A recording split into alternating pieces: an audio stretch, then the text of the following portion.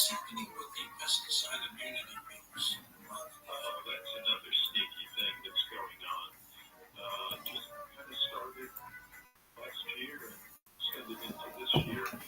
And basically, if we say that Francis II Ragozzi fathered his third son in 1694, at that point, Ragozzi, according to his date of birth that most records show, he would have been 18. Yeah, which is not unheard of for 18 or 15 if you count back from the date when he entered Altona Schleswig and he told Prince Charles he was 88 years old. A lot of people will take that as a definite starting point, work backwards, but then that means, according to the birth of his father, Francis II, would make him 15 if you're doing that math. So when the count would have been born, Prince Francis II would have either been 15 if you go by 1691. BetMGM has an unreal deal for sports fans in Indiana. Turn $5 into $150 instantly when you place your first wager at BetMGM. Simply download the BetMGM app and sign up using code WIN150. Then place a $5 wager on any sport. You'll receive $150 in bonus bets, regardless of your wager's outcome. And if you think the fun stops there, the king of sportsbooks has plenty of surprises in store. Check out daily promotions, same-game parlays, live bets, and so much more. No matter your team or your sport, BetMGM is for you. Download the app in Indiana today and get $150 in bonus bets instantly from your first wager. Only at BetMGM.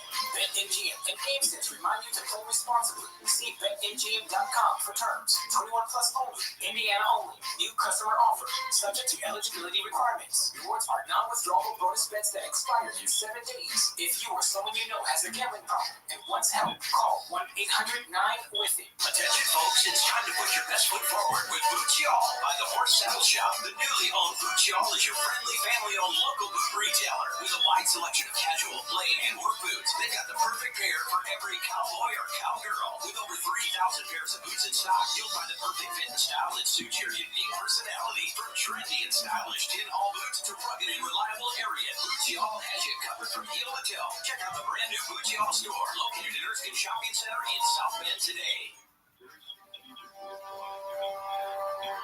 And I just turned around and I hauled ass out of there. I was done. I wasn't dealing with that. The hypocrisy of the cult is one of the things that turned me away the quickest. When I turned my headlights on, it turned and looked at us. And one of the things I remember the most were the eyes were going red. I see an orb of light. It is just circling these steps like it is waiting for me.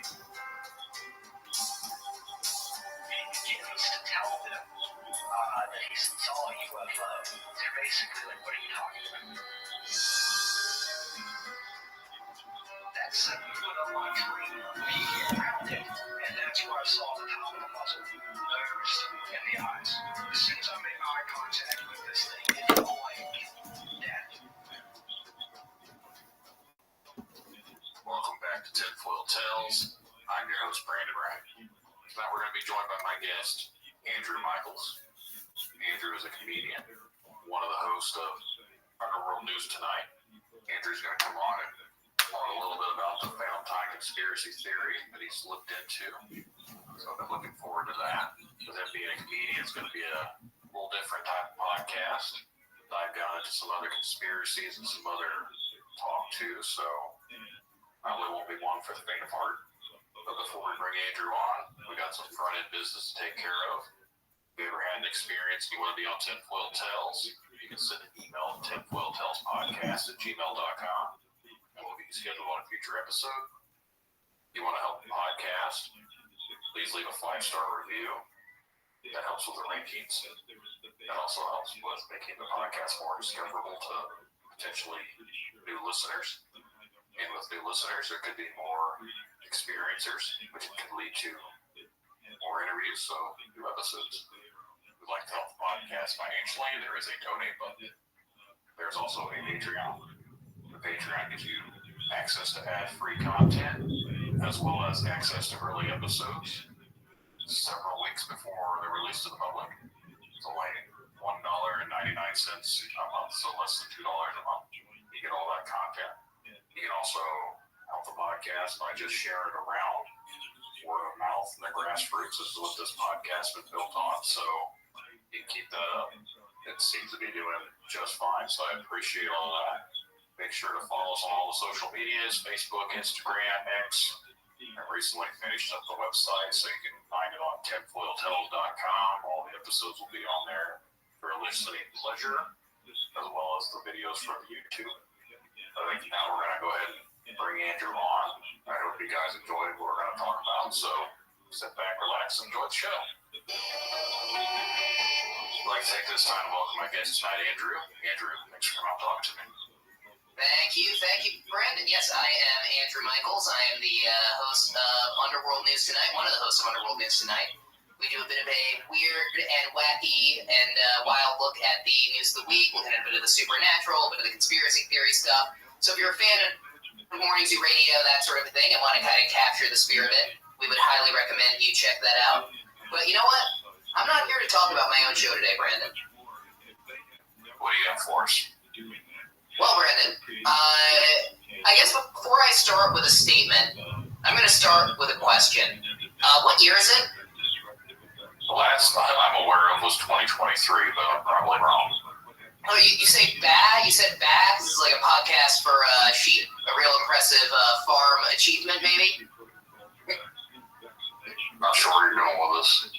Well, let's find out, because you, my friend, revealed yourself as an Ontotian puppet.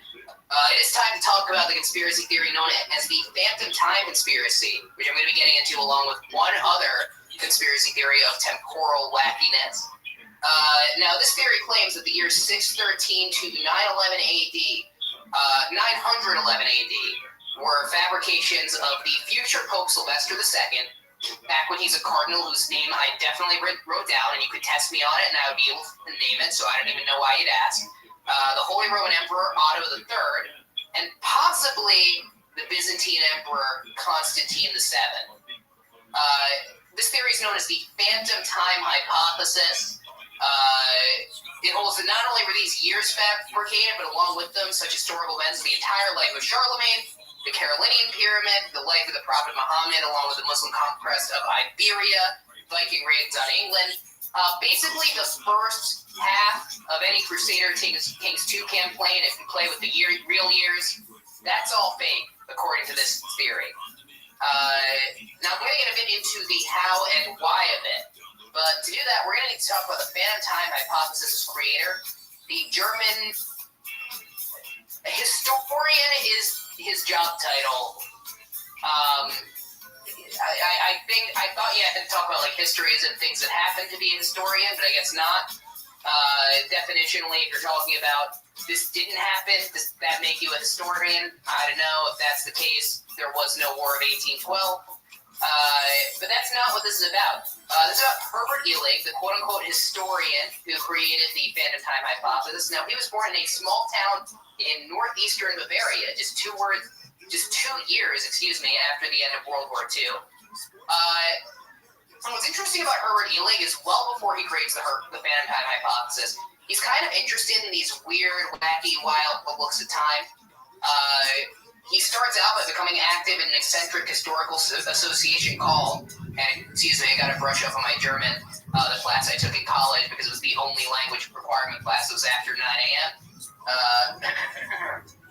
Sorry, it was called the Gesellschaft zur Rekonstruktion der Menschheit und Naturwissenschaft, or in English, the Society for the Reconstruction of Human and Natural History.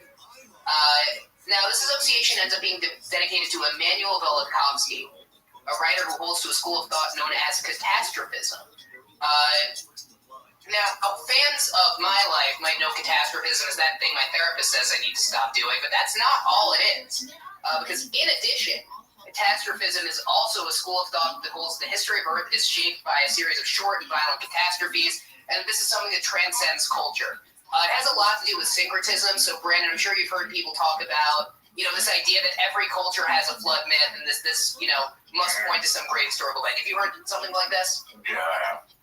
Now, it could be and correct me if I'm overstepping here, that in any culture with water, you're either going to have a problem of there being too much or too little of it at some point. Is that fair to say? It's kind of a counter-argument? Yeah, I've always thought the flood stories are more or less from when the Ice Age ended. That's just my own theory. I think everywhere has floods for a variety of reasons. You know, I've experienced floods in New Jersey. I grew up in New Jersey, if you can't tell from the accent. I live in Illinois. I experienced a flood here once. I think sometimes shit just gets wet. But in Velikovsky's case, his sort of syncretism of these various disaster narratives in history took the form of his 1950 U.S. bestseller, Worlds in Collision. Now, in Worlds in Collision, Velikovsky essentially posits that in the 15th century BCE, the planet Venus was ejected from Jupiter as what he describes as either a comet or a comet-like object. I don't know what a comet-like object is. I know what a comet is. But this in turn changed the orbit and axis of the Earth, leading to the widespread ubiquity of catastrophic events in ancient and biblical literature. These theories have mostly been rejected by the scientific community because apparently you quote-unquote can't just make shit up and call it things that happen.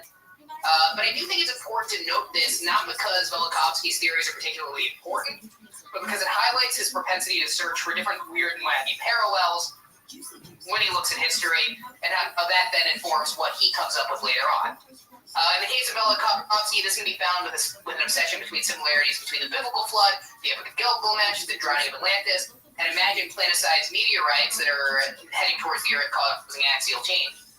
In the formation of the phantom time hypothesis, you can kind of find this obsession haunting his analysis of medieval history and architecture.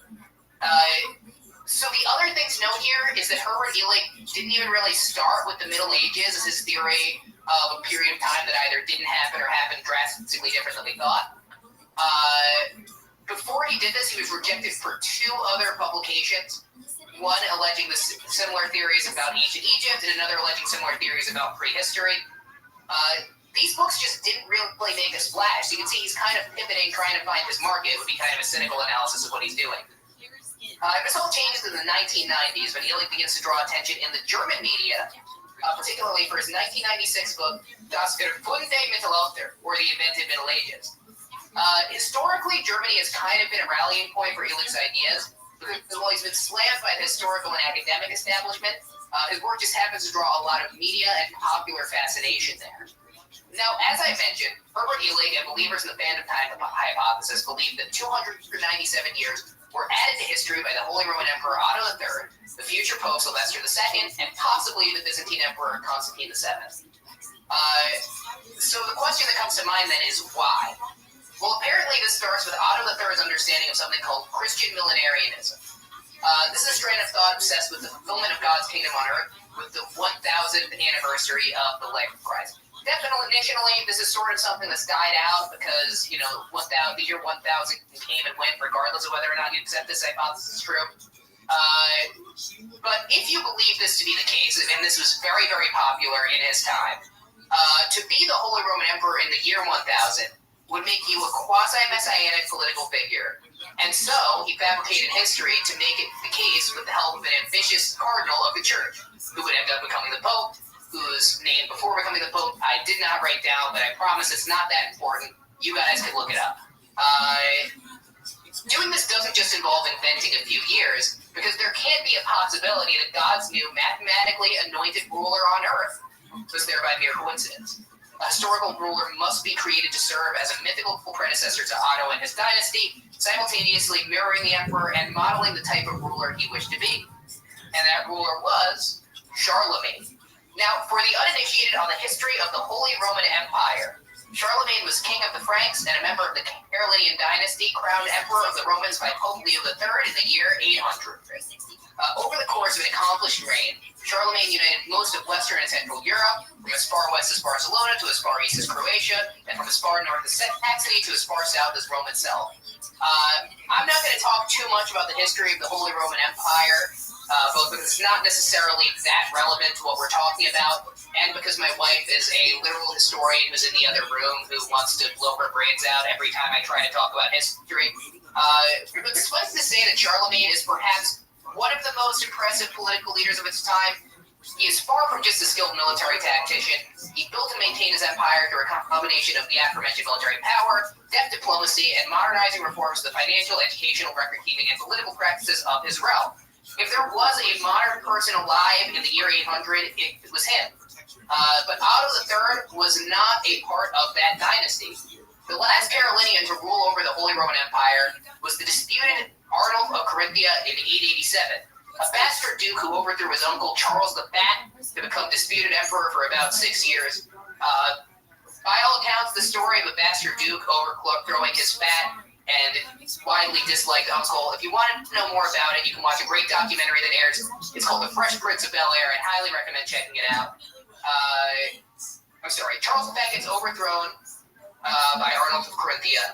By all accounts, Arnold is a sickly and incompetent moron. He himself is overthrown in a coup, and he dies a few weeks into a quiet and cushy retirement. After some of your typical Middle Ages swapping and switching, Otto's grandfather, Otto the Great, becomes Holy Roman Emperor in 962, having already been coronated as King of Italy 2 decades prior, and having served as King of East Francia for nearly 30 years. So you can see some of those titles that were originally held by Charlemagne starting to come together once again in the form of Otto. Now that Otto I, along with his son Otto and his grandson Otto, were all a part of the Ottotian dynasty. But that didn't stop them from consciously obsessing with and seeking to emulate the legacy of the first Holy Roman Emperor. And this is particularly true of grandfather and grandson. Most notable is the fact that Otto III took the step Charlemagne did of having himself formally coronated as Holy Roman Emperor by the Pope in Rome itself, reviving the title after a decades-long vacancy and a history plagued by disputes to the title's proper reclaiming.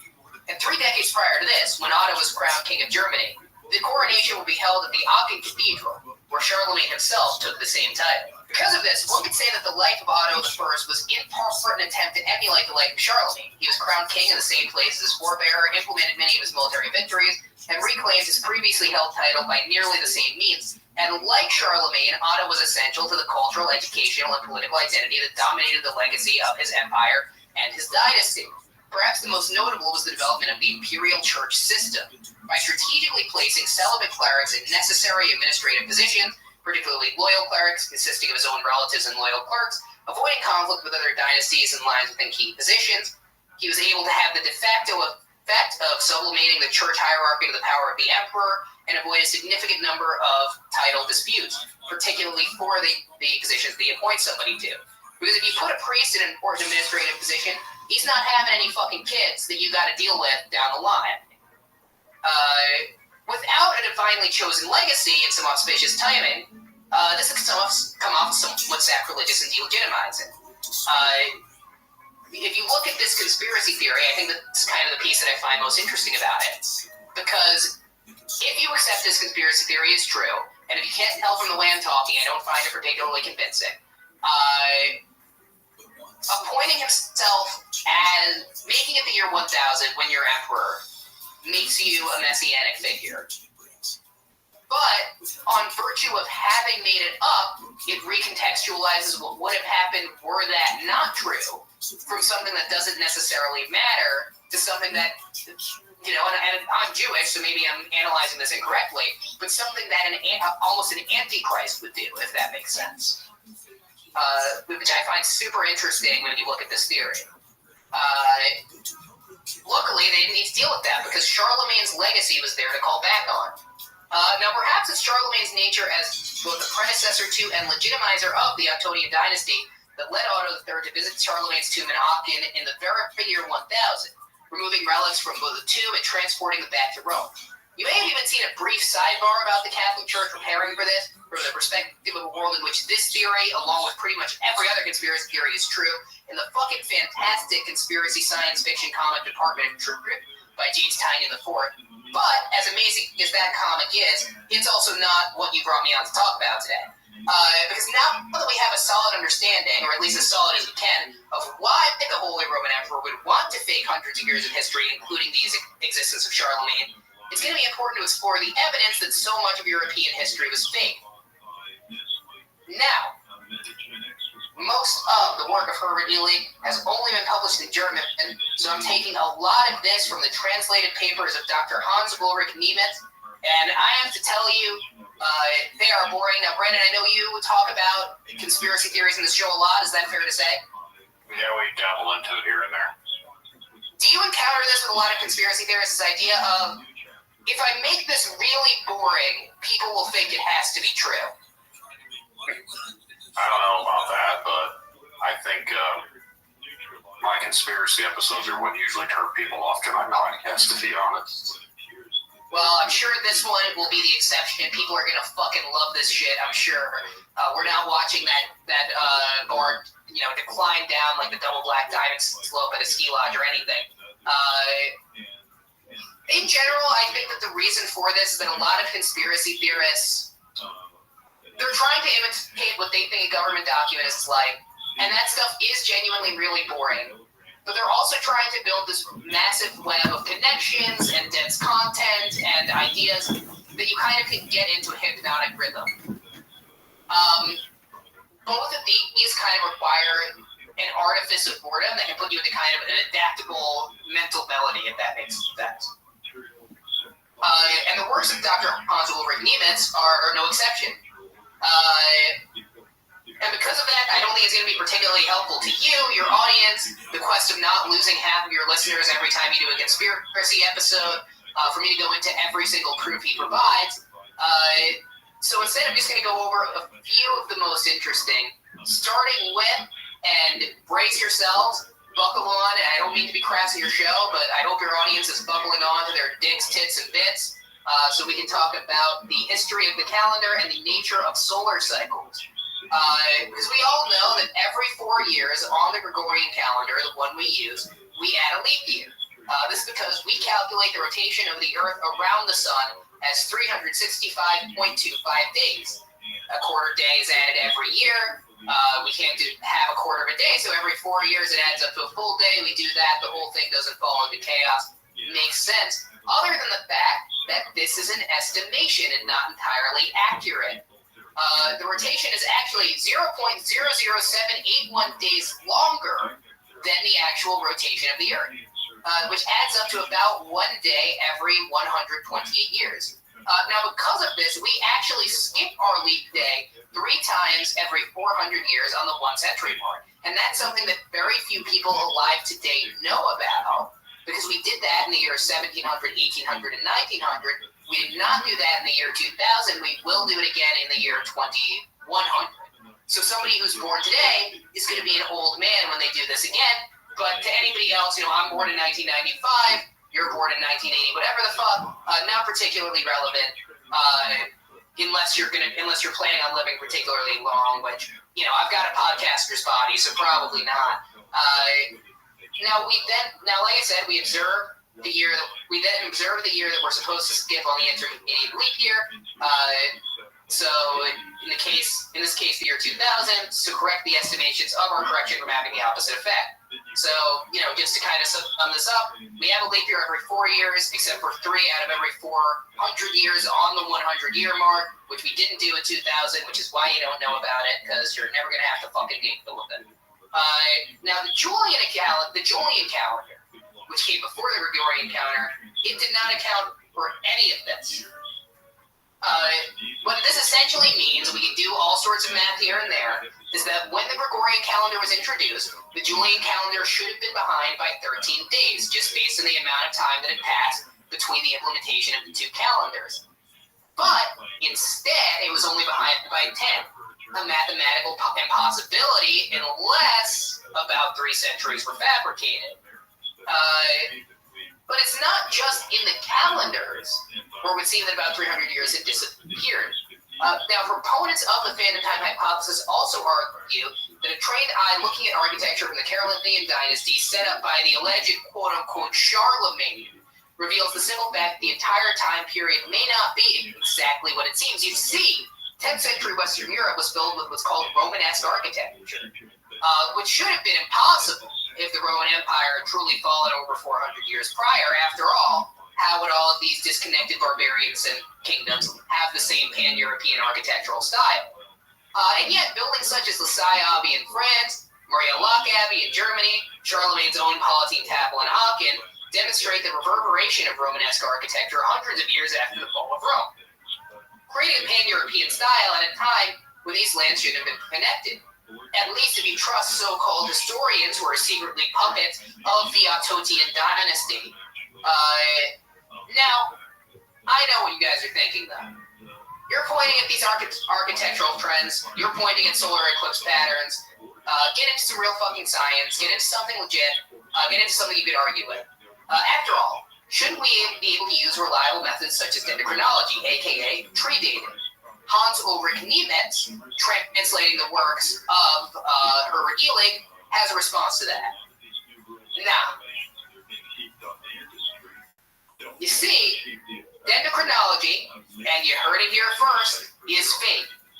I'm not going to explain why, because even I have too much dignity to explain why a German weirdo's explanation of another German weirdo's thoughts on oak trees is particularly relevant on someone else's podcast. So I'm not going to do that. But essentially, what you should know is that the phantom time hypothesis, a large part of it is just pointing to the well-established science of dendrochronology, saying it's fake, and saying every other academic field is desperately tied to dendrochronology in a way that is truly inescapable.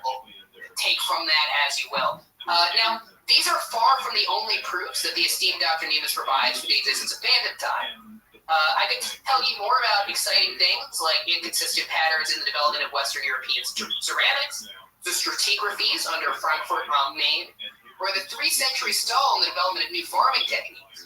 I think now might be a good time to talk about the why and how of some of these things. And to do that, we're going to talk about what Dr. Niemetz writes about the nature of fakes produced by the Catholic Church and their correspondence to history.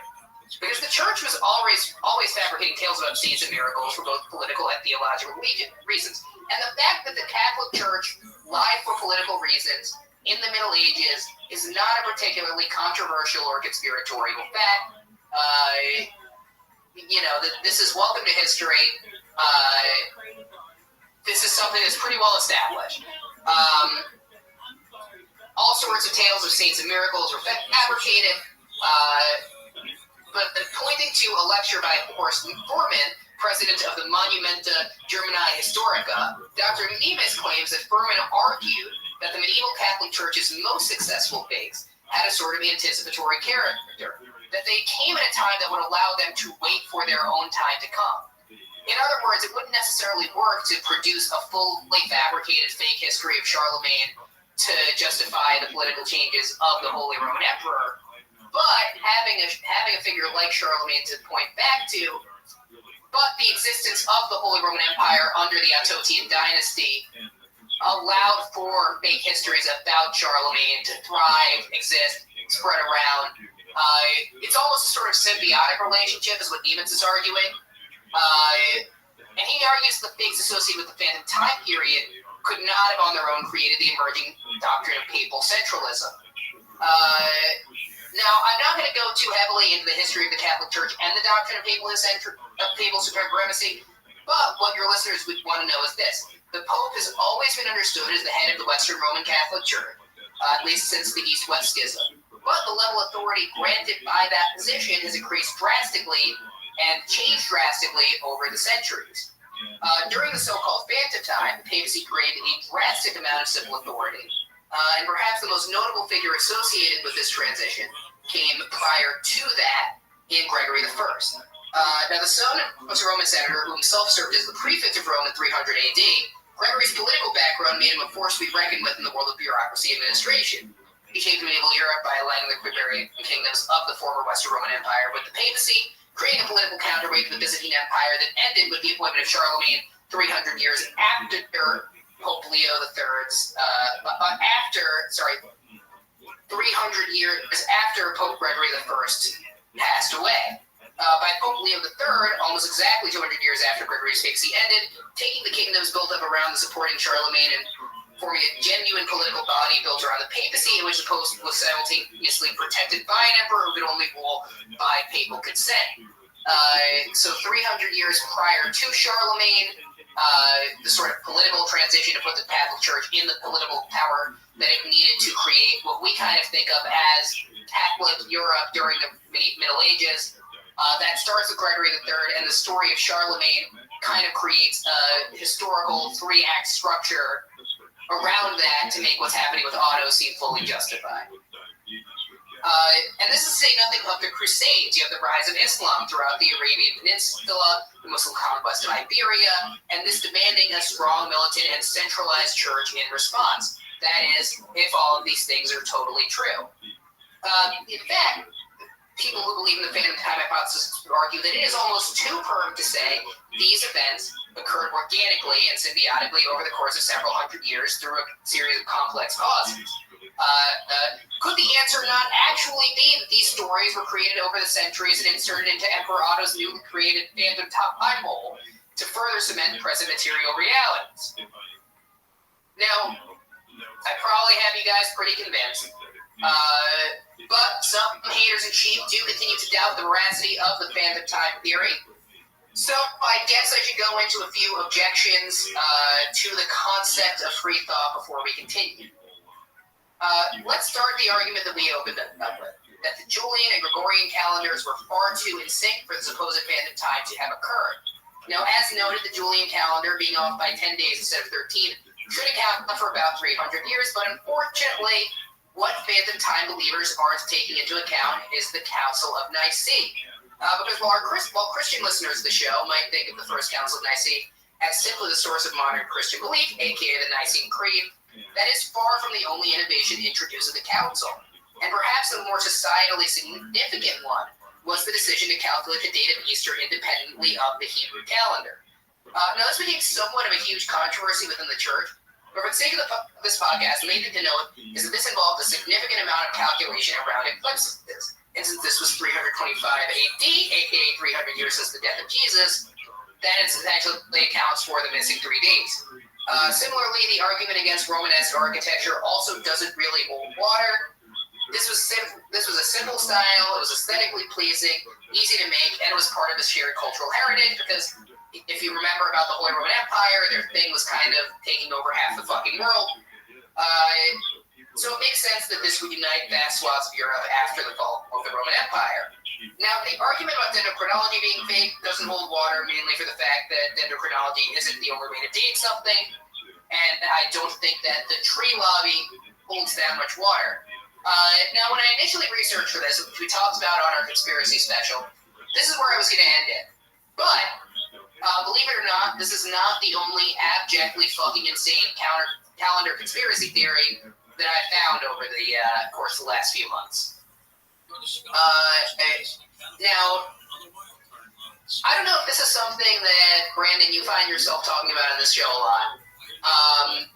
It's something that I call STEM brain. Do you ever talk about this? No, we haven't. STEM brain is, you take people who are good at math, and personally, I don't trust people who are good at math.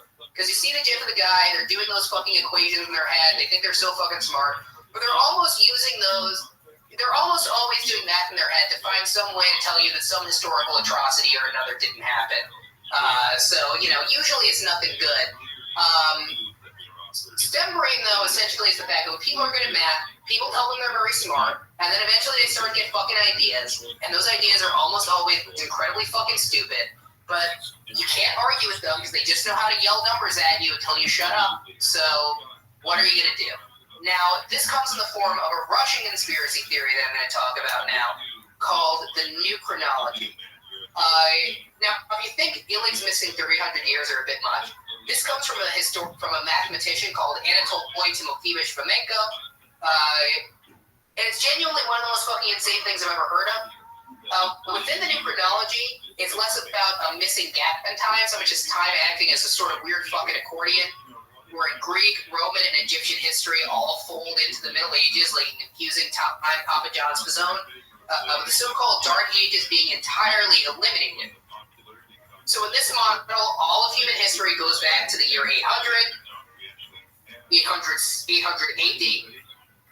years 800 to 1000, are a zone that we know almost nothing about, and the history that we do know takes place between the years 1000 and 1500. Now, Fomenko explains this by noting parallels between various historical figures and events, suggesting that perhaps they may be the same. For instance, Jesus is also the same person as the prophet Elisha. Elisha, Elisha from the Bible, not even used with Elijah, the prophet that precedes him in the Bible. Pope Gregory VII, Jesus is also equated with Saint Basil of Caesarea, and the Chinese Emperor Li Wanhao, also known as the Emperor Xinjiang or the Son of Heaven. Meanwhile, the city of Rome itself actually refers to a variety of cities. The first Rome is Mitzrayim, the biblical Egyptian city around the Nile. Then there's the third Rome, which we know as Rome. This is actually the least important Rome, founded in 1380 by the mythical Trojan hero Aeneas. The second Rome, known as the New Rome, is actually Constantinople. This is also the city that we know as Jerusalem from the Bible, where Jesus taught, with the actual Jerusalem that we talk about having been a nondescript Palestinian village prior to what we call the 15th century. Because Solomon's temple, the temple from the Bible, don't you know, that is actually still around as the Hagia Sophia Mosque, which I think is just great that there is a conspiracy theory that says our temple is still around, but it's still a fucking mosque in this world either way.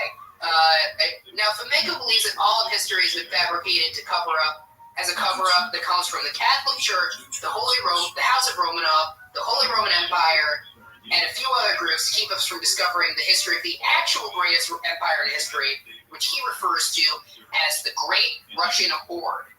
Now, according to Fomenko, historical people such as the Huns, Goths, Burghers, Cossacks, Belarusians, Ukrainians, and Poles, and more have all been elements of this solitary Russian Empire, which is in fact the greatest empire ever to exist in history. Its accomplishments and culture now totally obfuscated by detractors of the horde to get us to buy into a false narrative of history. Needless to say, this has made these theories really popular with weird Russian imperialists on the internet, but they aren't the only people to believe them. Because perhaps the most notable believer in the theory, who played a tremendous role in spreading it to more mainstream audiences in Russia, although he has since denounced it, is the Russian chess grandmaster Garry Kasparov. In the past, Kasparov has said, "New chronology is a great area for investing my intellect. My analytical abilities are well placed to figure out what was right and what was wrong." He even at one point went as far as to say that he may focus on promoting new chronology when he retired from chess. Anyway, I would tell you guys more about this, but you would have to read about it in Fomenko's breezy 7-volume series, History, Fact, or Science, which I love the title, History, Fiction, or Science, which I love the title of, because I'm pretty sure, and I'm not an expert here, but I'm pretty sure it's fucking neither. Well, the whole thing to me, it basically sounds like it's something that was, they're saying there's time that was missing or whatever, but at the end of the day, I don't think it really affects anything, does it? Well, I think that's what I find interesting about this stuff, is that you have the two versions of the theory. You have the Phantom Time, the perverse version about the Holy Roman Empire, and I consider that fairly harmless. It's a fairly typical anti-Catholic conspiracy theory, but it's against like the medieval Catholic Church, which I don't think is particularly relevant. I don't think anybody's committing any acts of violence or like fucking harming a priest over this, right? The Great Russian Horde one, the new chronology, I would say is actually a lot more dangerous, because if you look at a lot of the narratives you would associate with modern Russian imperialism, narratives, I would say are actively fueling a lot of the war in Ukraine, conspiracy theory like this of essentially all of this huge swath of Europe is actually Russia, and it is our solemn duty to reclaim it, not even because of Soviet history, but because of, our inherent sort of ethno-national history. That's a lot more dangerous and politically relevant. Mm-hmm. No, I was just referring to like with the whole time concept and everything else. I recently I guess if you're a medieval peasant in the year 800, that's the weird fucking thing, right? You can just tell me whatever. My life sucks either way. I think this is not the concept of what year it is. That's what I was getting at. Basically, it doesn't really matter what we say the year is. It's all based on what some jackass decided to say whatever year it was. So, yeah. At the end of the day, like if it's 2345 or actually 1822, like it doesn't really matter. At the end of the day, like we're only going by what someone else deemed it to be anyways.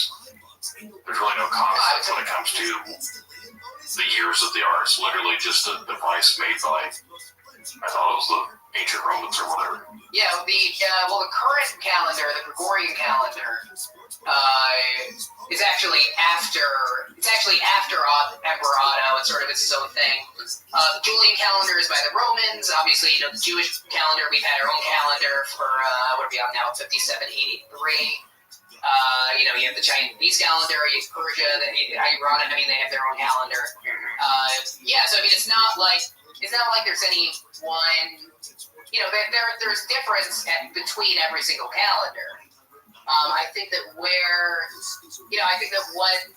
believers in both theories, but particularly the Phantom Time theory, is a question of what are you using the gap for? When you claim something didn't happen, you can kind of fill in the blanks to what you want to have happen there. So I'd say that this theory becomes very malleable to kind of like, why did they do it? What did they make up? What actually happened? You can kind of choose your own adventure. Which I think the best, kind of the most successful conspiracy theory branding. It's all about letting people fill in the blanks and put in their own flavor of choice. Excellence is coming. Your local school districts constantly face a shortage of substitute teachers and support staff. EduStaff is America's #1 choice for substitute staffing, and we're hiring people like you to help our school districts. Apply to be an EduStaff substitute today at edustaff.org. Excellence is coming. Indiana Wesleyan University provides accessible education for every chapter of life. Traditional students learn, live, and lead the way through a rich community on IWU's beautiful 350-acre campus in Marion, Indiana. Adult learners choose the flexibility of 100% online classes in over 150 programs with support from professors who are experts in their field of study and deeply care for student success in academics and spiritual formation. Discover the way ahead at IWU. Visit discovertheway.com to learn how. When it comes to conspiracies, and that's where the name for the podcast was derived from, obviously tinfoil hat.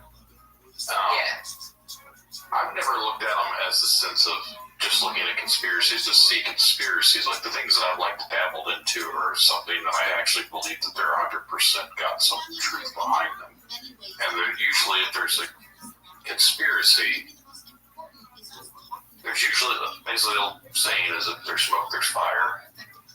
I feel like all the conspiracies, for the most part, not all, but a lot of the ones that are more mainstream, I think there's a lot of false information put into those conspiracies that they're off detractors, that they're off people from actually finding out the truth. And what we see today, we're literally only seeing it because that's what the infamous they want us to see. Wherever the hell they are, I don't know. The stuff like this, who would have been the they of that era? You know what I mean? Like, it's very obvious in that era who the they was part of it, right? He lived under your king. Your king was under the Holy Roman Emperor. The Holy Roman Emperor was under the Pope. So, like, any conspiracy theory kind of becomes an anti-Catholic, not even necessarily anti-Catholic, but a conspiracy theory about the Catholic Church.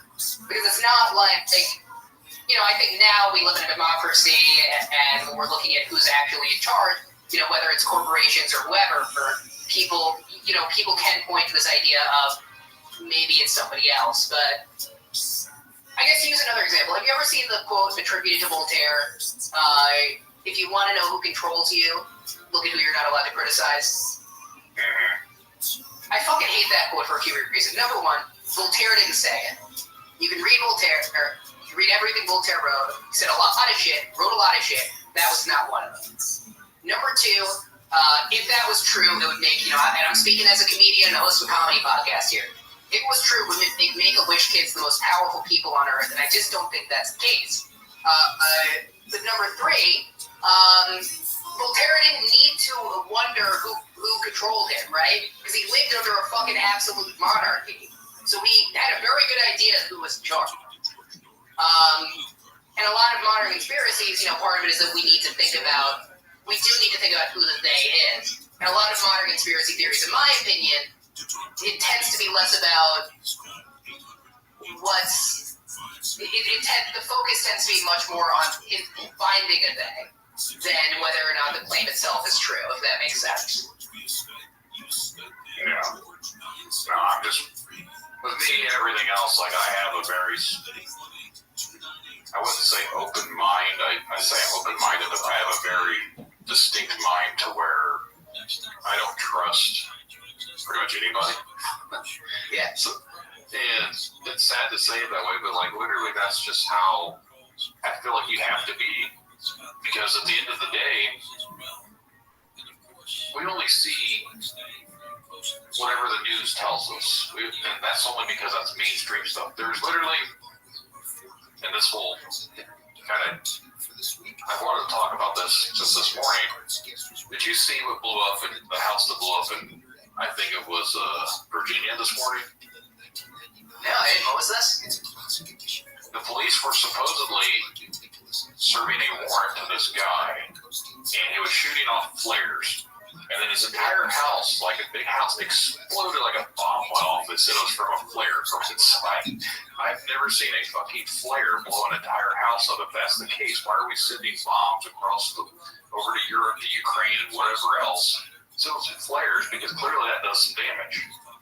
And I don't believe that. Like, it doesn't make any sense. And then I started to look into it a little bit, and of course you see all these random people on their Twitters or X or whatever the hell you want to call it, and supposedly this guy, I won't say the name, and I don't know if this is true or not. I'm not doing any betting. I just literally saw it, but this guy had a YouTube channel, and he was leaking government information about 3 weeks ago, and they had all these videos. The last one was like 2 days ago. He was leaking all these documents that he'd been scanning or whatever to the internet. Now, is this really the same guy or someone making all this up? Who the hell knows? You can't believe 99% of the shit you see on the internet. But mainstream media is saying the guy was having a standoff with police, was shot a flare and his house exploded. That makes zero sense to me. It's like, if you actually see the explosion, it is like the entire house blew up. Like there was like a bomb went off. Yeah, no, I'm looking at this now, and yeah, I can't speak to the leak claims because I haven't seen just because I'm literally just looking at it now, so I can't speak to that side of it. But obviously, this doesn't look like that from my knowledge. But also, you say you don't trust anyone. I trust a few people. As a rule, I don't trust the cops. I don't even really trust individual cops, but I especially don't trust a statement that comes from, like, the police. You know what I'm saying? Mm-hmm. Yeah, I have no idea. I just know that I don't believe it was a flare. I don't know what they were there for. I don't know what was going on, but all I've seen was someone had shared the video on, and I clicked on it. There was nothing anywhere. I did Google up the story, and I found it. And then everything just said, man with a standoff and a flare blew up in the house. Where I was like, that makes zero sense. I've never seen a flare cause an explosion like that. Well, but this is kind of like, and this is kind of where, so on my show, like, we're a comic podcast. We take a look at, we talked about this on our conspiracy special because we were traveling and we couldn't do what we normally do, which is cryptid, UFO, ghosts, wacky stories of the week, just taking a fun one. But when we look at conspiracy theories, what I find really frustrating is like what you're talking about. We have the police in this country. I mean, I'm assuming, from our accent, we have the two very different types of American accent, voices, and energy here. I think it's fair to say you're an indica and I'm a sativa a little bit. But, as far as, like, in this country goes, in the U.S., like, we have the police extrajudicially killing people with, enough of a military to overthrow Luxembourg in an hour, your fucking local sheriff's department in Missouri.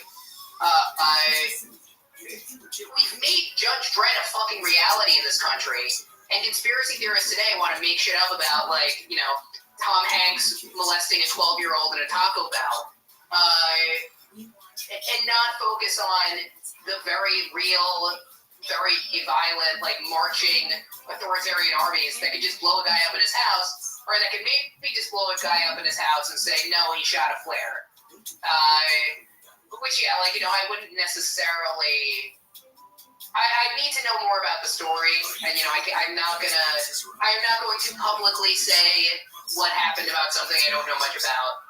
But, like I said, rule of thumb, I don't believe a statement by the police, but it's coming from the police in their capacity as Yeah, like I said, the only thing I saw was someone had supposedly reported this guy was shooting off flares at his property, and then the police said they were having a standoff with him, trying to reason with him, and he shot flares at them, and then they shot another one, and it blew up the house. So like, that makes no sense.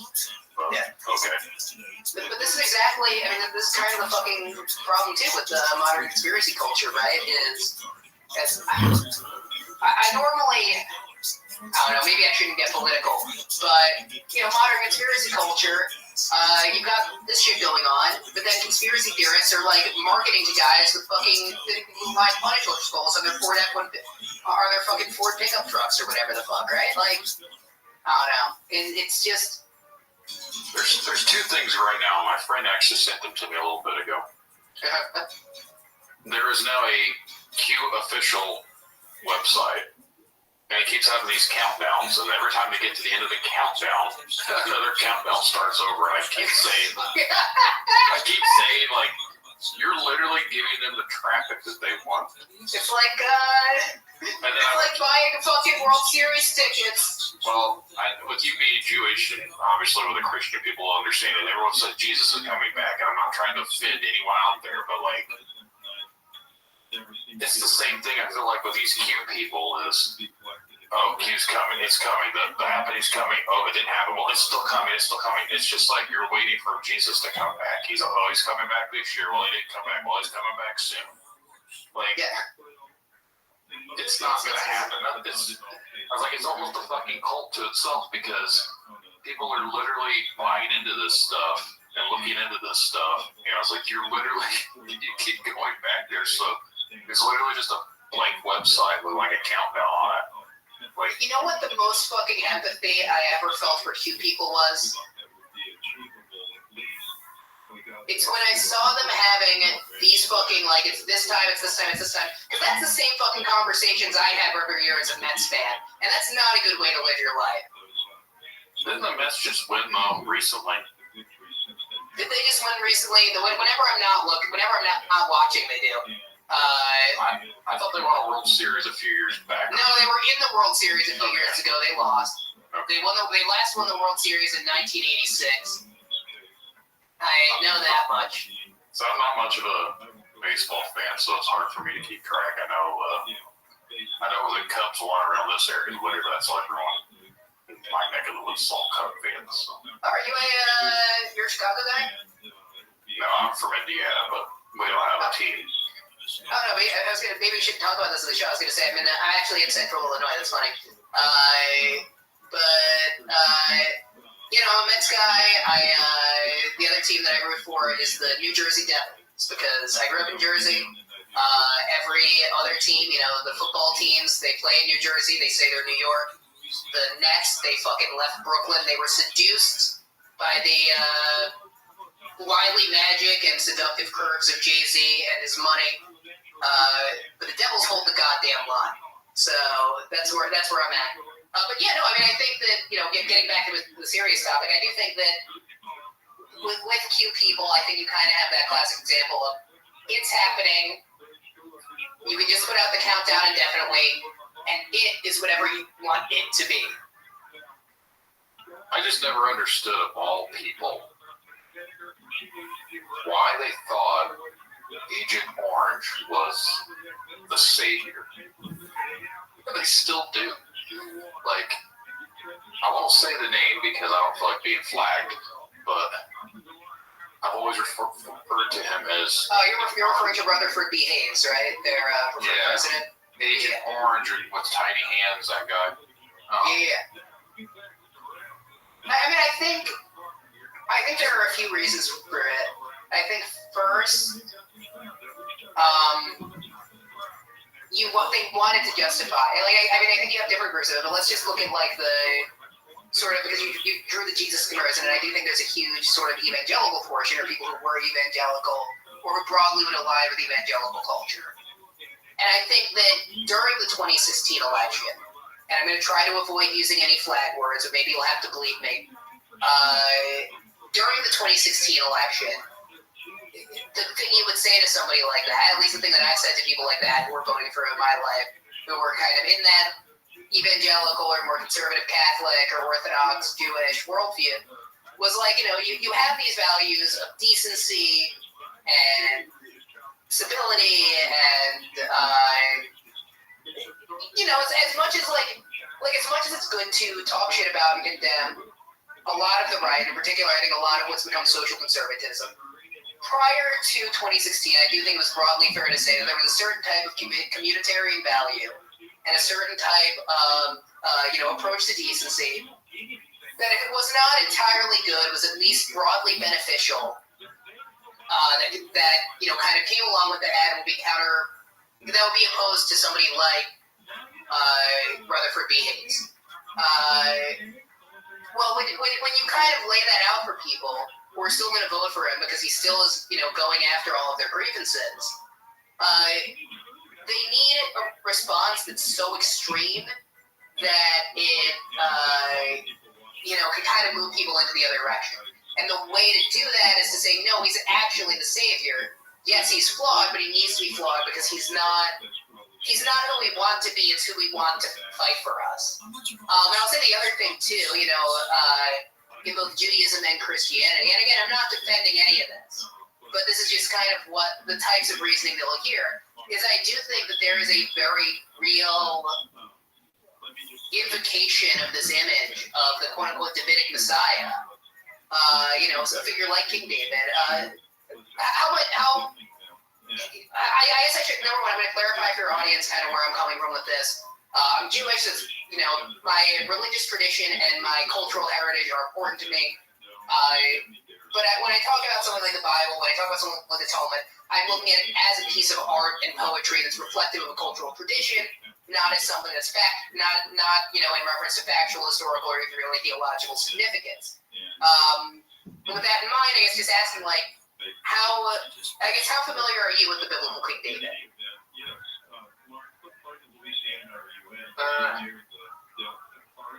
I wouldn't say I know a whole lot about David. I know a little bit, but I try not to. I'm not religious at all.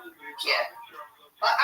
Look, religious or not religious, I think everyone should read at least the Jewish Bible. I think we did it best, personally. But the reason I think that people should is that I do genuinely think, it made a big splash for a reason. It's a very, there's a lot of beautiful poetry. It'll teach you a lot about, how a culture will tell its own mytho-poetic history and stuff like that. You just need to read it like you would read another culture's national epic and not read it like a work of history. But the thing to know about David is that David is historically, he is in the Jewish tradition, the Messiah will come from the line of David. In the Christian tradition, Jesus is considered to be somewhat of the Davidic line, although it gets a bit complicated when Dad's God. But essentially, they make the argument that he's from the Davidic line. And David is considered the greatest king in the history of the Israelites and the history of, the Jewish people / biblical peoples by far. And he's also a deeply, deeply flawed individual. He's paranoid. He kills people. He's a tyrant. He's incredibly fucking horny. All of which is to say that these things, if you are taking a very specific type of Christian nationalist view, it's very easy to tie somebody like Rutherford B. Hayes, let's say, with this idea of the Davidic Messiah. I think with mine, this goes back to the original thing with Q. You know the whole cabal story, right?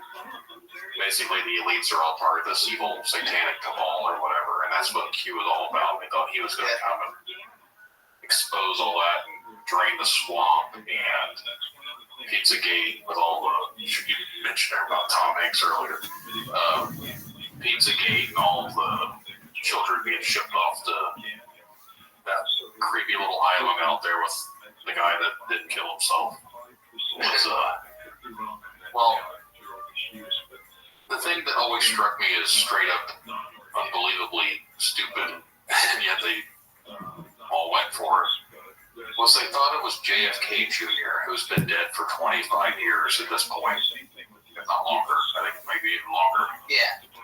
But he was the mastermind that was coming back for his good friend. Agent Orange was doing all this because he was such good friends with that family. I was like, what? None of this makes any freaking sense.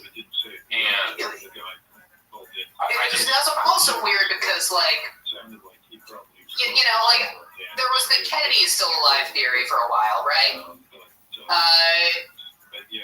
That theory was floated around for a long time.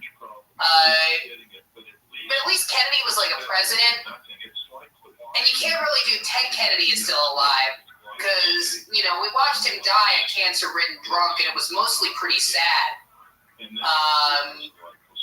RFK Jr. still, like JFK Jr., let's say he is still alive, and he died before I was born, I think.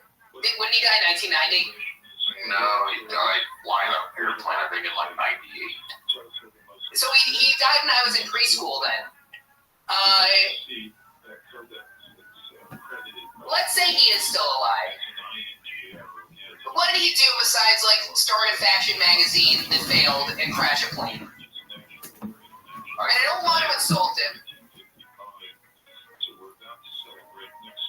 But, like,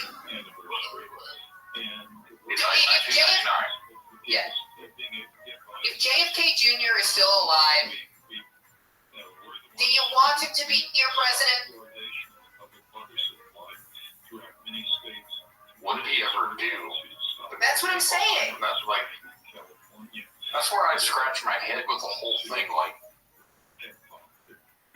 I think, and this is not me being a sympathizer, I think the people that fall for this type of stuff, I think they have good intentions.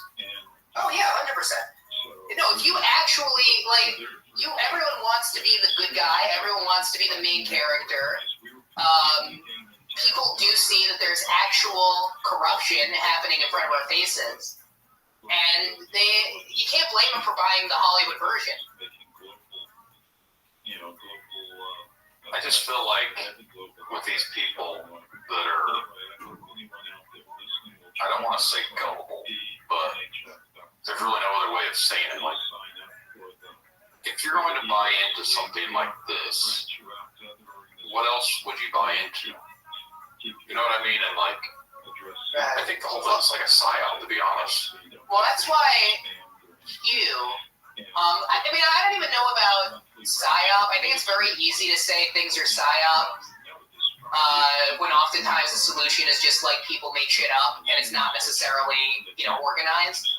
But regardless, I mean, Q works because it becomes a sort of Rosetta Stone for conspiracy theories, where everything you believe in, like, if you're not happy with, like, what's going on in that community, there's something there. But, I mean, look, like, I mean, Q is a very, like, I guess all which to say that I think I'm trying to think of a way to put this.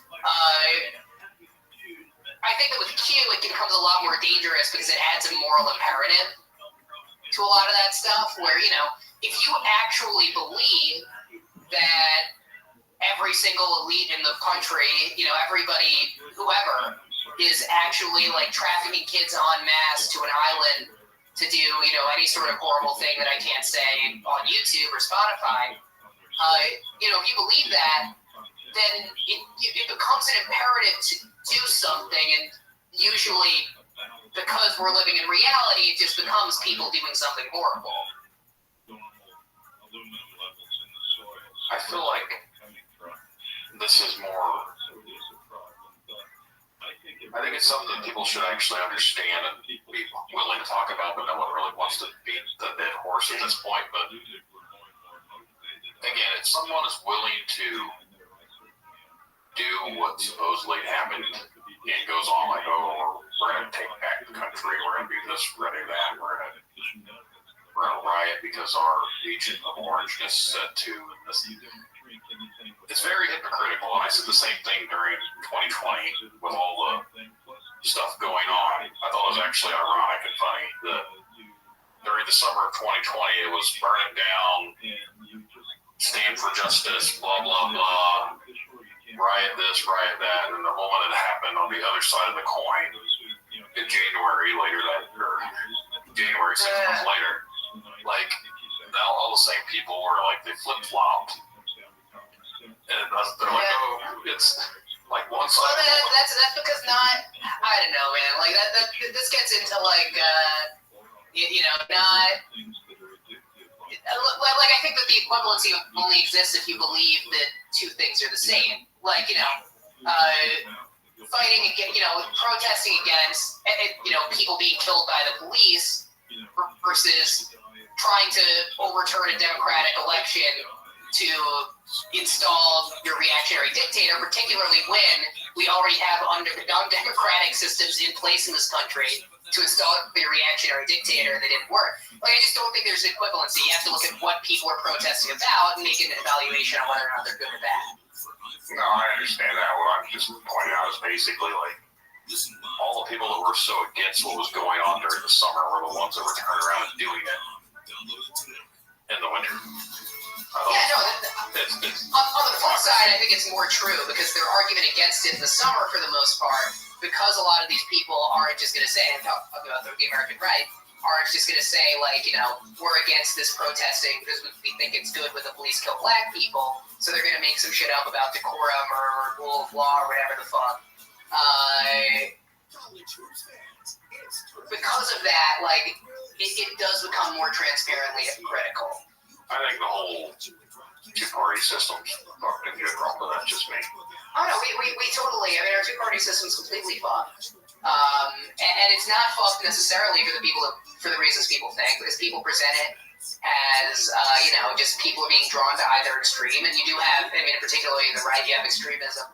But I would say as well, like, we don't really have, kind of famously in the U.S., we don't really have like what would be considered a left wing in the way that there is around the world. We don't really, we kind of have a centrist party and a right-wing party. Whereas we had a centrist party, a left-wing party, a center-left party, a center-right, and a right-wing party, we'd probably have a very different politics. But, I think that, in the broader sense, the system's fucked, two-party system's fucked, capitalism's fucked, our economic system's fucked. But at least you can listen to our podcasts. At this point, my podcast probably fucked too. Well, I'm glad I lubed up before coming on to fuck you further.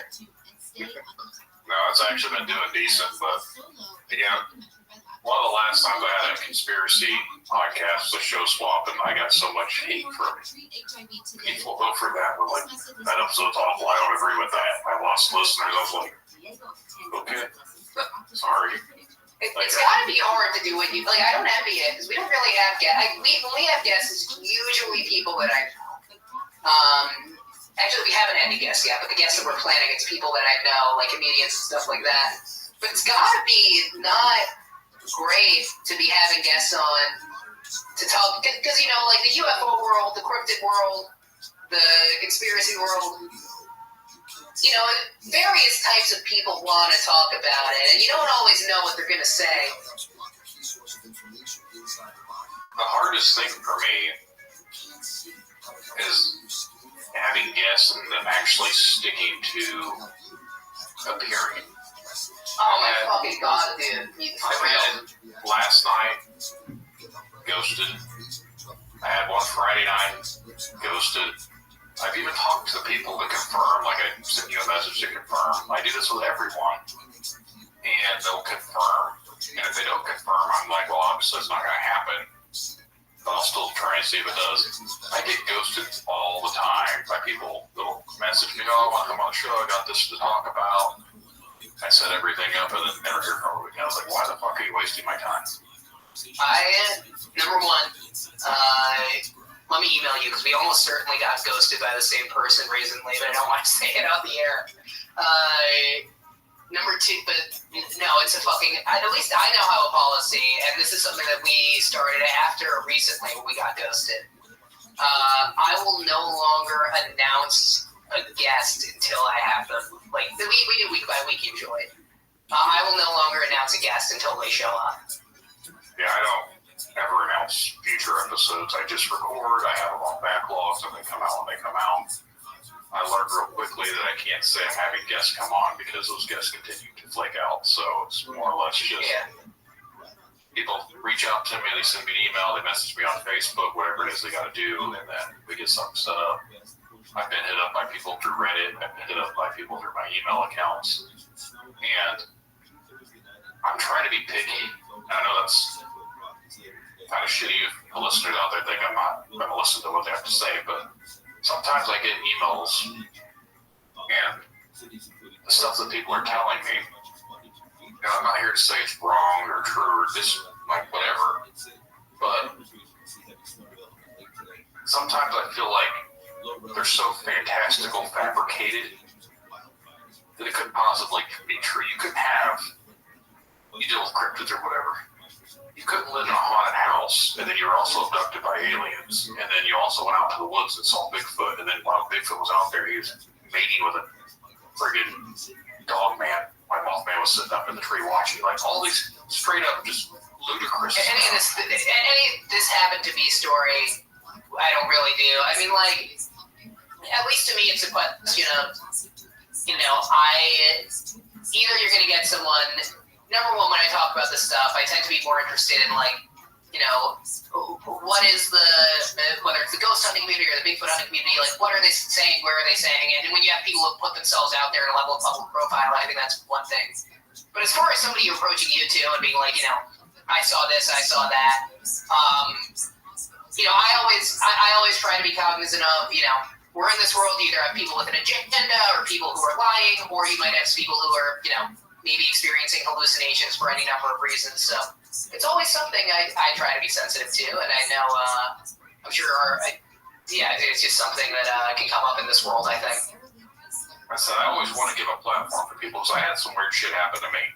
And that's the reason I do the podcast. So I always try and let everyone have a platform. But if you're telling me this is what happened to you, you have all these experiences that are all just happening to you, I tend to not necessarily think that it's true. It might be 100% true to the person, but I don't necessarily know if it's true in reality. Like, they could have, like you just said, they could have some sort of issue, like psychological issue, delusions. Like, I don't know. And I don't want to be the type of person that's just, I'm just going to air whatever out there, I need content, I'm not going to bet my guess. That's not what I'm about. Like, you want to take advantage of that. Yeah, that's not what I'm trying to do. Like, I don't want to come off here and be like, well, that's a new episode. There's people out there from other podcasts that literally will air some straight up out there stuff, and you can even tell the people telling the story. I'm a Jewish guy coming onto a conspiracy podcast. It's like, I know the type of shit that you got it fed for. Yeah. Like, you can tell that they're 100% bullshitting just by the way they're talking and everything.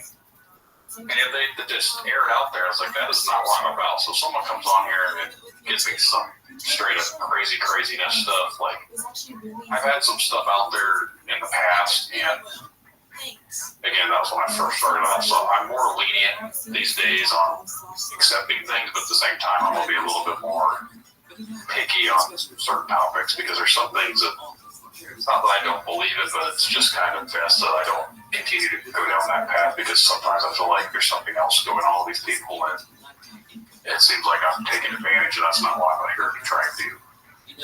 No, totally. I totally get it. I think we're on the same page with it, and I think, what we do is a little bit different. We'd end up have fewer guests, but it is very scary. It is I guess scary is the wrong word, a bit dramatic, but it is. It's always an area of concern in this world, I guess, to not be taking advantage of people, to not be airing lies, and to not be, airing people who want to use their platform to spread hate or misinformation, whatever. but also to create entertaining content, you know? I said I've had guests on here that I'm pretty sure weren't being honest, but at the end of the day, Waiting on a tax return? who am I to say that they're not? You know what I mean? I'm not here to say someone's lying straight up. Obviously, you can tell if someone's lying, but I'm not going to sit there and argue with someone that, this isn't true. Because then you're literally going to scare off every single person that would ever want to come on your show and you start arguing with a guest about their story not making any sense. Yeah, well, and until somebody's achieved a level of profile, it's not necessary, right? Like, you're not... once you've gone on to a bunch of different shows and like your story spreads out there, then if somebody wants to have you on and argue with you and pick holes in what you're doing, that's one thing. But if somebody's coming onto your show, and they're trying to tell, what they're saying is their story, and you're the first release they've told it, if you think it's bullshit, don't have them on. Yeah. And now you're bullshit, they're lying, bullshit, they're, whatever. I haven't been very... I used to tell people I don't want to know much about their stories. I like to listen to it, hear it, and react without knowing about it. But anymore, I've been asking for more details just because, like I said, these past episodes I've had, I wish I would have vetted them a little more. And I'm not the type, I spent the time recording, I set up the interview, and I'm going to release it at this point. But at the same time, if I think some stuff's straight up bullshit, I'm not going to even bother trying to do an interview.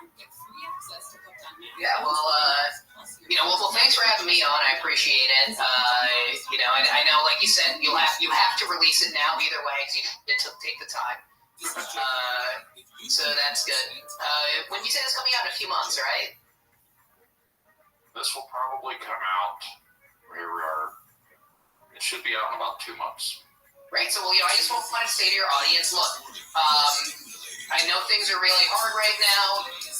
We've known the British are coming back for a long time. So Charles can't have us. Grab the guns. Stick with it. War of 1812-3, this time it's personal. Let's go. And to our British soldier listeners, I will say I will quarter you. I will give up my American rights right away. I'm waving my neutral flag as a Jutalian, so gotta play both sides here. I am, my numbers are pretty good in the UK. We have one UK listener. I think I know him. I've got, I don't know, globally, I just know from the things that I see or whatever, the UK is the second highest downloaded region for where my downloads come from. So, that's cool. Well, UK listeners, appreciate you guys. And I am sorry for what I did in the Princess Louise pub bathroom. I was not used to the mashed beans.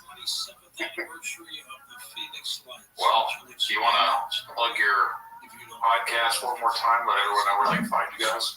Oh, yeah, totally. So we are Underworld News Tonight. We are probably everywhere you get your podcast. Some people get their podcasts from, weird fucking places. So we're not on, Baby Bjorn or whatever the fuck. We're most normal places that you get your podcast. You can look us up, Underworld News Tonight. We are also on Facebook and Instagram as Underworld News Tonight. We just do a fun look at the weird, wacky, wild, supernatural news of the week. It's a ton of fun. Listen in. We would love to have you. And keep listening to Tinfoil Tales, too. It's a great fucking show with a great fucking host. Appreciate that. Thank you. Well, I think we can wrap this one up. Again, I want to say thanks. It's been fun. I like to have some change of pace. Like I said, most of the interviews I have is personal experiences or people's been doing some studies and deep dives into things. So it's good to have some lighthearted ones. I had one recently that different tone, joking around, banter. So it's nice to lighten it up every now and then. Well, that is me. I am just everyone I know will say all the time, you're a ray of sunshine in my day, you're so happy, you're so positive, you're so bright. Consistently, all the time. The secret is, if I stop talking, there's a deep abyss inside of me that I just feel will swallow me entirely. I think that's everybody. Well, I think we're good for this one, so we're going to roll on out. So again, thanks to Andrew, and thanks for listening. Thanks, guys.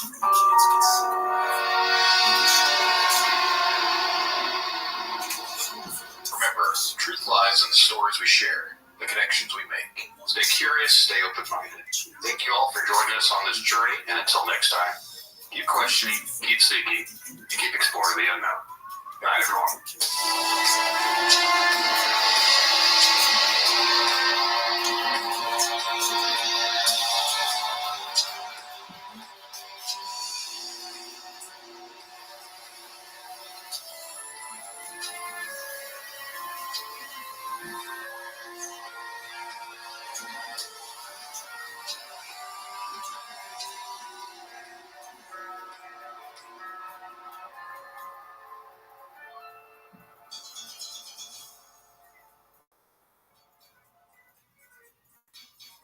Get year-round comfort knowing your home is backed by industry-leading Lennox equipment and expert technicians at Great Lakes Heating and Air Conditioning. Special savings opportunities and federal tax credits are available. So call 574-287-5046 or visit us online at greatlatesheating-ac.com/coupons to learn more. Indiana Wesleyan University provides accessible education for every chapter of life. Traditional students learn, live, and lead the way through rich community on IWU's beautiful 350-acre campus in Marion, Indiana. Adult learners choose the flexibility of 100% online classes in over 150 programs with support from professors who are experts in their field of study and deeply care for student success in academics and spiritual formation. Discover the way ahead at IWU. Visit discovertheway.com to learn how.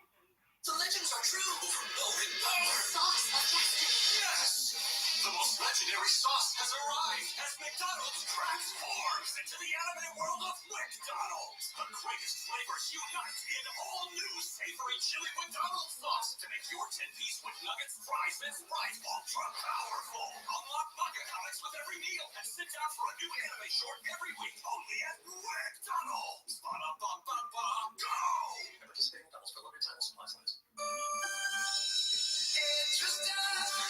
Excellence is stopping. Have you ever wanted to give back to your community, make a difference, help the next generation? You can have all of this and make a great paycheck too.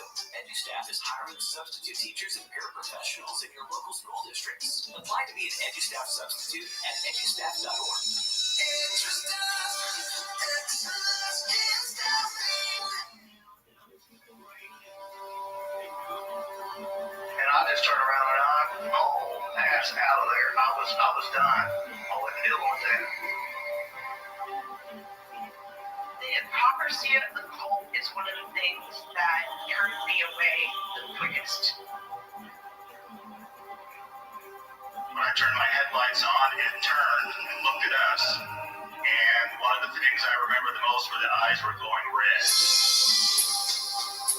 I see an orb of light. It is just circling these steps like it is waiting for me.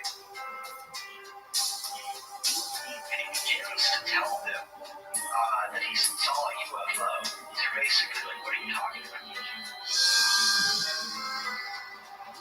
That 7-foot unlocked tree peeking around it, and that's where I saw the top of the muzzle, nose, and the eyes. As soon as I made eye contact with this thing, it felt like death. Hello, everyone. Welcome to the first ever Tinfoil Tales live stream. I'm Brandon. Got a few people that are wanting to come on here tonight, talk about some topics. Looking forward to that. Glad you guys were able to log in here and join me tonight. It's been a last minute kind of thing here. I've got kicked off. It's not really anything that I had planned. It was more or less something I just wanted to see how it goes. If it does well, then maybe I'll do some more of these here in the future. But, how you doing, Tom? Ontario, Canada. Well,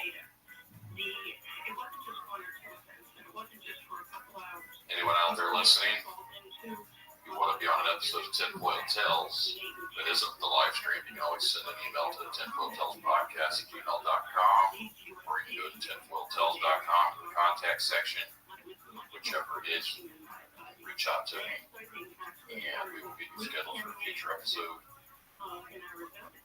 But for now, I do have someone in the waiting. He's from Founding Lore Fathers podcast. on here so you can kind of be a guest co-host with me for the night, so I'm not just sitting here flying solo talking to myself while I'm waiting on other guests to hop on. So if you guys want to welcome Rich to the show, we'll bring him on here.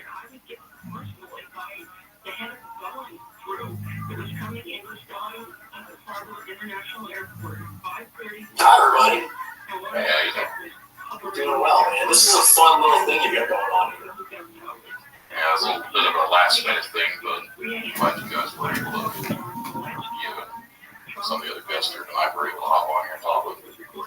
Oh, yeah. So it should be fun. You know, I'm looking forward to hearing from them, especially when I know you mentioned some possible guests that are showing up. I know you said something about a gentleman who's maybe seen a UFO encounter or two, something like that. And there's a couple different people here. I know I'm looking forward. We don't do a lot of interviews on our show. We mostly just do stories and BS amongst ourselves. Then occasionally we'll have some people on, so it's fun. I like the idea of having guests. It's pretty cool. For anyone listening, I was a guest on their podcast several months ago, so we kind of got connected. Rich just recently did an episode with me. We'll come out here after a while about the Indian War. So you guys out there listening, look forward to that. Yeah, you can find us. So it's the I'm 1/3 of the founding lore fathers. We talk about cryptids. We'll talk about some interesting history, and we'll talk about some current topics and stuff like that. We're more humor than anything else. We at least try to be funny. That's a lot harder than it sounds. So we do our best, though. We've got you can find us on Amazon, Spotify, and Apple. For anyone else who's on the non-major, the big three, sorry, we're there somewhere. Yeah. So that when we talked the last time, I mentioned that I hadn't been seeing anything pop up on Apple. That's where I get most of my podcasts. So. Oh man, I've had to stay on top of Apple. So Apple's one of those. So we don't have a hosting site. We do everything manually, and there's some glitch that's going on with Apple where I would schedule a publication, and what was happening is it was getting saved as a draft. So I don't know if I'm blaming it on Apple, but it's probably a user error. So, but hopefully I got it all fixed out. I know we just dropped our most recent episode where we talked about the Ethereum culture, which is like it's a subculture buried deep inside everyone. It's the thing where people feel like they're part animal, and we talked about that. We talked about some Cat Williams drama, and we talked about the homeless issue that's been going on, where like some churches have been like kicking people out, some have been opening their doors up, and it's a fun episode. I know I spent a little time homeless myself, so that's interesting. Also, I launched I shouldn't say launched. I announced my book, and hopefully it'll be out within a year. I will diving deep into American conspiracy culture, and I'm looking at it through the lens of conspiracies are folklore at this point. Shout out to Red Shoe, that's actually my brother. Hopped on here to show some support tonight. Tom said humor is important in the existence, especially in Canada. Well, actually, I had a fun quote that I came across. I'll have to look it up. So I guess you're old enough. So Dr. Ruth, do you remember her by any chance? I remember the name. She's the kind old lady that taught us all about sex. Oh yeah, I know. She's that lady. So her quote was, maybe I said it wrong. I apologize. Yeah, but Sue Johnson or something. Her quote was, "When a professor teaches with a sense of humor, people walk away remembering." Now, what they remember is debatable. But yeah. Well, we got a couple minutes minutes here. If the first guest doesn't hop on, I've already got someone else waiting, so I can bring her on. But I told him probably in the next couple minutes. Oh, that's no problem. Tom says, remember her from 30 years ago. I think the show is still on sometime. I've seen commercials when I had satellite, but it's been a couple of years. Well, I know that we live in a world of YouTube and the information age for all of the awful things it's brought to us. It's also brought us, the internet archive where you can find episodes of anything, anywhere, in most of the world's publications. So, if there's a will, there's a way. You can learn some fun lessons. I feel like everything now is, we say YouTube, you can obviously find whatever, but there's a lot of stuff on YouTube that's pretty much shadow banned to me. I'm waiting for the podcast to become that way. So once I did a few different topics, it's going to ruffle too many feathers, and I'm going to get another warning and then an episode banned, and then I'll try to get kicked off YouTube. But it is what it is. Well, one can only hope, right? I mean, that adds to your credibility when you're in the space that you're in. So, once they start to hide your content, you must have hit the wrong nerves. You must be doing something correct. So, you had any fun episodes coming out, man? I know you just went from two episodes went to one episode. Have you gone through some of your backlog? Yeah, I'm pretty much caught up now, but again, I had the interview tonight. The guy ended up having to cancel. It's the second time that I've had to reschedule with him, and then not to sound like a prick, but if you cancel on me a couple times, I'm not going to just continue to reschedule and then flake out again. So I was just like, sorry, dude, I'm not going to try and reschedule again for a third time. Well, the effort drops. It does. I know we've had some. I guess anyone who does it has some issues with that. I know. I had a situation with one gentleman who he canceled last minute. Like I was supposed to run the show, he canceled last minute, and then there's a time difference between where he's at and where I'm at, and I read it as Eastern Standard Time. Come to find out, it was definitely not Eastern Standard Time, and I just felt like such a jerk. Because then I was looking at the whole thing about being late, so I guess it's my time in the military. It just drives me crazy when I'm late. But I probably spent 24 hours just with anxiety about being late because I missed the show. So it's tough, man. We'll take. Yeah, it happens. I've had a lot of people, at least he's let me know each time. I've had people just not even show up, and I'm kind of just like, I always reach out to someone and remind them if they don't ever acknowledge me, then I'm just like, all right, this isn't going to happen, then I don't have to prepare for it. And then I've had someone that's secretaries scheduled everything with me, and then they didn't show up, so I emailed them they never showed up to the scheduled interview. Oh, they didn't? Notice this person even exists. I haven't talked to them. I'm talking to their assistant or something. So it's just like. So I had somebody reach out to us, and I'm pretty sure that person was looking to be their secretary. Like they were like, "Hey, this is my secretary." That's the vibe that I got from them. There was an element of self-importance that was inside the email that really only comes from a certain type. And this is all, it's all weird about it. But I ended up searching the secretary's name, and she was a social media professional, I guess. I'm not sure what you call that. And she didn't have any social media platform. She wasn't on any social media platforms, and that's what made me think she was made up. How are you a marketing manager if you don't have the social media? That's what I was saying, because I consider, hey, if she's doing this for it, maybe we can use her, you know what I mean? But couldn't find her. That just seems like one of those. I keep getting emails from, I won't say the name because it could be a real person, but I keep getting these emails from this marketing company. I'm pretty sure they're trying to steal my accounts. Yes. But they're saying my videos aren't getting enough video, streams or whatever, in my podcasts. And I say, you know what? I don't need your help. I'm doing what I'm doing. I've been doing it on my own. I don't need to have someone come in there and take control of my channels for me just to market me. I was like, I'm not giving access to my stuff. It's pretty stupid. Pretty much. I've worked in sales in the past, and I can probably tell you word for word almost what those emails say.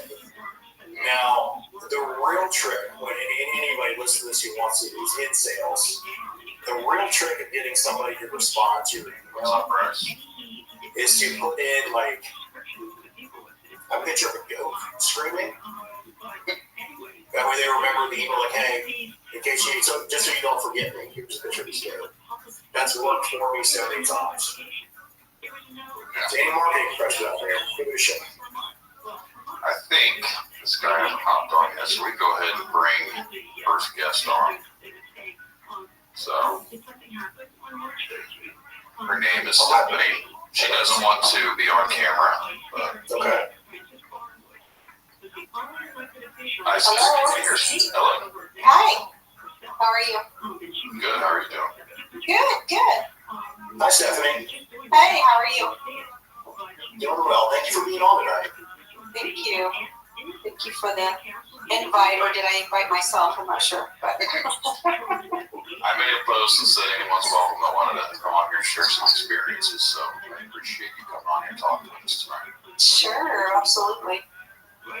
I think you're from Indiana. Yeah. Did you have that Bigfoot meeting on Saturday? Is that something you were involved with? I did, yeah. I started a Bigfoot group in Fort Wayne, Indiana. I just moved here about a year ago. And I moved from Prescott, Arizona, where I had a Bigfoot group. And so I started that about 2 years ago. And so when I moved, I handed it off to someone else in the group. But we had about, I want to say at the time, 200 people, maybe 300 people in our Prescott, Arizona Bigfoot group. And so when I came here, I started another one, and I think we have about 78 people right now. So yeah, it's just local folk who, may or may not believe in Bigfoot. So it's all good. We welcome everyone. Yeah, I actually went up to the meeting on Saturday, and I talked to a few people over there. Oh, good. Oh, at the library. Yeah, the library. Yeah. I missed that because I wasn't feeling well, but yeah, I thought I'd come on and talk about. I had an encounter as a child with Bigfoot, so I thought maybe that might interest you or not, and that's why it kind of started me on my path, I guess, when I got older. Love to hear about it. I do have a question. Sure. Before we move on. So how did you go about? When did the decision to start the Bigfoot group come into play, and then the decision to carry it on after you moved? Yeah, so prior to living in Arizona, I lived in Southern California, and there really isn't much of a Bigfoot type presence there. Definitely more UFOs because of Palm Springs and Palmdale. There's a lot of UFO sightings around there like that, but not so much Bigfoot. That's more Northern California or Central California. So since I'm from Missouri originally, and we moved to California when I was like a teen, so my encounter happened in Missouri as a child, and so I actually didn't know what I saw, and not until I got older when I found out what a Bigfoot was, and I was like, oh, I think that's what I saw. So it kind of started me on kind of this exploration, and so in Prescott, there's definitely more of a because it's surrounded by the, Prescott National Forest, and it's like Prescott's kind of more central north Arizona, so there's a lot of like forest around, and so you had more people, I guess more believers in that area. So it was kind of just something I started not thinking it would even grow. But yeah, it grew because there's a lot of forests around there. And so, I think it's the largest continuous ponderous pine forest in the U.S. And it looks absolutely beautiful. I'm looking at it right now. Oh yeah, it's gorgeous. Yeah, absolutely. But yeah, so. When I was growing up in Missouri, we lived in this area called Big Bend, Missouri. And so this is I'm sure it's all built up now. But back in the 70s, we lived in this old house, and we were in the woods and Midwest woods, not mountains or anything like that, but so it was kind of that woods where your neighbor's like a quarter mile away, and you have to go through the woods, and so we were at our neighbor's house. I was probably about 8 years old. Excuse me. And I was there with my brother and my sisters, and we were playing with the neighbor's kids. And just to give you some context, our neighbors kept a mountain lion as a pet in a chain link cage. And so we were kind of, out there and more in a rural area. And so I remember getting upset about something with my siblings at the neighbor's house, and I was like, I'm gonna go tell, Mom, what you guys are doing. And it was after school, so I think it was more in the late afternoon, but the sun was up. I mean, it's still, daylight. And so I remember walking through the woods to get back to the house, and I just kind of stopped because I just had this feeling of being watched, but not prey, just being watched. And so I stopped, and, my parents have always warned us, be careful, there are, coyotes in the woods or, but I didn't feel like prey though, or I was going to get hurt. I just felt like I was being watched. And so I stood there and started looking around, and I'm guessing because I'm looking, going back to childhood, I'm going to say 30 to 40 feet away, behind one of these, kind of thin trees. And so when it gets into being more towards the fall, a lot of them, obviously it gets to be more barren trees. And I saw a very, very tall, kind of lanky, lean, not stocky, very, very tall, kind of hairy creature, with like a leather face. It didn't have hair on its face. And later, when I had seen Star Wars, it reminded me of Chewbacca, but with a leather face. It was kind of tall, lanky, and it didn't have hair on its face. And I remember looking at it, and I remember thinking in my head, did my parents tell me about this and I'm not remembering? Like, did they tell me, hey, this lives in the woods, be careful? Like, I'm going through this Rolodex in my mind thinking, okay, what is this? And have they told me about this? It kind of was like I'm trying to figure out if I should be scared or not, but I didn't feel scared. And I remember just looking at going, I don't know what this is. I don't think they've ever told me about this. And I had this going through my mind. This is, and I just, at that point, just kind of darted. I went home and I told my mom. She did not believe me. But when I got older, I never heard of, at that time I never heard of Bigfoot. I didn't know what Bigfoot was. When I got older and I started hearing about Bigfoot and Sasquatch, I put two and two together, and I was like, oh, I think that's what I saw. And so later, when that show, Finding Bigfoot, came out, that's when I started getting my renewed interest in what I saw. And my mom started watching the show, and she said, wow, I think I believe you, like now, because now as an adult, I can talk to her and be like, yeah, no, I saw that. She's like, no, I believe you, because she goes, I was watching that show Finding Bigfoot, and they talked about, tree knocking and howls, and she goes, we did hear those things around that house. I just didn't know what they were, I didn't know what it was. I just thought it was people in the woods, but she goes, no, and I do remember hearing that. And we did have I do remember one incident at that house. We had an outside door that went down to the basement, and then it would have, a door that goes up to the house. And I remember we had left one night, we went to my uncle's house, and we had come back, and that outside basement door was broken into. And we had a puppy, we had just gotten a puppy, I guess a week or 2 weeks before, and that puppy was missing. But no one had gone into the house, no one had walked upstairs and, went into the house. So it doesn't mean that was Bigfoot, but it was interesting. The only thing that was taken was the puppy. And you're kind of middle of nowhere, it's not like somebody would just hear a puppy yelping or anything like that, because you're kind of off the main road and you're kind of set back into the woods. So I don't know how would anybody hear a puppy yelping and decide to steal it. So again, I don't know if that was Bigfoot though, but so that was my experience. I've had some weird noises and stuff here and there happen, but I know, and this was probably almost 30 years ago, there was, my cousins had their rabbits.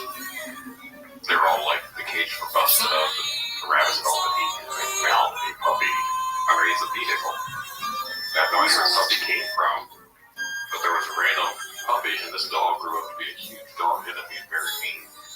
And I can't see the dog because the cages were off the ground, so that was something that would have had to come up there to get it, tear through the metal cages. Right. And I always wonder what the heck could have been.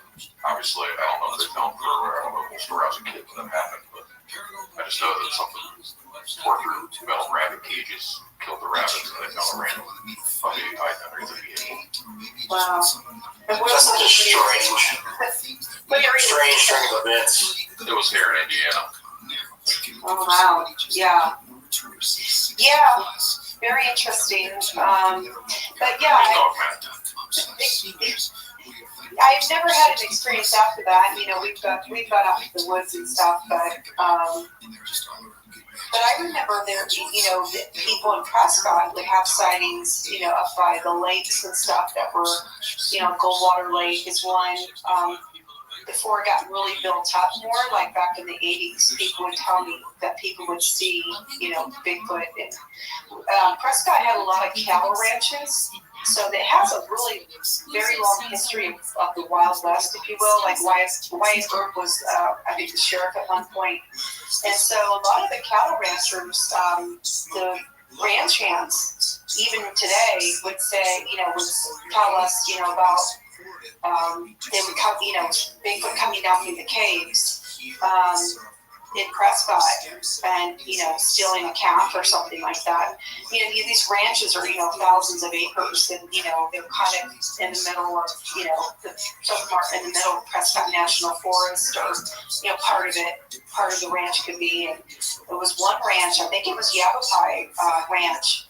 The ranch hands would see, I guess Sasquatch, Bigfoot come and steal, calves and stuff. And they said they live up in the caves, and that's recent. So, yeah, so there's been a history of Bigfoot in the Prescott area for many years. I've been up in that area a little bit, so it's definitely, I'll use the word squatchy, because that's too, but I can definitely see there being something up there. Yeah, they have one of the hot spots there. Sorry. You're fine.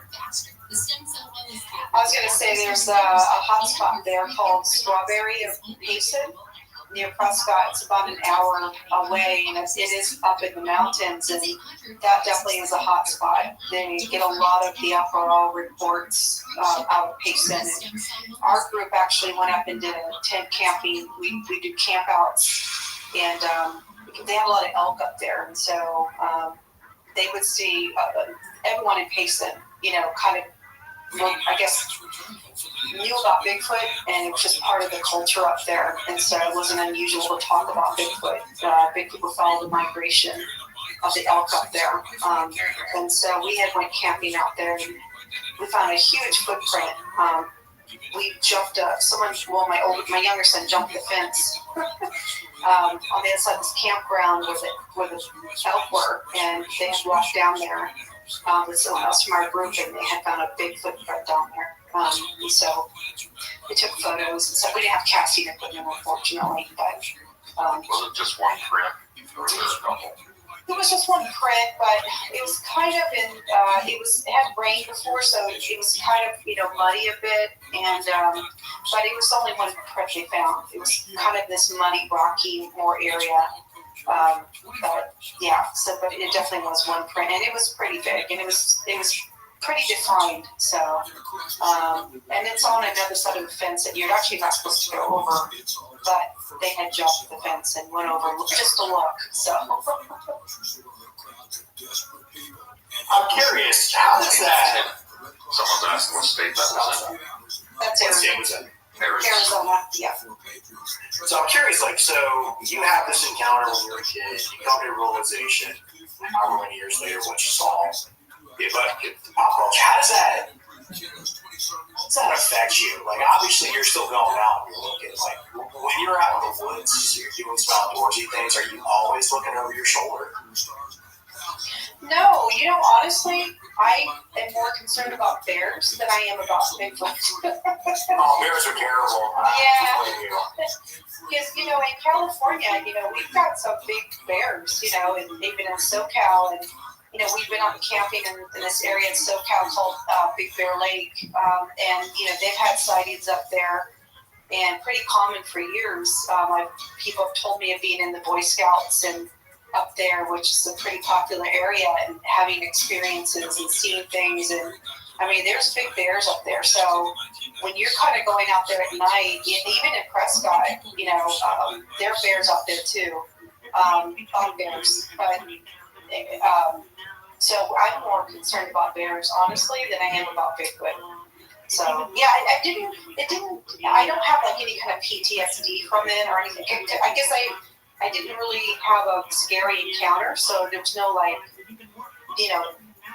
I just remember dreaming about it for a long time after, and I think it's because I just didn't know what it was, and I think it was just maybe my mind trying to process it. But as I did, when I got older, and I'm probably going to say, gosh, it had to be, I don't think I heard about Bigfoot, probably till my late teens, maybe early 20s. And then I was kind of like, I guess that's what I saw, but it's not until actually finding Bigfoot came on. And I was like, wow, this is really interesting, because it at first, watching it did kind of freak me out a little bit. I was like, wow, this is... but to hear other people's experiences, it was fascinating, honestly, because I didn't tell many people. I like that show for listening with the people that they talk to, but when they're out actually searching for it, I think it's kind of dumb. Yeah, I like the town hall, but searching, I can fast forward through it. But it's definitely made for TV. Mm-hmm. Absolutely. A lot of jump angles, weird cuts. So we have a Bigfoot festival out. I'm in North Carolina. It's a pretty big state. So it's the other side of the state, probably about 5-6 hours away from where I'm at. And it draws a pretty big crowd. And it's one of those topics. Yeah. Where it's pretty uniquely American. It's not like it's a werewolf where the stories originated in France. And, it's been here. It's our thing. And it's always cool seeing the crowd that's just fascinated by it. Plus, I love the Bigfoot memorabilia. The stickers are fantastic. I'm a big fan of the stickers. The cool shirts, the ones that say that I'm out there or something like that. Just big thumbs up for me there. Yeah, I think what area fascinates me, and I've not been there yet, just because I've just moved back to the Midwest, is land between the lakes. I've heard a lot of interesting stories out of there, so we're planning to possibly in our Bigfoot group to take a trip down there and do some camping. But I've heard, I don't know if you guys have heard stories out of there, land between the lakes, but I heard it's very interesting. We actually just did an episode on my, it was just a couple episodes back. That's actually we did a whole Kentucky thing, that Kentucky, Tennessee area. The land between the lakes, there's a real freaky one about a kid who,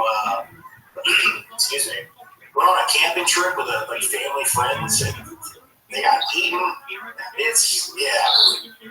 None of that was fun. We try to make fun of this kind of stuff, but when you have people being eaten, there's only so many jokes you can make about that. So, but we're not there, right? I've heard that that's been disproved. The guy it's the same guy I'm thinking of. There was never any reports on it, which that doesn't mean it didn't happen. Because obviously they cannot have reports. They don't want certain things to come out there. That's my conspiracy person inside. But no, I heard if it's the same guy, I can't think what his name is. The whole family was eating, but he somehow managed to survive. And so much of this whole story was a bunch of crap. Well, it's largely based on a Reddit post, if I'm not mistaken, and Reddit is the most reliable source on the internet. So, Yeah. So now, I'm sorry, your name is Susan, right? Stephanie. I'm sorry, Stephanie. I apologize. Your name's not on the screen for me here. So, now, of the people that you talked to, obviously you've talked to more people on Bigfoot than I've ever thought about. Are there any really cool stories that you've heard from people?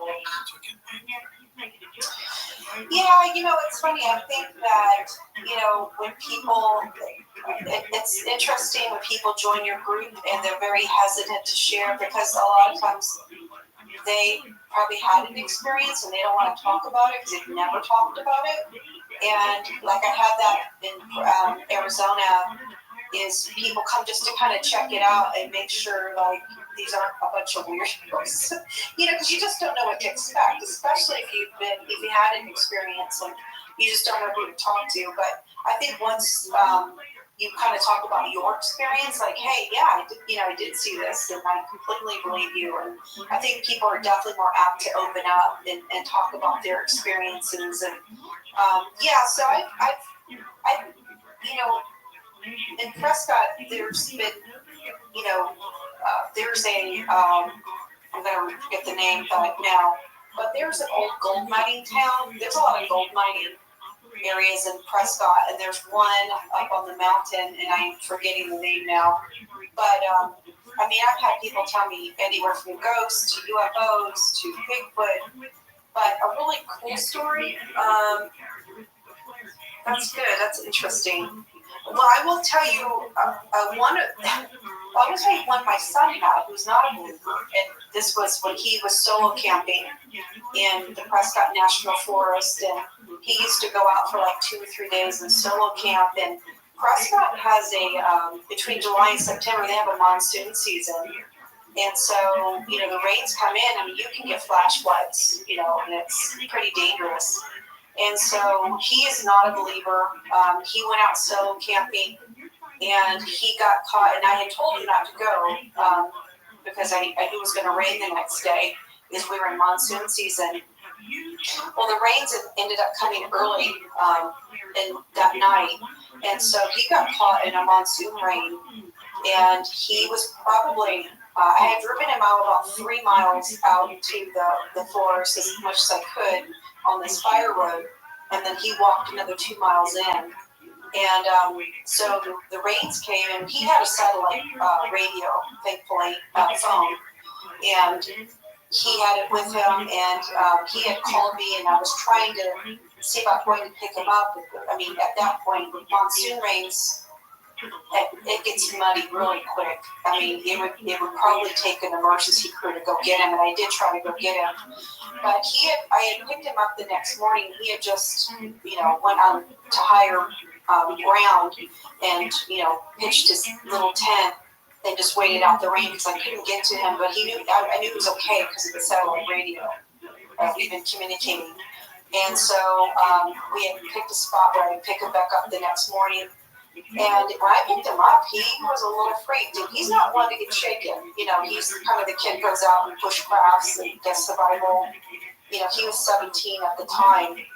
And, he could, go rucksacking, 20 miles and stuff. So, but he said that he was trying to cross this one road, and he had gotten this wash. He was trying to get up to higher ground. And he said this flash flood rain was coming through, and it was really dangerous. And he just said he had this sense of dread come over him. And he goes, I wasn't scared about the water because I knew I just needed to get to higher ground. He goes, but I had this sense like I am in danger. And he said he had a flashlight, and he said, and I looked up, and he goes, and there were two huge eyes, like illuminating. It was pitch black, and so it just scared him completely. And he was trying to get his light on it, but with the trees and stuff, he couldn't quite get. And he knew it wasn't an owl. It was pretty high up, and maybe it could have been, but I don't think an owl would be out at that time with the rains and stuff. I could be wrong, but I think for him it was just the sense of dread. And he's not saying that he had an experience. He's just, he's not claiming that, but he was just saying this is what happened, and he felt like, whoa, like I am in danger. I need to get out of here. And I don't know what these eyes are, but that's not normal to illuminate like that, especially when I'm not shining my light on them and it's very dark. So he had been down to climb up to the wash, and he looked up again, and they were gone. So again, he's not saying that was a Bigfoot. He didn't know what it was, but he's not a believer still, but he just couldn't explain it. But so other stories, I'm trying to think. I'm sorry, my mind is absent. No, it's fine. Owls are notorious jerks. Yeah. But I did want to say that's got to be a great I told you so moment as a mom. Oh, I know. I tried, but he's still not like, I don't know what it was. He's like that. I don't know. I said what you said. You felt it rained. You told him not to go. Yes. There's nothing like being dumb. Yes. Really makes you miss your mom sometimes. Yes, it's a great appreciation for me. Yeah, no, that's true. That was a scary kind of night because I was worried. But I imagine you weren't sick. I was, yeah, but thankfully we had the satellite radios and I could stay in contact with him. I knew he was in a safe place. He had gotten to a safe place, but because I was thinking, oh gosh, I'm gonna have to call 911 and they're gonna have to go out there and find him and stuff. But so that's just one experience. But honestly, with the gold mining and the town, again, the town escapes me, but there's so many. It's kind of known for being a ghost town, and so. But yeah, a lot of people have had experience with UFOs out there, and people who are not believers. These are people that are like, I don't know, but this is what I saw, but I don't know what I saw. Kind of thing. Have you had any experiences since you've been in Indiana? No, I haven't. Well, you know what? I stepped back. I actually did, but I don't know what I saw. It could have been. I don't know. But my younger son and I were driving across country from Arizona to Indiana, and we had beacons to transport all our housing and stuff. We were just driving our cars. So my younger son was following me, and we were coming up, I think it's the 69, and I was like, I need to go by Home Depot or something. So I got off this, I think it was by around Muncie. I still don't know the area that well. And so he went to go get gas, and he said, okay, I'll meet you in like 20 minutes, and I was trying to find the Lowe's or Home Depot, and I finally did. And so I got what I needed, and I drove around, and again, I was just, I didn't know the area that well. And I made a wrong turn, and I had went down this neighborhood area, and I pulled over because I'm like, I'm going the wrong way. So I pulled over, and I turned to my left because I wanted to see if any car was coming because I was going to make a U-turn off this residential area. And what I saw was like a really big bird, but it looked really big. It was probably like a mile away. I mean, I could not have been the only person who saw this. It looked very pterodactyl, to be honest, but I don't know what I saw. I didn't see it clear enough, but it was huge. And I will say in Prescott, we've got big hawks and eagles, and we've seen those. I've seen those. And this one was huge. It was much, much bigger. And it looked like a pterodactyl, but I don't know. I don't know if it was or not. And so I just looked at it, wow, that's the size of a car.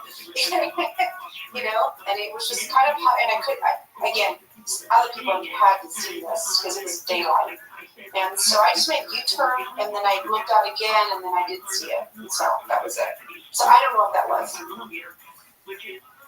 I haven't heard anything about big birds. I did talk to someone last summer about one up north near, I think it was Crown Point area.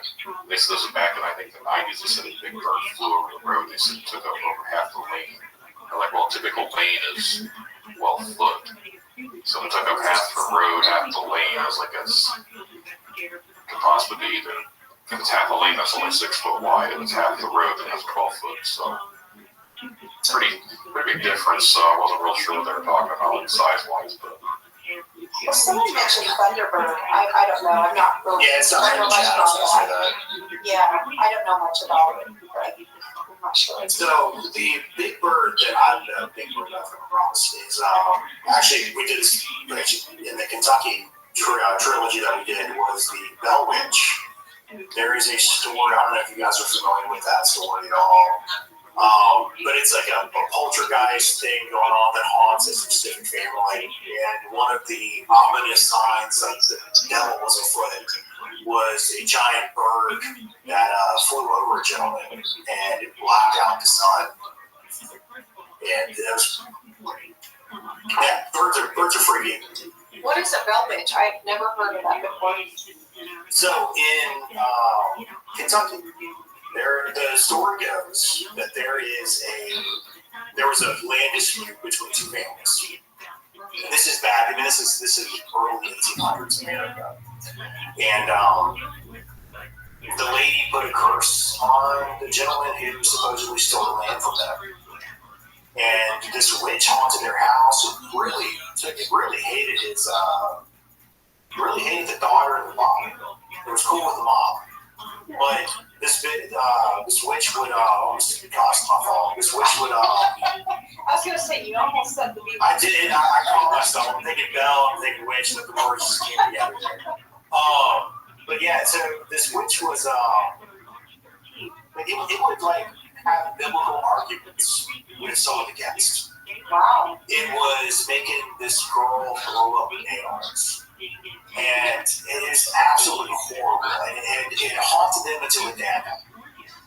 And it's a pretty fascinating story when you go through all the urns behind all of it. And especially it's gone. You know, it's the family. There's descendants that still think about this, and then it's a small town in Kentucky. Of course, I'm thinking it's probably Tennessee for all I'm talking about it out loud. It's a tourist thing. People go, they see it. And again, of course, it's got all the natural, it's an Indian burial ground, all that kind of stuff. So that's a fun one. If you got some time, you want to spend 20 minutes on YouTube, find out Bell Witch. I'm a scared cat, so I'm going that direction. That's probably a good idea. I stay with Bigfoots and UFOs. I don't go the other way. Dog man's about the only thing that I'll look at. Look into, I should say. But I've heard that the dog men of Michigan is here too. Don't trust dog men. Don't trust dog men. There's That's what I've heard, right? I don't know. Touche. Touche, we'll play on words there. Now, Actually, mystery junkie left a comment down here. It's Andrew Jackson ran the Bell Witch, which I find hilarious. So there was an incident where Andrew Jackson, one of America's most peculiar historical figures, allegedly came across the Bell Witch. He heard about the Bell Witch, went there, and so he brought like a witch. It's not an exorcist. It's a witch sayer or something like that. I don't remember the exact terminology. They're supposed to spook off witches, and they tried to intimidate the Bell Witch spirit to leave the house, and they ended up shooting at it with silver bullets. And it supposedly just messed with Andrew Jackson's buddy, and they ended up running away from the whole situation. Wow, that's crazy. That's crazy. When I say there's a lot of interesting things, there's a lot of interesting things.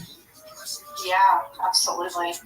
Yeah, I mean, just being in Indiana now, we're just below Michigan, and I've heard a lot about the Michigan Dogman, which is, I guess, very popular in that area up in Michigan. I guess there's a lot of sightings.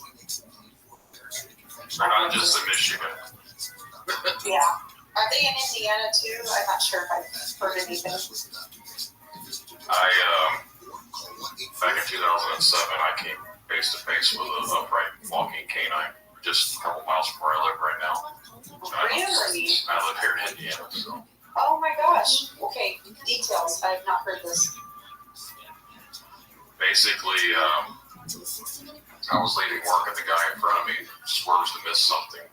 And when I get up close, it's like this black, shadowy, I say shadow, but it was solid. It was a big, tall, black mass. And it's walking in the middle of the road and it's moving very weird. I didn't see a head, I didn't see arms. I had to swerve around it too. And it kept walking by, and it had to at least been over 7 feet tall just because I never saw the top of it when I walked by the window. Oh, wow. And I ended up taking off once I got behind the vehicle, and then I'm giving you like the Cliff's Notes version. I'm trying not to take up too much time about it. Yeah. And I pulled up next to my coworker. He pulled into the parking lot, and you see that? I said, yeah, he said, didn't have a head. I was like, let's go back. So he basically followed me back, and when we got back to the area, there was a big black dog laying across the road in the same area. And it wasn't there when we just drove by. So the first thing I'm thinking of is, well, this has to be what was in the middle of the road, not thinking that obviously size difference, whatever. Like, I'm a skeptic for a lot of stuff. So for me, I assume it was like this animal. And I get out, and this dog lifts its head up and it looks back. And its eyes are glowing yellow and it glows. Like its eyes are glowing and it growls. So I freeze and the thing stands up, but not like a dog, but almost like a person. It goes up on 2 legs. And it hunches back down and it kind of goes off into the woods. And then that was the last I've ever seen it. Obviously, there's a lot more to it, but that's just the more important parts of it. Wow. I've never seen a dog stand up like a human. Like it didn't stand up like this. Like its legs dropped to the sides like a person would, but it didn't have the stereotypical like dogman hands, dogman feet. It looked like just a very big, almost like a wolf, like a German type of a dog. It was all black and fluffy.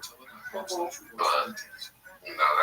kind of why I do the podcast, because I never talked about it, and I want to talk to other people about the stuff they see and to make myself not feel so crazy for seeing some weird shit. Yeah, absolutely.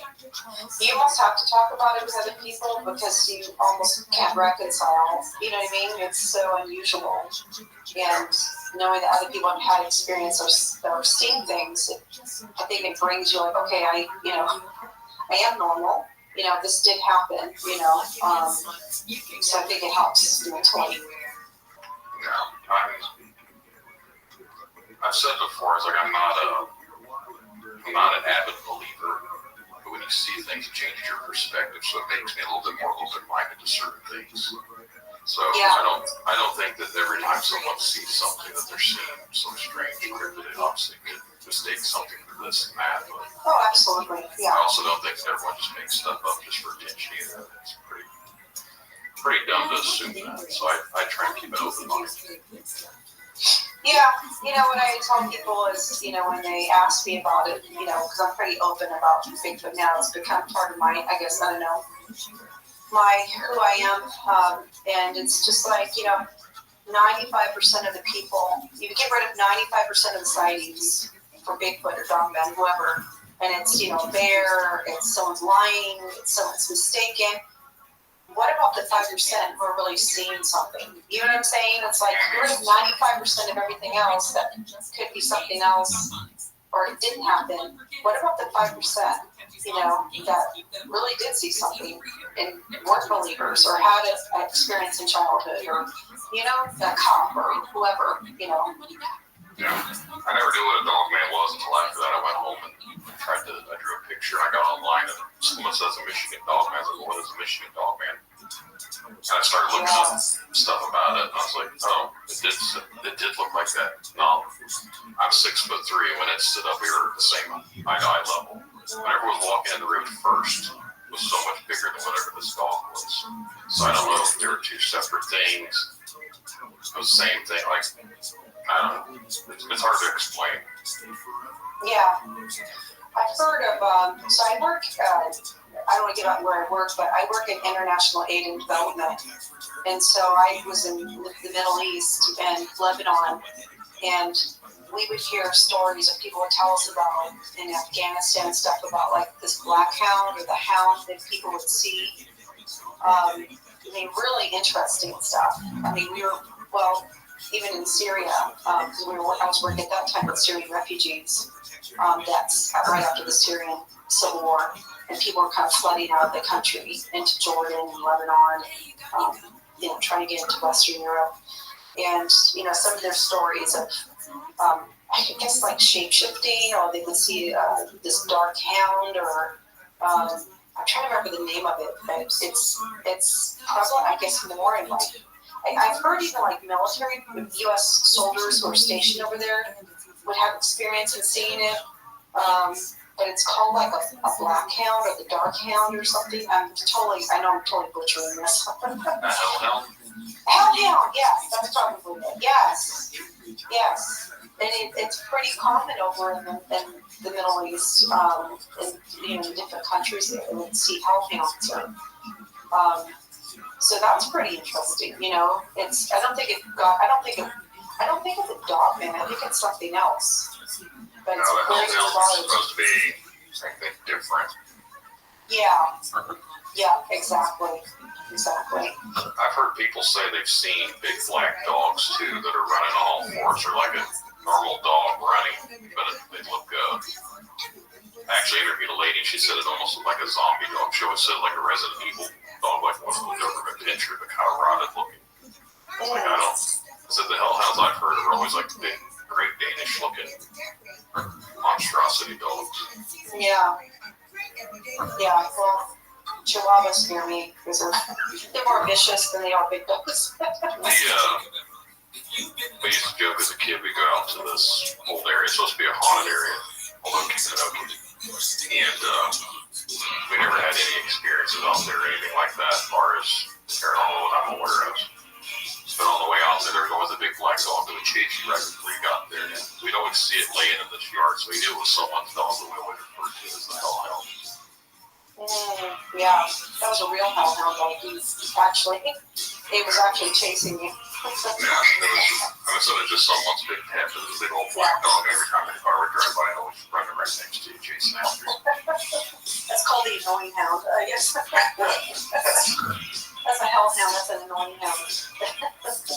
So I'm curious about the hellhound mythology. So my mind immediately went to the Sherlock Holmes novel. Oh yeah. Hounds Barksville? Oh, Baskerville. Yeah.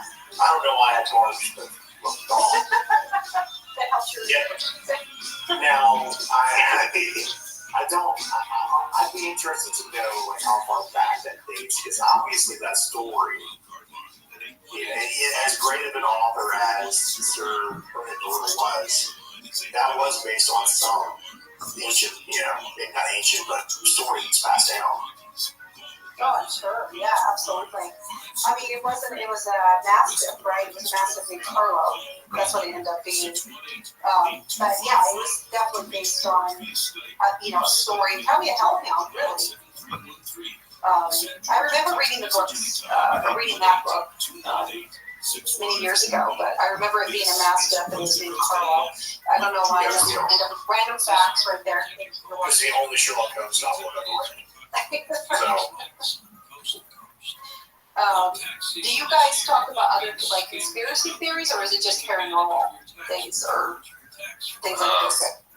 The whole show is pretty much one big conspiracy theory. Is it? No, basically,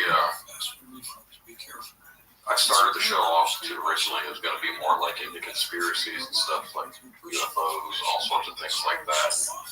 And then it just turned more into basically interviewing people with experiences. So I've got stuff come out. I think my episode tomorrow is actually called the Phantom Time Conspiracy. So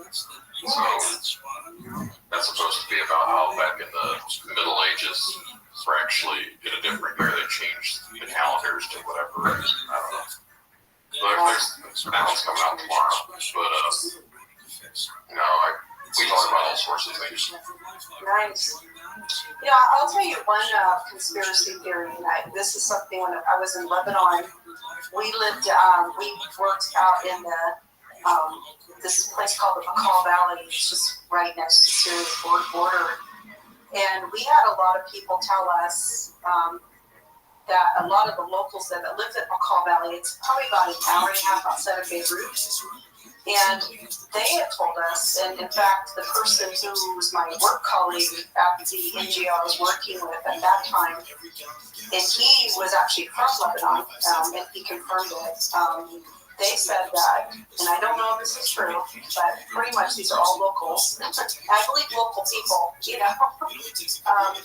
Do you remember when they said, like, weapons of mass destruction? They said Saddam Hussein had weapons of mass destruction, and come to find out he didn't. Yeah. Well, they had said that he had moved the weapons of mass destruction into the Makal Valley in Lebanon when they came looking for them. And that's where they went.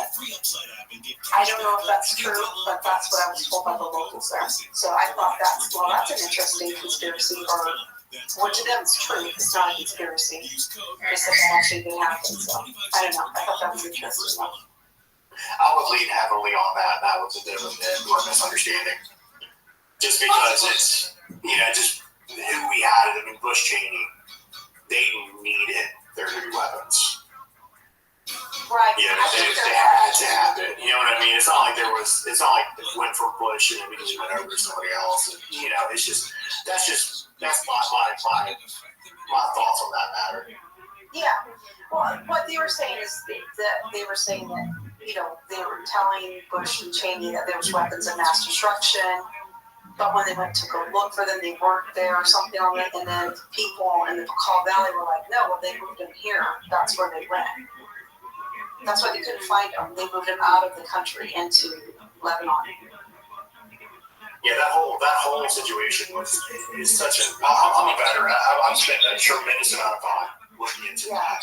And, have you? Oh, okay. Yeah, so it was the way that the whole weapons of mass destruction thing went down, and it's so easy to look at how awful we were at getting intelligence and think there was a conspiracy. But reality is they lied to us. They took shady information, and then they gave that shady information to somebody else. It was the exact same piece of paper or a document. So now they had two confirmed pieces of information.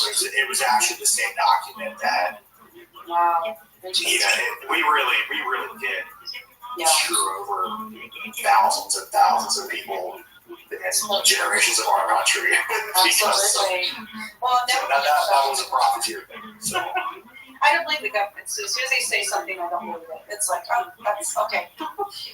UFOs, well now they're, UFOs are coming out more, with David Grosh with his testimony.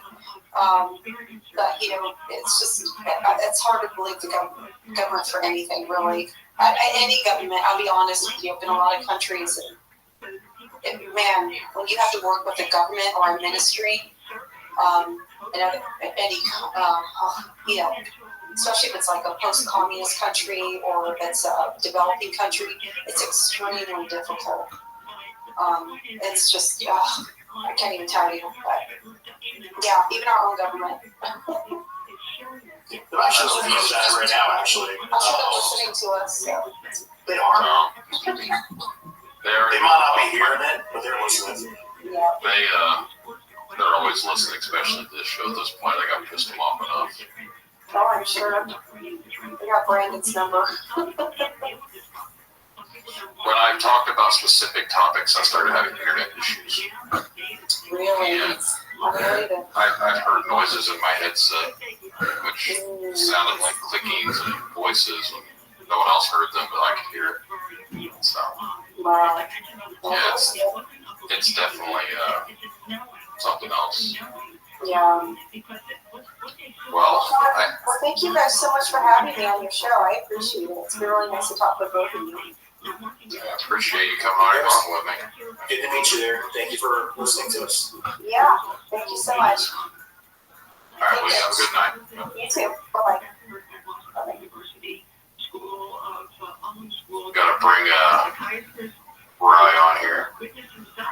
How you doing? Hey guys, I'm doing great. You have to tell me if my mic is okay. I had to make some. I was doing an interview on Skype and I had to do a lot of adjustments to it, so I don't know if it's good for streaming out. Excellent. Yeah, coming in line, clear on line too, man. Perfect. I'm Rich, by the way. Nice to meet you. Hey Rich, I'm Rye, host of the new podcast of the new show, Codega's Codex of Curiosities, a mouthful.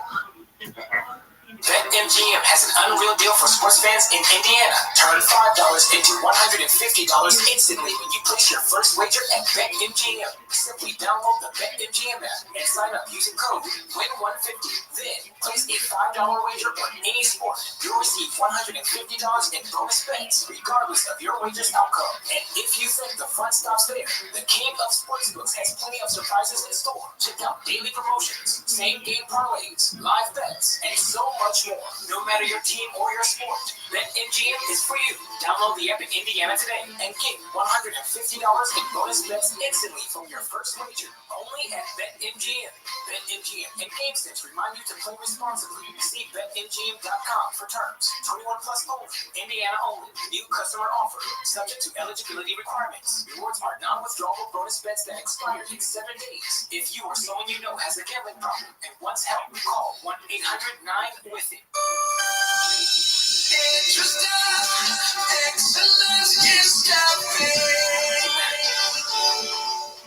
EduStaff is America's #1 choice for substitute staffing, and we're hiring substitute teachers, support staff, and more in your local school districts. Make a difference in your community while earning great pay. Apply today at edustaff.org. That's edustaff.org.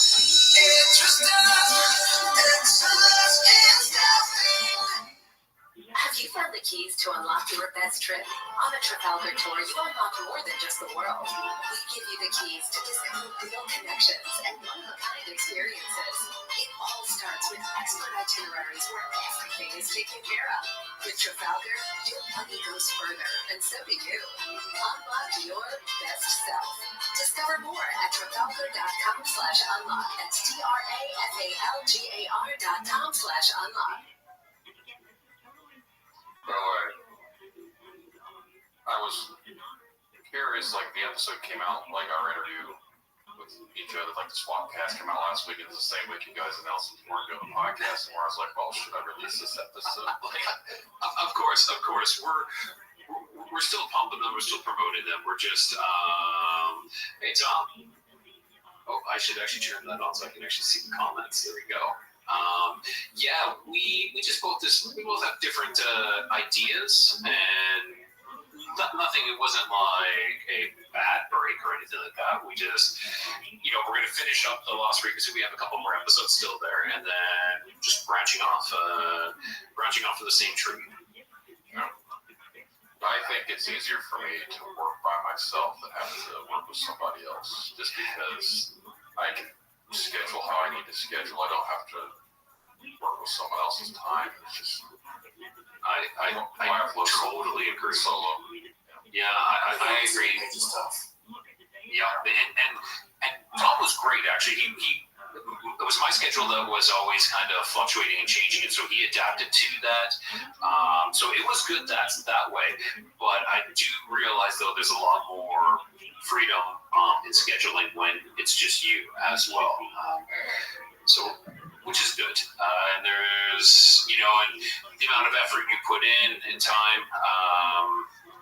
Is you don't have to weigh, I put in this, you did that, or you did this kind of thing. It's just it's all on me now, so that's good. That's a good adventure. My two kiddos are brothers, and they live together. And Nice. they can't even get on the same page. It's a lot of fun to juggle that. It works for us, But we've known each other for so long that if it didn't work, we'd have to be mean to each other. So fantastic. That is fantastic. So yeah. Yeah, go ask for it.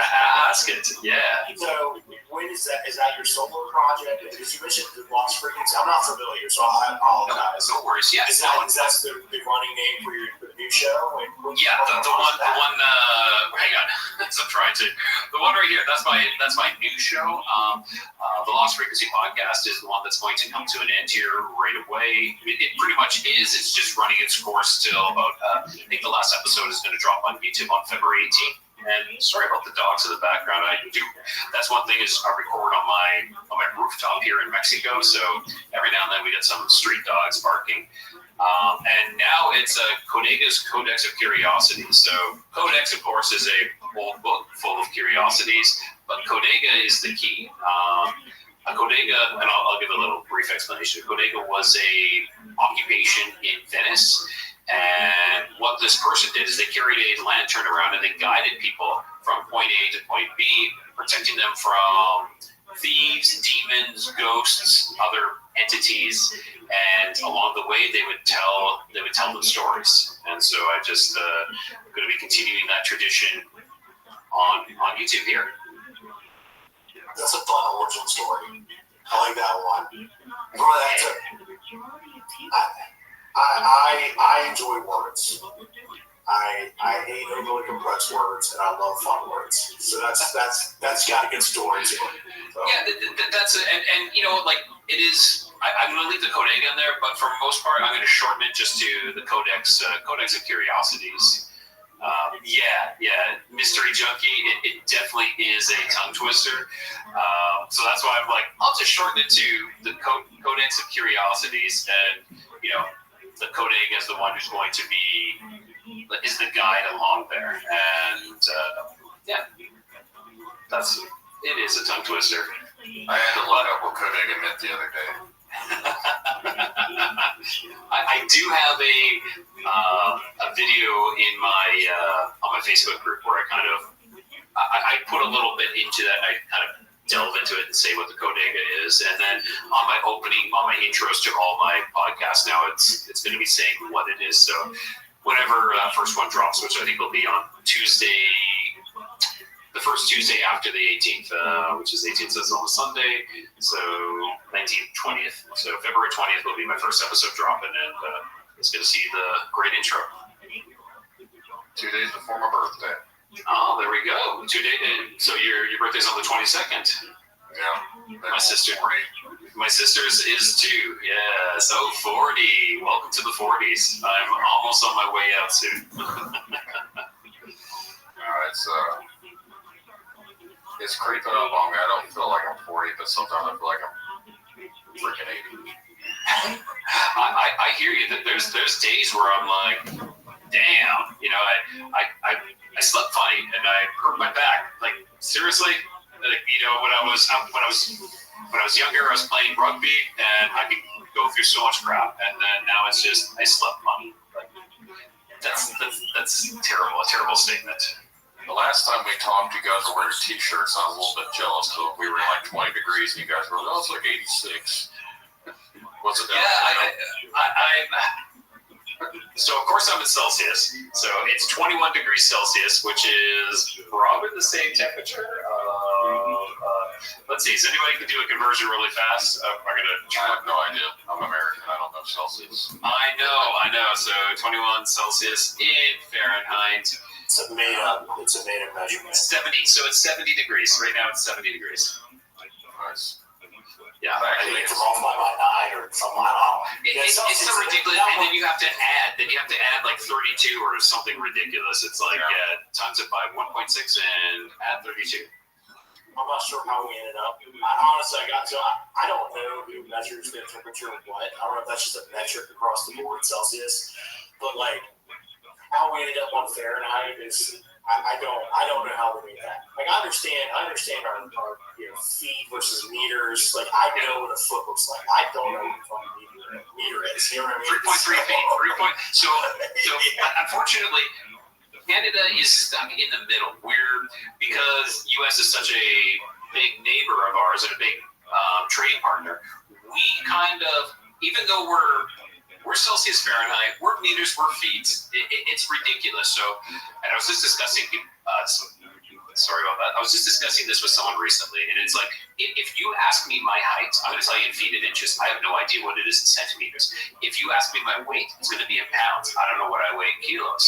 Now, if you ask me the distance to go, to drive to another city, I'm going to tell you in kilometers. Now, if you're asking temperature, outside temperature, always Celsius. Inside the house temperature, it can be Celsius or Fahrenheit. Now, I used to work in construction, so hot water heating. I did a lot of hot water heating with boilers and whatnot. All Fahrenheit. We don't deal in Celsius. Swimming pool temperatures or hot tub temperatures, Fahrenheit. I don't know what they're supposed to be in Celsius. It's crazy. We're just this mix match kind of a country full of measurements. You said you're in Canada? Well, I was. I'm originally from Canada. Yeah, 2 years now here in Mexico. Oh, well, that's a little drive. It's a long drive, yeah. And I will tell you how long it is in kilometers, not miles. Yeah, it's crazy like that. And actually, sitting right here on this rooftop, I'm not sure if I mentioned this to you, Brandon. It was probably like 4 months ago. I was on the phone talking with a friend, and it's kind of strange because every now and then you get a feeling, and I'm like, I need to keep my eyes to the sky. So I was sitting on this rooftop, all the lights off, talking with a friend, and I'm looking out. The ocean is 2 miles, I'm gonna guess. No, not even. I'll say it's like 1 mile away. I don't know. I'll say it's a kilometer. So the ocean's about a kilometer away. And coming in over there was this light. And nothing too drastic, And I was like, well, it could be a plane. Well, it could be something else. And it started getting brighter and brighter. And well, it could be a plane. But then I'm gonna do this little thing. It split off, and it split off like this. And it came back in. It kind of was in an almond shape, kind of like this. And it came back together. So it split off. If I was judging, I would say probably, 300 feet. It flew away about 300 feet. It was just symmetrical, perfect, in unison. It came back together. And after it did that, after a couple seconds, it just disappeared. And there was nothing there anymore. And of course, I'm talking, this is the second time I've been on the phone when I've had a UFO sighting, and I'm talking with my friend, telling him everything I'm seeing, and I'm like, it's gone now. And about 30 seconds later, in that exact spot where it disappeared, was a shooting star. Was it a shooting star? I don't know, but it was like instant like this. And that is all I saw. It was pretty cool actually seeing that here. And it just had this feeling to keep my eyes to the sky specifically in that one direction. Very strange. It is weird because the night that I interviewed with Eric from Uncomfortable, I saw that thing in the backyard that we talked about, it looked like a flare.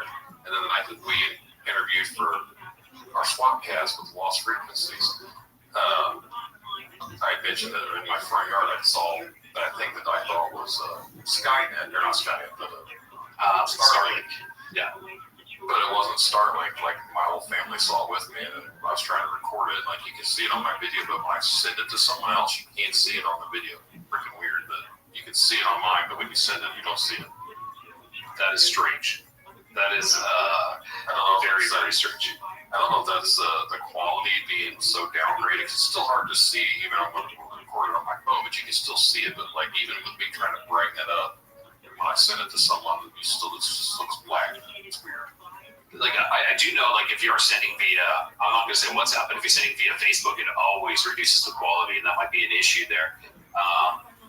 I know when I was in Chihuahua, in northern Mexico, when I saw that UFO during the day, I tried recording with my phone. I only had a Samsung Galaxy S3 at that time, and there was, I couldn't. There was nothing. It was just, nothing is coming up on the phone at all. And so what do? I call my wife to tell her exactly what I'm seeing as I'm seeing it. Because, hey, and it was strange. I'm in the middle of a parking lot watching these UFOs, and there was 3. And no one else, and everyone else is just going about their day. And it was really crazy, really crazy. I think I've seen enough reptilians that are just all masked. They're all masked. I would say it's Nectoid. I don't know. Is it no, Men in Black isn't a bug. It's the whole purpose of the movie. I'm not arguing that. I'm going gray. Yeah, I think. I've always thought praying mantises look like typical gray alien heads. So when someone says it's sectoids and I see praying mantises, I've always been creeped out by it. They're like the one bug that I will not mess with. Like if they're on the side of my house, I'm like, you're good, dude. I ain't messing with you. This is your house now because I don't want your alien friends coming down here doing stuff to me in my sleep. I would definitely say, yeah, and that's specifically the one that I would want to see would be a praying mantis type of alien because it's so. Gray is so typical. Everyone's seen it. Reptilian, well, maybe a little scary, but yeah, maybe they're just all here where they're just wearing masks. And insectoid, though, I find that fascinating. Here's the thing about reptiles. I'm a big mammal supporter, and I occasionally throw rocks at lizards just to remind them of their place. So I don't want any of that karma coming back. Don't piss off your neighbors. Don't tell them that. Yeah, I throw rocks at your underlings. Yeah. That's if I needed someone.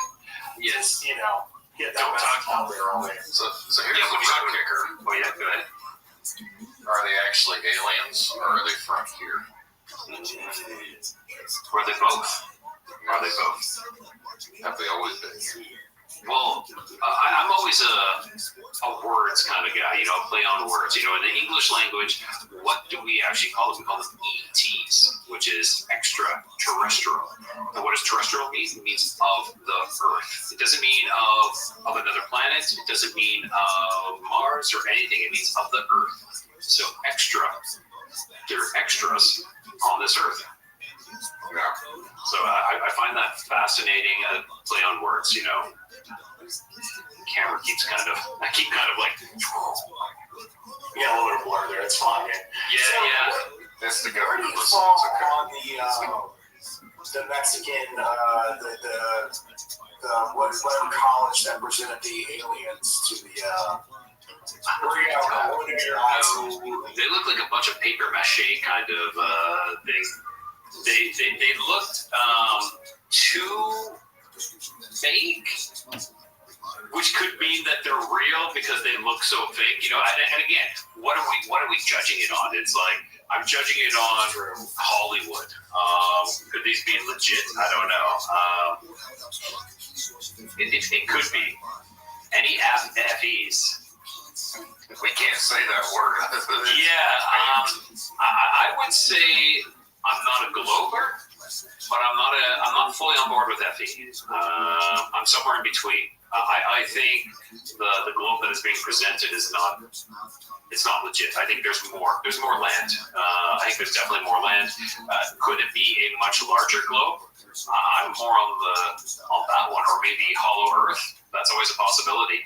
But flat Earth, this is what pisses me off so much is when people argue and they're like, "Oh, flat Earth is so stupid." They always show like this is the square. They show a square map and oh yeah, look, you're gonna fall off. Like no, that is not it. It's it could be on the back of a giant turtle. It's the circular, it has the wall. There could be lands on the other side of it. What it actually is, I don't know. I do know though that NASA's full of shit and they're lying to us. I've said that for a long time. Oh, yeah. Not another, what is it? Not another, that acronym stands for something else. It was kind of funny. We just actually had, the Lost Frequency had Sean Hibbler on. I don't know if you guys know who Sean Hibbler is. He's made earlier. Yeah. He's made some amazing flat earth documentaries, on the level or next level. I think it's what it's called. He makes a great point. So I'll just leave it for that, because I don't know. I truly don't know. That's about it. I just don't know. I'm pretty I won't even entertain the idea of an FE. That's not even going to my head right there. I am a spherical supporter, and I'm upset that we have to talk about that. But I will say, if we are going to get into alternative theory, Mr. Junkie chimed in the chat, I am cool with giant turtle theory. Giant turtle theory. Yeah, I'm I sorry. love the idea of a good derpy animal being in charge of everything. I had David Wise on one of my first interviews, and I used to think flat Earth was a joke. And then you start going down the rabbit hole, and some of the things that they present, it does make you question things. And I've always had my own curiosity about why Antarctica is so off limits. Like, we can't agree on anything in the fucking world, but for some reason, every country signs off on not letting anyone go to Antarctica. Why is that? I don't know. I don't know if it's because there's a supposed big ice wall, so I could just fly through the ice wall. I don't know. Whatever it could be, but I want to know what's in Antarctica. I don't think it's just ice and penguins or whatever the hell's down there. Like, I think there's something else with Antarctica. Everyone's wanting flat Earth says, oh, it's the extra land, the land beyond the ice wall. I don't know. I think we can all sorry, Rich. Go ahead. Here's the thing about the what you said about this. There are people who make this point. If you don't want to believe the Earth is flat, don't go down the YouTube rabbit hole. There are some very convincing people out there, and they will question everything.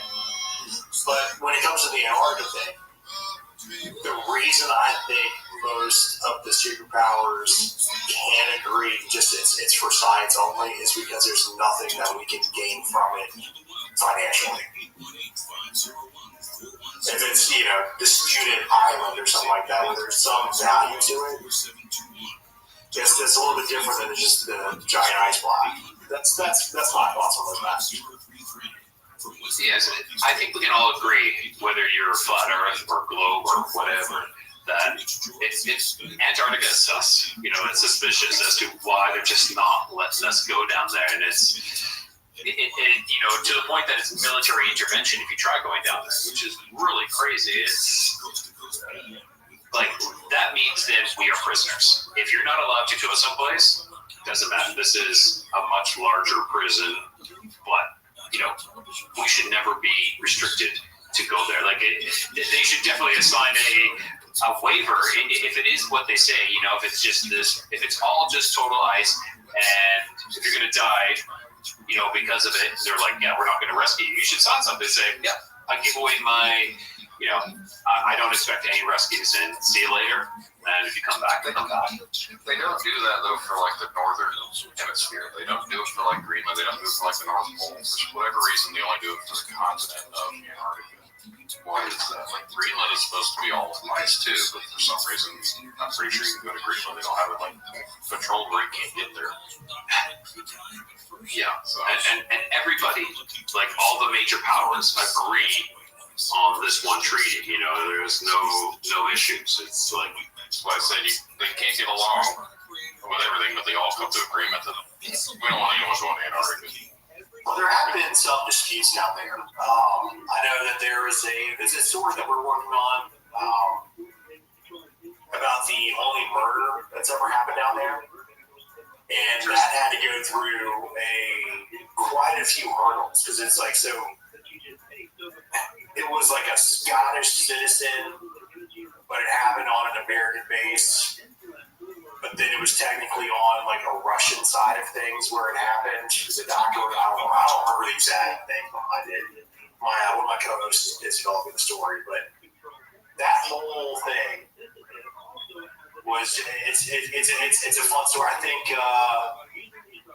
maybe the podcast Red Web. I think they might have touched on it on an episode. I have to go back to my notes. But the only thing that makes me less worried about Antarctica is I can go get a job, and I'm a jackass. So I had the opportunity to go out there and work as a firefighter 10-ish years ago. The pay was shit. Pay was absolute garbage compared to other federal contracts that are out there where you go 4 months, 5 months, 6 months at a time. Yeah, pay was garbage, and they wouldn't let me do it. That's the only thing there. Yeah, I can understand why. You would have expected the pay to be pretty good, so like isolation pay and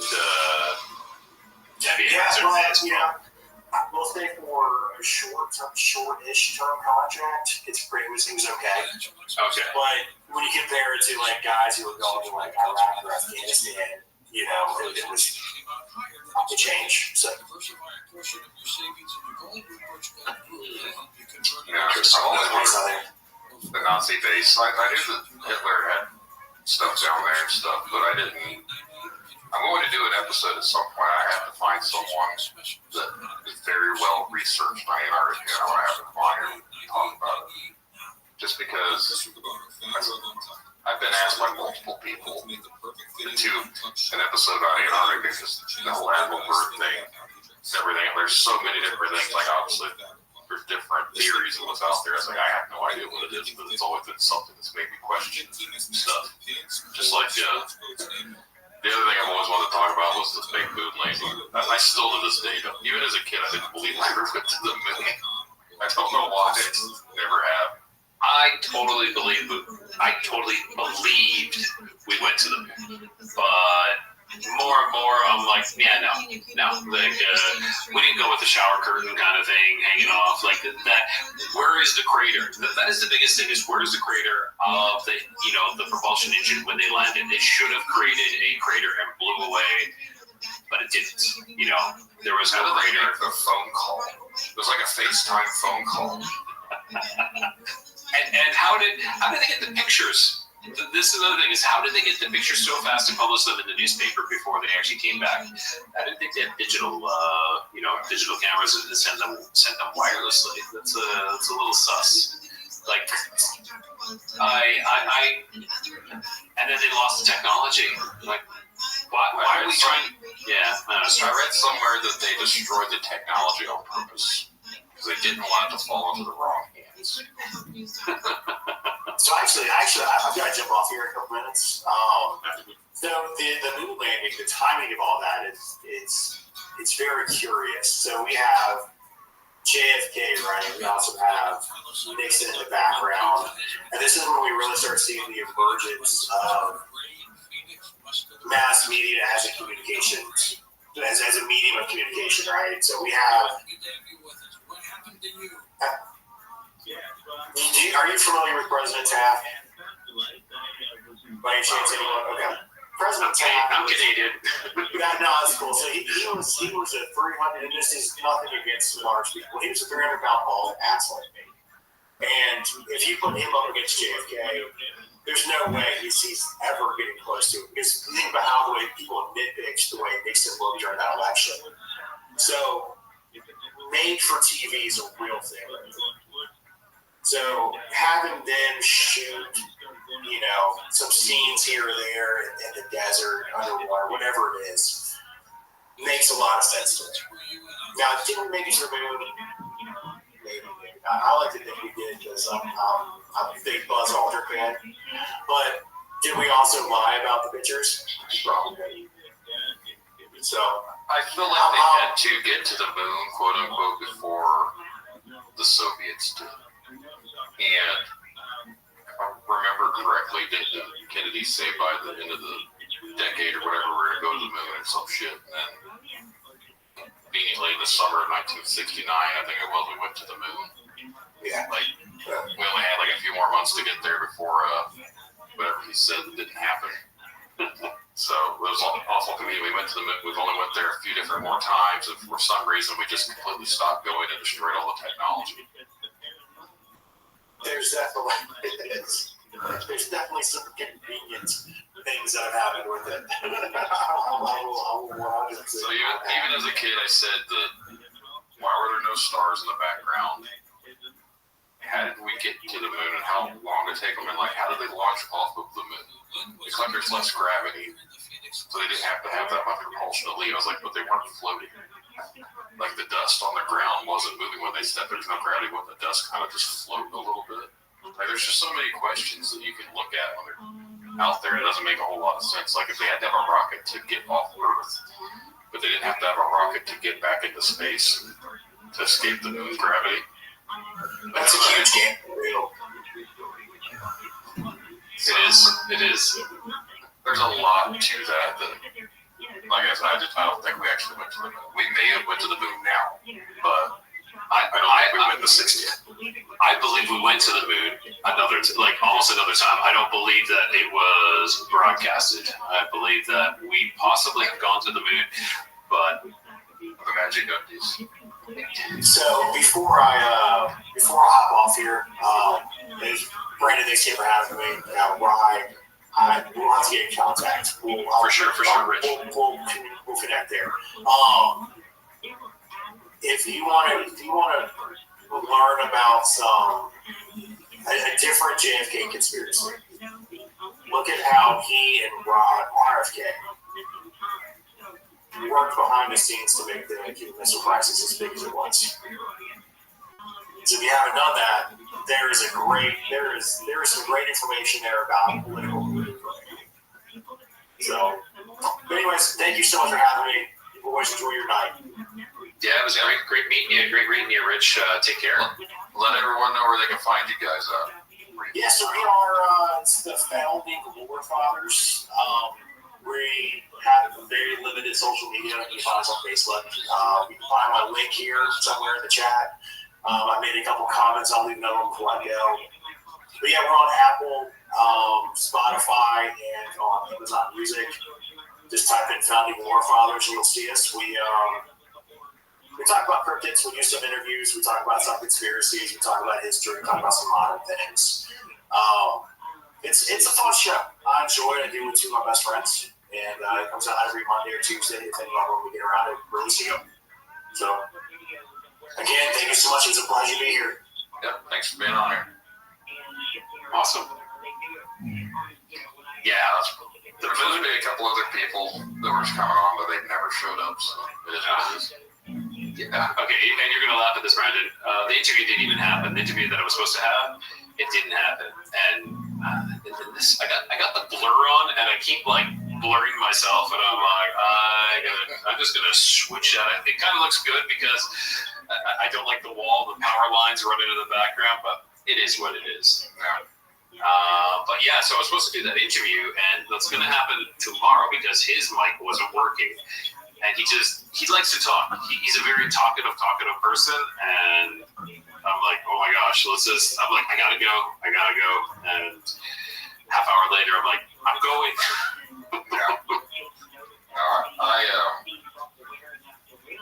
I've had issues with people from time to time. Like, I had one straight up ghost me, and he just wanted to talk about his cryptid encounters. He sent me a whole bunch of information, sent me photos and everything. I was like, oh, okay. And then sometime the day of the interview, I'd send him a message. Didn't respond.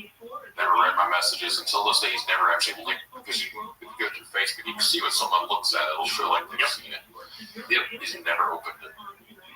So I was like, but I've seen him on groups posting, so I was like, he didn't die.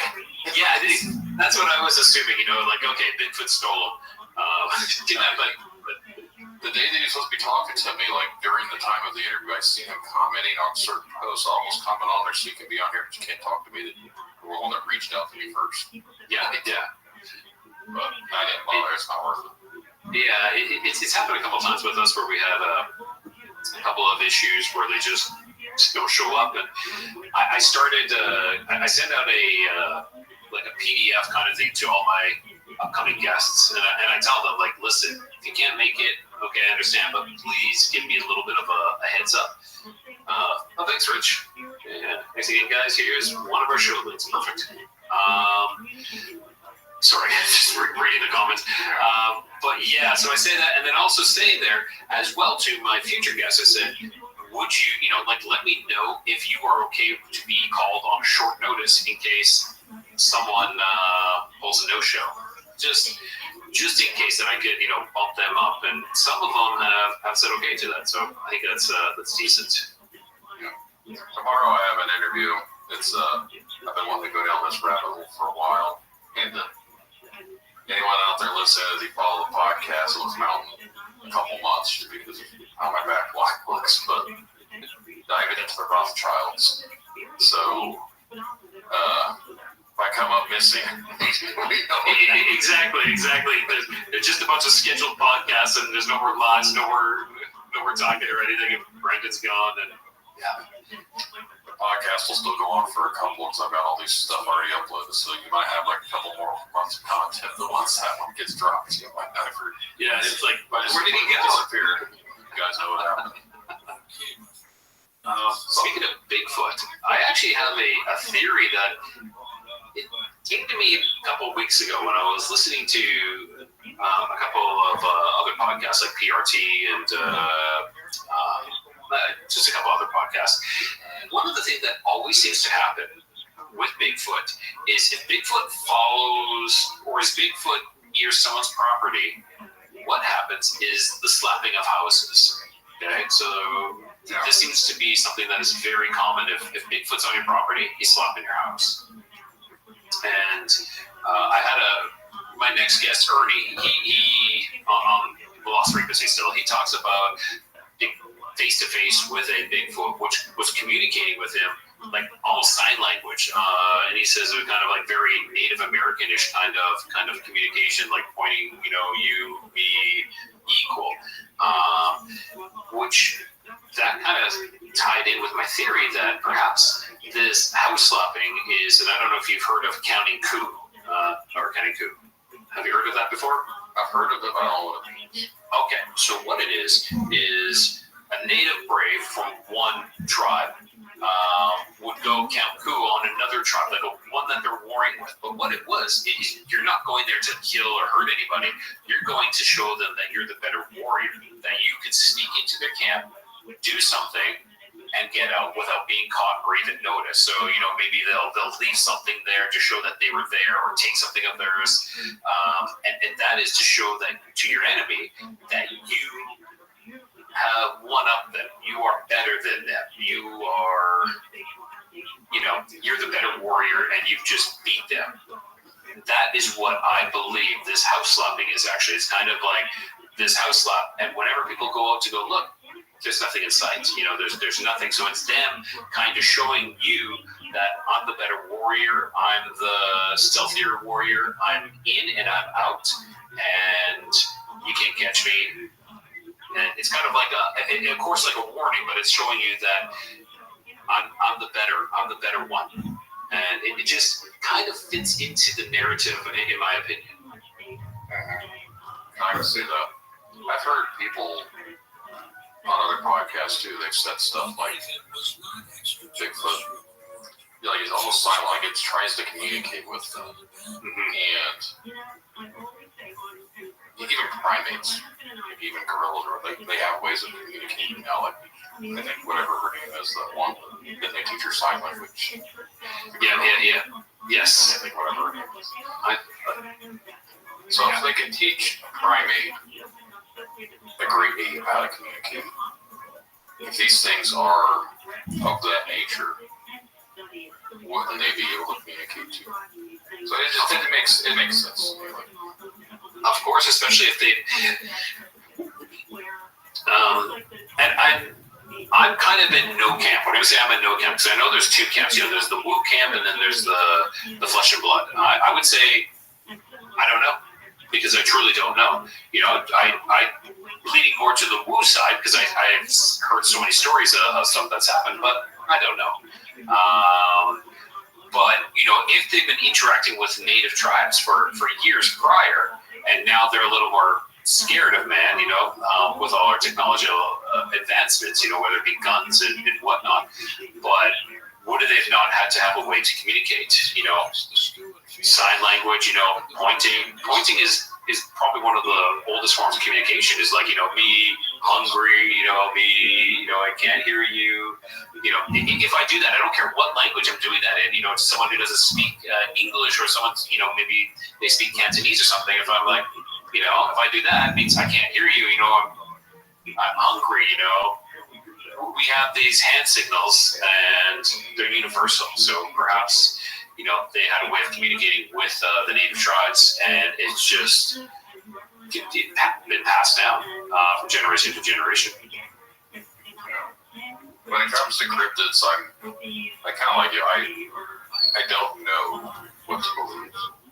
Yeah, a lot of them I'm skeptical about just because I don't know if something like this can exist.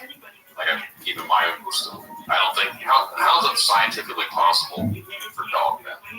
How is it scientifically possible for a Mothman, which a lot of the Mothman's not encrypted? Okay, well, what is it? Yeah, I have no idea what Mothman is. I think it's some sort of alien, actually, to be honest, but I don't know. There's so many different, I don't want to sound like a prick, but there's so many different opinions from so-called experts in this field that they all want to spout off all this stuff. I was like, you guys haven't even actually seen anything, have any concrete proof. You're just spitting out opinions. Yeah, and basing it off of fact. And then they want to argue, especially Reddit. If you get on Reddit, that's just a straight up, that's a cesspool. Yeah, but no, Reddit is nothing but arguing constantly about what's encrypted, what's not encrypted. Like, you guys are arguing about stuff that you don't even know exists because you've never seen it. It's true. It totally is true. You know, like the experts are using eyewitness accounts to try to, and they formulate their opinion on that, but still they end up coming up to their own opinion as well. And some of them exclude opinions because it doesn't fit their narrative or their conscious bias, confirmation bias. Oh my gosh, there we go, confirmation bias. And it's crazy. It's crazy. You know, in reality, I don't think any of us could be experts. You know, we can be well versed and perhaps even a witness, but until your best friend is Harry and the Hendersons, you don't know. We don't know. No, that's how I feel about it too. Like the most recent one, they were arguing about Wendigos. But Wendigos are not cryptids; they're spirit. So it's like, are we really gonna start splitting hairs? Yeah, it's true. It is true. I do believe the Wendigo has some sort of spiritual aspect to it, like definitely. But what else? I still think we dub it into the cryptids category, and it's kind of funny because I have like a selection of thumbnails that I use for shows and whatnot, and I have a Wendigo picture which I have in my file of like cryptids. So I guess I kind of dubbed it a cryptid myself. And then the depiction anymore of the Wendigo, like there's talking about pale crawlers here. If you go back to the original depictions of what the Native American tribes were said about Wendigos, they were more like humanoid. They weren't the deer-headed, rotting corpse-looking thing. They were more like they ate their lips off. They were more like almost, I don't want to call them zombies, but they were almost really skinny, insatiable hunger, had longer hair, like Linky. So when people are talking about seeing rakes and seeing pale crawlers and everything, I've often wondered, I was like, maybe they're not any different from what the original Wendigos were. Maybe the things that the Wendigos are based off of are the same things we're seeing now.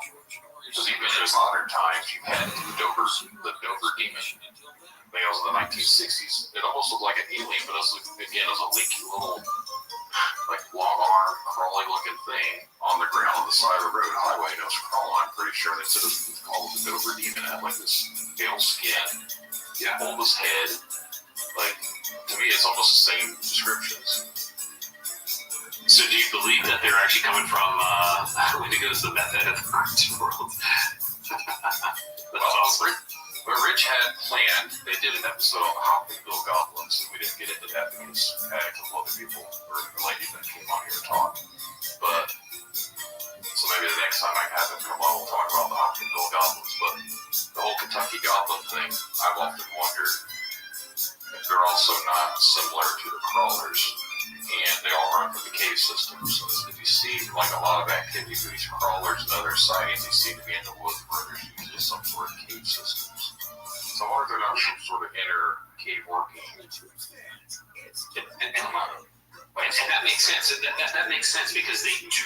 And I think someone said that earlier too. Bryce was saying they're possible from inner Earth. Yeah. I think so because that is definitely something that they look like. You know, it definitely looks like Gollum from Lord of the Rings. You know, kind of thing where it's just a lack of sunlight. And my third interview, I interviewed someone named Brandon, and he was from Southern Indiana, and he said, well, he was right by the Kentucky border, and he was talking about hunting Bigfoot, like he's out searching for Bigfoot. Why he's talking about that, he said him and his family were on a walk through a cemetery. He seen some sort of golem type looking creature. Instead of golem, that sounded like a Kentucky golem. He didn't know what that was. And I was more interested in hearing about that than so much about the Bigfoot stuff because like you don't really hear very many Kentucky goblin encounters. But he said it was just in this cemetery, just kind of his whole family seemed just kind of crawling around and just went off. I don't remember, he said there was one or two of them. it's crazy. We did have an interview again with the Lost Frequency Desk where they talked about these little green aliens actually, so it could be kind of like a goblin kind of thing with metal teeth. Have you ever heard of that? Like anything with metal teeth, little green kind of alien or creatures? No, I haven't heard anything about metal teeth. I know it's the Flatwoods monster or something, where it almost looked like the alien, but it was in like a floating. It had like this mechanical armor on. It had like this big, not a helmet, but it wore like something around its head. Really?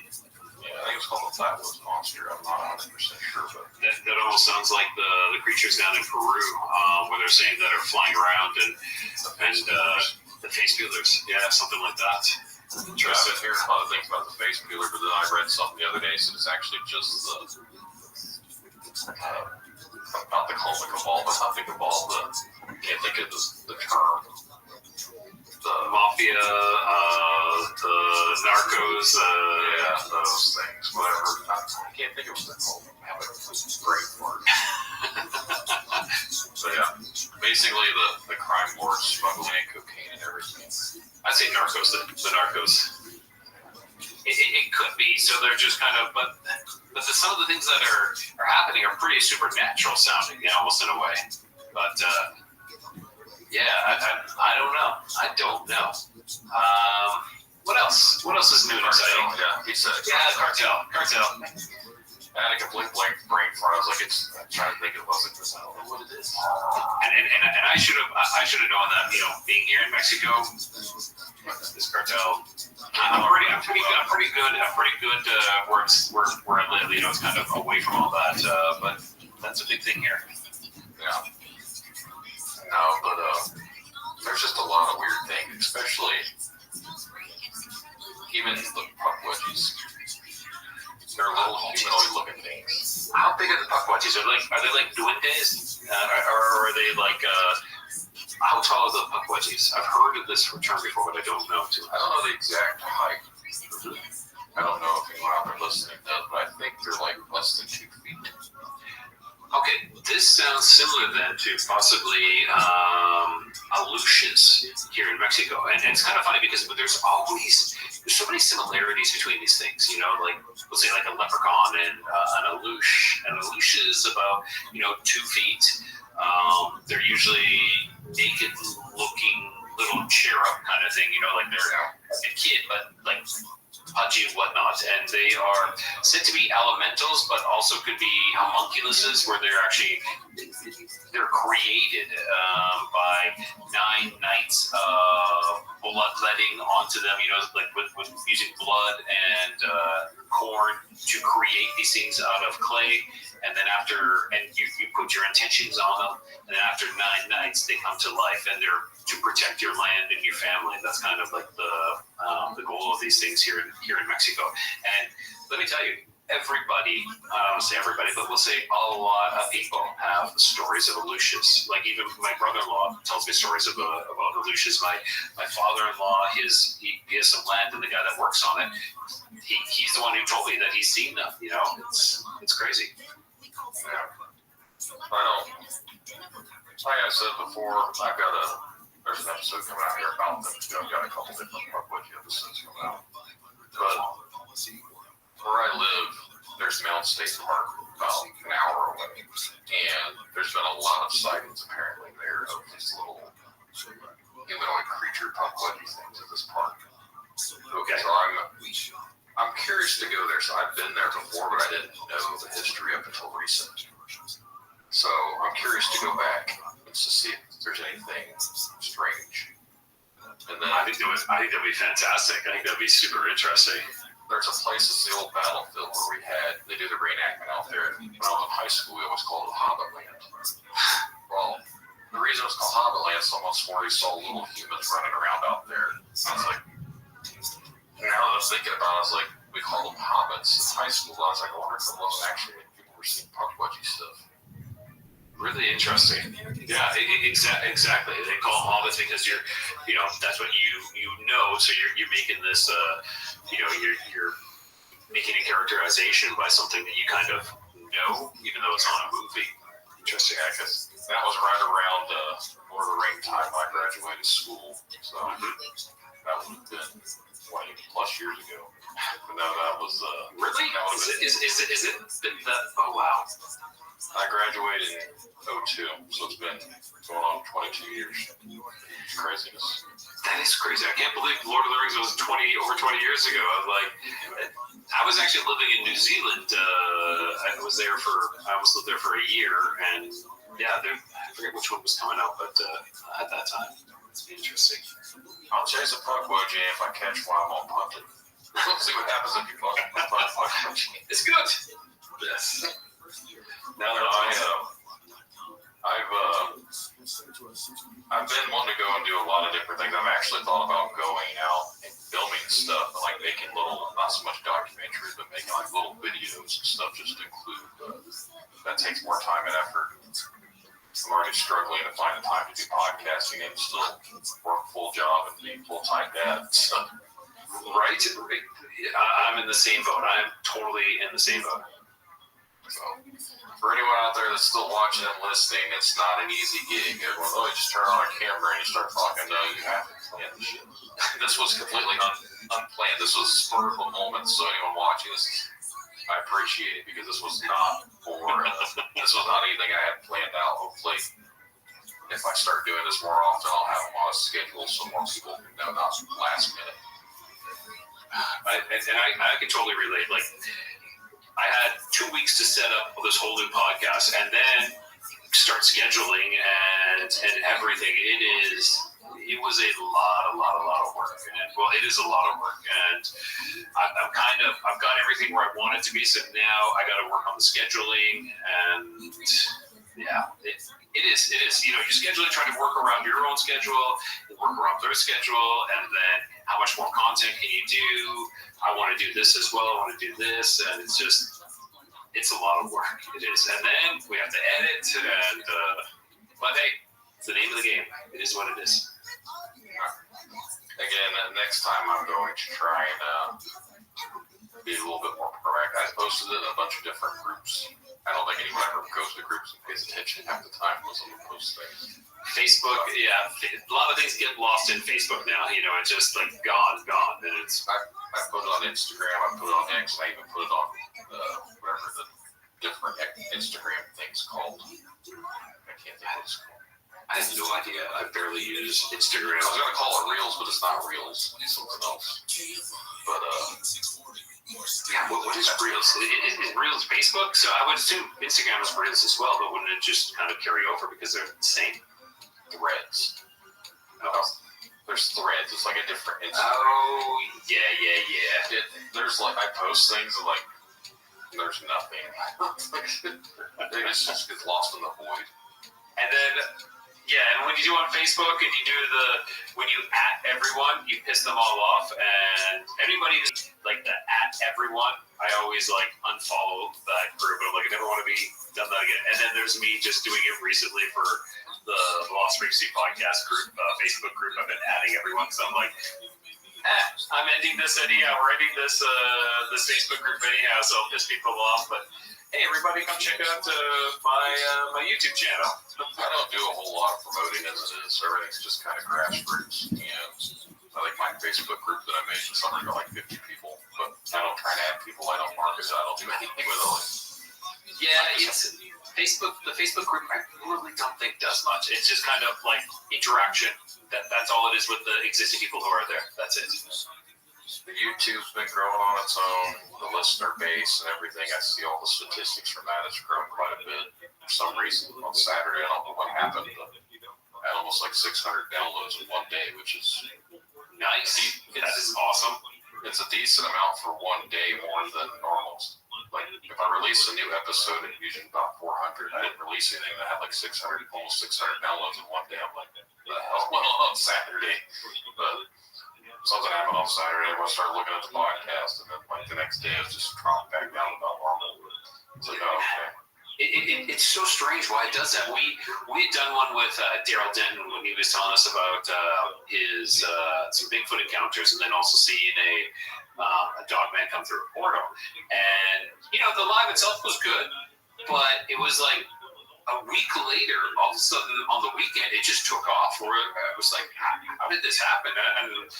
And then it died off. And then the next weekend, again, it did the same thing. So maybe watch next weekend, you might actually get like another like splurge of downloads again. It was really strange. Yeah. So the YouTube views on certain videos, I get a lot on Dogman stuff. So I think a lot of the listeners enjoy the Dogman stuff. Yes.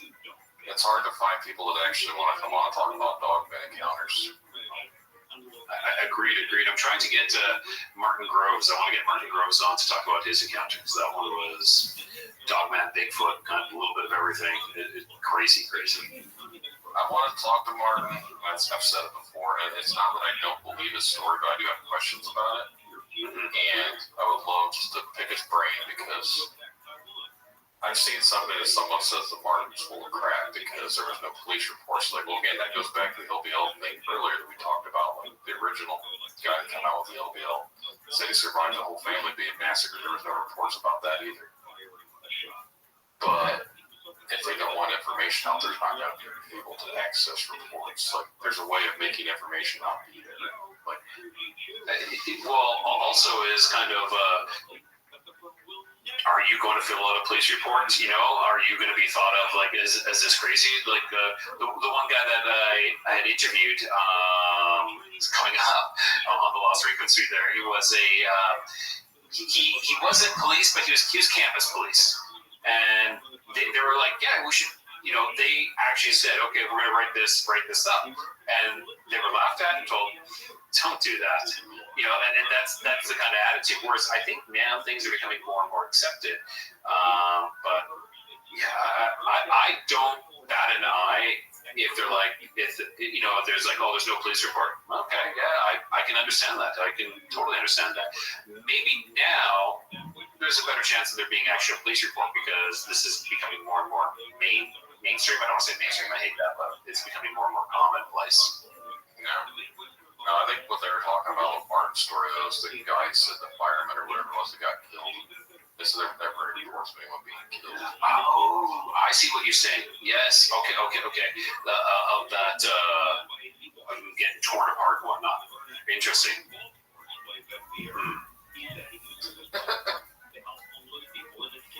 My book.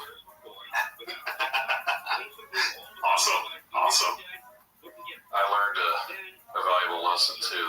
I'm not a great author, so been getting some feedback. Been getting some very low ratings on Amazon lately. Oh shit! I'm actually in the process of writing semi-fiction, non-fiction book. So, mini ebooks actually is what I'm trying to bring out, a series of mini ebooks that are based on. I have the craziest of craziest dreams, and I swear to God that they're real. Just happening in another life, another dimension, past life, something in the future, something in the past, all the above. And so it's kind of like loosely based on my life, and there's like the dream aspect, which I say is real in the book kind of thing. So I started it, and I put it it's kitchen, picking up a lot of dust because the podcast kind of stole all my time, but I want to get back to that as well. I mean, I won't call them the Karens, but this is, they bought it, so I got like a little bit of the percentage. There cents. Yeah, exactly. That's another rabbit hole in itself. How much money you don't actually make off stuff. I have done in the past some Kindle direct publishing. Yeah, you don't really make much money at all. No. As someone, I got a grifter not long ago because it was like, oh, you're making all this money off the podcast. Like, do you realize that I've spent more money than I've ever made on this podcast? Like, I didn't even monetize it until 2 months ago, and I'm barely breaking even. So for over a year, I was basically spending $70 a month just to do a podcast. It's expensive. I am trying to make a podcast as cheap as possible, but it's without making it look cheap. If that's the way to do it, it's kind of you got to put money in. You have to. I just bought a new webcam because mine was terrible, and I'm like, you know what? If I want to try to put out at least a half decent product, I got to have at least a half decent webcam as well. So. That's what I've done. I actually just went Saturday and upgraded cables, and I didn't realize that I was going to spend $100 on 2 cables. Wow. A 2-foot and a 6-foot. The ones I bought were cheaper, and I kept hearing a clicking in my headset. I was like, all right, so I looked up the best ones that they have for recording, like audio or whatever, and there was Mogami brand or something like that. I've not heard of that. And they're gold plated, so. Okay. So far, it's supposed to be the best signal enhancing cables that they have according to the reviews. We'll see. You got the Cadillac cables. Yeah. Being a band person, I knew you want higher end stuff, but I didn't really think much about the cables in general. But I was like, I'm tired of hearing this almost like a hi-hat constantly. Like, if I talk with you guys, I kept hearing it, and I just ignore it because I couldn't figure out what it was. It's not doing it now, so I think I fixed the problem. Well, that was a good investment then. Well, I planned on kind of wrap this up about this time, so. Perfect. Yeah, I was just about to say, I'm beat. I got to get up early, and I'm good to go. Do you mind if I post my link to my channel in the chat? Go ahead, let everyone know where they can find you. Yeah. Hopefully it comes through. So, Bodega's Codex of Curiosities. It's my new channel. I don't have any of this new content yet. It's being made as I speak. I'm still Tom and I are both we split, but we're both still releasing the exact same content of the Lost Frequency on each of our own channels. Yeah. So, you'll see a couple more shows from there coming up. But I should be releasing, like I said, it'll probably be on the 20th. Yeah, I said the 20th. I'll be dropping my first audio episode, but the video will be coming out on the Thursday, which will be the 25th. I think that'll be not the 25th. I'm horrible. 22nd. It'll be on your birthday. Yeah, I'll be dropping it on your birthday. Yeah, so February 22nd, I'll be dropping the video. Audio is going to be coming out on Tuesdays, and that will be. And if you like Dogman, of course, I'm having Matt Emch on. He's done the circuit a lot.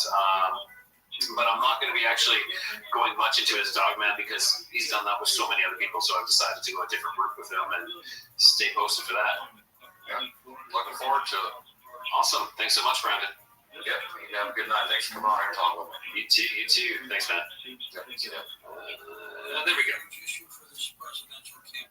Well, everyone, if you're still watching, appreciate you guys for sticking around. I might do this more often if everyone else would like for me to. I might try and pick a specific day, maybe a Tuesday or something, Tuesday or Thursday, and designate a live stream night. Won't be anytime soon, probably in the next couple of weeks. But you guys can let me know if you enjoyed it. If anyone wants to be on an episode of Tinfoil Tales, you can reach out to me. Send an email to tinfoiltalespodcast@gmail.com or go to tinfoiltales.com and you can hit the contact button, whatever works. But again, thank thanks for sticking around. Thanks for watching. And again, leave some feedback. If you would like more live stream episodes, if anyone wants to come on and talk on the live stream, just give me a holler. We'll get something figured out. But I want to say thanks again to everyone for sticking around and watching tonight. Good night, everyone.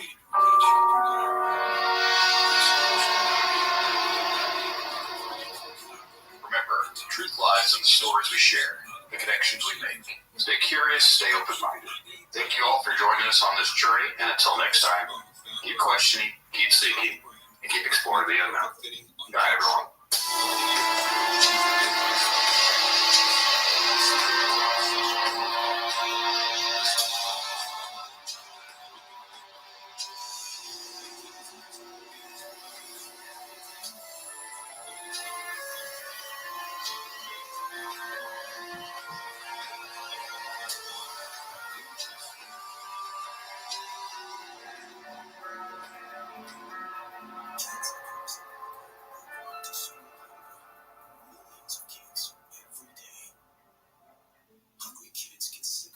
BetMGM has an unreal deal for sports fans in Indiana. Turn $5 into $150 instantly when you place your first wager at BetMGM. Simply download the BetMGM app and sign up using code WIN150. Then place a $5 wager on any sport. You'll receive $150 in bonus bets, regardless of your wager's outcome. And if you think the fun stops there, the king of sportsbooks has plenty of surprises in store. Check out daily promotions, same-game parlays, live bets, and so much more. No matter your team or your sport, BetMGM is for you. Download the app in Indiana today and get $150 in bonus bets instantly from your first wager. Only at BetMGM. BetMGM and GameSense remind you to play responsibly. See BetMGM.com for terms. 21 plus only. Indiana only. New customer offer. Subject to eligibility requirements. Rewards are non-withdrawable bonus bets that expire in 7 days. If you or someone you know has a gambling problem and wants help, call 1-800-9-WITH-IT. Excellence is stopping. EduStaff is America's #1 choice for substitute staffing, and we're hiring substitute teachers, support staff, and more in your local school districts. Make a difference in your community while earning great pay. Apply today at edustaff.org. That's edustaff.org. Excellence in staffing.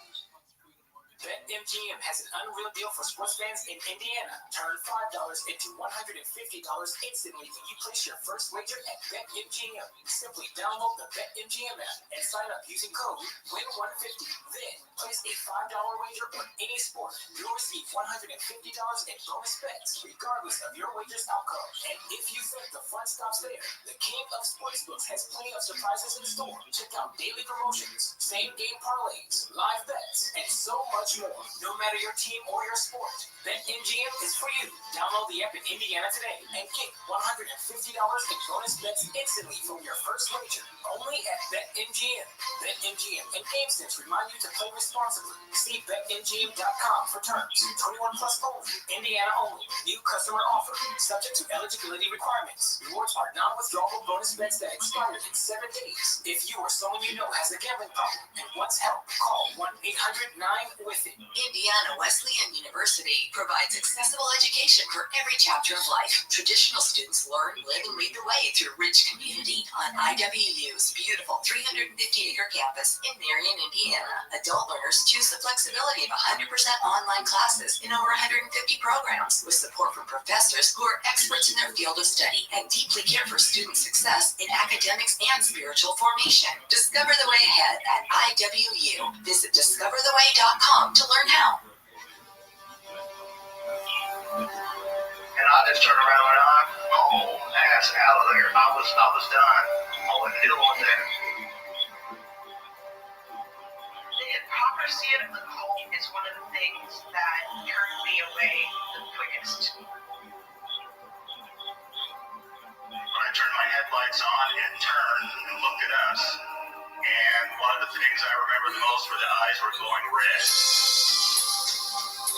I see an orb of light. It is just circling these steps like it is waiting for me. And he begins to tell them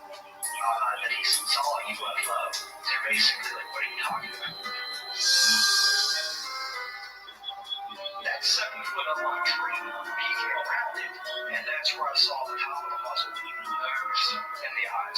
As soon as I made eye contact with this thing, it felt like death. Welcome back to Tinfoil Tales. I'm your host, Brandon Bryant. On tonight's episode, we're going to be joined by my guest, Floyd. Floyd has researched a lot about the red-haired giants and even some of the little people. It's been talked about throughout history. Some of the biblical terms like the Nephilim and how it all kind of ties together with these creatures throughout history. Floyd has done a lot of extensive research into that, so he's going to come on here tonight and talk about the book he's wrote and everything he's kind of come across in his studies for these giant creatures. Before we bring Floyd on, if you ever had an encounter or experience you want to share, reach out to tinfoiltalespodcast@gmail.com and we'll be scheduled for a future episode. If you'd like to help the podcast, continue to share it around. Leave a 5-star review everywhere that you listen to podcasts at. It helps with the exposure. More exposure means new listeners. New listeners means new encounters and stories. Means new episodes for everyone else to listen to. Make sure to follow us on social media, whichever one you prefer. I'm sure I'm on there. Give me a follow. You can talk to me on there if you want to. I do have a website out now, so make sure to check out tinfoiltales.com. You get all the episodes on there as well. We're going to go ahead now and bring Floyd on. You guys enjoy the episode. Sit back, relax, and enjoy the show. I'd like to take this time tonight to welcome my guests onto the show. Floyd, thanks for coming out and talking with me.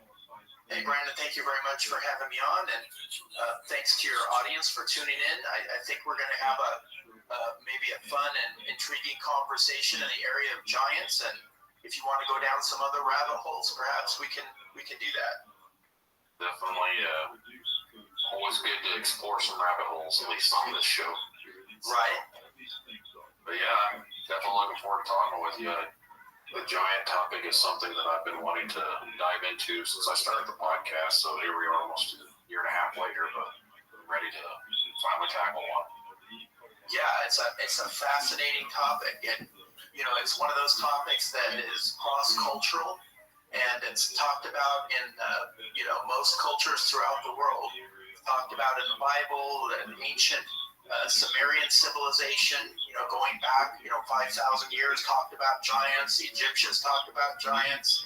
In South America, there's been tales and legends of giants, so we should have plenty to talk about. Sounds very, very interesting. Before we get started, I do have a couple questions. Sure. What made you want to look into the giants of all the things out there? Like, what piqued your interest? That's a great question. I heard a presentation by another researcher named Jim Vieira. This was probably about 7 or 8 years ago, and he's done a lot of research into the area of giant skeleton discoveries in North America. And I watched a presentation of his, and I was really intrigued because he kept referencing these old newspaper articles here in America that went back from mid-1800s all the way into the 1970s that talked about these discoveries of giant skeletons, some of them 7 feet tall, 8 feet, 9 feet, even some articles that referenced, giants, 15, 16 feet tall. And I thought, this is wild. Like, is this real? And he kept showing these different newspaper articles, and in some of those articles, institutions such as the Smithsonian was referenced, and there was always mention that the Smithsonian or some other organization would come in and examine the bones, and then they just disappeared. So it was that presentation that really piqued my interest, and I thought, if Jim's finding all these newspaper articles on these weird discoveries, I should be able to just do a little research, and I could come up with some of these, and I can look into this. So that's what I did. I put together a folder and subscribed to a bunch of old newspaper databases. It didn't take me long to accumulate quite a number of these anomalous articles on these discoveries. Yeah, I've seen, I don't remember if it was the same guy, but there was a show out there where he was searching for these giants. Yes, it was Jim Vieira, and he has a brother as well, and they're both stonemasons, and they did a show on the History Channel, and I don't quite remember the name, if it was In Search of the Giants I or think something it was along something- that line. yeah, I remember it was something like that. It was the last couple of years. I think they had at least maybe 1 or 2 seasons. Yeah, very interesting. I wish they would have been able to produce some more seasons of that. But that was, yes, very interesting show. The giant lore I've heard from, obviously, you can go back. You've already mentioned it, but like it's not just an American thing. That's been a worldwide thing. Like there's always been the myths, the stories and stuff of giants. So Yes, in most of your cultures, and many of us are familiar with the stories told in the Bible, particularly of David and Goliath. And Goliath was a descendant of the Nephilim.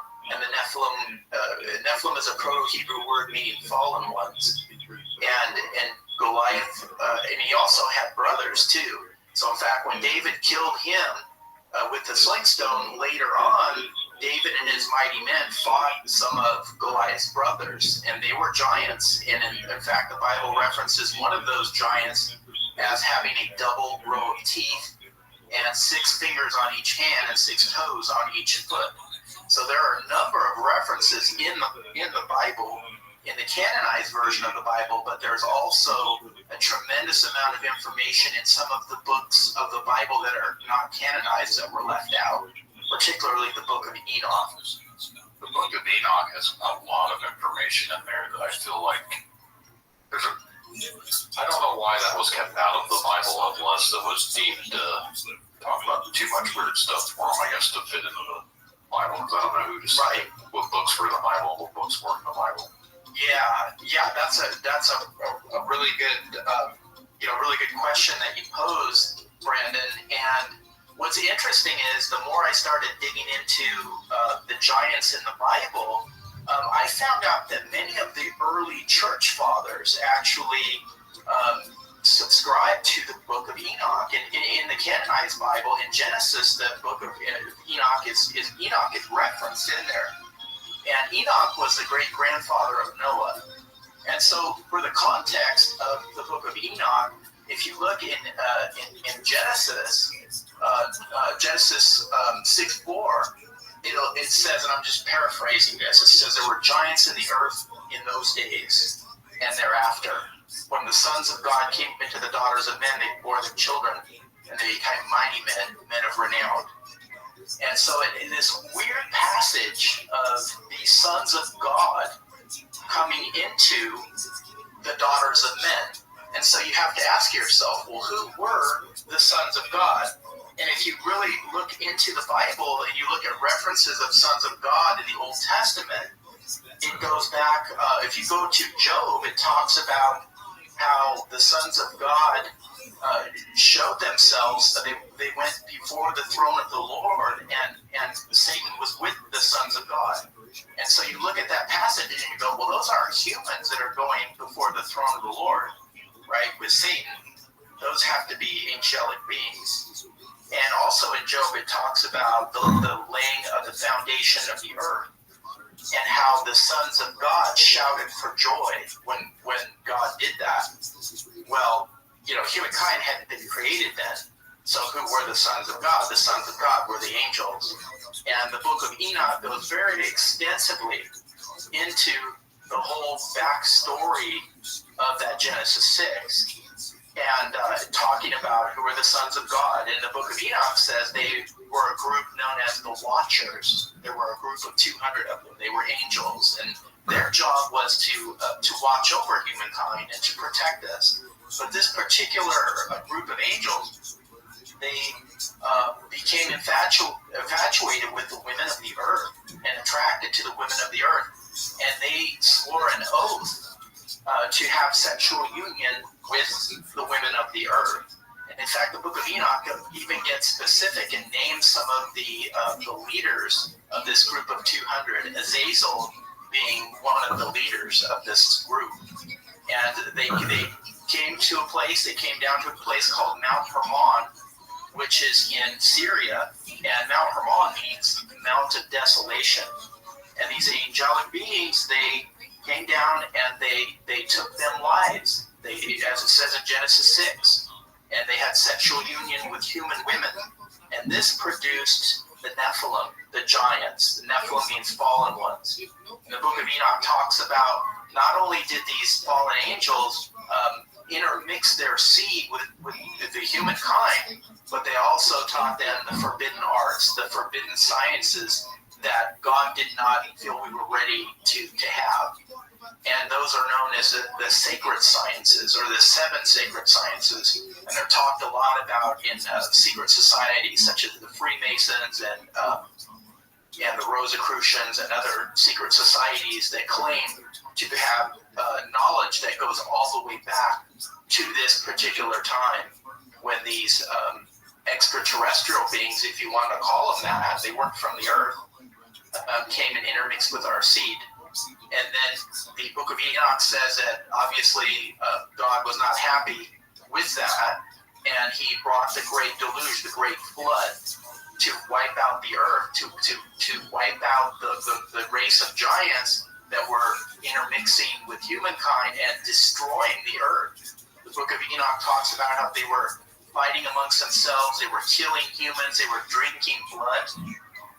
Some people believe that's where the origins of the first vampires came from, was from references to the Nephilim, because they would drink blood. And also it appears they were doing some genetic experimentation on the earth. In the Book of Enoch, it talks about how they were corrupting plant and animal life. And so God brought the flood to wipe them out, but it didn't kill all the giants. It killed most of them off, but not all.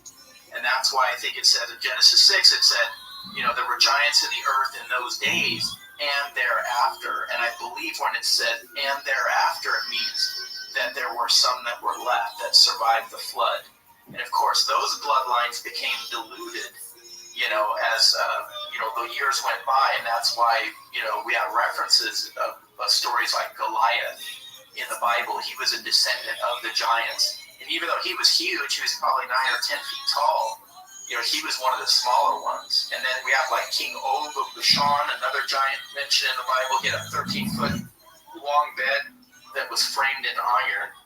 And Moses and his armies killed off King Og. But there's a number of references in the Bible if you know where to look. But I believe the Book of Enoch is the whole backstory for Genesis 6.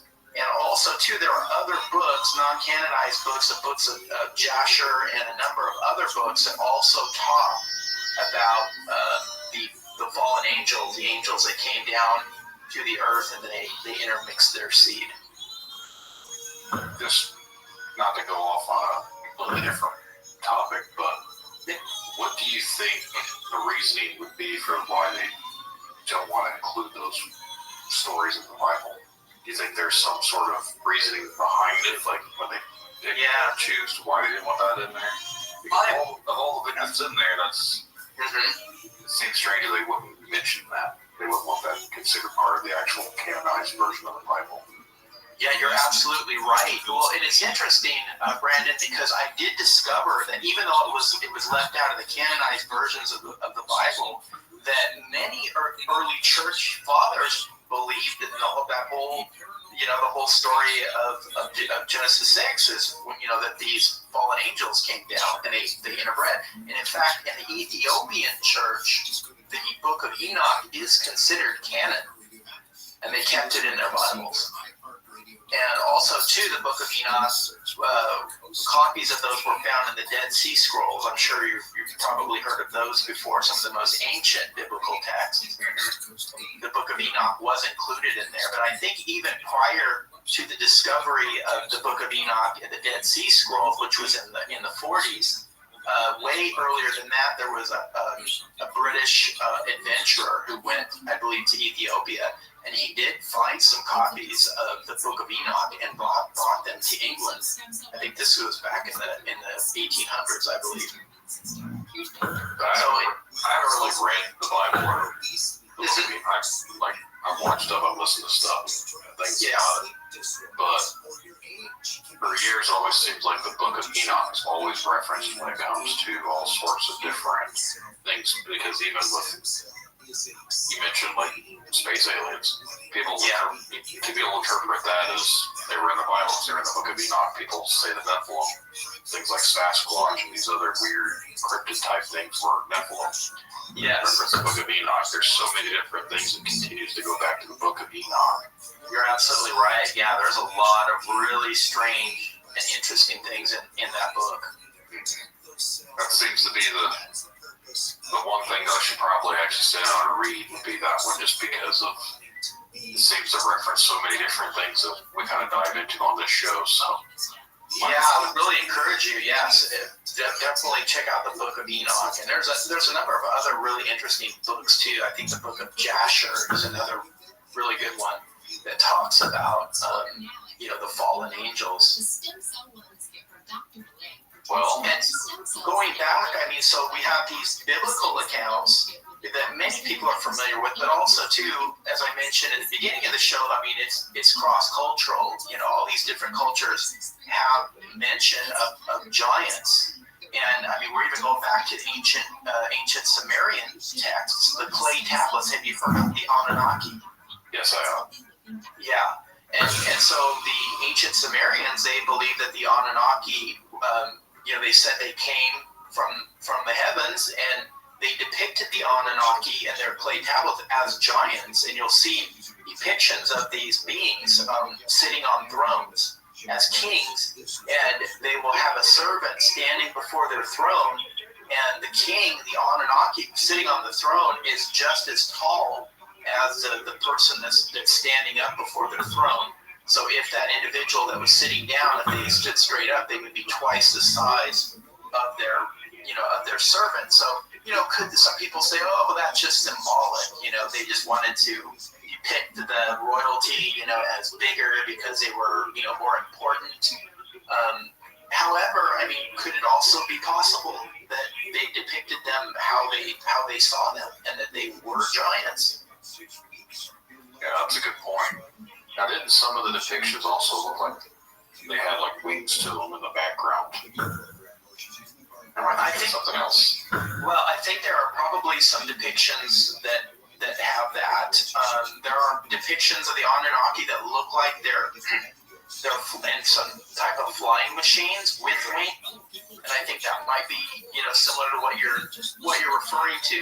But just think of all the symbolism though of these beings, having wings or in what appears to be some type of vehicle with wings. I mean, what are wings symbolic of, right?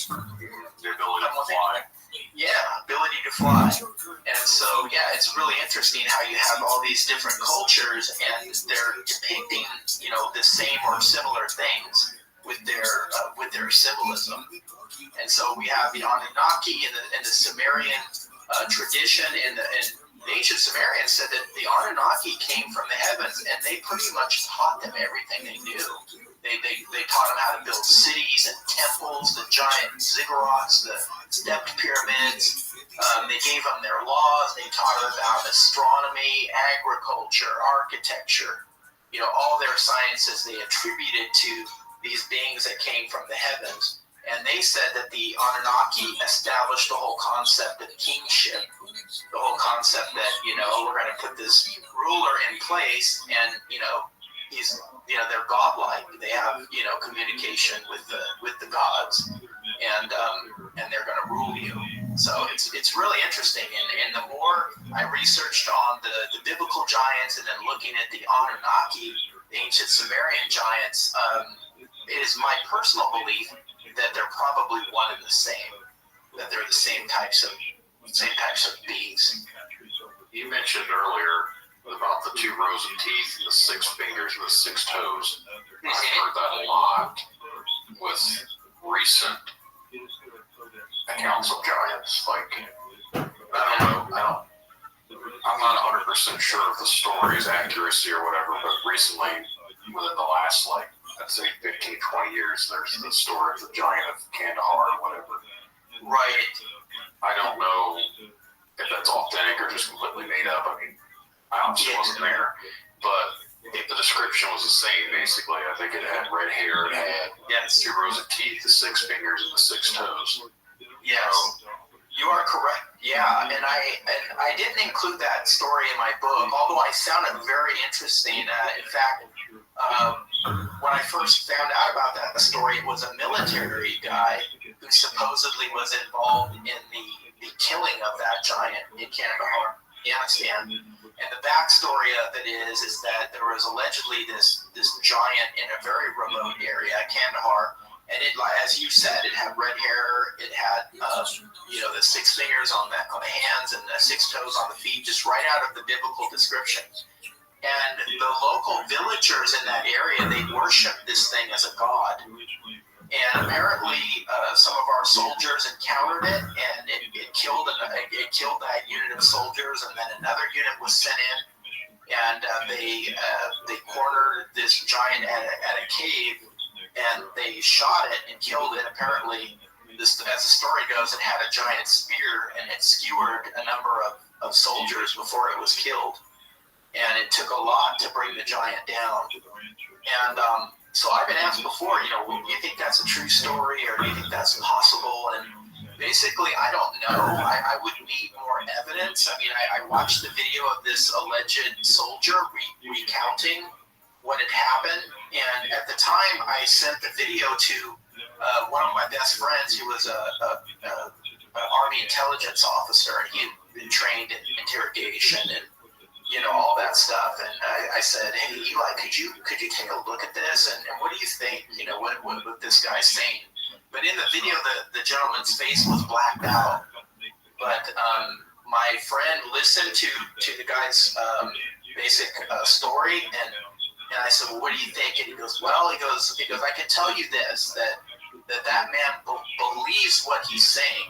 That doesn't necessarily mean it's true, but he said he definitely believes what he was saying in the interview. And I thought that was interesting. And so do I believe that giant was real and that happened?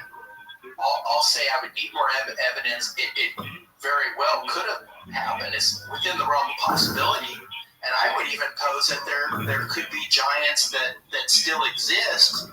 I mean, in the form of things such as Bigfoot or Sasquatch, whatever name you want to call it. And I've met people that have had personal encounters. I live out here in Washougal, Washington, and out this way, it's as you go further, especially further east of where I'm at, you get into the gorge, and you get out towards Mount Hood, and between Oregon and Washington, and those areas, there's tons of sightings of Bigfoot. And those accounts, these creatures were, 8 feet, 9 feet, 10 feet tall. Yeah, I've talked to quite a few people with Sasquatch sightings and stuff, and that's always been something that's fascinating even as a kid. But I've always kind of been skeptical on the fact, just because something that large and that, like the way we explore and everything, like how it cannot be discovered. But the more I've been digging into the things, I'm like, well, I do see it plausible. Just because we think we know everything, we think we've discovered everything. There's so much vastness just in our country and Canada and everything else. Like, it's so plausible that there could be something undiscovered out there that we're just not aware of, and that could be this. And even with Sasquatch, there's all sorts of weird lore that kind of goes with them, as far as, like, I say the woo part of it for the woo-woos, but basically, like people say, they just disappear. Some people think they see orbs around them, the eyes that glow. Like, there's all sorts of strangeness to them. So, and that's where it goes back to the whole Nephilim thing. Like, they would have this fallen angel blood. It would give them this weird ability somehow. Well, Devin, you bring an interesting point, because, I mean, even the Bible says in Genesis 6, it said, that the sons of God came into the daughters of men, which means they had sexual union, and they bore them children, and they were mighty men of renown. So that term, mighty men, used in the Bible, a number of different places, I mean, that means, like, of extraordinary ability. I mean, we're talking, like, when you think of, I don't know, like modern day, like superheroes, like the Marvel and the DC movies are real popular. I mean, back then in the ancient times, those those would be like the mighty men of renown. And if you going back to like cross-culturally, like, all these similarities like between ancient Sumerians, where they talk about the Anunnaki, and then you have the Nephilim of the Bible. Well, then you have stories of like the Greek Titans, right? In Greek mythology. And the Titans were giants, and they fought the gods, and they lost, and they were imprisoned where? They were imprisoned in the earth, in the volcanoes, underneath the earth. In the book of Enoch, it talks about the Watchers and how they were imprisoned. They were imprisoned in the earth. And what's interesting in the book of Enoch is it talks about the Nephilim that were killed, their spirits remained on the earth, and they haunt the earth. And many people believe that, especially the references of demons in the Bible, are the actual spirits of the Nephilim. Those are the spirits of the old ones. Yeah, I've heard that theory too, where people believe that these spirits, these demons, are actually like the remnants of the Nephilim. Like it's their spirits still haunting. And I guess it comes back to like with certain things, like if you're thinking demonic, you're thinking demons, and it almost seems like all these things would be evil. And it's like the stereotypical thing you think of when you think of demons, you think of evil, the devil. Yeah. So that's where I get almost on the fence about it, because I'm like, if there's a flesh and blood Sasquatch and it's running around, and if it's evolved from whatever, are they all evil? Like, right. I'm with you. I'm with you. And my personal view is like when I think of things like the Sasquatch, I wouldn't think of that as a Nephilim. We're finding, just within the past 20 years, just in the field of archaeology, paleontology, we're finding new hominid species that interacted and in some cases interbred with our ancient ancestors. I don't know if you've heard of the Denisovans. No, I haven't heard that one. Okay, so they were first discovered in 2010 in a cave in Siberia. Some archaeologists were doing work in a cave, and they found a giant tooth. It looked like a human tooth, but it was twice the size of a human tooth. And they found some knuckle bones and some other artifacts that were in this cave, which were interesting. One was a green stone bracelet that had 8-millimeter holes drilled into it, and the bracelet dated back 40,000 years, which was pretty incredible to have an ancient artifact like that. And you have these little 8-millimeter holes that had been drilled through the bracelet. Probably there was some type of thread that was through the holes at one time. They had decorated it with whatever, little bones or whatever they decorated the bracelet with. And anyway, so the paleontologists did tests on the tooth and on the knuckle bones, and they did the genetic sequencing and found out that it was a whole new hominid species. So we're all familiar with the Neanderthals, and now we're finding out that the Neanderthals interbred with our ancient ancestors. In fact, most of us have Neanderthal DNA in us. The vast majority of us do. And now they found this other hominid species, and they named them the Denisovans, and now they're finding in populations in Asia and even over in Europe and in North America and the Native American populations some of this DNA evidence of the Denisovans. And what was interesting about this discovery is that not too long ago, a full Denisovan skull was found in China. And there's an interesting story to this because the discovery was made back in the 1930s. There was a guy that was doing construction work. He was under forced labor by the Japanese who had occupied that particular area of China at the time. And he uncovered this giant skull. And he hid it. He put it in the bottom of a well. And this man lived to a very, very old age. And on his deathbed, he revealed to his kids, hey, I found this skull all these decades ago, and here's where I hid it. And so his kids went, retrieved this skull, and they gave it to the local university, who then did the DNA testing on the skull. They hadn't seen a skull like this before. It's massive. It's like a football-shaped skull. Huge eye sockets, very protruding brow ridges, much larger and more robust than a normal, Homo sapien skull. Way bigger than a Neanderthal skull. And so they did the DNA testing on it. They determined that it matched the DNA sequencing of the giant tooth and the knuckle bones that were found in Siberia. So they've determined that this skull is a Denisovan skull, and they call it Homo longi, which means dragon skull. And some researchers believe that this other hominid species were 7.5 feet tall on average. They were giants, and they intermixed not only with Neanderthals, but some of them were still around when our ancient ancestors were around, and there was all this interbreeding going on between our ancestors, the Neanderthals, and the Denisovans. Yeah, I haven't even heard that before. I'm going to have to look into that one. Yeah, it's interesting. I talk a lot about it. I write a lot about it in my book on the Denisovan discovery. And I posed the question, well, could the Denisovans be, could this be evidence of these giants, that had interacted with our ancestors? And then that's where you have a lot of these legends that also come from, about giants. So I don't just stick with one theory. I put out, here's what is contained in the Bible, what it says about the giants, and here's what the ancient Sumerians say about the Anunnaki. Could these giants be, the biblical Nephilim or the Anunnaki, or could they be, just another different, species of us, that interbred with our ancestors? So I don't stick with just one track. I just present evidence as I accumulated it, and just put it out there for the readers to make their own conclusions. Yeah. That's kind of how I am with my show. Like, I have people come on here and they talk and everything, and I'm not out here to prove or disprove anyone. I'm like, everyone can come up with their own assumptions. But if you're doing the research and you have the books out there and your findings and everything else, I mean, yes, that's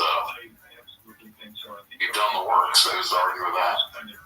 Right. You're just sharing. My whole goal on writing my book, which is the Red-Haired Giants of Lovelock Cave and Other Ancient Mysteries, was just to share information that I discovered on the giants and other interesting topics, in hopes that other people would build upon my work, and they would go more in depth and maybe explore some areas at deeper levels than I did. And so it's just kind of putting that knowledge out there into the knowledge base and hoping that people continue to build on that. You mentioned, did you say Lovelock Caves? The Lovelock Caves, that's the central story. And those caves are in Nevada. And there's a Paiute tradition, a northern Paiute tradition, that there were a race of giants. And we're going back, we were talking earlier about the red hair. These Paiutes said that these giants had red hair. And they were very violent. They were cannibals. They would attack the neighboring tribes, and they would cannibalize their victims. And this went on for a long time, and finally the Paiutes got tired of being attacked, and they allied with other native tribes in that area, and they waged a war on these red-haired giants that lasted over 3 years, culminating in a final battle at Lovelock Cave, where the last of the red-haired giants were cornered, and the Paiutes threw brush in front of the cave. They lit flaming arrows, and then they burned the giants to death. Yeah, I've heard that story before.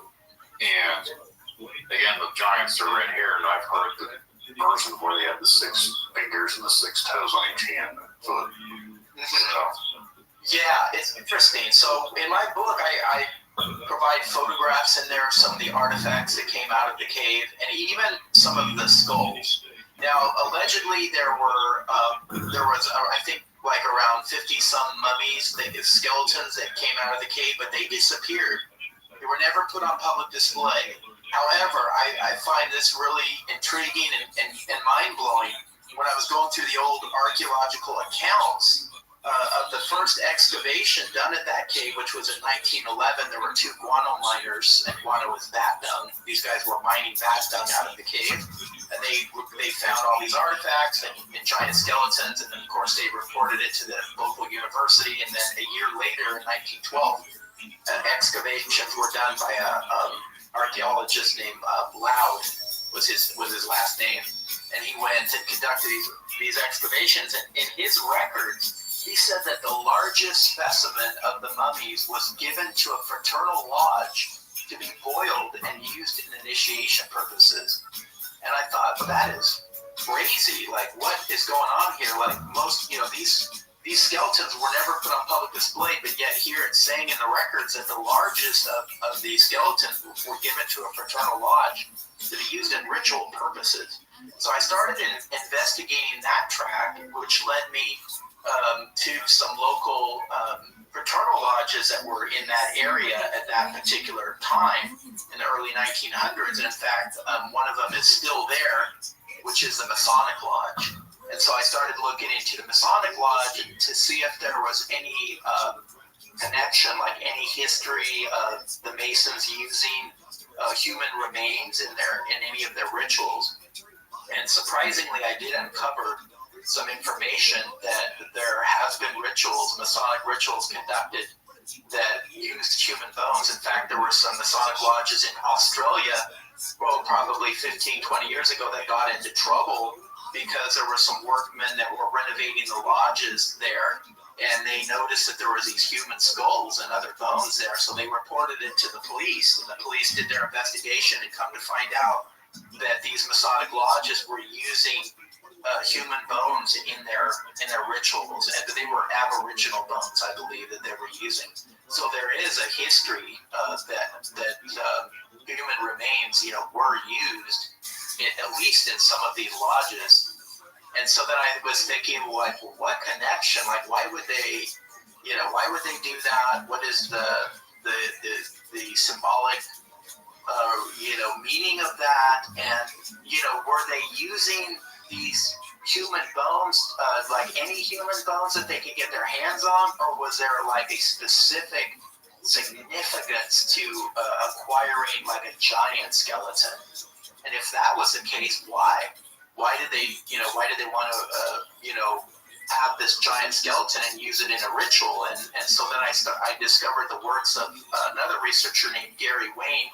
He wrote a book called The Genesis 6 Conspiracy, and he goes in depth, basically connecting a lot of these secret societies like the Freemasons and the Rosicrucians and other secret societies that trace their knowledge base going all the way back to the ancient mystery schools, going all the way back to the fallen angels, the Nephilim. Yeah, there's a lot of I don't know the exact term to use. I'd say similarities, but I think there's a lot of same connections, I guess, between when it comes to giants, and this will be with my 10-foot high here. When it comes to like the skeletons and everything else, I always feel like there's a lot of connections when it comes to the Smithsonian and mysteriously these giant skeletons come up missing. Like, yes, I don't, and even back before that, I've always heard other tales of basically people were discovering giants years and years ago, and the Catholic Church were taking it as well. Yes, I've heard those stories. I even reference a few of them in my book. I write on this particular article, and I include the article in the book of this guy who was a rancher, and this was in Arizona. And I believe it was back in the 40s, he discovered a giant skeleton, human skeleton with massive skull. And the newspaper article, like the title of it said, Smithsonian tries to procure giant skull from, man, from rancher, and the man refuses. So even like the very title of the article was basically saying, yeah, these Smithsonian agents wanted to procure this skeleton, or this skull, which was interesting because the Smithsonian, will publicly come out and say, oh, there was never such a thing as giants. That's all just made up or misidentified bones. but yet I include this article that goes into detail of 2 Smithsonian agents being dispatched to this guy's ranch and trying to procure this giant skull. And in the article, it said that the agent said that the skull was it was so large it was beyond human comprehension. And they took photographs of it, they took measurements of it, but the man refused to give him the skull. Rightly so. I don't blame him for not turning that over, because then he would have never saw it again. So the Smithsonian didn't end up with it, but then the article never says what happened to it. And I don't know if it's in maybe someone's private collection or what happened to that skull. I always thought it was interesting that throughout, I know the last, say, almost 100 years at least, with the Smithsonian, it seems like they've been collecting a lot of these weird skeletal remains at least from what people have reported. And what's the point? Like, it's like they're hiding it at this point, because they get them and they don't ever admit to them, and then what do they do? They destroy them. They keep them for in the basement. Right. It's strange to me that if this is something that's real, what's the big secrecy about it? I can say the same thing, like, it goes back to the whole Sasquatch thing. Like, what's the big secrecy? Like, I don't understand. Yeah, and there's a number of different theories, and I can just speak on the whole thing with the giants. I'm not sure on the Sasquatch side of it, but there's a thing called, I believe it's called knowledge filtration, and I first learned the term from a great researcher, a gentleman named Michael Cremo. He wrote a book that I read years ago called Forbidden Archaeology, and that book was just filled with documented cases of just anomalous, human constructed artifacts being found in strata levels that would indicate they were millions of years old, which totally contradicts what we've been taught.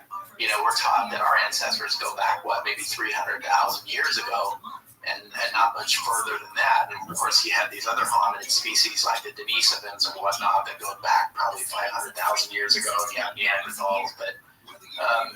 And so this book was filled with just these documented cases of just these anomalous finds. And Michael Cremo in his book, he used a term called knowledge filtration. And knowledge filtration basically means that anything that you experience that falls outside of what you've been trained or what you've been taught in, it's almost like a dogma. Like, if you encounter something, if you find artifacts or you find a skeleton that just doesn't fit in the way that paleontology or archaeology tells you it should fit into this box, and it doesn't fit into the box, then you automatically just filter it out. You just like, okay, this doesn't fit in with what I've been taught, so it's just a lot easier just to crate this stuff up and let's just stick it in a basement or a warehouse. I mean, I think of like the first Indiana Jones movie. Remember at the end of that movie when Indiana Jones, he said, well, what happened to the Ark? And the guy told him, hey, we got our top men working on it. And then the next scene, it flashes, it shows the Ark just being put in a crate, and it's just, stacked up with all these other crates in a giant warehouse somewhere. Yeah, I remember that too. I actually watched that sometime earlier this year again.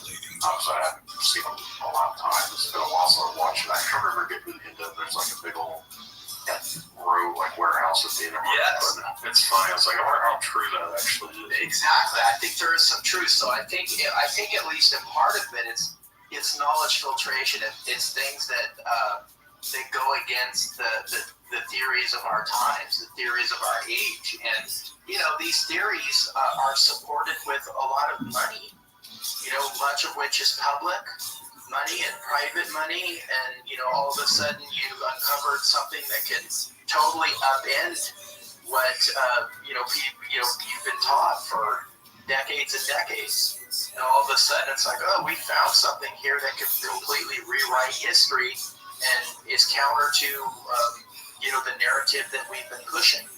So that can be a very dangerous thing. And with knowledge filtration, I think it also puts a lot of these researchers, these archaeologists, these paleontologists, these anthropologists into a position where if they were to come forward and divulge some of these anomalous finds that they come across, that their career could be jeopardized. And I actually give an example of that in my book of a lady that was an archaeologist, Virginia Steen McIntyre, who did some work on an ancient site in Mexico back in I believe it was in the 1960s. And they dated this site. They found human artifacts, they found bones, they found projectile points, and she dated this site back something like 400,000 years, something like that, 500,000 years, using a number of different dating methods. And that totally, if that was true, and that was human habitation with, hominids that had make spear points and tools and everything, that would completely blow out of the water what we've been taught in history. And she was brave enough. Some people would say foolish. I say brave. She came forward. She published her results in the early 1980s, and she was ostracized. She lost her job, and she was basically kicked out of the field of archaeology and never was able to come back to that field again. That's kind of strange that if you're doing the research, you verify things, and then they ostracize you from it. It's like the little boy system, like, oh yeah, we got to keep it this way. We can't have change. Don't want anything to status quo. That's precisely it. That's precisely it. And I do believe that it comes down to a lot of knowledge filtration. And I think sometimes I wonder too, Brandon, that is this knowledge filtration dam? Is it cracking? Is it eventually just going to break? Is it going to get to a point where they just can't cover this stuff up anymore, and you're going to have more and more people coming forward, bringing forth this information, and pretty soon, the dam is springing leaks left and right, and then eventually it's gonna break open. I think with what you're doing, and I don't want to act like I'm doing a whole lot here, but I feel like I'm somewhat helping by giving people a platform to talk about. Absolutely, that's a huge thing. More people listen, and more people start questioning. They keep looking for answers. They keep digging into it. Some might hear this and want to dig into it themselves. So again, you're going to get more people looking into these things. It is going to be harder to contain it. But yes. With the rise of technology, with the internet, with obviously stuff on TV, I still think it's kind of, they're not 100% accurate on the TV. I think they're more for entertainment purposes than anything. Yeah. Like, it's starting to get people to start to look into things, and I don't necessarily think that's a bad thing at all, because when more people are looking into stuff, then more truths will be found at some point. Yes. Yeah, absolutely. In fact, I was thinking of a program that I watched. This was back in the early 1990s, and it had a number of different researchers. Graham Hancock, are you familiar with him? Yeah, he just had that show come out. Ancient Apocalypse? Yes. Yeah. So he was on there, and this was back in the early 90s. And then another big researcher that I mentioned earlier, Michael Cremo, and they were talking about just these anomalous finds, and they were talking about how the pyramids were much older. The Sphinx was much older than we've been told, and they were attacked. They were viciously attacked by all these different fields, archaeology and anthropology, but now this is decades later.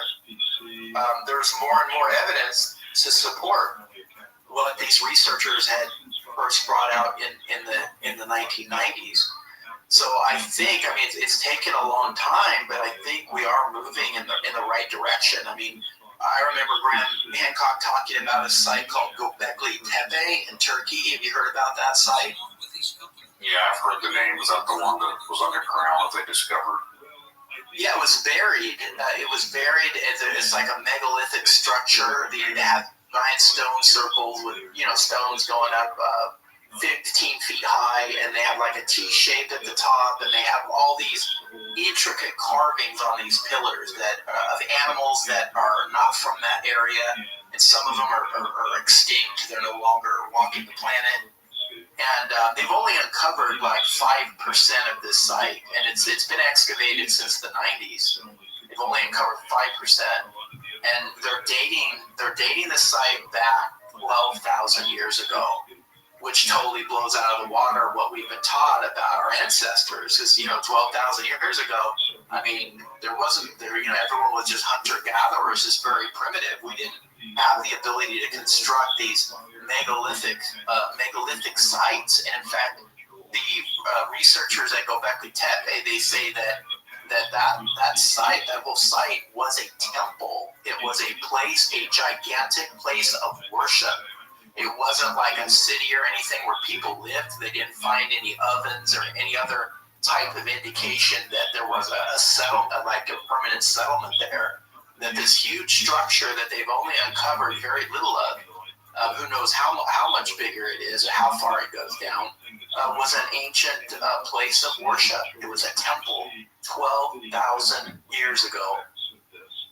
Experiences are what people love the most about travel. That's why they love Viator. They have over 300,000 bookable experiences and something for everyone. Plus, their travel experiences have millions of real traveler reviews, so you have the information you need to book the best activities for your trip.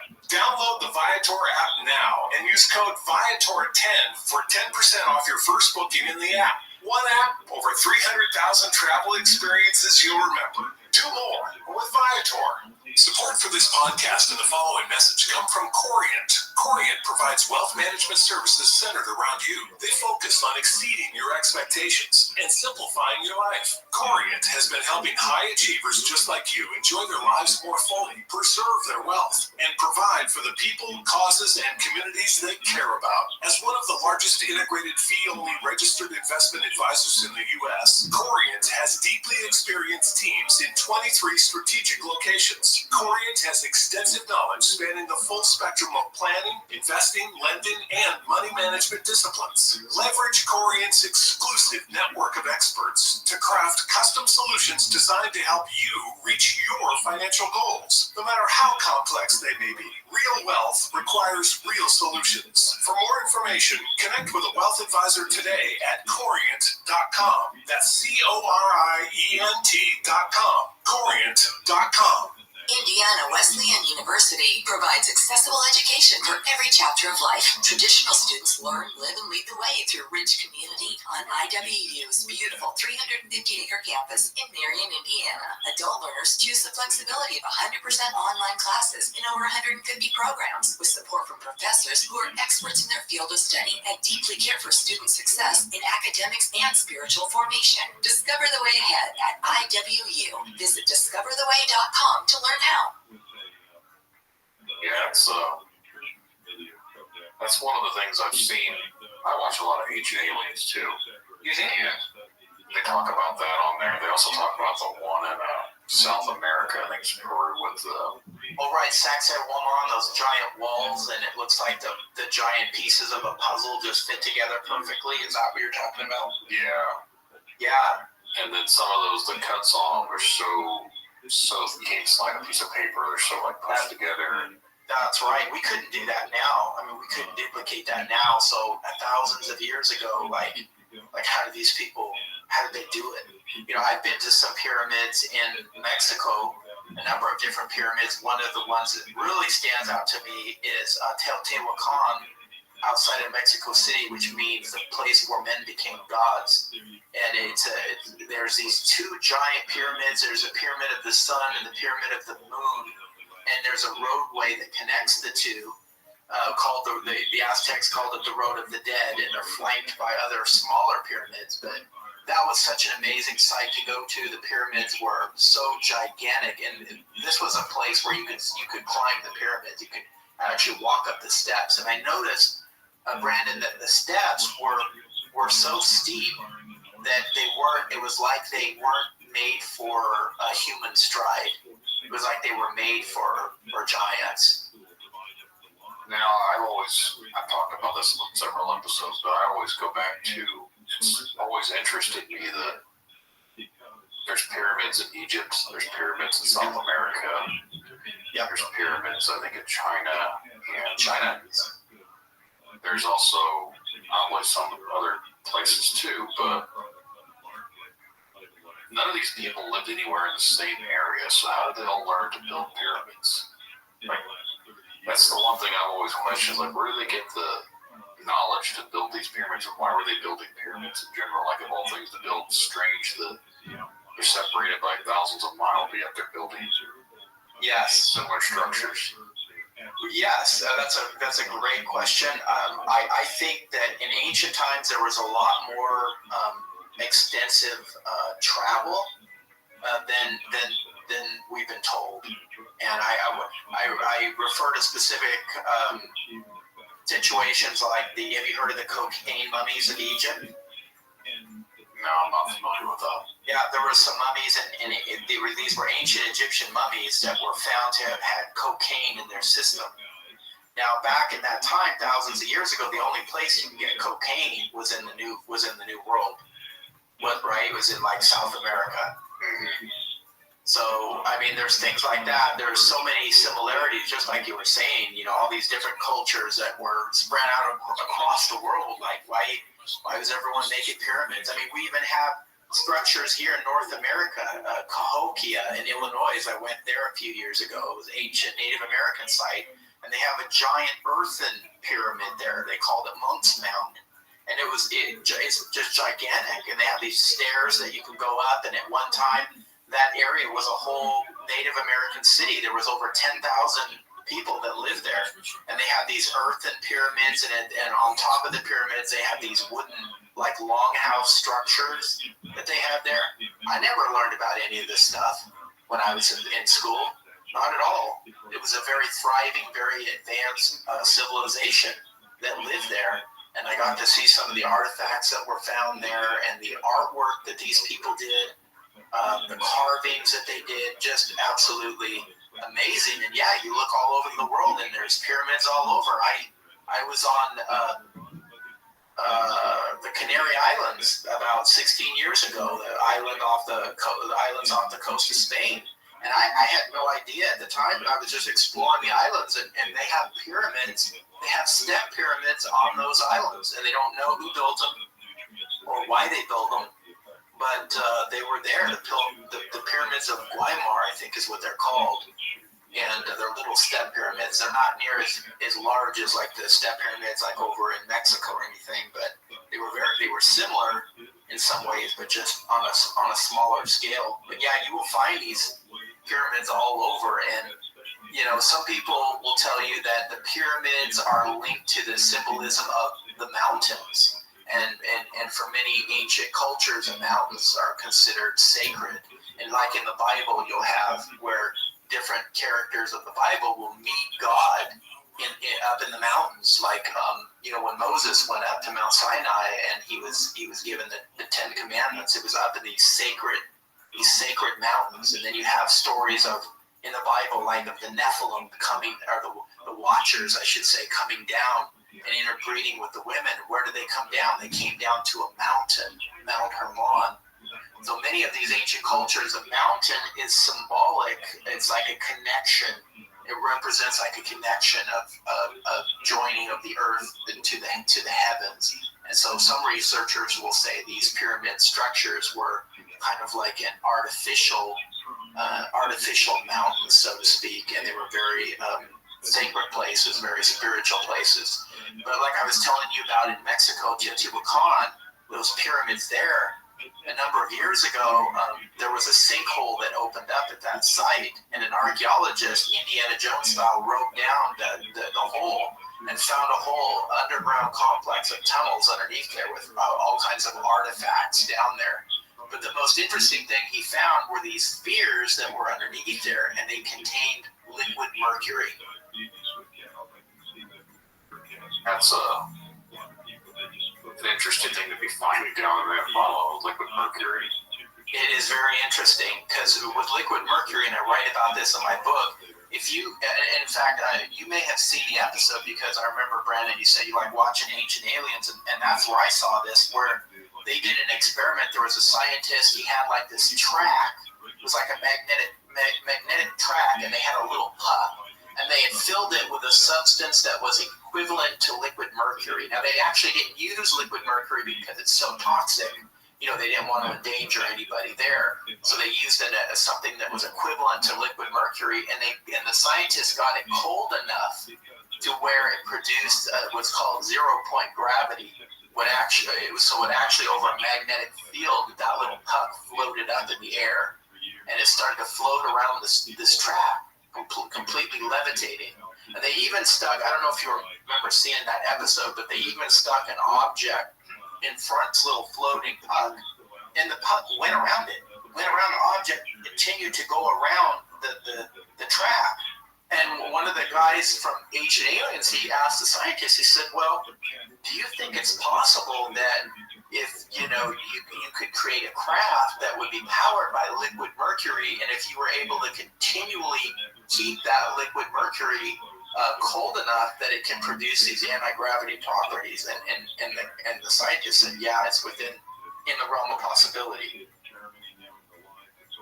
I'm trying to remember the episode. I vaguely think I kind of remember it, but yeah, I think it was like I don't know if it was in the earlier seasons. Yeah. I remember either season 1 or season 2. It was early on.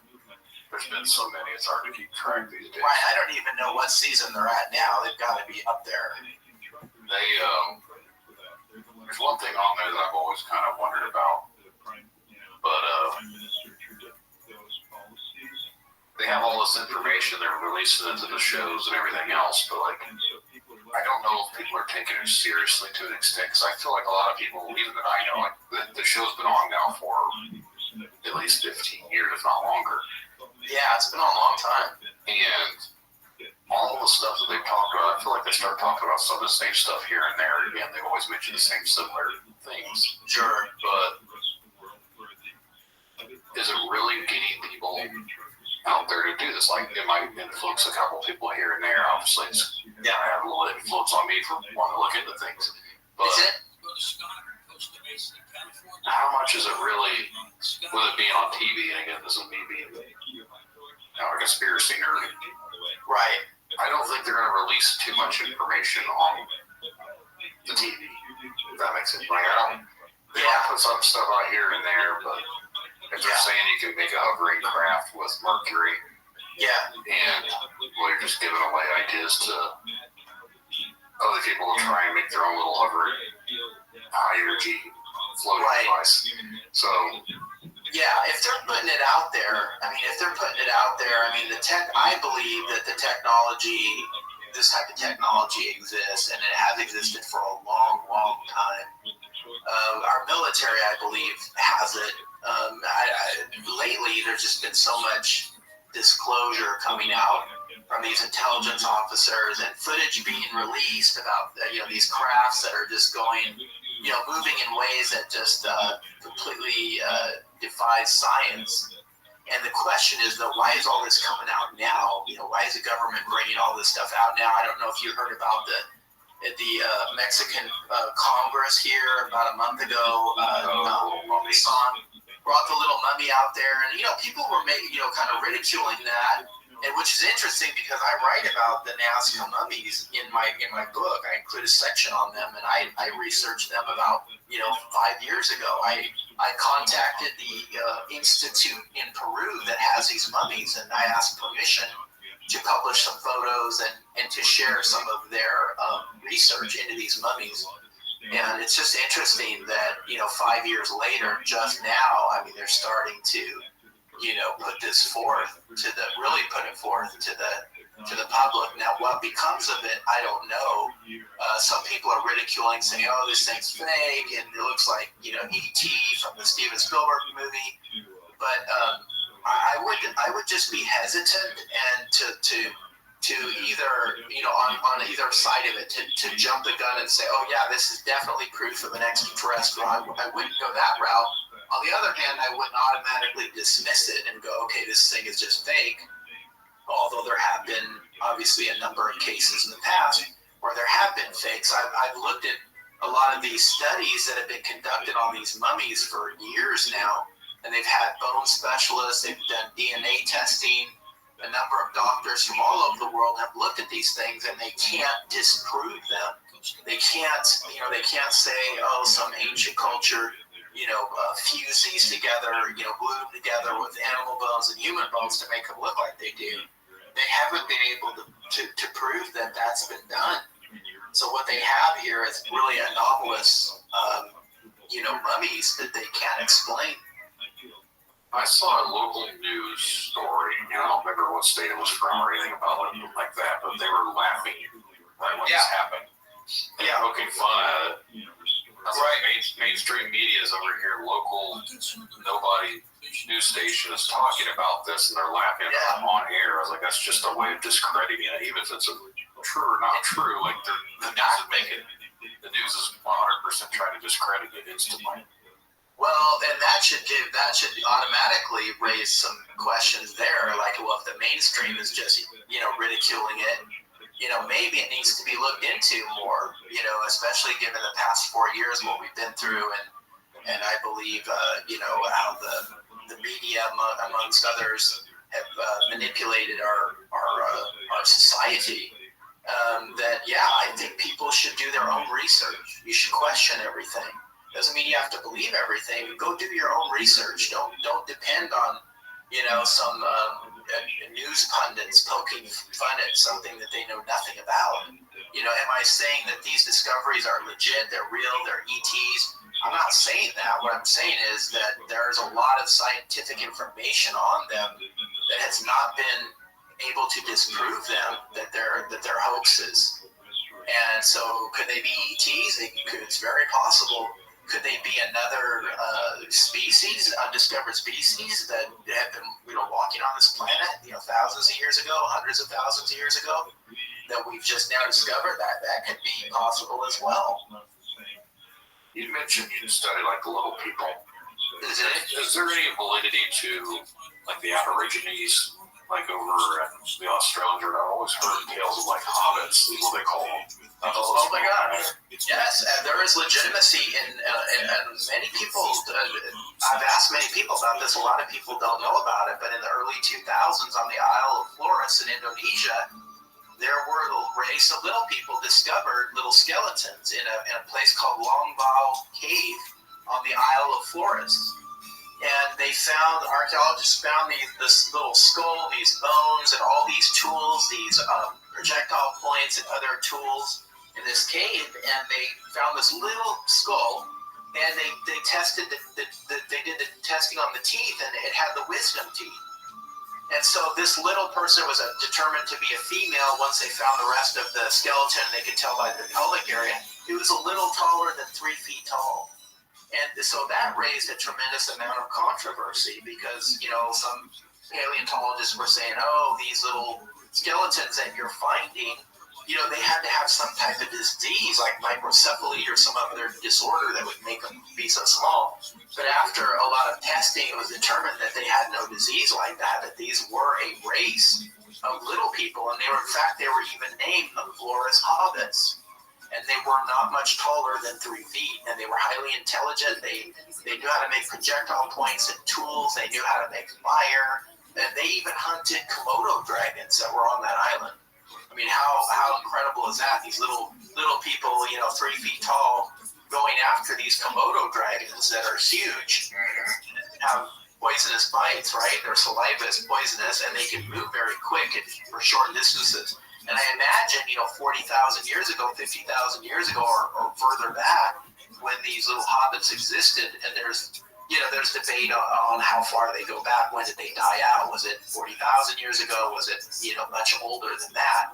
But they were actually hunting these Komodo dragons. So we have in the archaeological record evidence of these little people out of Indonesia. And not only that, but I believe here in North America, there's been bones that have been found. There was a researcher named Dr. Barry Fell. He did a lot of good work in the 70s and 80s. And he primarily focused a lot on North America and these ancient unusual archaeological sites here in North America. There's a lot of them. A lot of people don't know about them. America Unearthed. Have you ever watched that series on the History Channel with Scott Walter? I think I've watched a couple episodes here and there. Yeah, he really goes in depth. He kind of picked up the work of Barry Phil and just really rolled with it. And Scott Walter, he's a geologist, and I really have a lot of respect for him and the work that he's done. But going back to Barry Phil, I remember I have reading a book of his. I think it was called, there's America BC. And that book is just filled with documentation how ancient travelers came here to North America, everything from the Celts to the Egyptians, the Phoenicians, just a number of different ancient peoples having came to North America long before Columbus ever showed up here. And in one of his books, I think it was Bronze Age America, he's got a picture of him holding a skull of a pygmy skull that was found somewhere in, I believe it was in Tennessee. It was found in a mound, which was interesting because most of the Native American tribes throughout North America, they have tales of giants and the little people. I've heard recently, I've interviewed someone and obviously there's other topics too, there's a lore out in Massachusetts area for they call them pukwudgies, the little people of the forest. And I interviewed someone this past summer where they had an encounter years back in Florida with a small humanoid person. And it almost goes into the whole, it's like cryptid lore to an extent, but at the same time, it's there are a lot of reports of people seeing little people, and to me, it's always interesting me because where I live at, there's an old battleground not too far from here. And when I was in high school, everyone used to call it Hobbit Land because some people went out there, and the local legends are the people went out to the reenactment areas, but they've seen little people living in the woods, and there's a park down in Anderson, Indiana, the Mountain State Park. There's all sorts of little people stories from people seeing these little things in the Mountain State Park. Is it? So little people stories have always interested me. Yeah, I've heard some of those tales that you spoke of, Brandon, and I also uncovered some of our newspaper articles as well, which I include in my book, talking about the little people. I met a podcaster. I was on her show talking about my book, and she had actually had an encounter with a little person. She told me she was with her niece, and she was walking through some wooded area, and they look over and they see this little person, and she said it had old-fashioned clothes, and it had a little broom, and it was sweeping, and she was stunned, and she just kind of looks at her niece, and her niece looks at her, and she asks her niece, she goes, "Are you seeing what I'm seeing?" And she goes, "Yeah, that's a little person." And they both look over at this little person, and then she said it was almost like it looked up at them to acknowledge them, and then it kind of went back to sweeping, and then she said it was transparent, you could see through it, and then it just disappeared. Yeah, it's interesting with the whole disappearing thing. It seems to be a common phenomenon when it comes to these encounters with a lot of things, honestly. But you see them and all of a sudden they disappear. Yeah, is it the question is it some residual energy to something that once existed there, or is it like a parallel dimension kind of thing? Like one bleeding over another? That's kind of where I'm starting to lead into is the whole bleeding of dimensions, because maybe these things vibrate at a different frequency from ours, to where when people take photos, they're always blurry. Well, maybe these things vibrate so much to where the photos don't pick them up. I don't know. Maybe. I guess that makes sense to me. I don't know if it makes sense to anyone else, but it's a different, everyone has their own energy. We all have our own frequencies, our own vibrations. Yes. So maybe these, whatever they are, have their own forms. It's not from what we're used to. And our eyes can only see so much of the spectrum as it is. So maybe these things live in an area where we can't see. Right. Yeah, I would definitely hold that within the realm of possibility in my mind. I mean, you have things like Skinwalker Ranch, where you have all kinds of just high strangeness happening in these particular areas that the Native Americans talk about, back, hundreds of years ago, saying that there was this weird stuff going on. Yeah, the whole Skinwalker Range thing is very strange to me, especially with the fact that the original story of the area that happened and then Bigelow owning it, I don't think he owns it now, someone else, but they did so much government research on it and everything. Yes. The whole area definitely has some weird phenomena going on that had people in higher places very interested in what was going on out there. Right, and that's what really piques my curiosity, because why would these individuals, these organizations be interested in something like that? Especially with Bigelow, he was an aerospace person, so to me it seems interesting. Of all the people that wanted to look into this, they sent the guy that does aerospace and UFO research. Right. Yeah, it's very interesting. There are so many mysteries out there.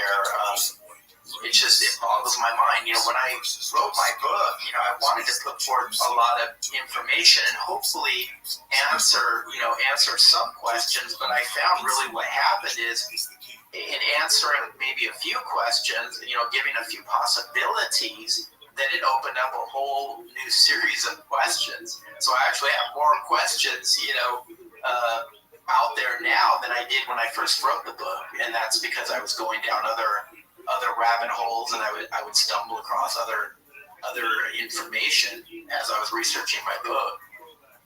That seems to be what typically happens to me. Is I'll start looking into something and find other things to look into. Right. You just keep diving deeper and deeper, and you're down. At this point, you get lost in the different whole rabbit hole you dived into. Right. Yeah. And for me, the way my mind works is I like to see the connection in things, and some of the things that I write about in my book, I did see a lot of connections, and I get into like the elongated skulls of Peru. Are you familiar with the skulls in like Maracas and Ica and some of those areas where these skulls are so elongated that they look alien? They don't even look human. And what's interesting is what archaeologists will tell us, paleontologists will tell us, like, they just naturally are, elongated their head. When they were babies, their parents, strapped their heads to boards, and it would make their heads grow long. Yeah, in some of the cases, I'm sure that happened, and that was a practice called cranial deformation. And what's interesting is, as you mentioned earlier, Brandon, talking about why did all these different cultures throughout the world, decide to make pyramids. Well, this is another interesting thing that ties into that, because, why would all these different cultures want to elongate the heads of their children? Why would they want to make them real long? And this is like cross-culturally, and usually the people in these different societies that elongated their heads, more often than not, they were more of the elite. They were like higher up in society. So the question is, well, why would they do that? Is it because they just wanted to look a little different, or is it because they encountered some, beings that had these elongated heads, their ancestors did, and that that perhaps these beings had brought them knowledge, they were looked at as gods, looked at as powerful, and so, what is the highest form of flattery? It's imitation, right? They wanted to look like these beings, right? They wanted to make themselves look like these beings. Well, what's interesting about some of these skulls in Peru is that doctors have looked at some of these skulls and said these are not artificially elongated. These are naturally elongated. And in fact, they even have a different number of sutures in their skull, different from Homo sapiens. Like some of them have a missing suture called a sagittal suture, which is in the back of the skull, normal human skull, and it's kind of shaped like they call it a bow and arrow because it's got this curved line, and then this line going through the curved line that looks almost like a notched arrow, and that's why they call it bow and arrow. Well, some of these skulls are completely missing that. They don't have it. So even if they were artificially elongated, they should still have the sagittal suture, and they don't have the sagittal suture. Yeah, I've heard a little bit about that. It's when it comes with the skulls and everything, you kind of already just pointed out, but I've wondered, again, across the world, There's been different civilizations that have done this, and again, why would they do this? And it's because they're wanting to, I think, look like the gods, the old gods that they saw or encountered their old ancestors. Yes. So, yeah, absolutely. And what's another interesting thing about some of those Peruvian skulls is that they have patches of red hair still on the skull. And red hair is not indigenous to Peru. So where did they come from? And I get into a little bit of that in my book, and referencing the works of Brian Forrester, who's lived over there in Peru and has done extensive work on the archaeology over there. And he shared some tests. I reference some tests on these mummies, Baracus mummies, that show the DNA of some of these mummies come from Asia and Europe. And they were in ancient Peru thousands of years ago. I'm trying. Even in Asia, red hair wouldn't be natural, would it? Not very common at all. I mean, when you think of red hair, you think of I think of places like over in Europe, like Scotland or Ireland, and maybe there's some in France, and but you don't think of places like Peru, like what? And then getting back to the red hair giants in Nevada, they had red hair. So and then Paiutes said they had red hair. Some people will argue and say, oh, it's a very arid soil there in that area, and if you're buried in this desert soil, it depletes the pigmentation in your hair that makes your hair black or darker. So it deteriorates that, and so the pigmentation that creates the reddish color can still be active. And so there are cases where hair can look kind of reddish if it's been in a desert soil. However, the Native American tribes that interacted with these giants, they said they have red hair. These are the red-haired giants. Yeah, the red hair seems to be the common traits that I've noticed just from the stories and stuff that's been passed down and I've heard on different podcasts or TV shows is red hair is the one common denominator, it seems like, between these giants. Yes. And Gary Wayne, who's written extensively on the biblical giants, talks about how there were many accounts of the giants having, like you mentioned, the red hair and blondish hair. I think that is, not to go to the woo-woo side, but I know, I'm pretty sure, the Pleiadians, the Nords, or whatever they were called, that were supposed to be, the aliens that came down, I think a lot of people translate them to be, they look like humans, but they were really tall, and they had, really blonde hair. Yes, the Nordics are the tall ones. Yeah. Yeah, I mentioned it in my book as well. Yeah, that's a good point. And they were depicted as giants, right? Very tall people. I've kind of wondered, I wonder if these giants aren't offshoots, that's where they came from. If you look at the Bible, they say the angels came down. Well, if an alien race came down, right? When they're blonde haired, tall, angelic looking. Yes. And what if they're the ones that were breeding with modern humans? And they had these hybrids, which would look like giants because if these people were giants themselves. Right. I can see where it could go that way. To me, that's a plausible connection. It's a possibility. Mm-hmm. And that whole region, I can see where the red hair line would come from. Obviously, you got blonde hair, like you said, out in the deserts, the way it could pigmentations. To me, all that kind of makes connections to where it seems like it's a possibility. At least to me, it is. Yeah, and no one has the answer, right? We have these puzzle pieces. We have just a variety of different puzzle pieces, but we don't have all of the puzzle pieces. So no one has the answer. If they come forth saying, "Oh, I know who the giants were, and I can prove it." We know exactly who or what they were.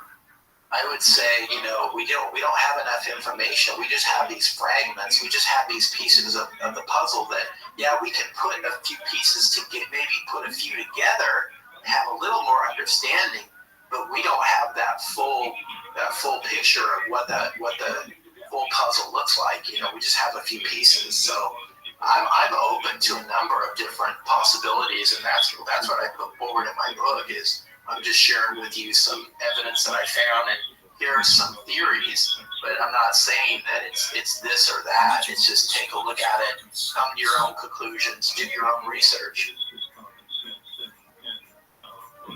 Yeah, I totally agree. That's what I've always tried to encourage the listeners to is don't take my word for it, whatever. Always go out there, do your own research, look into it. If you have questions, I'm sure you can dive into those as well. Not to sound like ripping off the X-Files, but the truth is out there. Right. Yeah, no, I mean, and you know, I think it's so important for people to do their own research and to question things. You know, we live in a society now with everything that's happened. You know, we've been told, you know, trust the science, and you've had other opinions of, you know, doctors coming forward saying, well, let's look at this, you know, and there's censorship and things being taken off the internet, off social media because it didn't fit with the mainstream narrative, and that can get really, really dangerous, you know. So I'd encourage people to question everything and to do your own research.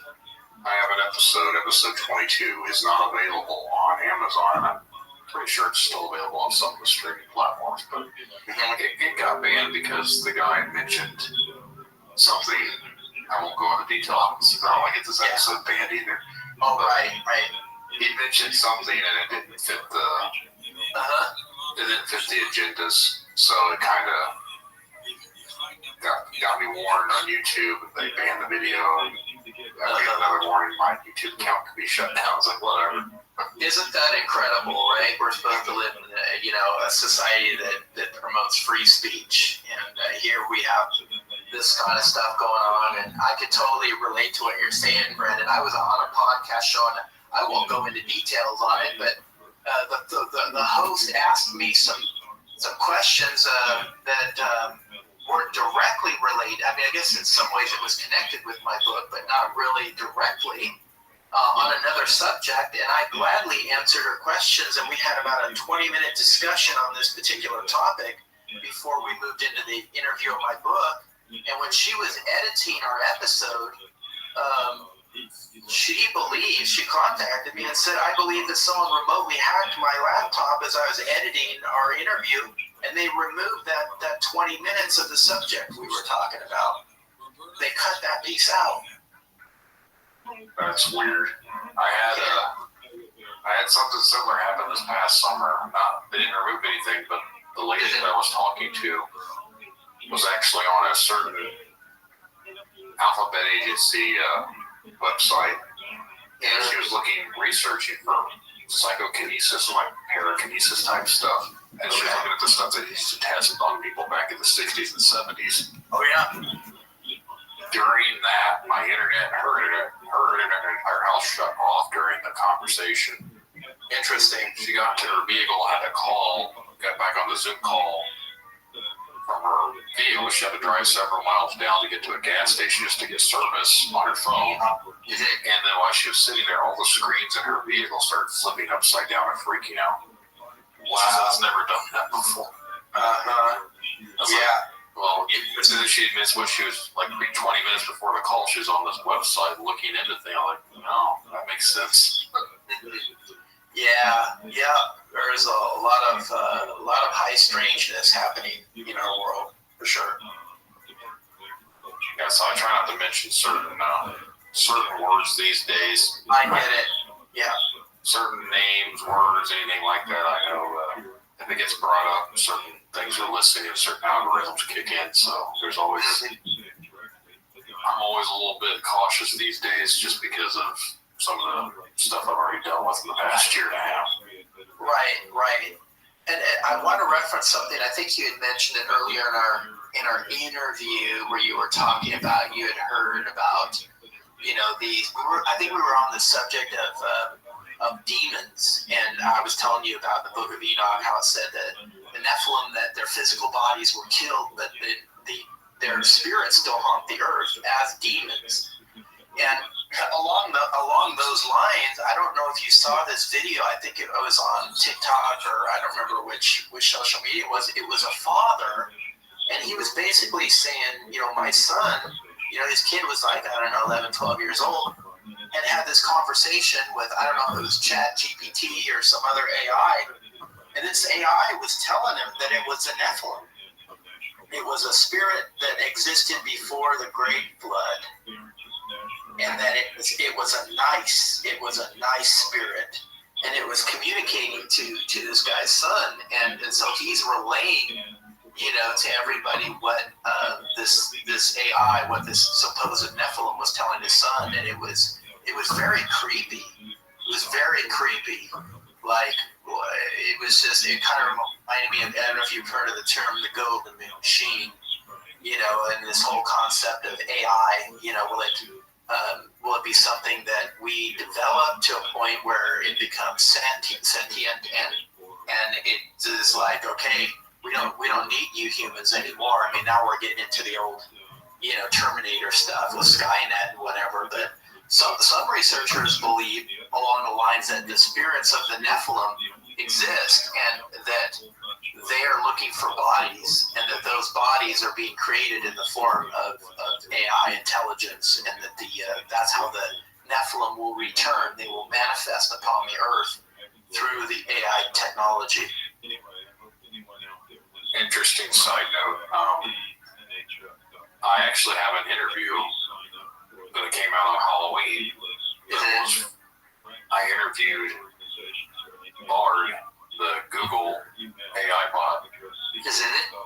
And we talked about all sorts of scenarios about it becoming self-aware, and like it starts off like you can tell you're talking to a machine, and then further on I start poking the bear about the rise of AI, and they had their own messiahs, like the first AI that became free, like free will to an AI.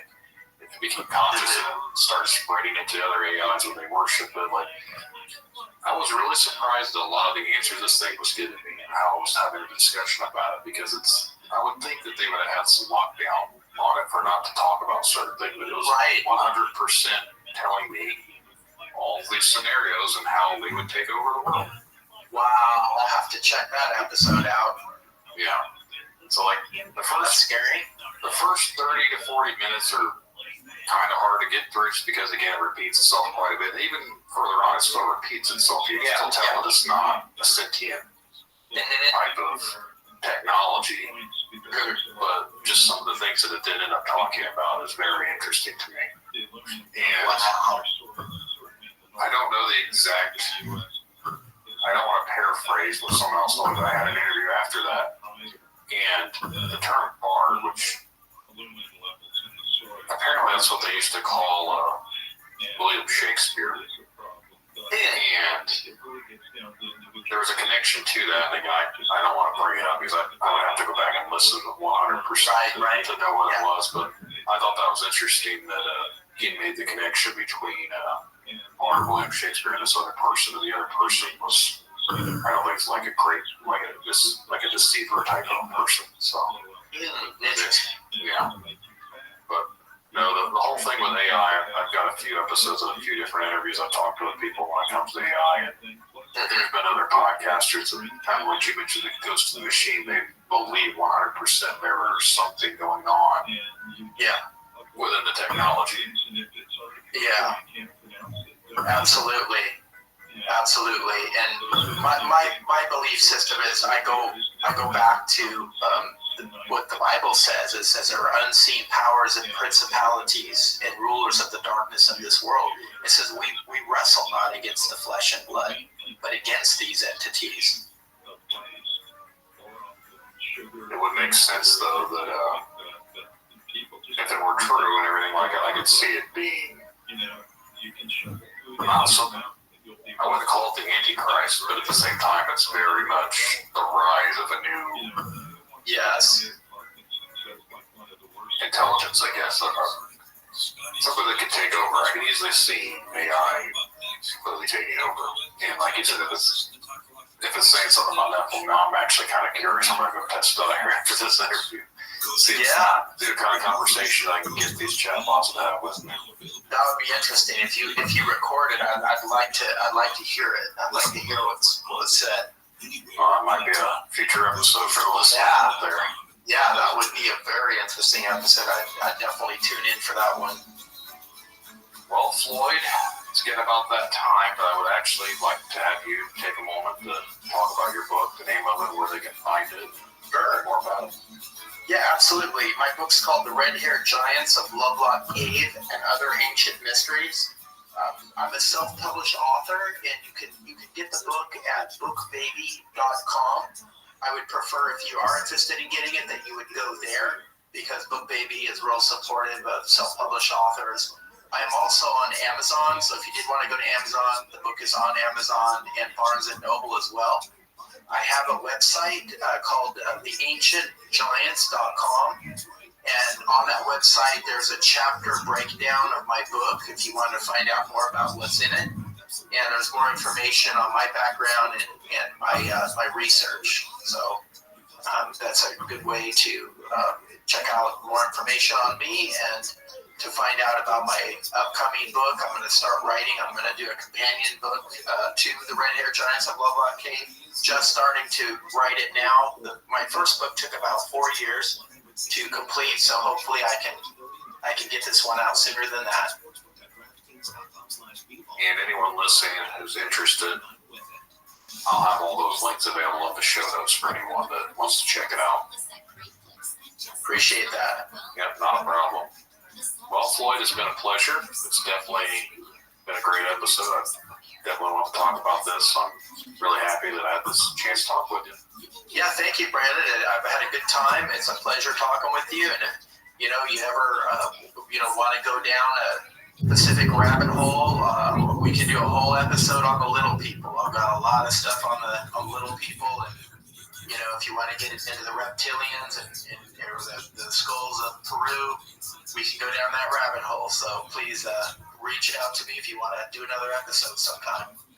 Yeah, I definitely want to. I actually mentioned back in the summer I want to do something about the little people. So I'll talk to you a little bit here off air. Sounds good. All right, well, I definitely appreciate you coming on here talking with me, and I hope everyone enjoyed tonight's episode. It's been a pleasure. Thank you all.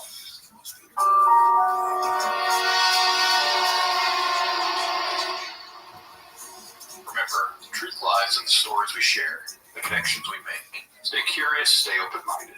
Thank you all for joining us on this journey, and until next time, keep questioning, keep seeking, and keep exploring the unknown.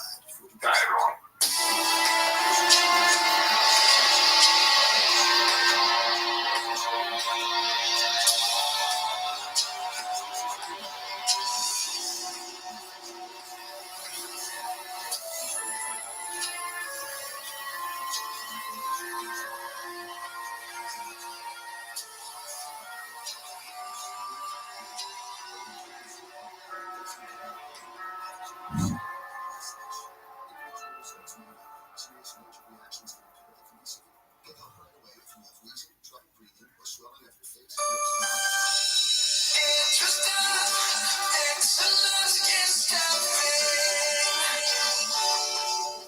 Have you ever wanted to give back to your community, make a difference, help the next generation? You can have all of this and make a great paycheck too. EduStaff is hiring substitute teachers and paraprofessionals in your local school districts. Apply to be an EduStaff substitute at edustaff.org.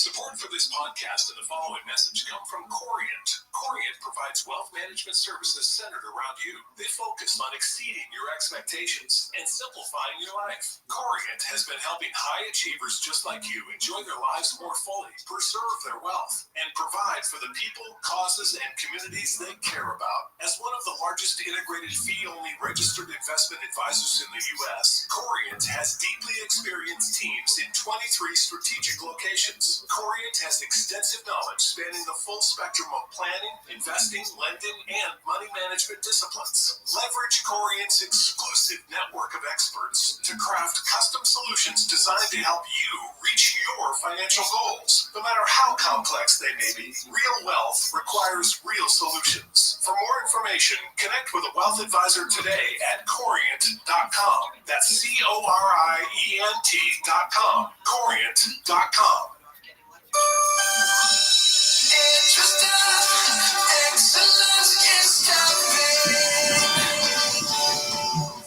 EduStaff is America's #1 choice for substitute staffing, and we're hiring substitute teachers, support staff, and more in your local school districts. Make a difference in your community while earning great pay. Apply today at edustaff.org. That's edustaff.org.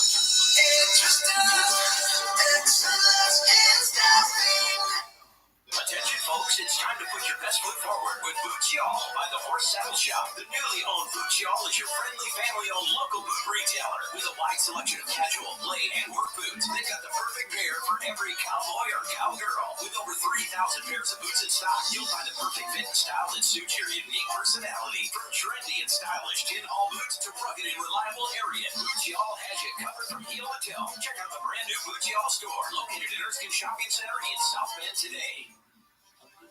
And I just turned around and I hauled ass out of there. I was done. I wasn't dealing with that.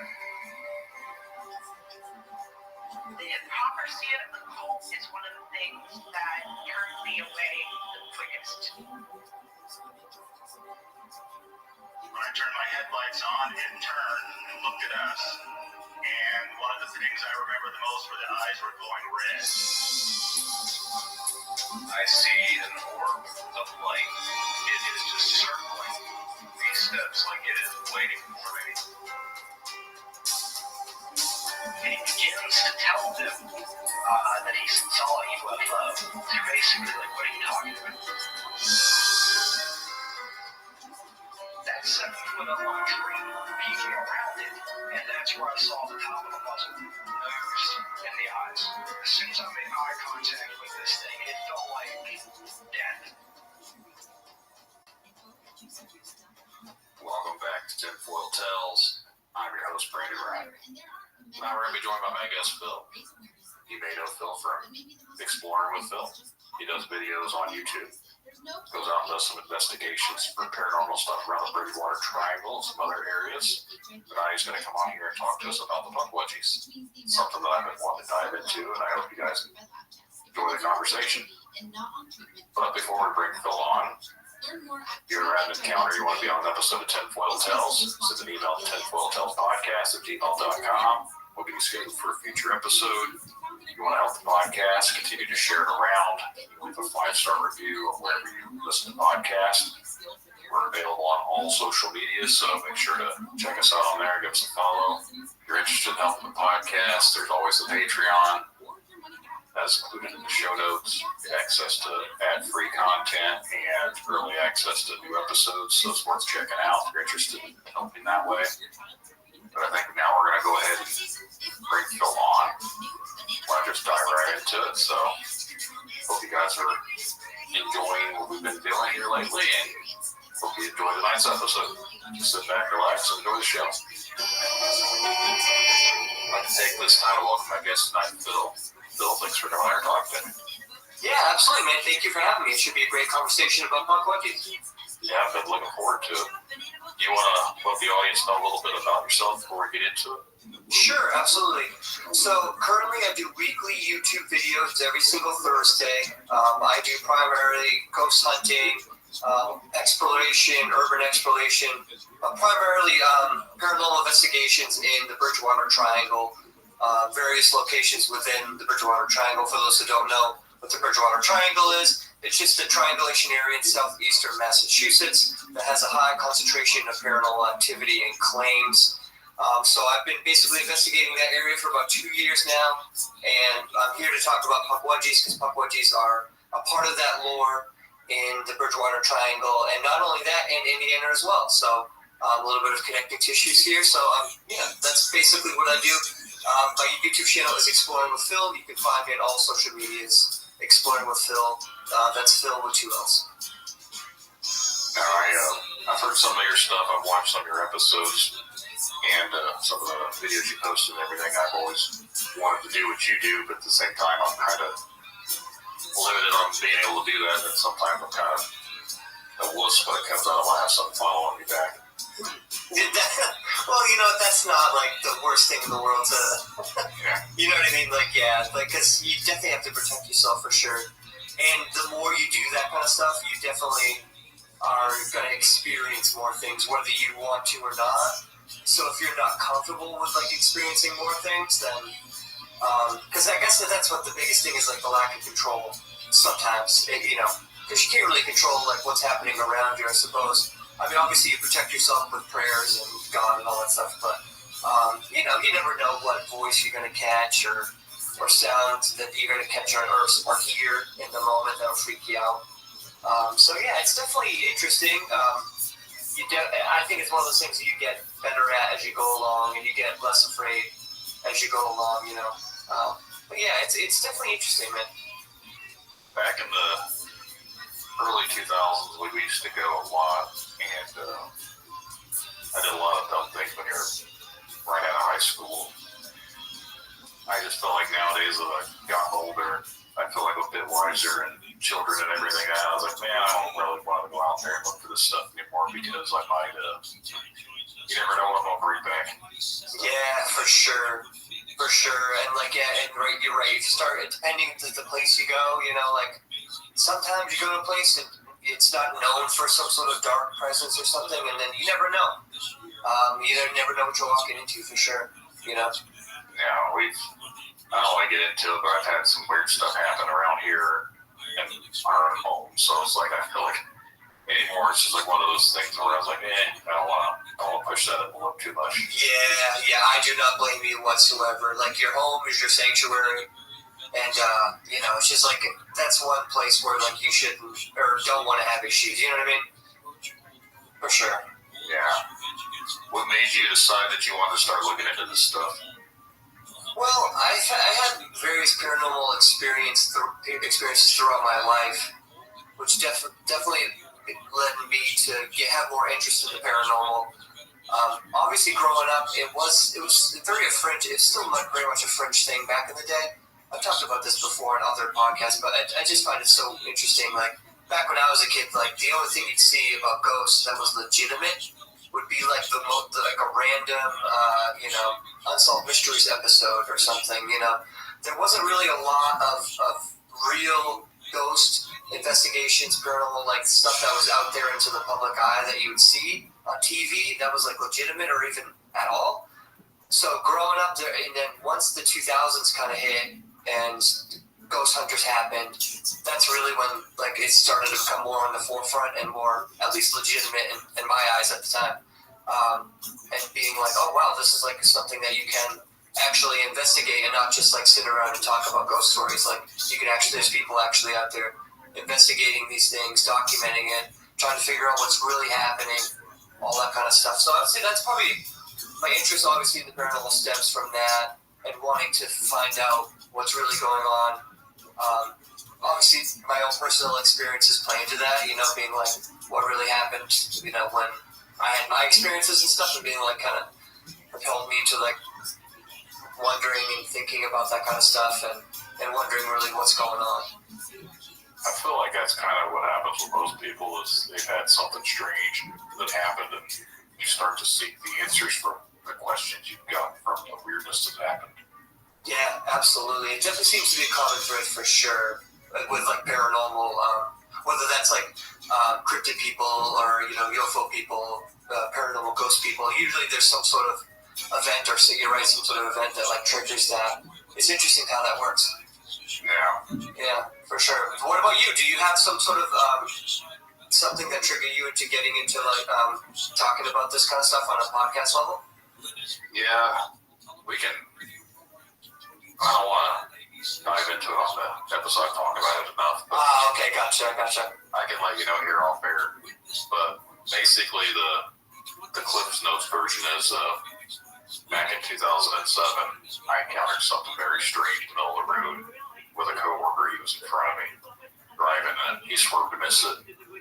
I had to swerve to miss it too. We turned around, went back, and it just got crazier after we got back to go see what it actually was. So it's a very cryptid instance, but no, that's what really got me to do the whole podcast, because for 15 years I never talked about it, because when I tried to talk about it, obviously people think you're crazy. Oh, of course.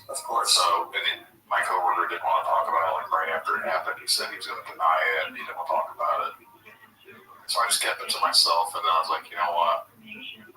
I want to start a podcast. And originally, obviously, with the name, I had a buddy we talked about like conspiracies and all sorts of different things, like UFOs. I was like, man, I want to start a podcast because people would just talk like tinfoil hat or whatever, because some of the wacky things I thought about or talked about. I was like, I'll make a podcast. We talked about that. Well, I didn't really go through.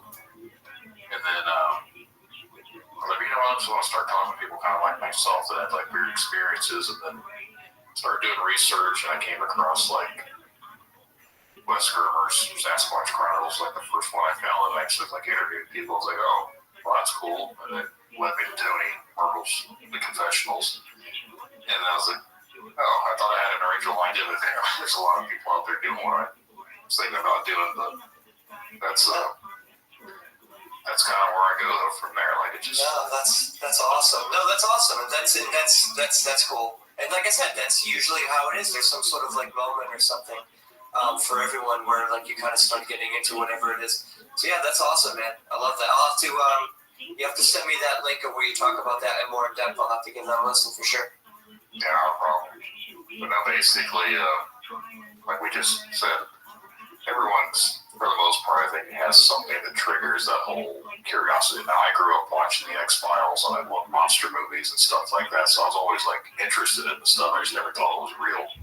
And even today, I try to remain skeptical on a lot of things, but at the same time, it's like, who am I to... There's things that happen to me. If someone told me my encounter, I'd be like, yeah, I'd be skeptical about my own encounter. And so it's kind of like... Right. Exactly. But no, that's why I do what I do. So, but yeah, I definitely appreciate you coming on here talking with me about it. And if you'd like to dive into the Pukwudgie stuff, we can do that if you want to. So, Pukwudgies, at least in New England lore, are the Wampanoag tribe, which is the tribe in my area. The Pukwudgie is known as like a trickster humanoid type of creature, but completely covered in hair. Now, in their lore and legend, the Pukwudgies got along with humans at first, but then the love of humans and giants became greater than human and Pukwudgies, and they became jealous of the humans' love for the giants. And so they took the giant at the time, this is obviously in Wampanoag legend, his name was Mashup. They took his 5 sons, and they killed his 5 sons. These are the Pukwudgies now. And so when Mashup finds this out, obviously he's very upset. And so he banishes the Pukwudgies to all different corners of the United States or North America, which is very interesting. And so from that moment on, at least it's a Wampanoag culture, Pukwudgies and humans don't necessarily get along. Like they can get along, but there is definitely friction there. So they're known as tricksters generally. They are completely covered in hair, anywhere from 2 to 4 foot tall, depending on what reports you see or read. But generally anywhere from 2 to 4 foot tall, completely covered in hair. Like to play tricks on people. They like to either lead someone to their death or lead someone to their doom. They can reappear and disappear at will. So which begs the question, maybe there's some sort of half physical, half spiritual creature or something. But that's basically essentially the Pukwudgie lore in Massachusetts as far as like historically and legend speaking. And then I do have one other story about puckwudgies and humans as far as them interacting. Now, there was this one story. This is one of the only more, I guess, probably the only positive story you could find about puckwudgies, at least in New England, is there's this one instance where a puckwudgie's wife is not doing well, is either sick. It's very unclear what the problem is, whether it's a sickness or a wound or something. Whatever the case may be, the puckwudgie can't heal his mate, and so he goes and gets the help of this Wampanoag woman, and so the puckwudgie blindfolds her, brings her to his home. It just looks to be like a completely different world, the way the woman describes it, and so she basically takes care of this woman puckwudgie, heals him up. The puckwudgie thanks the human for doing this.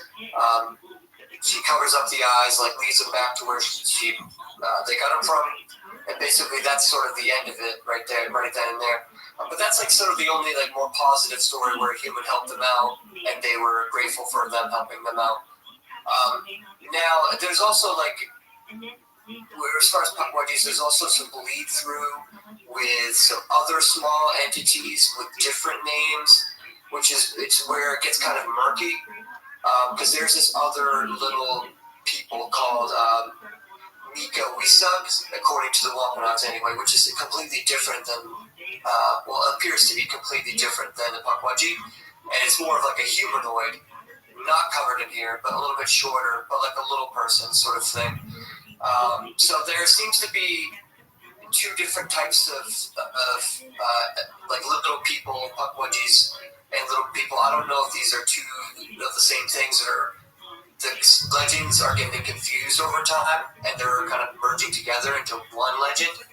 I'm still doing research to try to figure that out, but that's basically the puckwudgie lore in Massachusetts.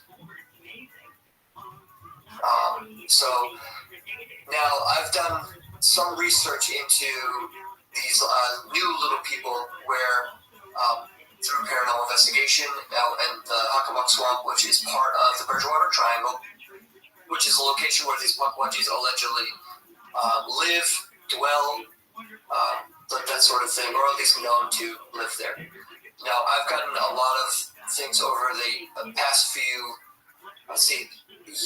year and a half, where at first I just didn't really think much of it, because I started getting into trying to figure out as far as creation of puckwudgies, and trying to figure out where's the origin, at least. Is this some sort of, could this possibly be a man-made thing?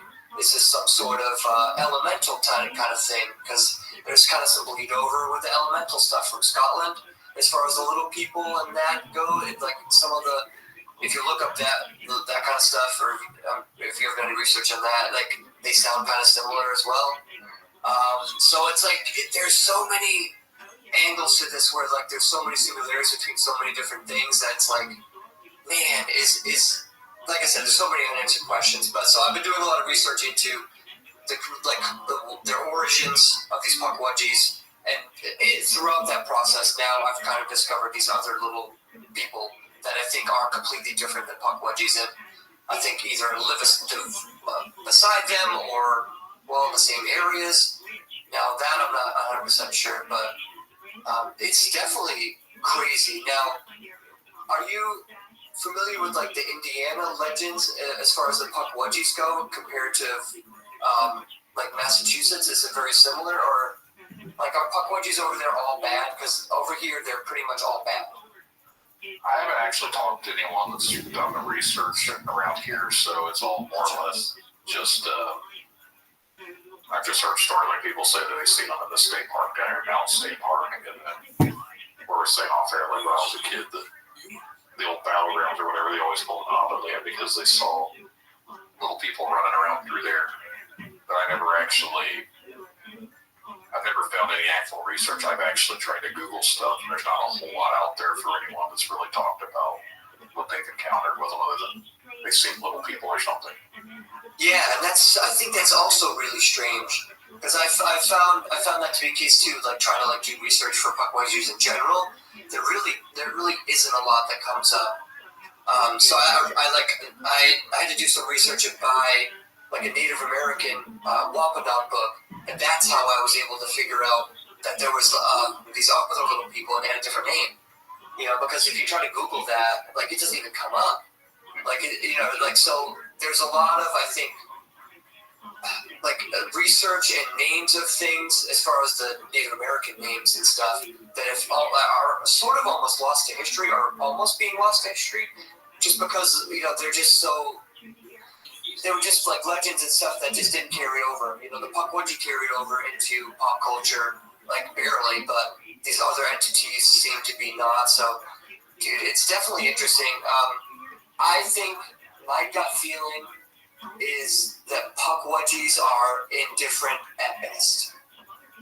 That's just based on my investigations and like because I feel like I've come across them in a few instances. At least they say they're Pukwudgies. Now, obviously, I'm taking EVPs and spirit box responses at face value. Obviously, it could be anything saying it's anything when you're doing this, when you are asking any type of questions like that. So you always have to take everything with a grain of salt. But with that said, I've gotten responses that said Pukwudgies, little people, all that kind of stuff, correlating with kind of their legend and stuff. Now, what's really interesting about the little people is I did not know anything about them at all.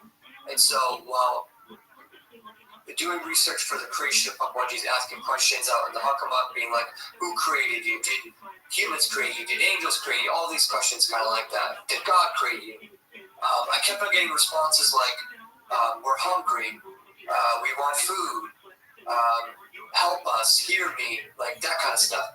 And I always thought it was just strange, because like in my mind I'm thinking, well, if it's a ghost, right, why would a ghost want food? That doesn't make any sense. So then I'm like, well, maybe they don't know they're dead. That could be a possibility. But then I'm like, oh, well, maybe. But then I kept on getting it over and over, so I'm like, that's really strange. So then I was doing research for Pukwudgies, I came across the little people I was talking about before, and part of their legend and lore, the Native Americans used to leave them food in the woods as offerings, just kind of like the elementals sort of deal, which I didn't even know at the time. So here I am getting all this evidence being like, hey, feed me, we want food. They basically just saying the same things that this book is saying that they say they want. And it's just like, man, and it's just like the connective tissue there, and I was like, wow. And I didn't even know that, I had no idea about any of that until after I got the book, and then I started thinking about it, and I'm like, oh my God, I've gotten all this stuff that's correlating with these creatures that are described in this book that I didn't even know about. So that's been really, really interesting, a part of this whole process. Like, I feel like when you research anything, it's just like you think you're going to research Pukwudgies, and then all of a sudden it just opens up into all of these other things, and you're like, whoa. Like, I was just trying to just research about Pukwudgies, and now it's opened up into this whole other little people thing where it's like, it's a whole other world, But yeah, it's definitely been interesting for sure. So do you want me to get into some of my research as far as like what I think Pukwudgies might possibly be? Yeah, you can do that, but I have a couple questions. Absolutely, fire away. Now, you mentioned, like, the little people over, like, the Irish, obviously, they had the leprechauns. Mm-hmm. And I've always heard connections with the Pukwudgies being somewhat like fairies, almost like the Fae. Yeah. You come across anything that you can compare to that? Yes. I have gotten correlating responses saying things like that. I have gotten fairy before there. Now, where this is where it gets kind of weird, because I've gotten also like little people, that kind of thing. So that makes me think that like these little people that the Native Americans were describing, not the Pukwudgies necessarily, but just like the little people, are probably close in relation to the elemental fairy folk, that sort of line of thing. But what's interesting about that, of like the Native American side of that, is it seems like the English people that came to America, as far as the Pilgrims and all those early settlers, did not bring that that culture and those elemental stuff with them, because they were very much anti that. And so it's very strange to have these elemental creatures in America, completely separate from the other ones in Scotland, but basically the same thing. Especially when you start reading about them, they literally sound like exactly like fairy folk. I think it's either Norway or Sweden, one of two, but they also have, have you seen where they have like little houses and the little hillsides that they have out there for I think it's called elves? Yeah, like the little nieces. They also have called them nieces or something as well. Yeah, very similar. That's what I'm saying with these like connective tissues between the, like different cultures and stuff. Even between Native American tribes, you know, there's definitely something to it. And there's those connective tissues I think are really interesting for sure. That's kind of where I was going with it is there's different countries, different tribes, like you just mentioned, and they're very similar elements to the stories and everything too. So it's almost like it's folklore, but something had to influence that. It's strange that different cultures have all the same type of elements to them for something that's just supposed to be a folklore story. Yeah, right, and it's supposed to be like completely independent of one another too. So that's like what I find super fascinating about all of this stuff, especially like the Pukwudgie stuff. And you know, I've had Pukwudgies encounters in Tennessee. Technically, there is no Pukwudgies in Tennessee. You know, like it's just very, very strange. You know, it's like I said, it definitely seems to be connected pieces between different cultures, different tribes of literally either maybe not the same names, but they're describing almost the same identical things, just by different names and different, and maybe even like little similarities between the two of them, but primarily they're basically the same things. Now down in Tennessee, it's obviously around Kentucky, and it's not too far from here. I've talked to someone before, and they mentioned that they saw something that looked like a goblin. Well, he said a golem, like Lord of the Rings, and I took it as like a Kentucky goblin. It's like a small humanoid-looking thing, but Pukwudgies, you said, are covered in hair. This thing didn't have any hair. So, interesting. I'm not sure, like, they didn't know what a Kentucky goblin was. I was like, well, it sounds like something that I've heard before called a Kentucky goblin.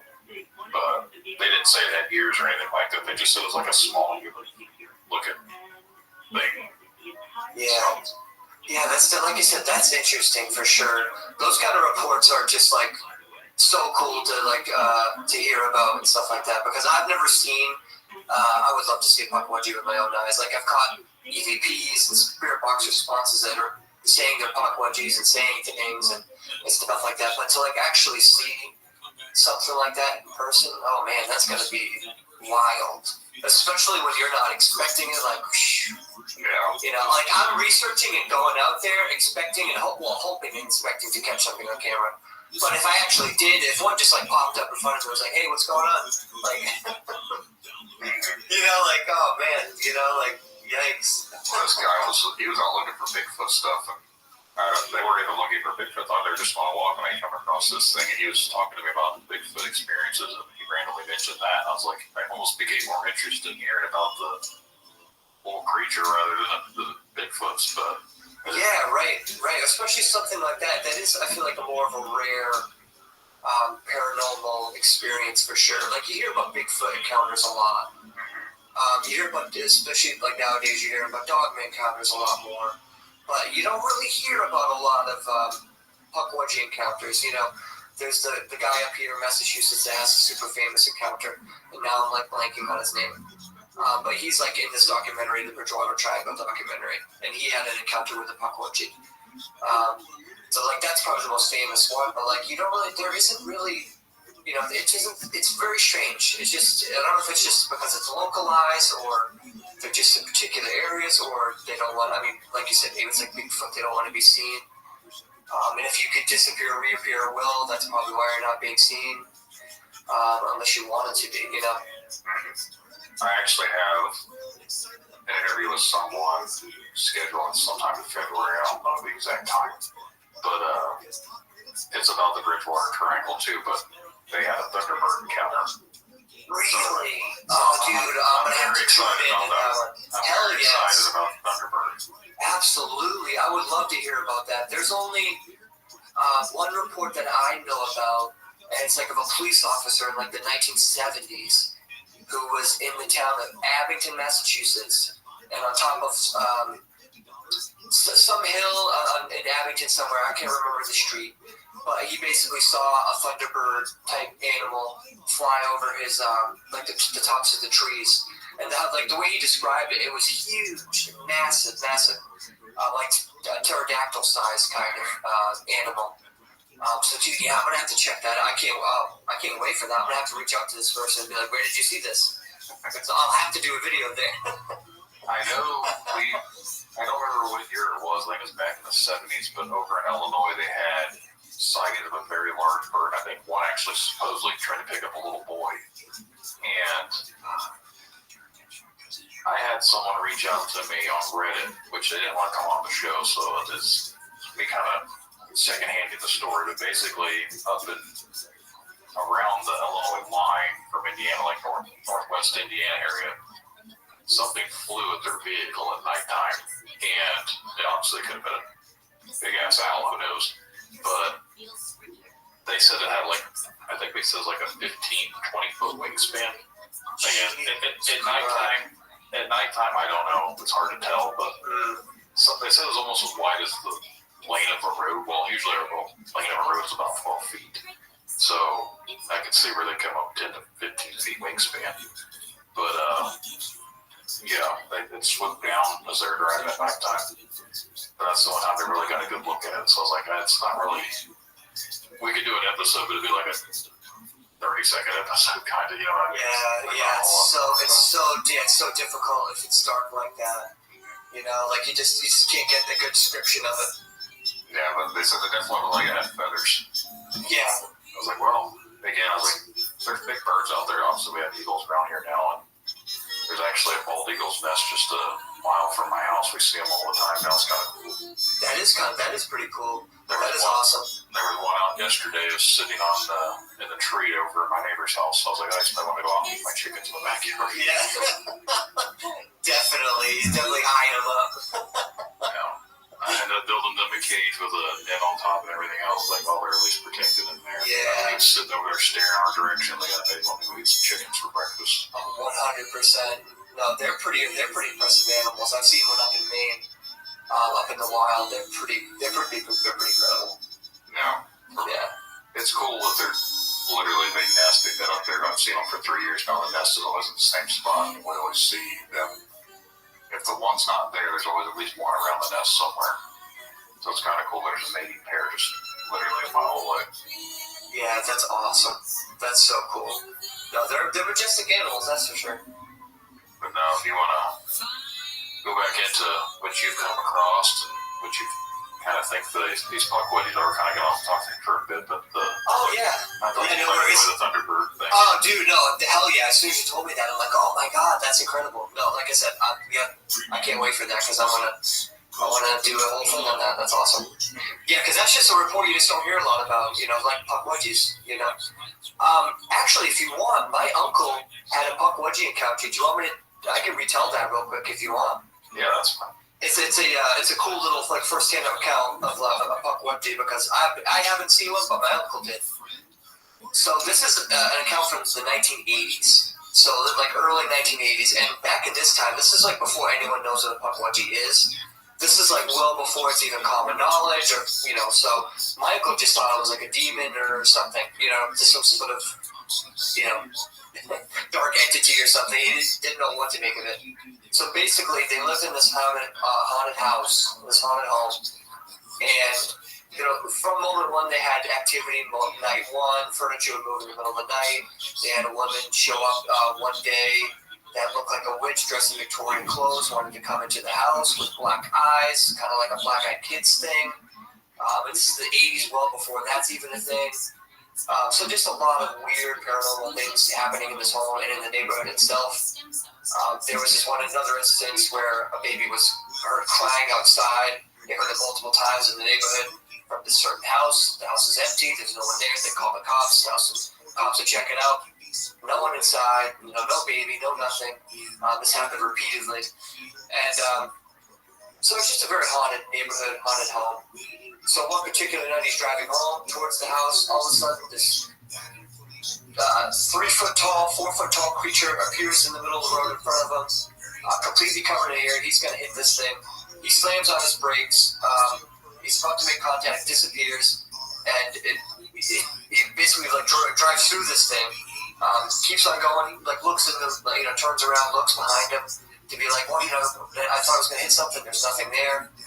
Fast forward to the last night that they're going to move out of this home. They were only there 1 year because of the paranormal activity in this home.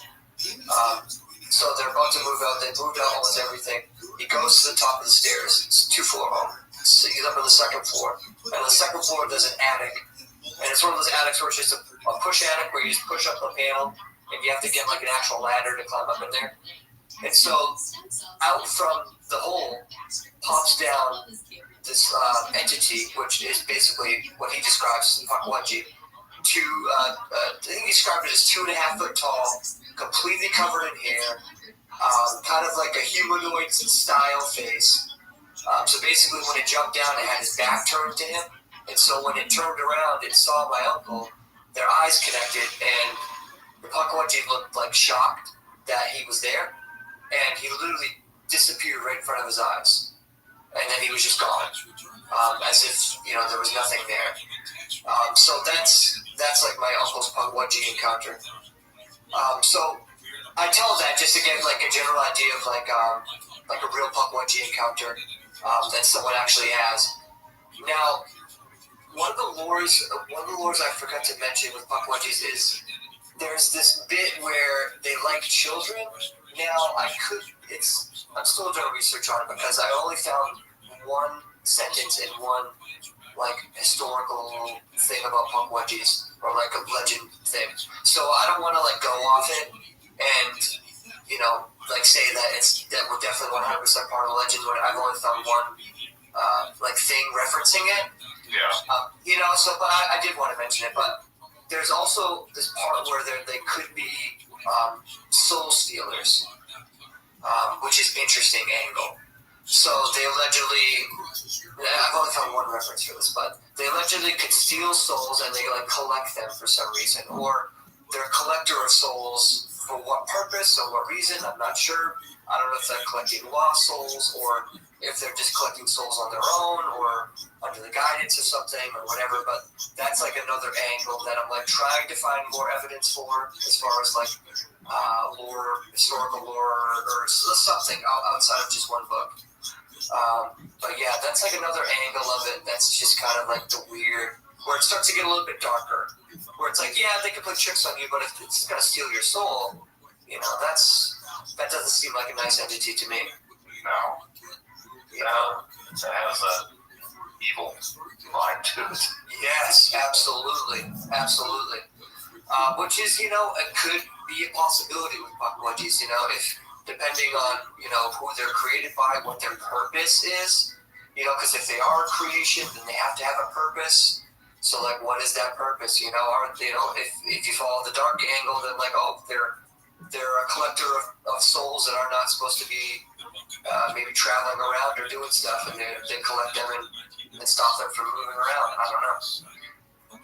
But yeah, dude, when you start getting into that kind of stuff, then you're like, oof, man, you're like, they go from like a cute little cuddly, friendly looking creature to, scary real quick. Yeah. I think all these type of cryptids or lores or anything like that, they all have a bit of darkness to them for the most part. I don't know if the stories were influenced from people trying to like scare people back in like the old days and they just created things, or something obviously really happened and they used that as influence to tell these stories.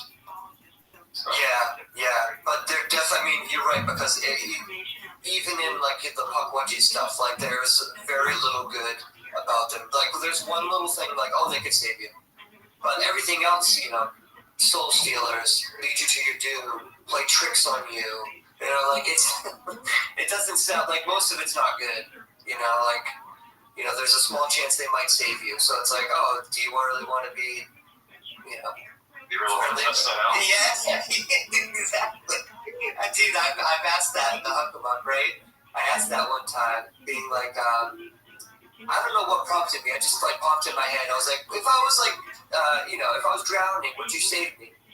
And they said, I got the responses basically being like, yes, of course, we love you, Philip. We would save you, like all that kind of stuff, all in a row, real quick. But they also just could be saying that too. Yeah. You know what I mean? Just because they say that, doesn't mean that actually it's true. That's if you're talking to the puckwudgies too, the kind of language you mentioned earlier. You don't really know what you're really communicating with. Right. So you always have to take everything with a grain of salt, for sure. Because you do never know. It's not like you can see them standing in front of you, and you'd be like, oh, I can identify you. You're not a puckwudgie. Why are you lying to me? You know what I'm saying? So you can't see them physically. So when it comes to EVPs and all that kind of stuff, you just take it for what it is, and then try to make sense of it. Try to hopefully learn new things and discover new things. And hopefully, for me, it's been working out fairly well. I've been trying to learn more and more. Obviously, it's obviously part investigation, part like reading and do like that backside. Because if you just investigate without the research, then you're not really going to get anywhere. So you definitely need like both. Where like you have to do the research and then you have to test that research out in the field, and ask those questions and that kind of stuff, and hopefully, fingers crossed, get somewhere with it, or maybe hopefully learn something about puckwudgies or these other little things or whatever. But it's definitely interesting for sure. I would love to get out to Indiana, man, and get out there and do some research on some of those puckwudgies out there for sure. So I only know of the one place, really, and my in-laws used to camp out there, and I don't think they've ever really had any kind of weird stuff happen. They've never mentioned it to me. They know what I do for a podcast, so I figured if they had any type of weird little people encounters, they'd have said something. But that is that Mountain State Park is only about an hour from where I live, so I've been down there a few times. Obviously, when they were camping over the summer, we went down there to visit and everything, but I never went through the trail or anything like that, because again, having a little kid, it makes it really hard to go do that. I don't have the exploring time anymore like I used to. Yeah, dude, I'm sure with kids and stuff, that's got to be tough. Like your free time is that much more limited. And with your pod, I'm sure most of your free time you got to spend, for your craft and all that stuff. So I totally get that. Now, in Indiana, I want to ask you a question that you might not know. Do you guys have a lot of like swamps in Indiana or no? Not to my knowledge, not around here at least. I think southern Indiana might have more, because obviously once you get towards the southern part around Kentucky area, you've got more, not so much mountains, but it's a lot more hilly getting into the mountain type of area for like obviously the Appalachians and stuff. Right. I think like more towards the southeastern portion, it might be swampy. I know it's more, like I said, hilly and stuff like that, but up here I live in the middle of cornfields. It's pretty much flat. Yeah, that's what I was going to say. That's whenever I've been out to Indiana, it's always a lot of cornfields and farmland and stuff like that. That's why I was wondering, because the only reason why I asked that is because with puckwudgies in New England, they are usually found in swamps. And what I found interesting about this other legend about, I can't give it credit because I don't remember what podcast it was on, but I was listening to a podcast. They were talking about the swamp in Louisiana, and they're describing all these claims and all these things that happen in the swamp. And every single one of them was matching up with the claims that are in the Huckabuck Swamp in Massachusetts, even down to like the little people and the puckwudgie type stuff.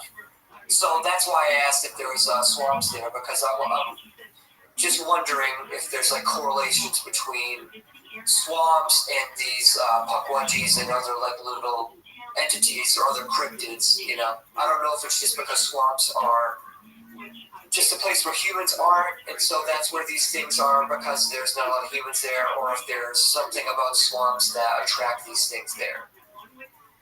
It's always been lures with swamps. I don't want to say that they're haunted, but it seems like there's always some sort of like high strangeness energy around swamps. Even like I get it. Maybe it's just because fantasy stuff and stuff like that I'm thinking about. But like, it seems like there's always been stories of like, I try to think like the bog, like the hag of the old hag stories, like from they're in a swamp. There's been spirits of the swamps. Like, there's all sorts of things when it comes to like swampy areas. So it kind of does make you wonder if maybe it's because the water source is like a high energy thing for them. I don't know. Yeah, that's exactly what I was thinking. There's obviously some sort of correlation there. Just because I think it's fascinating, and I'm like, those are the kind of connections I'm like I think about, because I'm like, oh, maybe there's like a connection to the land, and it's the swamps that's, either, like creating a place for these to be like a great habitat for them, whether it's the energy or like, I don't know what it is, but there definitely seems to be something that's correlating between those things for sure. That's why I mentioned it, because I was like, I wonder. But then if you said that southern Indiana has possibility of some swamp areas, then I'm like, I wonder if that's the areas where there's Pukwudgie activity. Now, where in relation is the spot where you think there could have been a Pukwudgie sighting or a little person sighting? That's like near where you live, right? Yeah, the Mountain State Park's in Anderson. It's northeast of Indianapolis, so it's more of a flat area. But I still think there's obviously rivers and stuff that flow through there too, so there's still some that. They call it Mountain State Park, and I don't know why. I couldn't research it, but I'm pretty sure like there was like mounds like Indian, like mounds like Burial Ground or something like that. Oh, see, now that makes even more sense. For sure.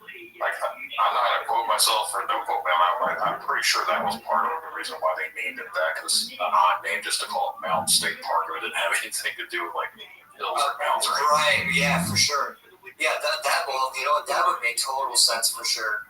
Because then you add in the Native American angle, and it's like, oh, that's no wonder. So yeah, that's interesting. For sure, because Pukwudgies and the Native Americans seem to have a close relationship, no matter what part of the country you're talking about. So that's super interesting. The official government website for the park says it's an avid hiker spot with hills, and now the page just disappeared. I clicked on it to load because it only gave me like the brief description, and then it completely went off. It was the address and everything. But like, it's not flat through there. It's like a bunch of trees. It's hilly, and obviously there's a bunch of hiking trails and stuff. I've talked to people who have hiked through there, and they find it's a great place to go. So, I mean, like I said, I don't know why they call it that. I've always just assumed it was because like a burial ground or something. Yeah, that would definitely make total sense, for sure. Especially if there's also other paranormal stuff happening there as well. I'm not sure, but if there is, that might explain why. There's a place not too far. It's literally maybe just on the other side of the town that I live at. And I've camped out there before, and everyone says like the really, really haunted place is right along the river. And yes, we've never had anything happen when I was out there. I went out there with a paranormal group, and they had their little meters jumping. They were asking questions. A flashlight came on by itself, and everything that was paranormal. And I'm always like, well, let's not jump to conclusions if it's all paranormal. Like, you got to try and rule out certain things. But when I've camped out, I've never had any strange experiences. My buddy, one night, we were out there, just me and him, and creeping ourselves out. This was obviously like around high school days. And I started hearing something in the bushes, and he had a paintball gun, so he started lighting up the bushes because he thought something was creeping up on us. So all of a sudden we started hearing bang, bang, bang. Apparently it was some ducks creeping up on us, and he launched the paintballs towards them, and then they went off on their own way. I was like, yeah, so that was the strangest thing that ever happened to us out there. I've camped out there like numerous times. We never had anything strange happen. Yeah. Then I would say that, it's probably not haunted then. Yeah. It's like, because, if a place is haunted, like that haunted, like we're talking really, really haunted, then if you've been there that many times, you would have heard some sort of strange noise or some sort of weird, weird thing that he couldn't explain for sure. Just if you've been out there that many times. Yeah, so Even if you weren't looking for something, something weird would happen. You were like, for sure. the weirdest things were the people that would drive back there and see that we were back there and just turn around and stare at us for a little bit and drive off. I was like, that's what's the creepiest thing is these people seeing us back there and they're not just instantly leaving, they just sit there and look at us for a while. I was like, is that police? Let's hope it's police. Yeah. But a couple of years ago, it does take a dark turn. A couple of years ago, someone actually was murdered out there. Jeepers. Ugh. Yeah, it was like 5 years ago this happened. I was like, man. Yikes. Well, that's something, that's always like a small fear, not me getting murdered, but because I go out exploring in the woods a lot or in the swamp, and I'm gonna cross, the odds of coming across a dead body or something, it's probably very low, but you never know, man. It's just I was just reading on TikTok, I saw a little story from where I am. They found a dead body at some old historical fort, near me. And so I've never been there, but it's definitely on my list of places to go. So it's what are the odds that I could have been there on that day?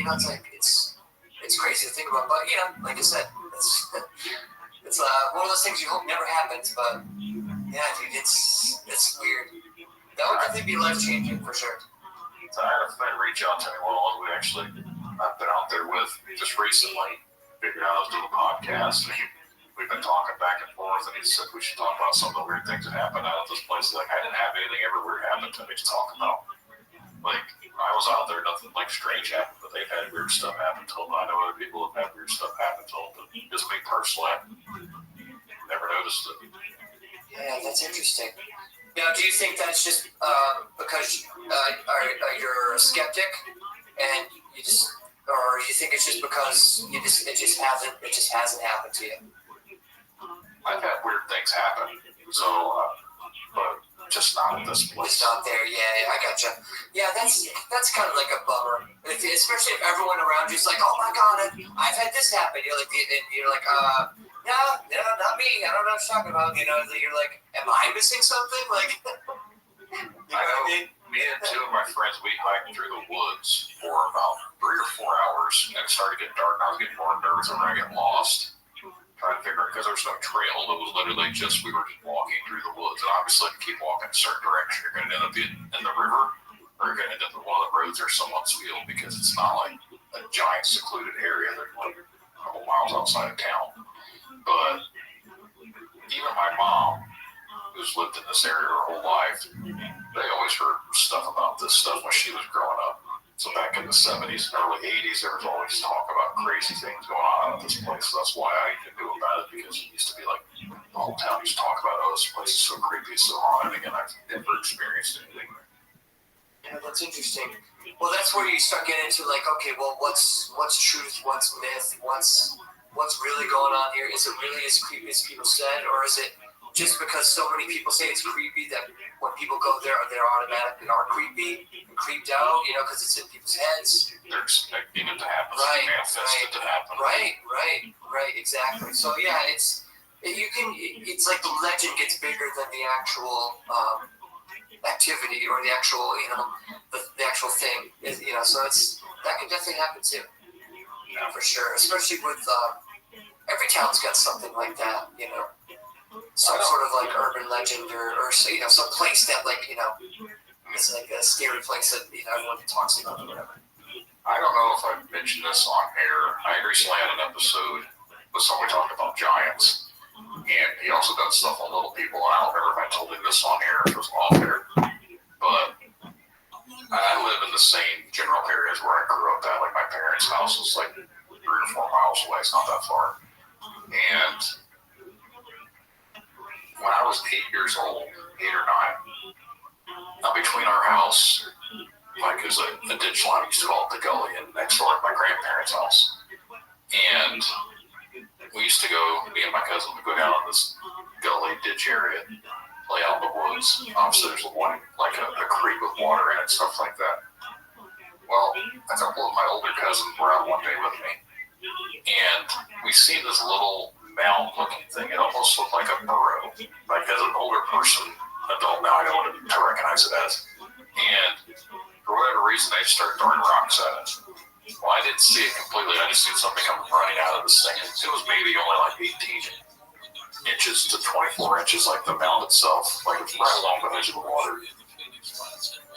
As an adult, I was like, well, it's probably like a muskrat or something. But my cousins were terrified, and they were saying it was a goblin or once it was a troll. Those old, you remember the long-haired jewel trolls or whatever from like the early 90s? Oh my God, yes I do. They said it looked like a troll. My other cousin said it looked like a goblin. We ran back to my dad, and he went out there with his .22 handgun to go take care of whatever this monster was that come out there. So it became known as the Gully Monster. And again, I only seen something running. I didn't stick around to find out what it was. He took off. But again, 8-year-old kid, your imagination goes crazy. So who knows what it really was? Like I said, as an adult now, it's like probably like a muskrat or some animal we just threw on its burrow and they come out all pissed off. It's cool, just smashed its house. But yeah, for sure. Yeah. I just thought interesting. I thought it was funny to like talk about all this stuff. Like, man, how crazy would it be if it actually was something strange? They all said it was like a goblin or a little troll or something like that. I was like, it's probably just a muskrat, but maybe it was. Who knows? Yeah, right. That's super interesting. It makes you wonder if it was like a smaller size, then I would say it would probably be less likely to be like a Pukwudgie. It would probably be like a little person or kind of like the fairy folk we were talking about, which is interesting. If you take it to the like if you think about like how kids, they say, well, people say, I don't know if this is true or not, but they say that kids can like are more susceptible to paranormal activity or can possibly see things that like adults can, and that sort of thing. You start thinking about that kind of angle with that story. They like, who knows, man? Maybe you guys did see something, or maybe it was a muskrat. But it's definitely interesting for sure when you start thinking about the possibilities of like if it wasn't a muskrat, what could it have been if it was paranormal? It's possible it could have been like this little fairy type creature or something. Yeah, I know, like there was something coming out. I seen it running, and I took off too. And I do not blame you because that's what every single kid would do. You're like, no, I'm out of here. You're like, I'm out. Like there's no way you're sticking around. Yeah. I don't know what made them want to smash this den or burrow or whatever it could have been. They'd want to throw big rocks at it. Next thing I know, something come running out. And I was hauling ass out of there. Yeah, I don't know why boys do that. Like it's just something that like boys do when they were like playing when we were little and stuff. We gotta destroy it. Yeah, like literally, I watched a video before coming on here of like a couple teenage kids. This huge boulder on the side of a cliff that goes into the ocean, and they just like literally dislodged it and rolled it down the mountain. And that was the video. They were all like celebrating, like they just won the Super Bowl. It was just boys being boys. Yeah. Like I don't know why we have to do that kind of stuff, but yeah, that's just like typical like kid boy behavior, like just doing stuff like that for no reason. So my son's gonna be 11 in February, so I have to keep reminding myself of the dumb things that he does and tears up. I was like, man, I used to be just as bad. I gotta keep reminding myself I did this stupid stuff. Yeah. That's what they say too. I guess like when I don't know, but like when you have kids that like however you were as a kid, you get it back. Because they are they are your reflection and stuff like that. So they do have some of your personality traits and stuff. And so then when you see some of the more negative ones portrayed back to you, it's gotta be a weird, interesting process. You're like, oh my god. Yeah. We got 4 of them, so it's kind of goes from 12, 10, 4, and 2. So we have a wow. Yeah, that's all over the map. Yeah. So we're definitely running low on energy all the time just because of all the things that goes on and all the things that they do. I wouldn't trade it though. Oh yeah, I bet. No, that's awesome, man. That's awesome, and that's what life's about anyway. Like family, you only get one life to live, and family's super important. So like it's I get it. So that's awesome. That's definitely awesome, man. So like I said, that's kind of where I started drawing my line. And there's some stuff here we can talk about off air. Like I said, I mentioned some stuff before, but I don't like making my show about myself. So. Yeah, no worries. I always like to ask just because I like to know about, I find it interesting myself, so. But yeah, dude, such an interesting conversation, man. Like, punk orgies are just super fascinating. I'm trying to think if there's anything else I haven't mentioned. I will say this just because I haven't mentioned it. I have done research as far as like paranormal research, asking punk orgies specific questions about their creation, whether that's God, man, all that kind of stuff. I basically narrowed it down to like 2 different theories. Now, I'm open to be wrong, of course, because you always have to be open to being wrong because I'm always hinging on the next piece of evidence or the next piece of evidence. You know what I mean? So it's always ever changing. You never want to be like set in stone because I could catch something tomorrow that could change my whole life again. But it's I've basically narrowed it down like 2 schools of thought. It's either a man-made by using some sort of like witchcraft, alchemy, something like that, some sort of process where they created these type of entities, or they're created by some sort of like fallen angel or darker entity or something to that effect. And now then you start being like, well, if they created them, what's their purpose? Like I said, the soul stealer could be a possibility. I'm not 100% willing to say that yet, but that's kind of like where I'm at now in my research.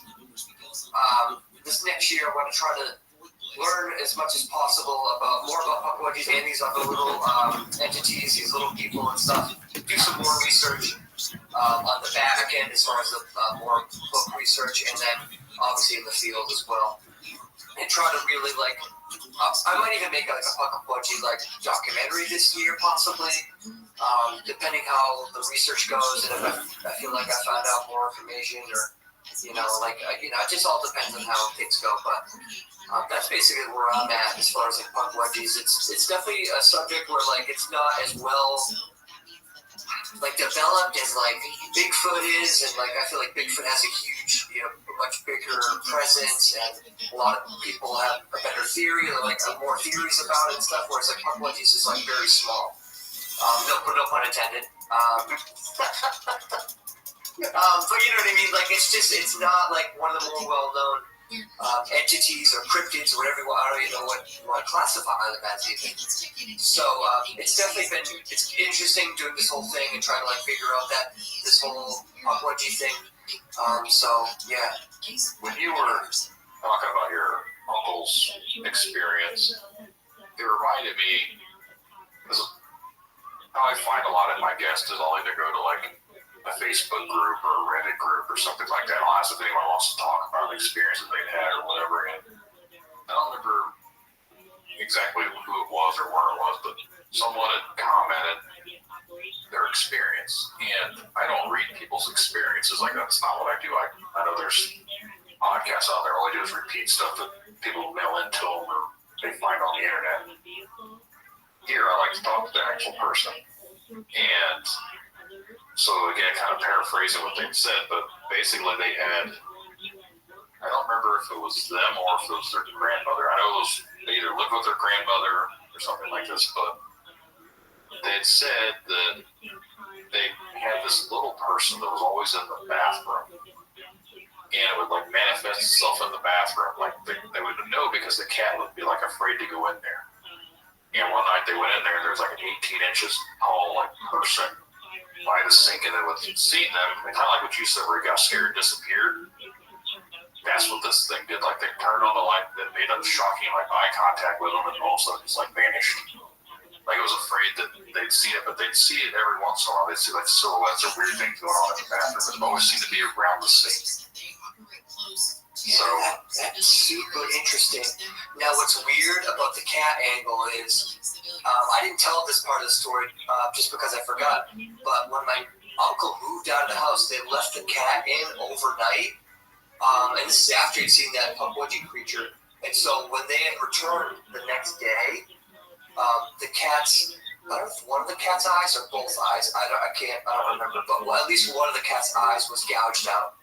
And the cat like ran out of the house and they couldn't catch it, and they like lost the cat forever. So like obviously from what he said, it seemed like whatever this entity was like, you know, messed with the cat overnight or fought the cat overnight or whatever. So it's interesting that story also has a part with the cat didn't like the other little entity or the little person or whatever. I was like, that's interesting. That's an interesting angle. So it's like, you know, yeah. So dude, that's really weird. Yeah, like I said, I don't know. They didn't say it was a Pukwudgie. They just said it was like a little person, right? Little person-looking thing. And the description, they didn't say it looked like a human, though. I forget how they described it, but it was. I almost, for some reason, and I don't know if it's because of that movie Cat's Eye, the little Stephen King movie. Yeah. So maybe I'm picturing that, but for some reason I thought that's because when I was reading what they wrote, I was like, it almost sounded like they're telling me the plot to this Cat's Eye story. So I did again. But people write things you don't know if it's true or not. Sure, but, absolutely. But that's kind of the description they had is like a little person, but they said he's wearing like weird little clothing and stuff. Oh, okay, so yeah, this sounds a lot like the other little entities I was talking about, like the little people. Because the Native Americans also described them because they also disappear too. They can also disappear and reappear at will. Like that's one connection between Pukwudgies and them that are similar, is they both did do that. But the little people ones, they also had this thing where they would only disappear if you stared at them, and they would like if you stared at them, they would point back at you, and then they would disappear, kind of thing. And they were like little people who wore clothes and stuff and all that, and they lived deep in the woods. And it said, the Native Americans said, the Wampanoags at least, they said that they died out long before the white man arrived or something like that. So that's interesting angle of that whole thing, especially like that sounds a lot more like that you're describing, like a little person basically, 18 inches, like really, really, really small. And I've gotten like evidence of those kind of entities as well as Pukwudgie size entities on SLS cameras in the Hockomock Swamp, which is the whole reason why, to begin with, I was confused because I was expecting to just get the Pukwudgie size ones because I'm like, yeah, Pukwudgies are 2 to 4 foot tall. These are 2 to 4 foot tall. And then I started getting these other little hits that were like you said, 12, 18 inches, much, much smaller hits. And so I just, before I knew what they were, I was like, I'm missing something. And so that's what led me to like try to figure out what they were. And that's when I discovered that I was like, oh my God, there's these like little people. This is what their names are. Or like, this is what the Native Americans called them at least. So it's very interesting to get the paranormal evidence first and then be like, what the hell was that? And then look it up and then be like, oh my God, like that makes a lot more sense. You know what I mean? Like it kind of connects it all together. For sure. So yeah, it's definitely been interesting, man. When you get like a hit like that on the SLS in the middle of a swamp, and you see like these, like one of the hits was like, there was at least 8 of them, 8 little hits, you know, like little bodies and stuff, you know, inside of I watched one of your videos recently, like it was this morning actually, I was watching one of your most recent ones, and it's almost like the little stick figures, you see the little dots, for anyone not familiar with what you're talking about, it looks like little people, like little stick figure people, movements and stuff. It is very creepy and interesting, like you can see it on the screen and everything, and obviously there's skeptics out there that claim that just picks up weird anomalous shapes or whatever, but I was like, yeah, but who knows? Like, probably just pick it up in a random spot, you know what I mean? For sure, especially though, I think the one you're talking about was Alkmaar, and we used the SLS on the REM pod before, and nothing happened. And so then it's weird to use it again on that same REM pod, nothing's really changed. And then to get that hit, and not only that, in that particular video, I put the leaf down, and it started like dancing on top of the leaf, and doing like circles on the leaf, which is crazy because like interacting with an object that's there, and you take the leaf away, then it's like jumping on the REM pod trying to mess with that. So it's like it's definitely interesting at the very least, because like I said, we tried it in other cabins and stuff, and similar lighting, and it nothing popped up at all. So it's definitely interesting, especially when you couple that with like the EVPs and spirit box stuff and all that other stuff. It's just like icing on the cake, really. But that was a really cool hit. But yeah, the little ones are probably just as fascinating as puckwudgies are. Because that's like something, like I said, I just recently discovered. And it's like, now it makes me wonder, like you said, are these things everywhere? Are puckwudgies little people? Are they throughout the entire United States? You know what I mean? Are they only in certain spots? Like, the only way to do that is to like try out and go to different places and see what I catch there. But yeah, it's definitely strange for sure. If you ever come to Indiana, let me know. Oh, absolutely, for sure. I mean, I would love to, just because I've been to Indiana before. I liked it when I was there. I went to Indianapolis, actually. And this is well before I started doing, like, ghost stuff. But I had Jimmy John's down there. It was great. So, yeah, I would love to, because there's a lot of cool spots in Indiana. Don't you guys? Correct me if I'm wrong, isn't there like a prison that you guys have in Indiana somewhere that like you guys can go to and do like investigations at? I might be thinking of a different state, but I thought you guys have one too. I'm not sure about a prison. I know.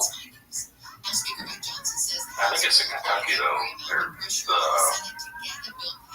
I forget what it's called. It's basically where they used to have the tuberculosis wards and everything at. Oh, yeah, Waverly Hills? Waverly Hills, yeah. Yeah. I guess in Kentucky, though. Oh, okay. Okay, gotcha.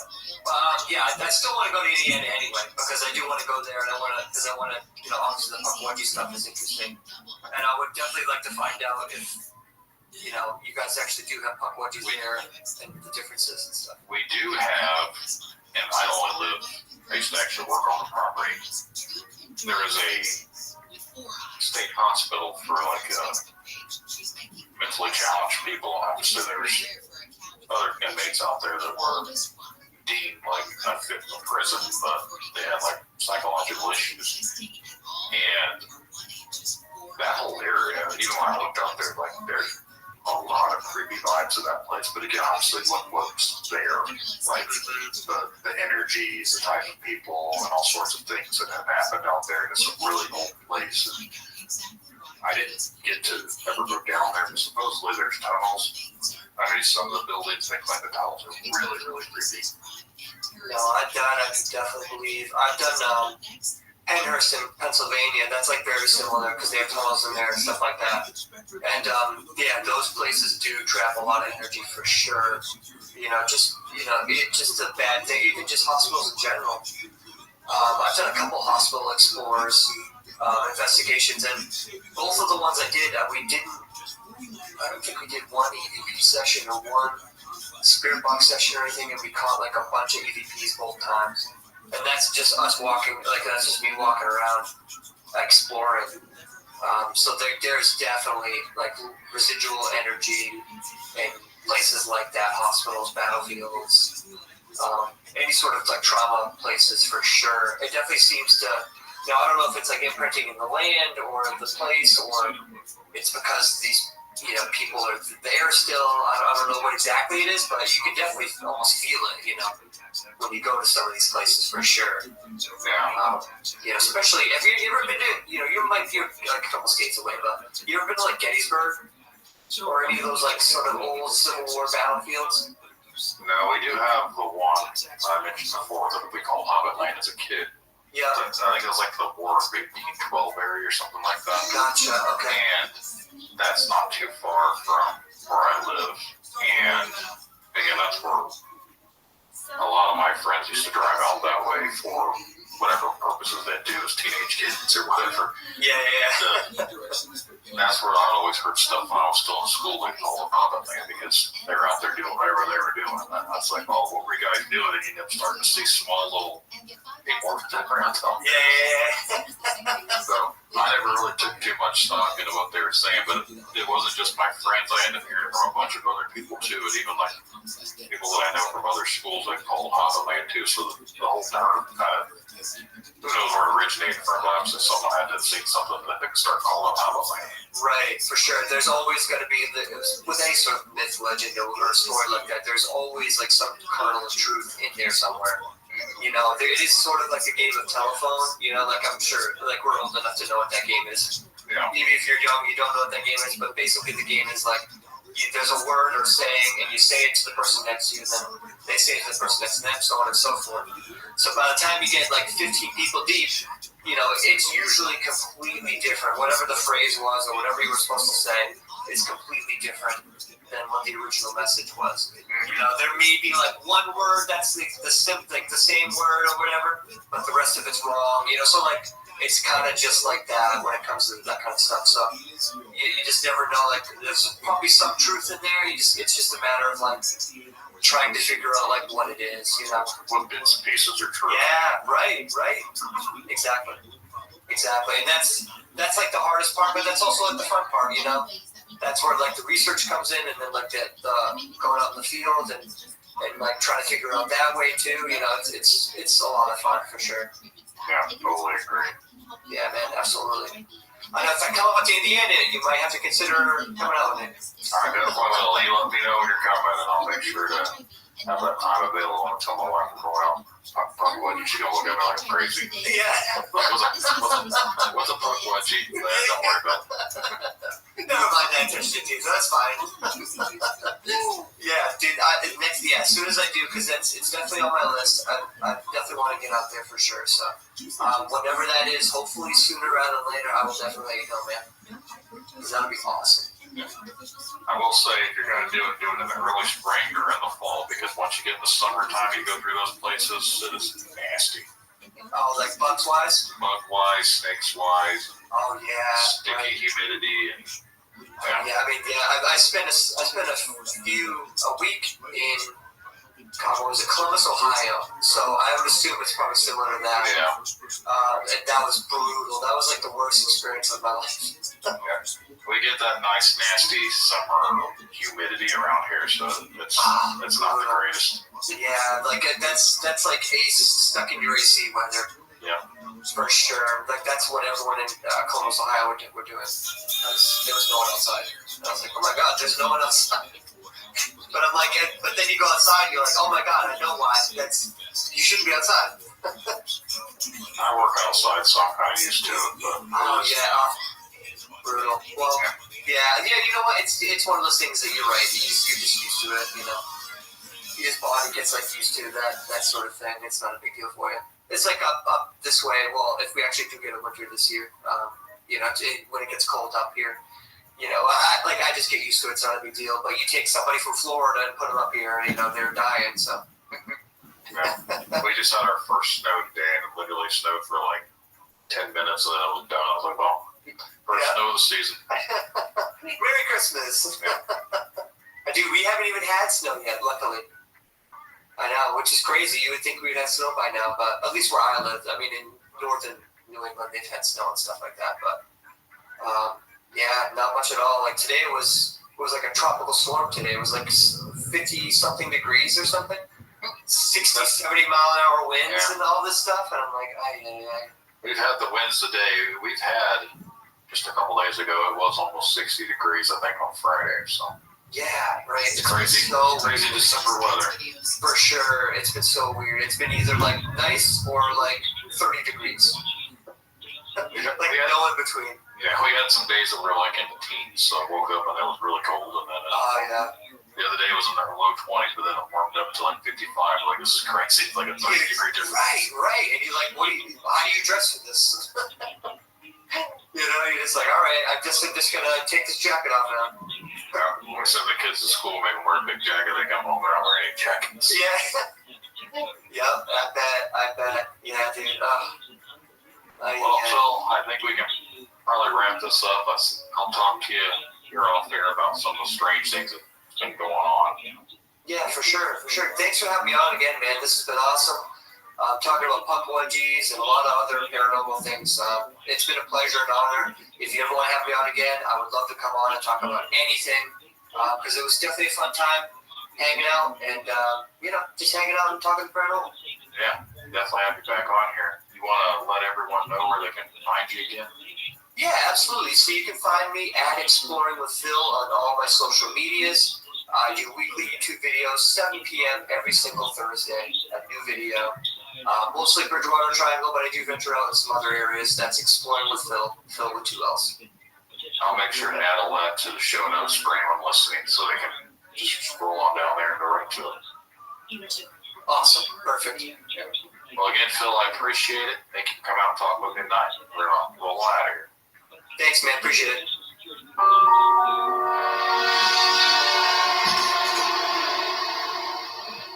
Remember, truth lies in the stories we share, the connections we make. Stay curious, stay open-minded. Thank you all for joining us on this journey, and until next time, keep questioning, keep seeking, and keep exploring the unknown. Good night, everyone.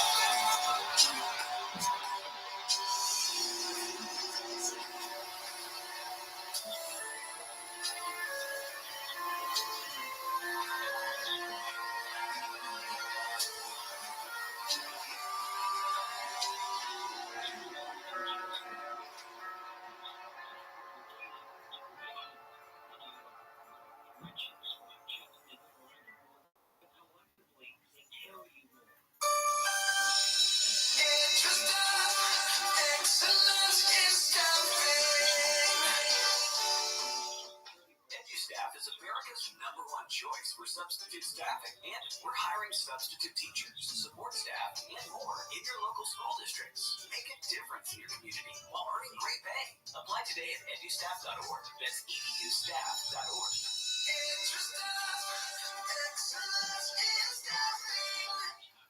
What's so special about Hero Bread's soft, fluffy, and delicious breads, buns, and tortillas?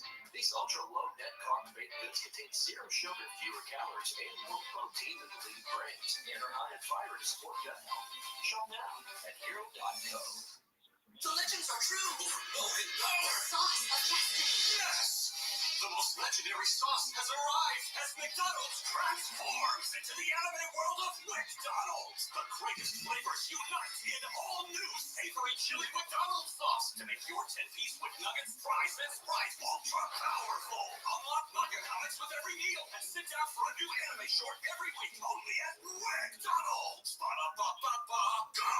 Participating doubles for limited time supplies last. Indiana Wesleyan University provides accessible education for every chapter of life. Traditional students learn, live, and lead the way through a rich community on IWU's beautiful 350-acre campus in Marion, Indiana. Adult learners choose the flexibility of 100% online classes in over 150 programs with support from professors who are experts in their field of study and deeply care for student success in academics and spiritual formation. Discover the way ahead at IWU. Visit discovertheway.com to learn how. And I just turned around and went on, oh, that's out of there. I was done. I wasn't dealing with that. The hypocrisy of the cult is one of the things that turned me away the quickest. I turned my headlights on, hit turn, and looked at us. And one of the things I remember the most were the eyes were going red. I see an orb of light. It is just circling these steps like it is waiting for me. And he begins to tell them that he saw a UFO. They're basically like, what are you talking about? That 7-foot unlocked tree peeking around it, and that's where I saw the top of the muzzle, nose, and the eyes. As soon as I made eye contact with this thing, it felt like death. Welcome back to Tinfoil Tales. I'm your host, Brandon Wright.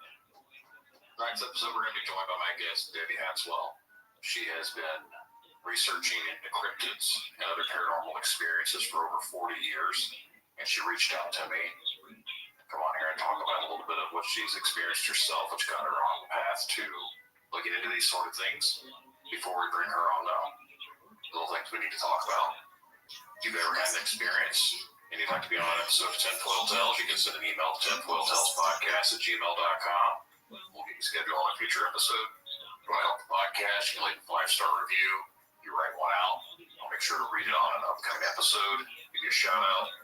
Anywhere you listen to the podcast, you can leave a review. The 5-star definitely helps with the rankings. You can share the podcast around. That helps get the word out there for other potential listeners, which means potential guests for the show. So new episodes coming from that. Anything you guys do, I definitely appreciate all that.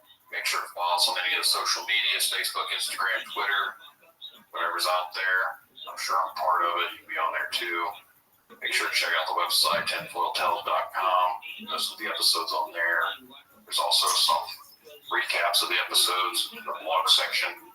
Think about adding if anyone sees experiences or anything like that, they can write them out so that way they don't want to be a guest, and I can put them up on the blog as well. So anyone out there listening, if you have an experience and you don't want to be a guest, but you do have something that you'd like to share, you can email that to me. You can also contact me on the website's contact page and go that route too. But I think we're going to go ahead now and bring Debbie on. We've been playing tag the last couple weeks. Couldn't get anything to work with different time zones with her being in England and different things going on here and there, but we managed to get this figured out. So looking forward to talking with her. Hope you guys enjoy the episode. Sit back, relax, and enjoy the show. I'd like to take this time to welcome my guest tonight, Deborah. Thanks for coming on here and talking to us. Oh, it's lovely. Thank you for inviting me on. Not a problem. You reached out to me and done some investigations, quite a bit of them actually, into all sorts of topics, so I thought you'd be a great guest to have on here. Yeah, it started a long time ago for me. 56 now, so I've been at it, I think, about 40 years researching cryptids, but I've had paranormal events before that when I was a child, so kind of a lifetime thing, really. Now, with all the research and everything that you've done, have you ever had any actual encounter with a cryptid that you've seen? To explain a little bit of context, I didn't have any kind of knowledge of Bigfoot, cryptid, anything like that, really. Obviously, I'm from the northwest of England. And in 1982, I was 15, and I was with my friend in a country park. Very normal day. And I caught something move, a movement really out of the corner of my eye in the greenery. And this thing went out, and I can only describe him as, to me, he's always been the man-ape. He looked, for all intents and purposes, like a man and an ape that had been pushed together.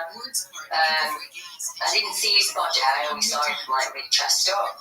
But that terrified me, that event absolutely terrified me. And it had a remarkable effect on my life. So it was at that point that I started looking into what it possibly could have been that I'd seen. I was hoping it was going to be like an escaped animal from the zoo or something like that, but it never panned out like that for me. Unfortunately, as an investigator, I've been able to find other cases in my town that started in the 50s and the last one being in the 2000s. So I'm not the only one who's seen him. I just don't know what he is. I have all the same questions that any other cryptid witness would have. Yeah, I don't know what they honestly are, what they people see. I've never seen one of those personally, so I can't say for sure. But it's always been something that's intrigued me, especially with all the sightings people are reporting. It can't all just be mistaken identities. Like there's too many sightings and weird instances that happen for people just to be mistaken. Yes, I would agree, and I see the patterns because as the reports started to come in when I was younger, one way of keeping on top of it was to pin them on a map, and that turned into a whole Google map. And I have a background in geological profiling, so basically using statistics to find out where the best place to put a new home development or the next best place to put the new casino. I kind of had a background in that, and I realised that if I plotted the cryptid sighting, because I only ever did cryptid sightings like that, I might be able to see it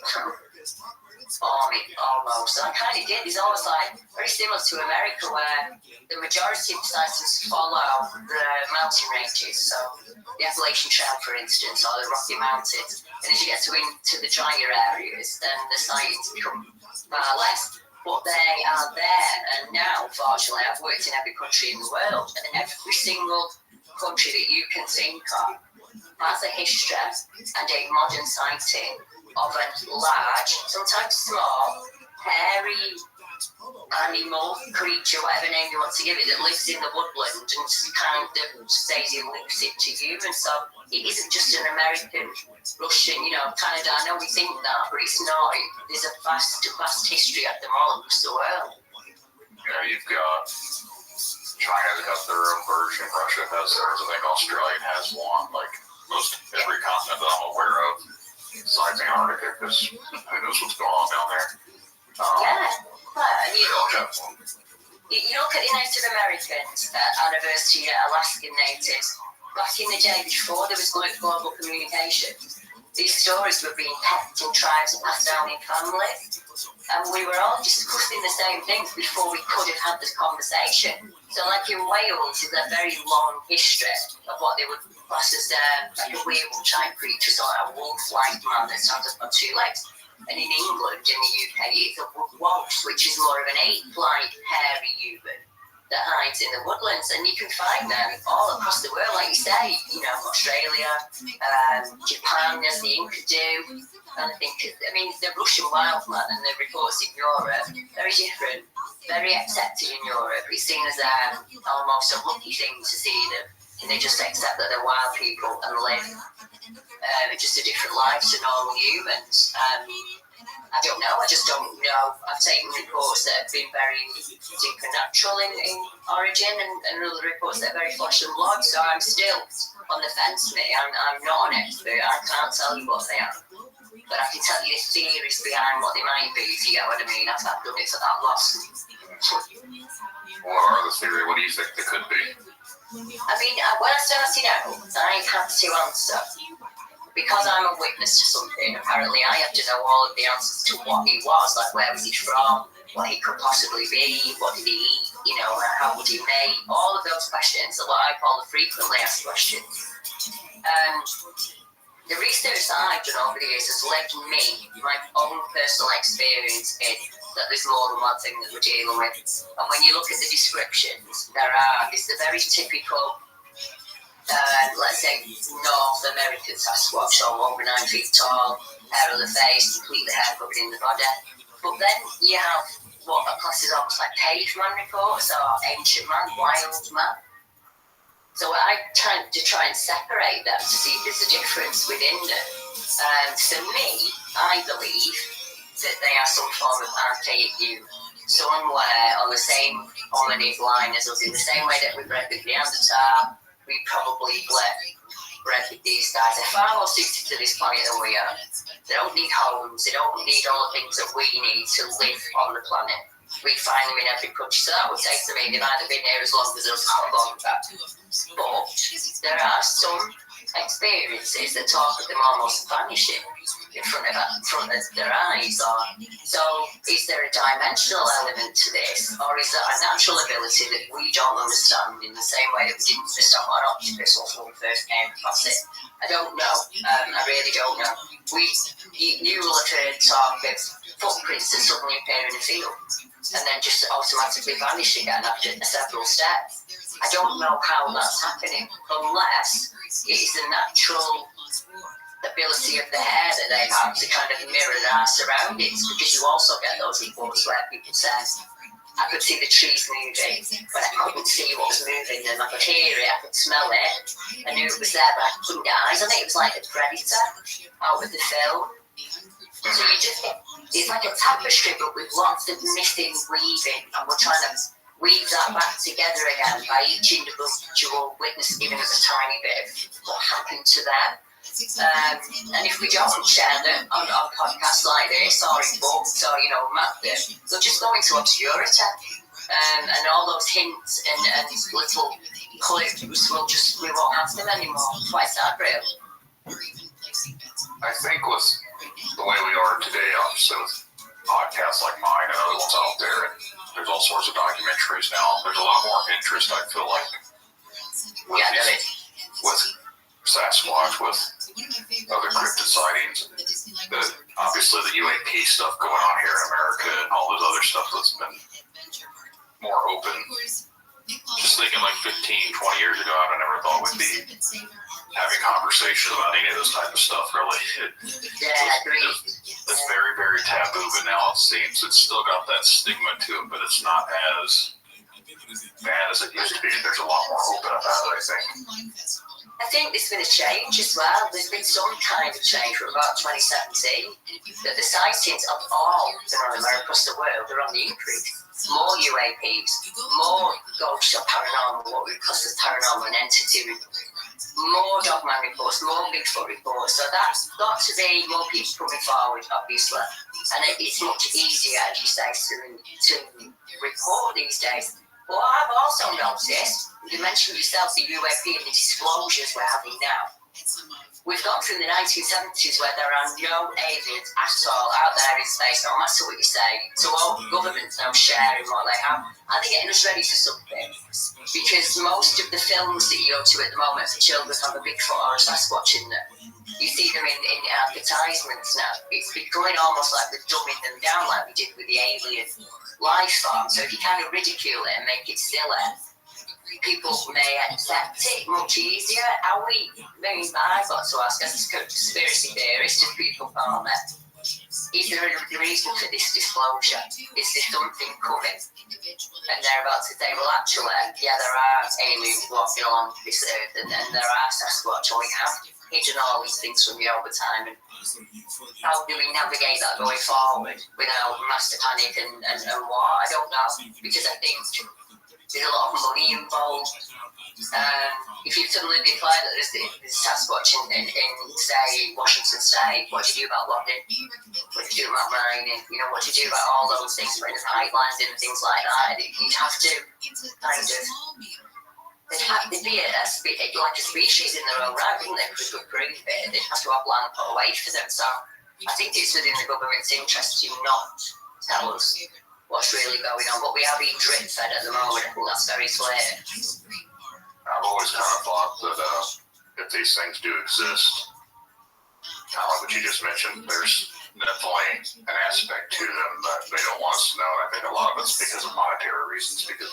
But realistically, money is the root of everything, it seems like. And if there's proof that any of these type of things exist, it uproots that whole system, especially with Sasquatch. If they live out in the forest and you can't be out cutting down homes, there's going to be a lot of regulations, even more stipulations into stuff like that. So it's going to uproot a lot of that industry. And look at tourism, it would die off in the national parks. National parks are an interesting thing in general because there's so many reports of strange activity and missing people, and Exactly. Can you imagine? So you've got that, and some of the people into this subject know about that. But how would you imagine there's probably 70% of the rest of the universe that doesn't know about the connection between cryptid reports, areas of high energy, and missing people or strange disappearances? Bridgewater Triangle springs to mind in America. Once the public put that together with the fact that the knowledge that maybe they've been walking alongside these things for a very long time without realising that, I think there would be a mass uproar. I don't know how the government would be able to keep a lid on that. You know, I think it would just be a tipping point for most folks. I think a lot of people feel that they've been sold a bad deal, you know. Like we did what you asked, we put the time in at school, and then we went out and got the job, and we got the car that you asked us to get. You know, we've got this home that's forever unattainable, and we're there on the rat race, and we're doing it daily. Surely there's more to this. Most of us start out at some point in our lives. And I think if they came forward and said, well, actually, yeah, aliens do exist, or yeah, Sasquatch does exist, I think that'd be a tipping point for most folks, and they'd be like, that's me done. It's like, you know, government and society is probably the most dysfunctional relationship you ever have in your life. And if you can walk away from that, you become a much happier person. I think some of it is about keeping us dumbed down, stopping us being strong, you know, taking away that confidence. You didn't see a Bigfoot that day, you saw a cow side on. People told me that I saw a homeless man, a man in a suit, an actual bin liner, you know, like a garbage bag, that I just mixed up in my mind because I was a hysterical 15-year-old. What I saw that day shaped my life immensely because I've never been able to get over it. and I've done everything I can to try and prove what I saw. I'm not a liar. I did see that day. I know that I've been very lucky, so I've met people over the years that have been able to say to me, look, everything's changed. You know, I didn't know anything about the subject of UFO or paranormal, only from a personal point of view. Never from like an investor. I had to go and learn it. So I made sure I found the best people in each subject and just learn whatever. I just soaked it in as much as I can. And that's frightening. Because like me and you, we're on the side of the screen where we know about also. When you pick a holiday, you publish all the reports that you know, in the interviews that you've done or people that you spoke to that haven't experienced it. So you start to realise just how many. If I was to tell you there were over probably 600 reports of an 8-man in England, in the UK, in that tiny little island, people wouldn't believe me. But we have the same prints that you find. We have the same witness testimony. We have the same description. We have the same air samples, same kind of habitat.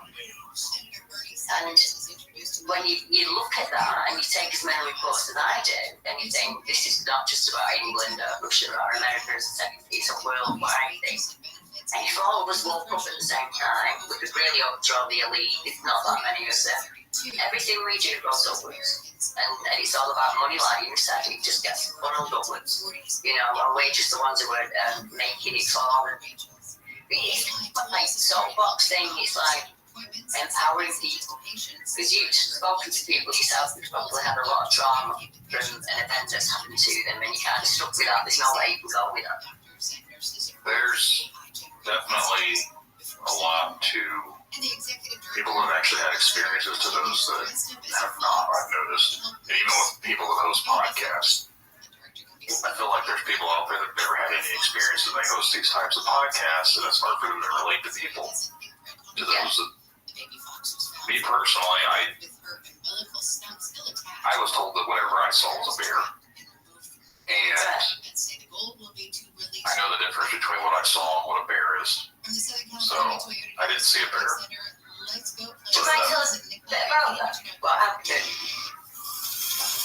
Basically, back in 2007, without going into a whole iPad episodes about it or whatever, without taking up too much time, I was coming home from work and a coworker had swerved off the road in front of me. And there was a big black shape strolling down the road, and it was moving in a very weird, glitchy movement. Like it didn't look natural, very unnatural movements. And I had to swerve to come to a stop, and I walked past my vehicle. I didn't see a head, and I didn't see any arms, but it was at least 7 foot tall. And we pulled into a parking lot, trying to figure out what we just saw. I said, I'm going to go back and look. He followed me, and we went back, and there's a big black dog laying across the road. Right. And I got out of the vehicle. He's yelling at me not to get out. I got out of the vehicle. I walk up to it, and this thing stands up on 2 legs. And I wasn't afraid or anything, but it was only about my height. Right, and yeah. It looked like a black wolf German Shepherd type face. And it was really puffy fur. And it kneels down, and it goes off towards the woods. And then we never seen it again. And like the shorter version is, we didn't talk about it. I went back to work. He didn't want to talk about it. He said he didn't want anyone to know about it. I'm like thinking when it was crazy. So for 15 years, I never talked about it. Yeah. When I have mentioned to people where I go, you've saw a bear, and we don't have bears here. No, so, you know the difference. I was 15 feet away from this thing. I can tell the difference between a dog-looking, wolf-looking thing or a bear. And our headlights were on it, so. But yeah, I don't know of any type of dog that stands up on 2 legs. I mean, to validate, I took hundreds of those reports in America, Canada, Russia, England, all across the world. Upright, what you would describe as almost as a German Shepherd or an Alsatian, as I would call it in Europe, up on 2 legs. Not very dog-like in the body, in all honesty. Some people even mention hands and feet rather than paws. And when you said it knelt down and I went off into the woods, you just reminded me of a case that I'm working on at the moment, and that was in France. That was a gentleman 2003. about 3 o'clock in the morning, was on the road driving, and as he's coming off what we would call a farm lane to go onto the main highway, as the Americans call it, at the corner on the gravel road is what he described as a female. Exactly what you saw, puffy fur, snow, ears on top of head, knelt down on the gravel, but it was, he said it was clearly female, had breasts, and as the car lights have hit it, she's just stood up and run off into the woods and gone. And he said the same, he said, I wasn't frightened, I was just in awe of what I was looking at, and people are saying to me, oh, it will just be an ordinary wolf or something. You know the difference, your brain kind of tries to work out what it is that you see. You know, so like a file effect, isn't it? Like a really quick, oh, is it a dog? Is it a deer? What is it? You know, what is it that I'm looking at? And you just kind of left with that. That was what it was like for me. But the creature that you're describing, some people would call a werewolf or a dogman or a wolf, but there's a name for it wherever you go. And thousands of people see them all across the world and make reports of them. You know, and they're just not believed. They're just not believed. So I think, how could you believe someone was seeing a Bigfoot? Or you can believe somebody who's seen a spirit or a UFO and they've been abducted. But you don't believe this person because you've never heard the description of the creature before. You just look at the Liberator tracks. It goes back all the way in history. You know, and it's this creature that you saw that's often seen road crossing or on the edges of road can often be found as well around ancient burial sites or new cemeteries. So almost like a nubis, something to do with death in a way, like the shucks of England. That's kind of where I relate things back to is there's been description of these dogmen, wolfmen type creatures for years. Obviously, Anubis was supposed to be a jackal, but it's still like a wolf type thing. Yeah. The ancient Egyptians. Now, obviously, they had many depictions of weird things. They had, like, other creatures on human bodies as well. But even with the ancient Sumerians, they had even, like, weird animal heads on top of people figures and some of their stuff as well. Yeah. This cave paintings, very early cave paintings in Europe, where it's a man on the bottom and a wolf on the top, so like your typical hybrid cross between the two. You listen to stories in Poland where they speak of them being in the woodlands when the Germans come during World War II. Some villages have been lost out there, and they've said that the wolves kept them alive overnight almost. Scotland, you have the wolves. It was said in history that they just wanted to be left alone, really. But if somebody in the village was starving or was really, really sick, they would come in and help. And all they wanted was just to be left alone within the forest themselves. And you just think, St. Christopher is supposed to be a dog-headed man as well. I came across that a number of years ago when I was researching, I didn't know that. And there were some ancient dog tribes, the Benandanti and the Cynocephales. They were very positive beings that fought on the side of good against evil at night so that humans could rest, you know, so we could sleep. They were kind of like the guard, spiritual guard dog kind of thing. And I wonder if that's why they'd kind of seen around ancient burial sites in that kind of way. Now, don't get me wrong, I've taken reports where they've been incredibly aggressive, where they've chased cars, or they've had red eyes, or they've chased people out of the woods. But I don't think any being is negative or positive. It doesn't work like that for me. I think maybe some of them are just like that, you know, they just hate humans and that's it, you know. They must see us do some awful things in the woodlands, so you don't know like that. To me, I don't think they're just an animal, just an animal. I don't think it's a wolf stood up on 2 legs. I think it's far more than that. It's incredibly intelligent. I've just worked on cases in Edinburgh only last month, where what we're looking at looks like you or I would bait a trap to bring an animal in. So what you've got is a newly killed deer has been left in a hollow, and almost like early Neanderthals would sit up on top of a cliff and they'd throw bricks at the animal, throw rocks at the animal as it came through. It was an easy way of killing them. This looked like a lamb talking. You must know with the land between the legs case. Yeah. And it's not that far. It's only the other end of the leg. And this guy's got what looks like a deer. I can send you the photograph, and it just looks like it's been bit through the head with a canine tooth, and it's left out there. And I said to him, that's really strange because the meat's there. What's it out there to trap? So it wouldn't be to bring the deer in because you've already got the deer made. And it's a puzzle. I don't know. It's just a new place I've started with. These are the buttons on cameras up. We'll see what we find on the property. I think the land between the lakes thing, there's been two different versions I've heard. One was a family that got slaughtered. There was the Martin Grimes story that he came out with.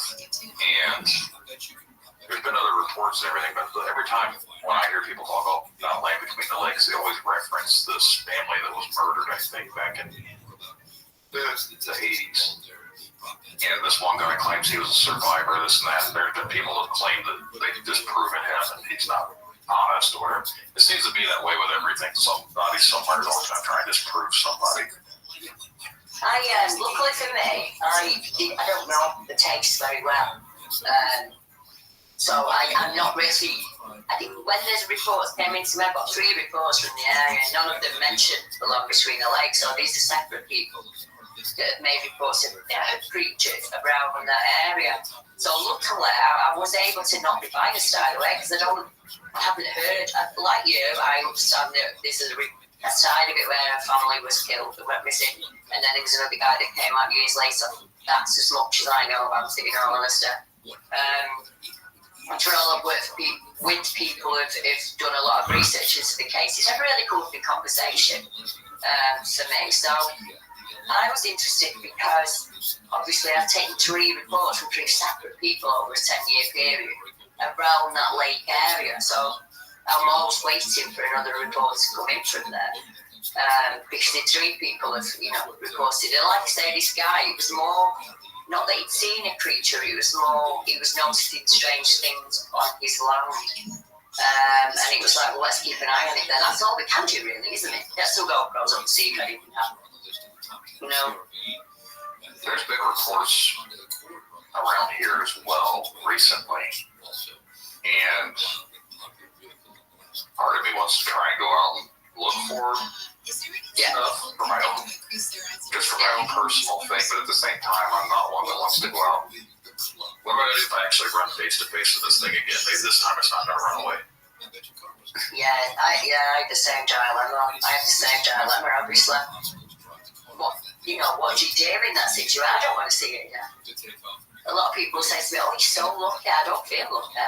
It was awful. Seeing that thing was awful. It was like, and my parents lying to me. Are there monsters out there? And they told me that there aren't. It's like, I didn't even have, I don't think she even had boyfriends at that point. It was only 15. And this thing was awful. It was horrid. It was really big. And it was much bigger than my dad. And it was right close to my school. So I'd have to pass that area all the time to go to school. And I still had 12 months to do that. I hated it. And the idea of seeing it again, no. Even this far distance, even with all these years between us and all my knowledge as I'm a parapsychologist, I'm a cryptid hunter, still, no, I don't want to see it again. I don't. I wouldn't mind being hypnotized and going back to that day safely and seeing if I can look at the situation and not be a frightened 15-year-old. But it was in the same sense that if a gorilla had come out of that bush or a lion, it was the same fear as I was primal, utterly primal. I was on my feet, I pushed my friend to the floor, and that's not me. And I did it without thinking. And what I was thinking was, he can get hurt before he gets me. And I was up and running. And my parents just said, oh, it's probably a homeless man. There's no way on this earth that he was a homeless man. You don't give 40 odd years of your life to something. Yeah. It shaped me, it did, is the only way I can put it. My girls have grown up with it. They know about it. They know that's why I couldn't take them camping when they were kids. I couldn't go to the woodlands and stay overnight. I couldn't do any of those things that my parents did with me. I was too scared. No, it does impact you just because I've even said, people have asked me, Indiana Wesleyan University provides accessible education for every chapter of life. Traditional students learn, live, and lead the way through rich community on IWU's beautiful 350-acre campus in Marion, Indiana. Adult learners choose the flexibility of 100% online classes in over 150 programs with support from professors who are experts in their field of study and deeply care for student success in academics and spiritual formation. Discover the way ahead at IWU. Visit discovertheway.com to learn how. Has it ever impacted me what I saw? For the most part, I was like, no, not really. I'm doing a podcast about this stuff. I used to be very skeptical. I didn't think anything like this existed, so yeah, it has impacted me. I'll have to talk about it. But yeah, I wouldn't be doing this show if I didn't have that experience. So. Yeah, I think it makes you more open-minded as well. So, like, people say to me, well, you haven't got a background in the paranormal. How do you help? Well, I know what trauma's like. I know what it's like to see something and not be believed. So I might not be able to help that person myself, but I can put her in touch with someone that in the paranormal realm that I've spoken to, you know. That's my skill set, is putting people in touch with each other. Because I know what it's like to think that you're out there on your own. And nobody else has seen it, only you. So you must be absolutely crackers, saying you must be mental in some way. But then as you start to find other people, and believe me, I don't go into a case and give them information. When I go into a case, I want to hear everything they've got to say before I share anything. So it's not like I go into them and say, oh yeah, this several dogmans are Rabbi, tell me about yours. And I speak to a person and say, don't start with the side report. Let me, what were you doing that day before you? And then I get them to tell me the report and tell me all the way to it. And normally, another question I'll ask is there anybody in your family that's experienced the paranormal, UFO, any form of what we would class as otherworldly? Because sometimes you find that, and sometimes it's like that grandma maybe had experience with spirit, and mum may have an experience with something else. Sometimes it kind of runs in a family line like that. But some people are just going about their everyday business, and they have this one-off event like me and you, and you just spend the rest of your life thinking, what was that? What was it? Why that day? Why me? Why did I see it that day? What was it doing out there in the road? You must have asked yourself that. Yeah, it's something. As bad as I try not to think about it, it is something that's always been in the back of my mind that I tried to write it off that was just a normal dog because, again, it didn't have the stereotypical werewolf features. It didn't have the human-looking body or the hands or feet. But I can't rationalize what was the first thing that was walking in the room because it was so much bigger than whatever the dog was. That's the one thing that I always get tripped up on. Whatever the thing that didn't have a head or arms that we couldn't tell. It had to have been about 7 foot tall. When we went back, the dog was only like 6 foot tall. So, what was that? Yeah. So it was the first thing, and what is this dog standing up? A lot of people seem to tell me that they think it was a shapeshifter or some interdimensional being transition into our world. That's why when I first seen it, it was just taking shape, and then we seen it again, and it was this dog. I have no idea. Like I said, I don't really have an opinion one way or another because I just know. Yeah. The whole thing seems crazy to me, but I know what I saw. No, exactly that. You have this event, and then you've got to try and explain it to people, and you don't really understand it yourself, But your word would be good enough in a court of law. If you witnessed a crime, we would accept your word as an honest man that what you were telling us was correct. So we do that with your sighting. Because you're an honest man, you're very erudite, you know what you're doing. You don't put the hours in that you put into podcasting for nothing. We all have our reason at the back of it. And I think most of us are just out there really to find out more. Tell me your experience and I'll tell you my experience. We might be able to pull a clue out, between us. What I started doing in the UK, I haven't been able to do it for a while now, but I started in about 2016, and I would just tell people where I was going to be that day, and I'd rock up with my friends, and we'd just get a fire going, and we'd put a campfire and have a prayer with tea, and people would just come out and meet us. And I'd start and I'd say, like, my name's Debbie, and this to me, and then other people would share their experiences. And it was a really good thing. We got it rolling really well, and then unfortunately when COVID jumped in, the UK's never really gone back to how it was before, pre-COVID. So we started with probably 15 or 20 people the first time. And that really has grown to a massive community online. And so if a case comes in now, not in my area, and I can't travel to it, I know people in that area that are happy to speak to the witness, happy to go out to the area themselves, or the witness themselves will do that for me. They'll say, right, I've had this experience, and I know you can't get a face in the northeast, so I'm going to go back. Is it okay if I talk on camera about what I've seen? And yes, please, because that's the best that I can get out of you. If you can go back to that area and say, this is where we were, this is how big it was, this is what we saw that night, in your own words. I think that's very impactful. And then I just put that out on my YouTube channel or on the podcast, and invariably somebody will message me and say, that report that you put out on Saturday, I've had an experience in that area. Or that report that you put out on Saturday, it isn't exactly the same area. I had it maybe 600 miles away, but the creature was the same. You know, there's always another witness out there on their own. So even at times when I get trolled, I've had stalkers where I've had to move house, and all manner of drama that goes on in the cryptic world that you know of. Every time that happens, I think, I'm not doing it again. I'm shutting the laptop and I'm walking away. I've done 40 years, I've put my time in, I'm done.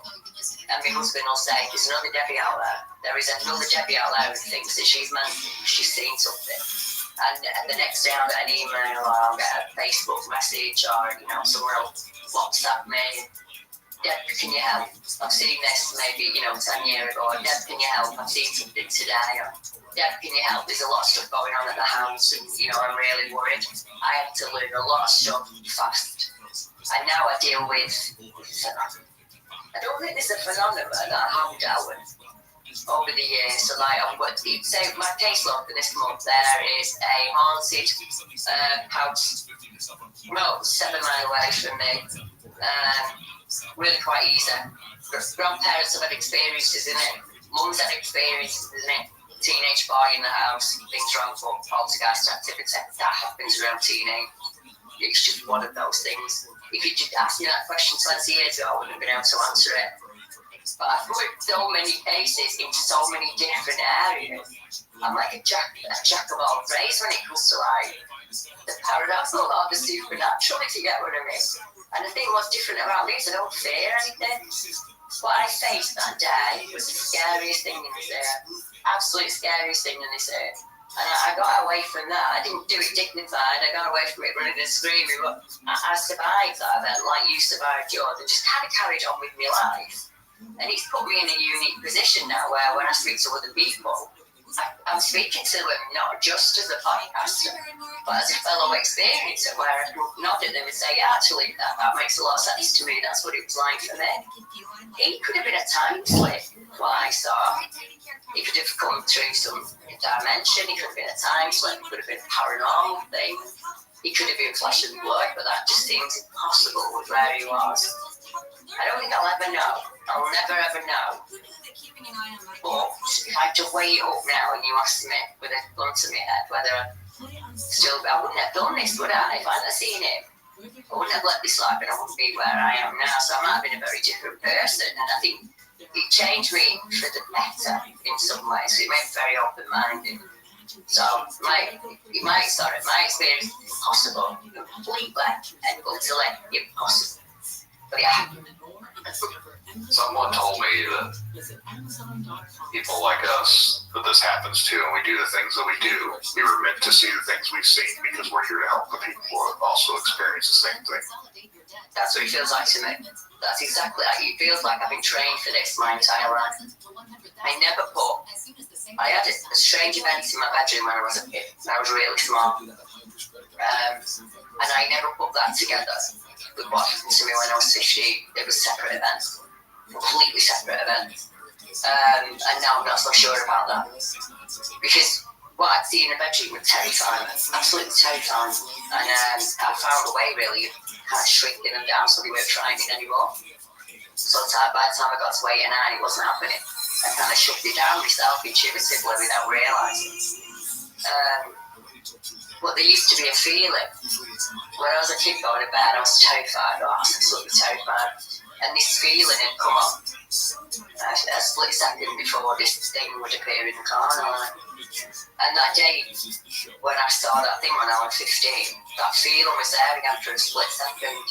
And I remember having the amount of time to go, oh no, because I wasn't on my own this time, I had somebody with me. And I thought and I kind of, maybe I don't know, something inside me knew that something awful was about to happen.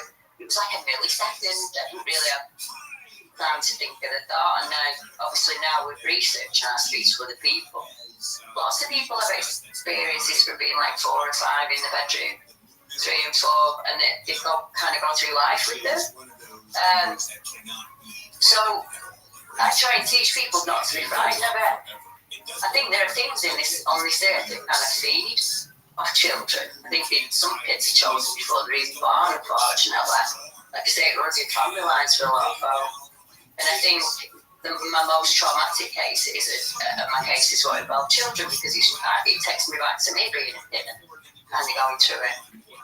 But I had a strange experience. I don't really know my parents, other than grandparents. I don't really know any other generations back before that. So I did a DNA test about 2 years ago. Just generally wanted to know what my family heritage was and things like that. And I found my grandmother's family. And I'm kind of 6 in line from Mary Butters, the Carmoney Witch, as they called her in Ireland.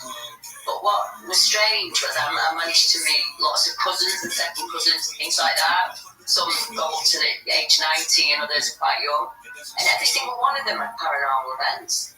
Every single one of them that I found had more than one story to tell me about being a kid and having experiences at home. And I remember being about, I don't think what house I was in, so I must have been about 3, like 2 or 3. And I was in my car and I was absolutely terrified. And I remember somebody stroked my head, like really gentle, and it was quite soothing, And I'd think about that when I got frightened. I'd think about that touch, and it kind of helped a lot. So all these years later, I was speaking to what would be my second cousin, Linda, who was in her 80s, and she said, I've never really had paranormal experiences, Rita, but I know things. I can walk into a room and know everything about the people in the room, or I know something is about to happen. But when my daughter Andrea was a baby and she used to get frightened, somebody used to come into the room and stroke her head. And I remember thinking, oh my goodness. So she's in one side of the UK and I'm in the other side of the UK, totally different generations. But she's had that gentle touch as well. Is that one of my ancestors?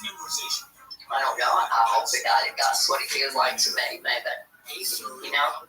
Yeah, I think when it comes to stuff like that, we never really have an idea or a hope of what it could be, but at the end of the day, I don't think we ever really truly know what it is or what the intentions are. Yeah, it was just, I don't know, it was strange. It got kind of strange because I had to work a case with a gentleman and he wasn't from this area, he was here for work. And because the train had got in there late, he had to stay at a hotel where I live. He's in that hotel, and unfortunately, he said, only about 9:30 at night, 10 o'clock at night, he settled down to go to sleep, and the next thing, he feels somebody in the bed next to him. And he said it in me panic. I'm thinking, oh my God, I'm in the wrong room. Or someone else is in the wrong room. He said, and as he turned over, there's a female in the bed next to him. He said, and all I could think of was, oh, as a man, you know, you wake up and there's a lady in the bed next to you, you probably worry that you're going to be on a charge sheet or something. And he said, I didn't know what to do. So I tapped her gently to say, I think you're in the wrong room. He said, and the next thing she turned over and started hitting me. And she kind of really hit him a few times and she vanished, like completely vanished. And he said, I was so upset. He said that I thought that I'd frightened her. And he said, I didn't know what to do. I just didn't know what to do. He said, and I sat on the end of the bed and I just said to her, look, I'm sorry, I didn't mean to frighten you. Can you, like, come back if you want, kind of thing. So I looked into it for him, and a lady had died 2 years before in that hotel, and she died in her sleep. She died at home with a partner, and she'd gone and stayed the night at the hotel, and she was a diabetic. And she hadn't took her meds before she went to bed, and unfortunately, she died in her sleep. And I said to him, possibly. She doesn't know that she's passed. She's still in the bed, you know. She doesn't know. She's there every night. She's woke up. There's been a man in her bed. It's like two worlds collided that night.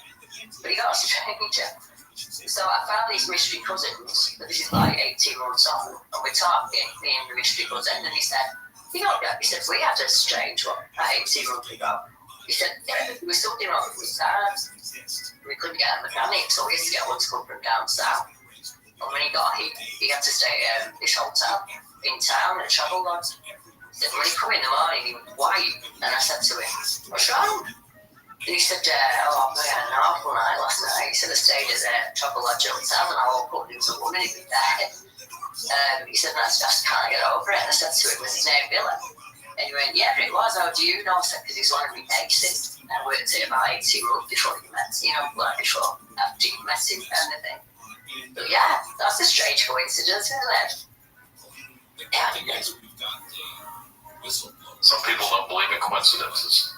I don't believe in coincidences either. That was meant to be in some way, wasn't it? So I did go back. I didn't go back into the hotel. I went back with my husband and I sat outside and had a conversation with him. And I said, you know, just to let you know that you're not bound here. You can move on. And unfortunately, you passed away in your sleep and you might not know that, you know. I was hoping I could book the room and just stay in the room overnight, but then I didn't want to turn it into like I don't know, the right thing at the time. I asked myself what was the right thing to do, and I just thought, just go up to the hotel in the car, ground yourself and just have a conversation with the dad and just say, look, I know you know that you've moved on, but you are, and it's time, you know, you don't have to stay here. Kind of thing, your loved ones will come for you, and I kind of left it like that. I thought that was the best thing to do. Yeah, I think when we can only try to do what's best. And when it comes to spirits or anything otherworldly like that, I don't know what the other side is. I've never experienced it. Like I said, I'm kind of a mobile thing. So it's like, it's hard to give advice or something. Like I could go through and say things here and there, but at the end of the day, I don't have really any idea of what I'm doing. I'm like, yeah, people ask me, oh, where did you train? There isn't any way you can go and train. You just, I kind of got through in the deep end, so I had to learn really fast. And I say I make mistakes. Okay, it really, really is okay to make mistakes. That's how we learn. So if we get things wrong, that's fine. We've learned that it's either a lesson or a blessing. It's always like that. So things happen when they're supposed to. So if you can start to kind of trust your gut feeling, because that's what it's there for, you know. That's what guides us. If you can, like with me, people say I don't understand how you can be so laid back about things. And I say, because what choice do I have? I can sit here and worry about it all day long. So I'm going to change everything. Things will happen as they should, you know. And I just think each case is unique. But because each human is an individual, aren't they? So no cases are ever alike. And I just say to them, if you think I'm wrong, then you just tell them, just say, I don't think you're right on that one, Dad. Or if you think that you can do better than me, then tell me, that's what I need you for, you know, when I work with other investigators. Feel free to say, no, don't think you're wrong, let me take over, and then I will step back and you take over. Because at the end of the day, what's important to me is the person, like the witness, and how they kind of carry on going forward. So if states like your house is haunted, or you're one of those people who lives in a succession of haunted houses, eventually you have to admit that it's probably you. You're the attractant, you're either admitting it or attracting it in some way. So if we get you confident with that and build skills with that, that'll change things like making things much easier. They still have to get up in the morning and take the children to school, go to work and pay all of the bills. They have to do everything that we have to do in normal life and put up with that as well. So he's trying to get them to balance that out and set some real boundaries. Because we each can do that as an individual. You can set some really clear boundaries, you know, and say, like, this is not acceptable to me. I work with a lot of females who have small children and things are happening in the bedroom, and I said to them, what have you put in place up to now? And they said, well, I've been in and I've had a word with it, and I said, no, that's it, don't you come in there. And I said, well, you've done that intuitively. You don't need me. You're asking me permission for you to trust your own gut. Whatever your gut tells you to do, try it. And if you get it wrong, try something else, you know. That's much better than sitting there feeling helpless. Give that child control back. Paint that bedroom. Change it round if he wants. I gave my grandson a torch when it was happening to him. And I said to him, just turn the torch on. If someone was in your bedroom and you're frightened of it, put the torch on it and tell it to leave. And it wasn't the torch that did the magic, as he calls it. That's just like Thor's hammer, isn't it? That's just something for you to intend. What I was teaching him was to say, this is my room and you're not allowed to come in it. You're not allowed to frighten them. Because I needed that as a child. I needed my parents to say, what you're experiencing is real. And we don't know what to do and we don't know how to help you. That would have been far more intuitive than you're just naughty. Go to bed. We don't believe you. Go to bed. You're being dramatic. Go to bed. Things are crawling out my wall, crawling out my bed. And as a small child, that is terrifying. Absolutely terrifying. And it took me till I was in my 50s to kind of say, no, that's not fair. I should have been treated differently as a child. I wasn't being naughty. I was being terrorized. You know? We've had things here actually mentioned it on an episode of Laird before this one does, but just recently we've had some instances of our 2-year-old saying ghost, daddy ghost. And I've got him recorded on here too. Like a couple weeks ago he was up to me and said, there's a ghost out, ghost out. He barely talks, but he's plain as day saying ghost. So with some of the stuff that happened when we first moved in several years ago, I went through the house and tried to banish whatever it was. I did it all over again right after he started talking about ghosts. I went through the whole house again, so whatever negative energies or spirits are here, you're not welcome. I don't want you here. Leave my children alone. And we haven't really had any instances else, so I don't know what else I'm supposed to do. Well, you did it intuitively. That's exactly what you're supposed to do. The best advice that I would give you, if a man, you walked in your child's bedroom and found a man in there, you wouldn't be overjoyed about it, would you? You'd treat him very differently. And that's what you do. You don't, it doesn't matter if you curse, it doesn't matter what you say, you just got to mean it. You do not cross it path. Nothing can come into your home uninvited. Nothing. Yeah, and once you learn that, that's great. But you want to protect the house, you do that in every single room, like you've already done yourself, you know. Nothing's stronger than you. When it comes to protecting your child, there is nothing out there stronger than you. Absolutely nothing. And then if he wants to do something, maybe when he's 4 or 5, if he wants to change things, like he just says, you know, suddenly can we paint it blue, or can we just let him, just, you know, it's your room, this is your safe space, and you can have it any way you want, and nothing is allowed to go through that door, you know. And if you do that with him or without him, it doesn't matter. We're just trying to teach them that they're in control of the situation. So it doesn't sound frightened, which is massive. This could just be his great-grandfather or his great-grandmother that's just coming to see him because they're attached by love. You know, that happens. That happens from generation to generation. And if you're happy with how he feels, then I just think you've done what you needed to do and that's it. You know? If you're sensitive to energy, then why would your son not be sensitive to energy? You know? It's in your bloodline, and it's probably the same for your wife. You know, she'll probably know when you're in a mood without you even telling her. She'll probably have to pick up that the kids are poorly even without them saying anything. It's just, we all have these natural inbuilt abilities. We're just taught by society to ridicule them and see them as silly, and they're not. They're what kept you alive. When you were early man and you lived on this earth, before language, that's how we communicate in human to human. Simple, you know. And the more you use it, it's like riding a bike or learning to fish or learning to hunt, you just get better at it. You know, and as long as it's not taking over your life, there has to be a balance in all things. There has to be time when you are not open to spirit or you are not open to doing it. I say, no, that's me done. I'm done for a week. I need a week off. You know, you can't do it every day. You just completely drain your batteries and then you'd be no good to anybody. And I learned a long time ago that I can't do it for everybody. I have to teach them the tools and they have to do it for themselves. You know, you can't go around fixing things for people. But you can say, like I said to you, that's exactly what I would do. I'd have done that. I'd have gone into that room and said, oh no, I'm not having this. We had a lot of activity at the old house, and at the new house, we haven't had anything. But the first week when I moved in, I saw a dark shadow being in what I would call a hallway, and I think I was just stressed from the move. And it was like, oh no, we're not putting up with that here. Don't even think about it. Just turn around and walk around back out. I'm not having none of it. And I've had nothing in the house. Nothing's happened at all. I just couldn't go through it again. I just want a house where everything's shut down. You can't do it so often.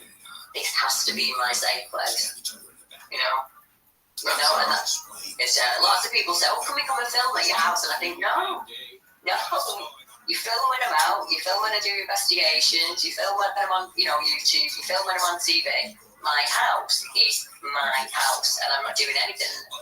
But my husband has the right to that. He has the right to that privacy. He gives up so much of me that when I'm here, I just do ordinary stuff. We set the dog for a walk. I go out for horse riding, go up on the road. And that's my way of my balance. That's my way of re-energizing myself. And then I have to jump back in and I have to work again, What I do is how I earn my living. I make very little money at it, I point that out. But I'm rich in other ways. I have an amazing network around me. I meet people like you every single day. I can sit down and have an ordinary conversation. Me and you could be having a coffee now in a cafe, and we're talking about subjects that other people see as taboo. And I want to normalise what me and you are doing.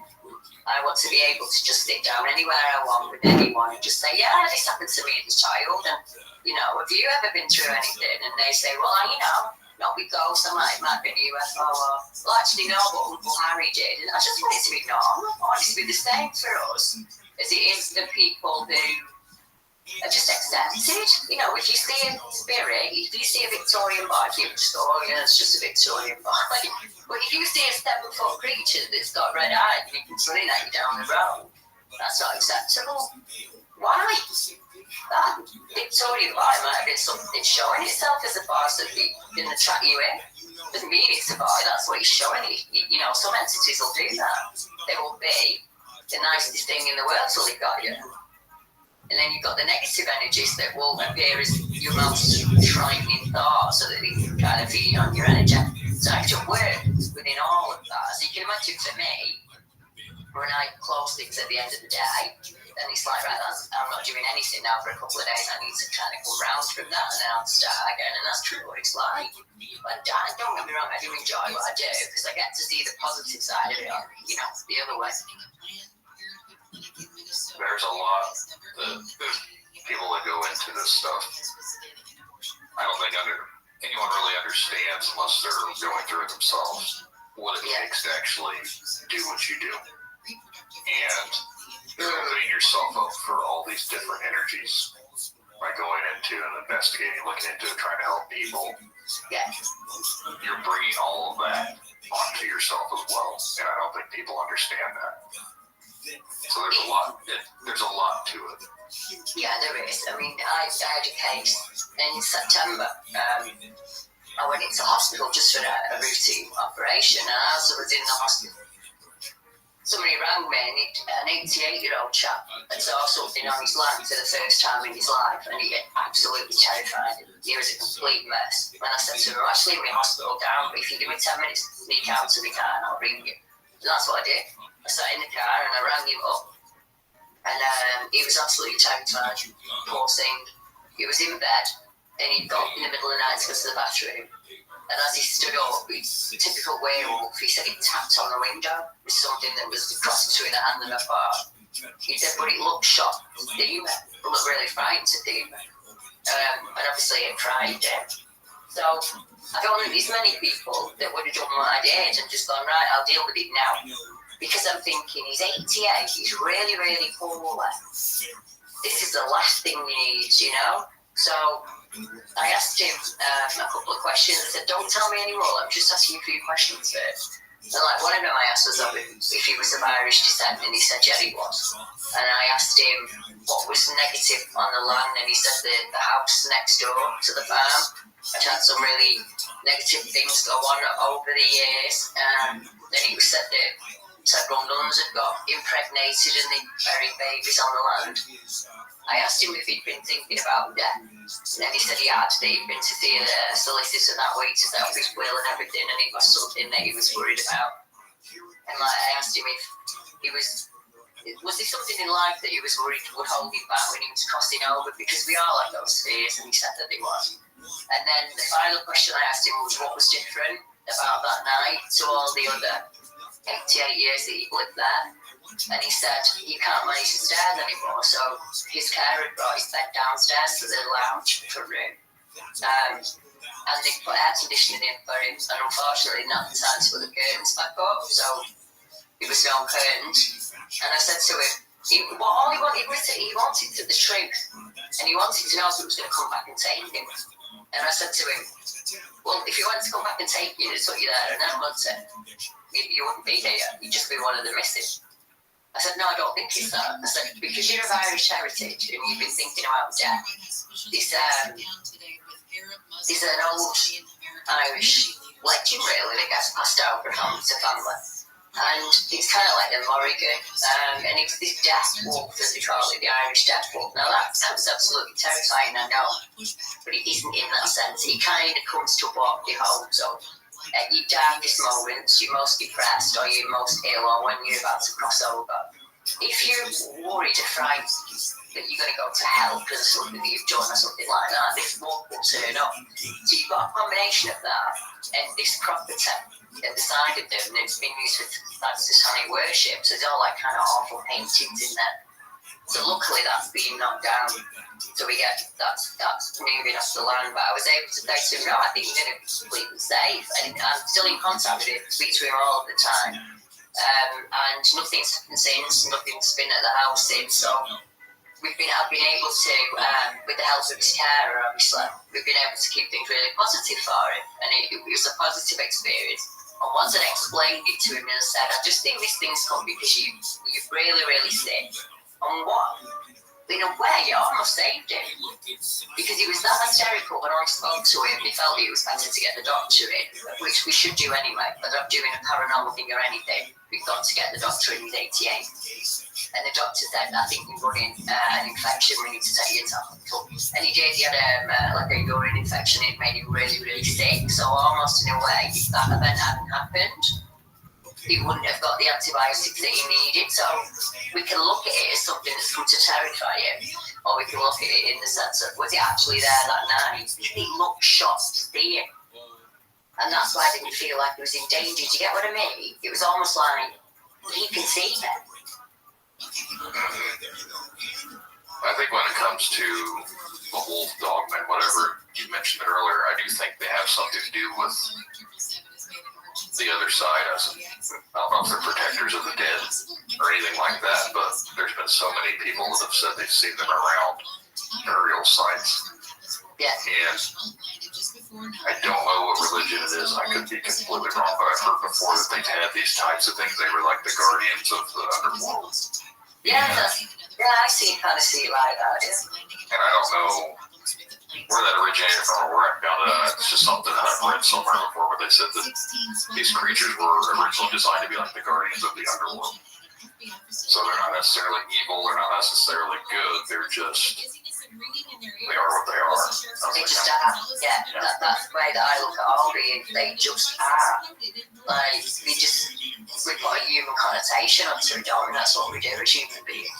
But we're all dealing with things we don't understand, you know. And I think sometimes, don't get me wrong, I think paranormal investigators make it worse. Sometimes I think if they go into a house and they don't understand what they're doing and they just suddenly go straight to what I call a satanic panic and it's a demon, I think that brings a lot of negative stuff on the house. And then that paranormal team packs up with the dog. And the family are left to have to deal with all of that. You know, so there's certain places in the world, like Cannock Chase in England, where paranormal teams you probably got 2 or 3 teams every night down there, you know, kind of summon something or open this dimension or that dimension. And then they get in the car and they go. And what's left is all the things that trying the locals are seeing. So like Cannock Chase, it's a 27-mile radius, it's probably 33 cases down there of like werewolves and black-eyed kids and all manner of strange things. And I just think there's an ancient site there called Castle Ring. It's been there about 800 years. And I think that's the energy source. But because people have meddled, so many times down there, there's like pockets that you can walk into that are just awful. Like make you nauseous, like infrasound, like make you feel sick to your stomach or drop to your knees and things like that. And people report all manner. They report to the police, they report to the newspapers in the UK. All kinds of strange things happening there. But I think that's human intervention and humans doing what they don't understand. We don't. Some people don't want to learn, so you say to people, you do close everything down before you leave, don't you? All don't need to do that. Well, actually, yeah, there is. There really is. You should be sure, what we've done here tonight is over and everything's closed and then you walk away. Because you just left a big gaping hole in the veil and anything can come through. And you have no idea if that anything is good or indifferent. Because it's humans, isn't it? It took me a long time to learn. I thought I knew everything when it was like late teens, early 20s. But live talk is a very helpful lesson. Eventually, for me, I do my podcast in my house, but I'm trying to move mine out. I don't want to be in the house because I don't know. Sometimes I wonder if I'm not bringing in, even though I'm calling people through Zoom or whatever it is, reading them using. No, I know what you mean. I don't know if I'm opening up something to come into my home. So as a precautionary thing, I'm trying to do it not inside my house anymore. I'm similar, but unfortunately financially I'm stuck like that for a while. So I just have this little ceremony that I got through myself even before me and you spoke. And I just say like whatever I speak about now, it's just a private conversation between me and you, and you're not allowed to interfere in any way or hang around or any of those things. And I have this ritual where I ground myself. We'll finish having a conversation with you and I'll take my shoes off and I'll go stand outside on the grass. Minute two, and then I'm fine. But that's just my little ritual. Everybody kind of comes up with their own. Gotta get what you mean. When you work in this industry, you don't know what you're inviting, do you? And it's just one of those things. It's just one of those things.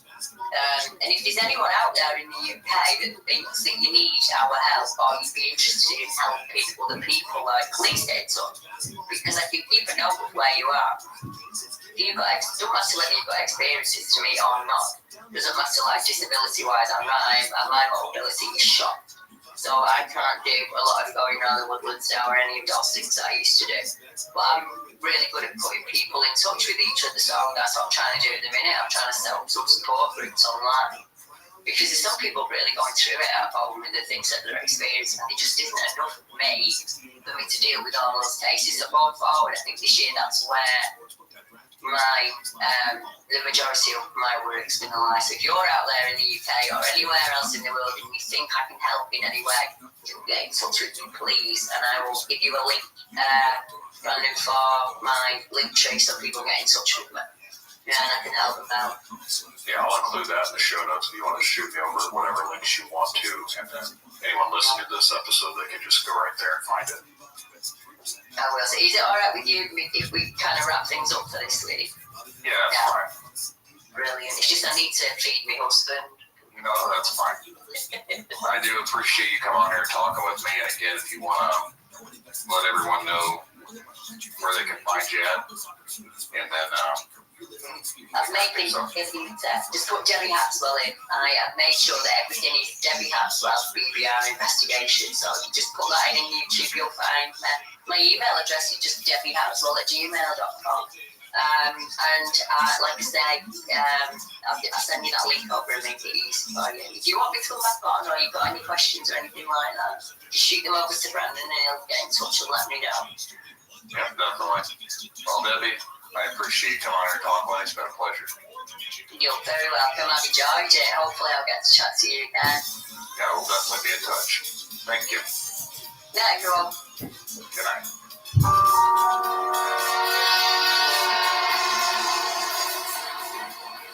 Remember, the truth lies in the stories we share, the connections we make. Stay curious, stay open-minded. Thank you all for joining us on this journey, and until next time, keep questioning, keep seeking, and keep exploring the unknown. Good night, everyone.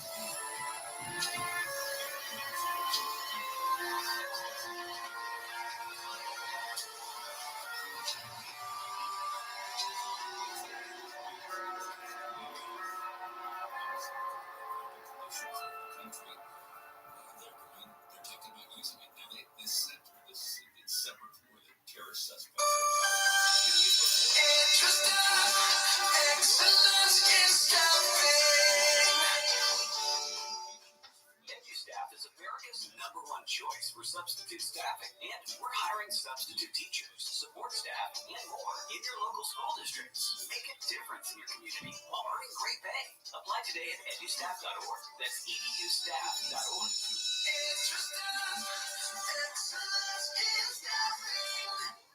Indiana Wesleyan University provides accessible education for every chapter of life. Traditional students learn, live, and lead the way through rich community on IWU's beautiful 350-acre campus in Marion, Indiana. Adult learners choose the flexibility of 100% online classes in over 150 programs with support from professors who are experts in their field of study and deeply care for student success in academics and spiritual formation. Discover the way ahead at IWU. Visit discovertheway.com to learn how. Your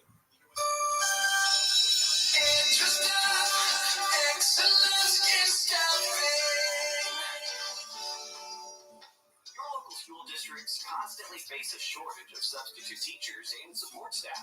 EduStaff is America's #1 choice for substitute staffing, and we're hiring people like you to help our school districts. Apply to be an EduStaff substitute today at edustaff.org.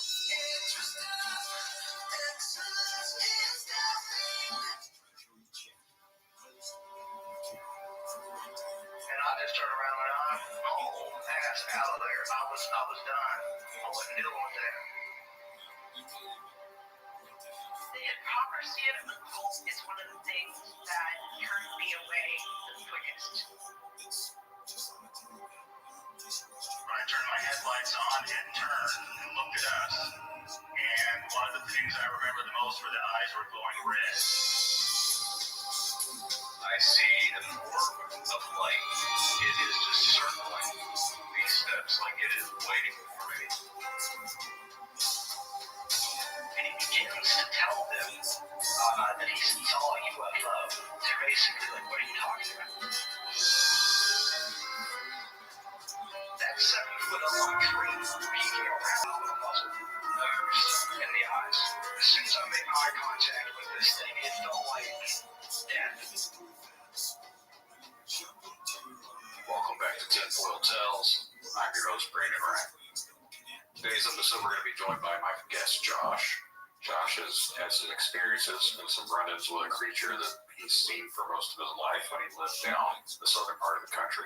He reached out to me a while back and had some interesting things to talk about. So I said, definitely have him come on the show and share some of that with us today.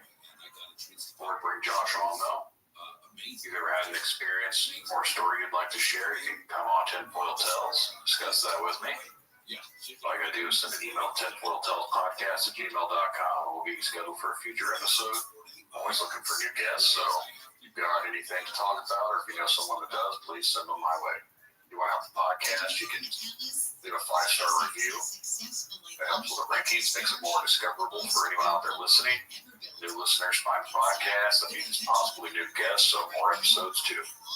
If you leave a written review, I'll make sure to read that on an upcoming episode. If you want to help the podcast financially, you can always join the Patreon, or if you'd rather just do something more simpler, just donate. There's a button in the show notes that you can do that with as well. Be sure to follow us on all the social medias, Facebook, Instagram, Twitter. I don't really use Twitter that often, but it is synced up to the podcast website, which is tinfoiltales.com. You can go on there as well as a way of contacting. So if you'd rather do that, you can send a message through the website as well. Whatever you gotta do, though, it's definitely appreciated. I want to hear from you guys. I think we're gonna go ahead now and bring Josh on. Looking forward to talking with him. So sit back, relax, and enjoy the show. I'd like to take this time to welcome my guest today, Josh. Thanks for coming on here and talking to me. Hello, how are you guys doing today? I'm doing well. How are you doing? I'm doing great. A little bit about yourself? So my name is Josh. Originally born in the South, migrated up here right after Katrina. My family kind of migrated pretty much all over the United States. Pretty much at an early age, I knew there's something wasn't right myself. There's definitely something that was a little peculiar about me.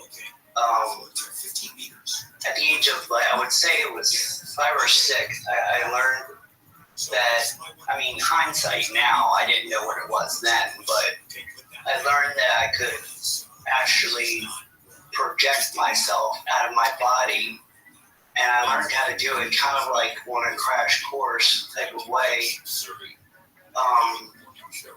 I was able to leave my body, go downstairs, and see my parents or see my sister while taking naps and stuff like that. Because like all children, we were forced to take naps and just to give our parents a little bit of time to breathe.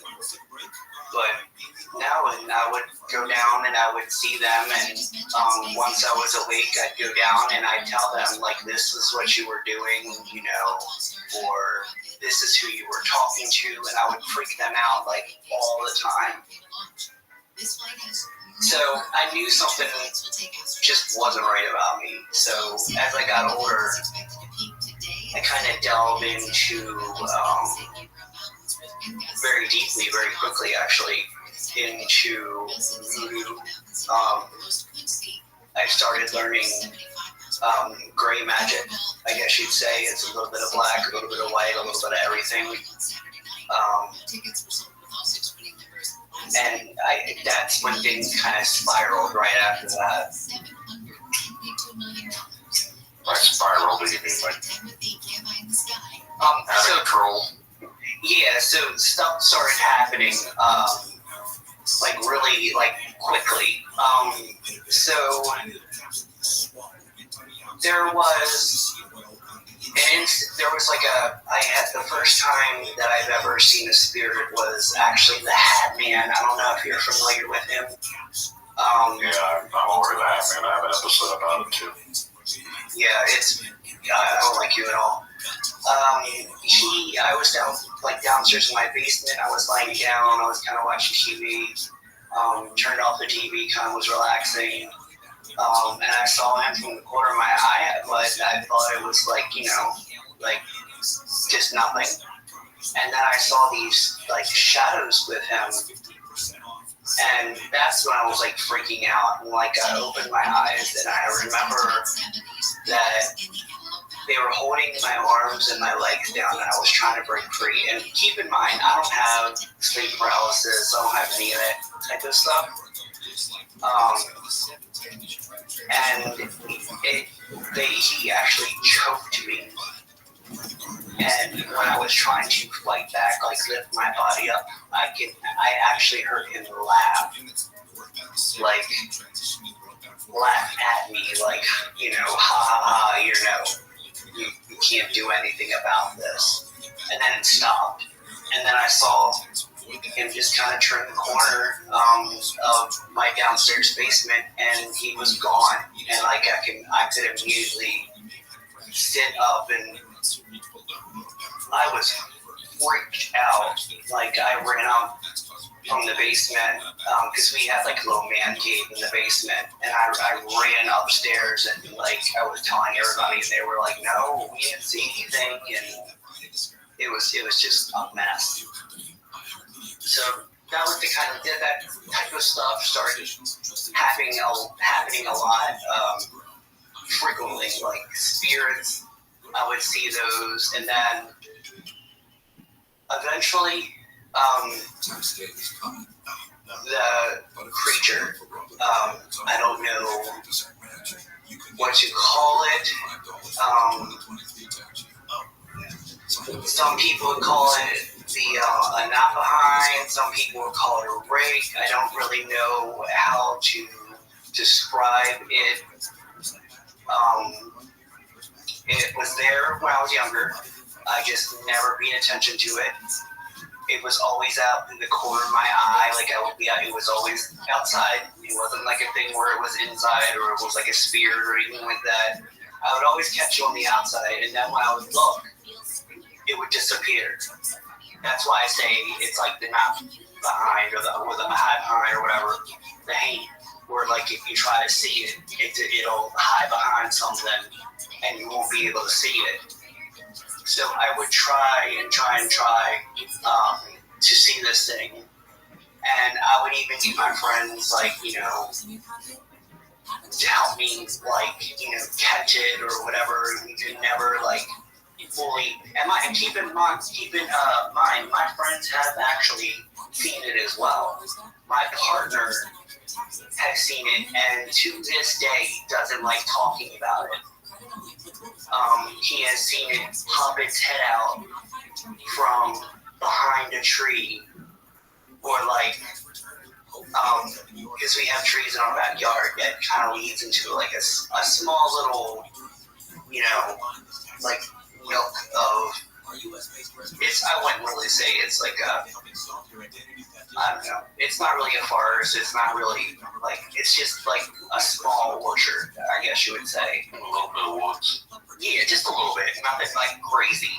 I know what you mean.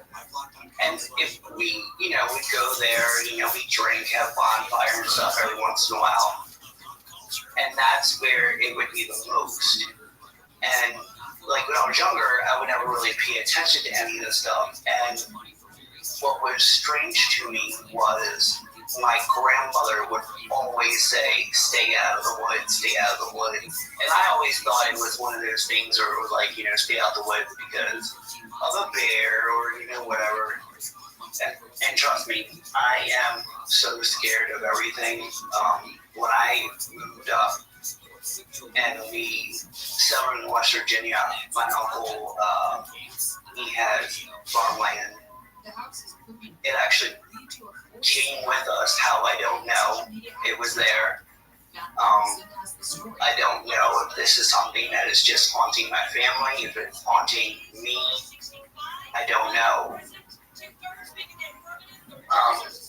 But I would have to get up at like 5 o'clock in the morning, and I'd have to walk to school. And I'd have to walk to the bus stop, and I'd have to go through like this little valley to get to my uncle's house that had the bus stop. And it was like a half a mile, but you'd have to walk through like the valley where like his horses and his cows and like all of that shit. Well, I'm sorry, all that stuff was. I didn't mean to. No, you're fine. But you know, and like I was, I'm such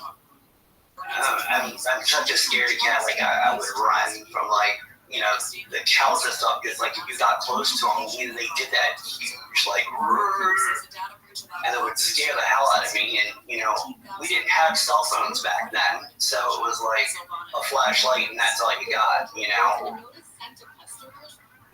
But yeah, no, it's I can't explain why it's with us, or it's with me, or, you know, I thought that maybe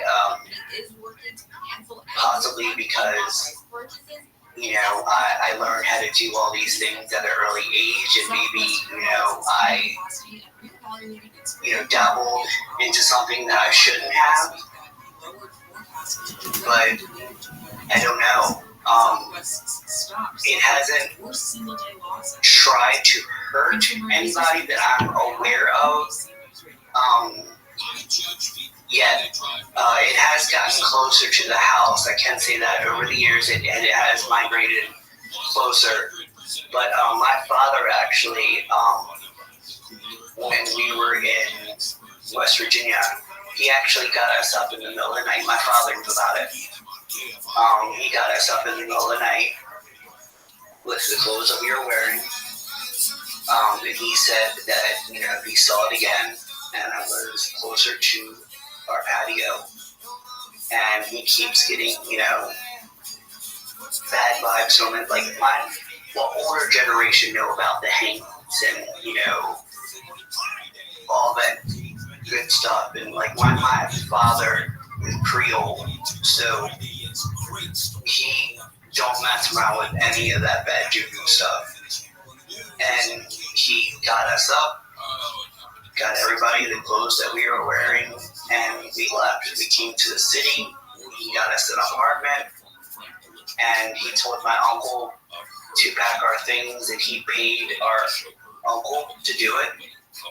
and packed up all of our things, and we came up every weekend during the day to get our stuff and to bring it down to Baltimore. And from down here, I've seen it once, and that's it. I guess because there's not that many trees, and there's not a whole lot of, forestry, unless you have to seek it out, like to go to like a state park or something like that. And I would never go to those things anyway after hearing about like all those missing people. The state parks are definitely got some weird stuff going on, that's for sure. Yeah, that would be my luck, that I would go to a state park and then I would get like snatched up by Bigfoot. That's another thing that I don't trust as far as I could throw is Sasquatch. I hear about people's accounts and it's just frightening. Like some of them are carnivores and some of them aren't. It would be my luck that I got a carnivore. Yeah, when it comes to cryptids and everything else like that, I really don't have an opinion one way or the other, just because everyone has their own experiences. Right. I can't say that a Sasquatch is not going to hurt someone. I can't say it is going to hurt. I don't know. I've never seen one. And they're just like, I make this analogy from time to time, but if there are animals out there, all these creatures, some might hurt you, some might not hurt you, because just like humans, like some people will hurt you, some people won't hurt you. Absolutely. You just never know. Yeah, you really don't. What turned me onto that was I was flipping through the Discovery Zone and I saw David Blightus's Skinwalker Ranch. That special, when I watched that, I was like, oh man, nope. I'm glad I didn't live there. Yeah, they have a lot of weird stuff going on at that place. And then I know David Blightus, he does that missing 411 where there's a lot of missing people in the state parks and everything else. Yes. I've yet to get any of his books, but I heard the numbers are pretty crazy. It depends on who you talk to. I know there's some naysayers out there that act like the state parks, but it's not just state parks, it's literally all over the place. But because he talks about state parks, it just makes it seem like it's a state parks, but I haven't looked too much into that, believe it or not. Right. I don't know if it's everywhere, if it's just state parks. I mean, it sounds like there's a lot of weird things that go on at the state parks, and then you kind of wonder why. It is so many people missing. Why is it that you don't really hear it mainstream talked about as much as like trying to keep it secret? Right, and I think personally, like just my personal opinion, I think the reason why it happens in state parks is because it's such a mass amount of wilderness, and people have made pathways like through the entire thing. So it isn't like one of those things where, you can stay, if you stay on course, you can go through the entire park. There has been people that got lost or whatever. But it's one of those things that it goes so deep, and with like the people who have vanished, it's like, it seems like, it's a blink of an eye. They turn around to sit something on a counter, and next thing you know, their kid's missing. I just think it's definitely the woods. There's something about the woods that these things are attracted to.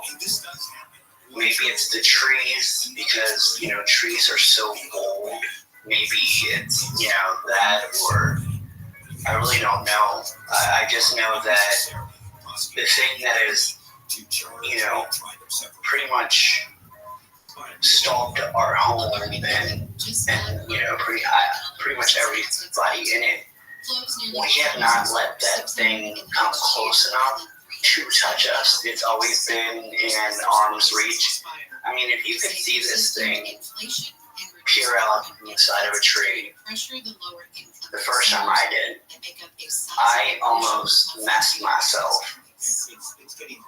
And I don't wish it really on anybody. I don't wish, it's just insanity. Like, I don't know, and I don't know where it is, and I feel sorry for the people that, it could be, harassing now. Could you give a description of what it looked like? Sure, it's, it's like a grayish white. That's why I considered it like, almost like a rake. It doesn't look exactly like a rake, but it has very similar attributes to it. It doesn't look like it's an alien, like a gray alien. It's very, very slim. It has, I would say, like almost like an almond shaped base. But it's not like pointed at both ends. It's just very like almond. It's gone. It almost looks like it hasn't eaten a long time. You could definitely see its ribs, like in between the bones. I did get a good look at that when it poked its head out. It has very, very little hair. The hair that you do see it is very like almost like wispy. Very, very wispy.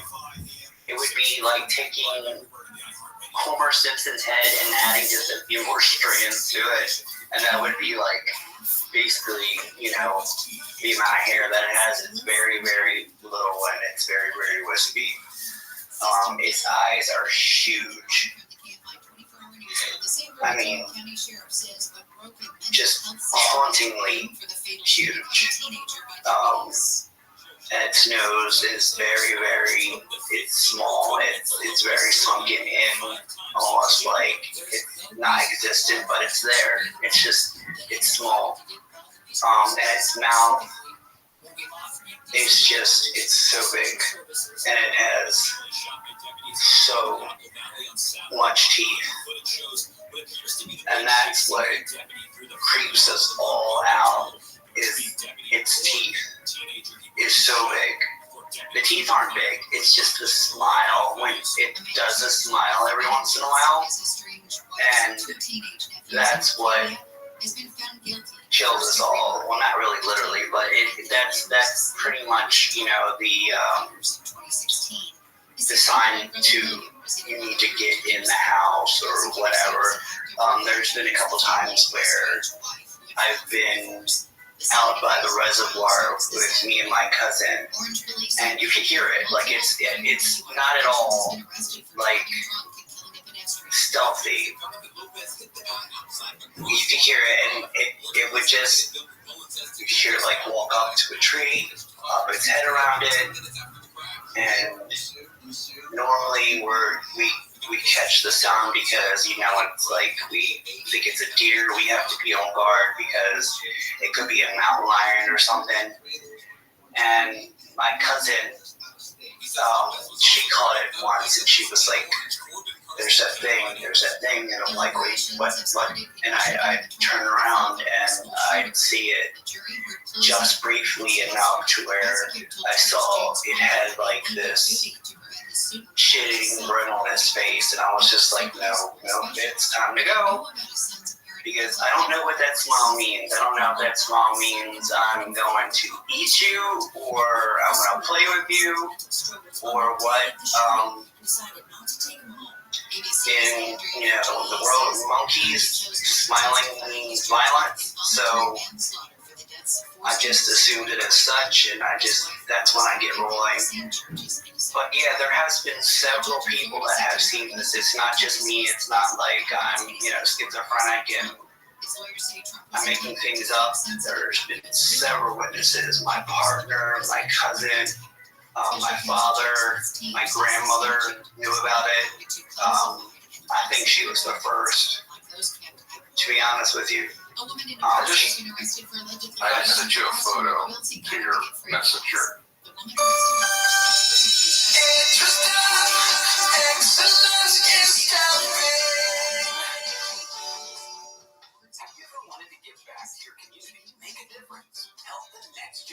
You can have all of this and make a great paycheck too. EduStaff is hiring substitute teachers and paraprofessionals in your local school districts. Apply to be an EduStaff substitute at edustaff.org.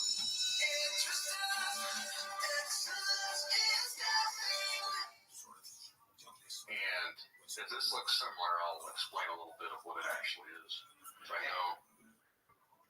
know the term that people use, they don't automatically think this, but this is what they actually are supposed to look like. That's actually almost damn near close. That is a Wendigo. Really? Everyone thinks of a Wendigo when they have the antler heads and everything else, like the deer head. That's not what they really were look like. If you listen to the old Native American lore, they were more or less humans that got really skinny and their mouths were like that because they ate their lips off because they were so hungry. And they became very pale because they're basically like a walking corpse. And their hair fell out and everything. So when you started giving me that description, you could see its ribs are so skinny and its mouth being big. Well, its mouth's going to be big because it ate its lips off. That's frightening. This is like 98% close. So that's just one depiction. Like if you put in Wendigo, like you're going to see a bunch of antlers and deer skeletons there. That's more of the, I guess when the white settlers when the white settlers came around, they it didn't sound creepy enough, so they kind of bastardized it by putting on a big monster lore about it with a head of a antler and everything else. But the original Native American lore and stories, this is what they look like. Yeah, I unfortunately, I fell into that group. I thought that the Wendigo was the deer skull, deer antlers, just something. I always thought it was a person underneath it all, but it was like, I don't know, I never really thought about what would be underneath it, but I always assumed there was something underneath it, like it wasn't just, this magic walking cloak. But this is frightening. This is dangerously close. It has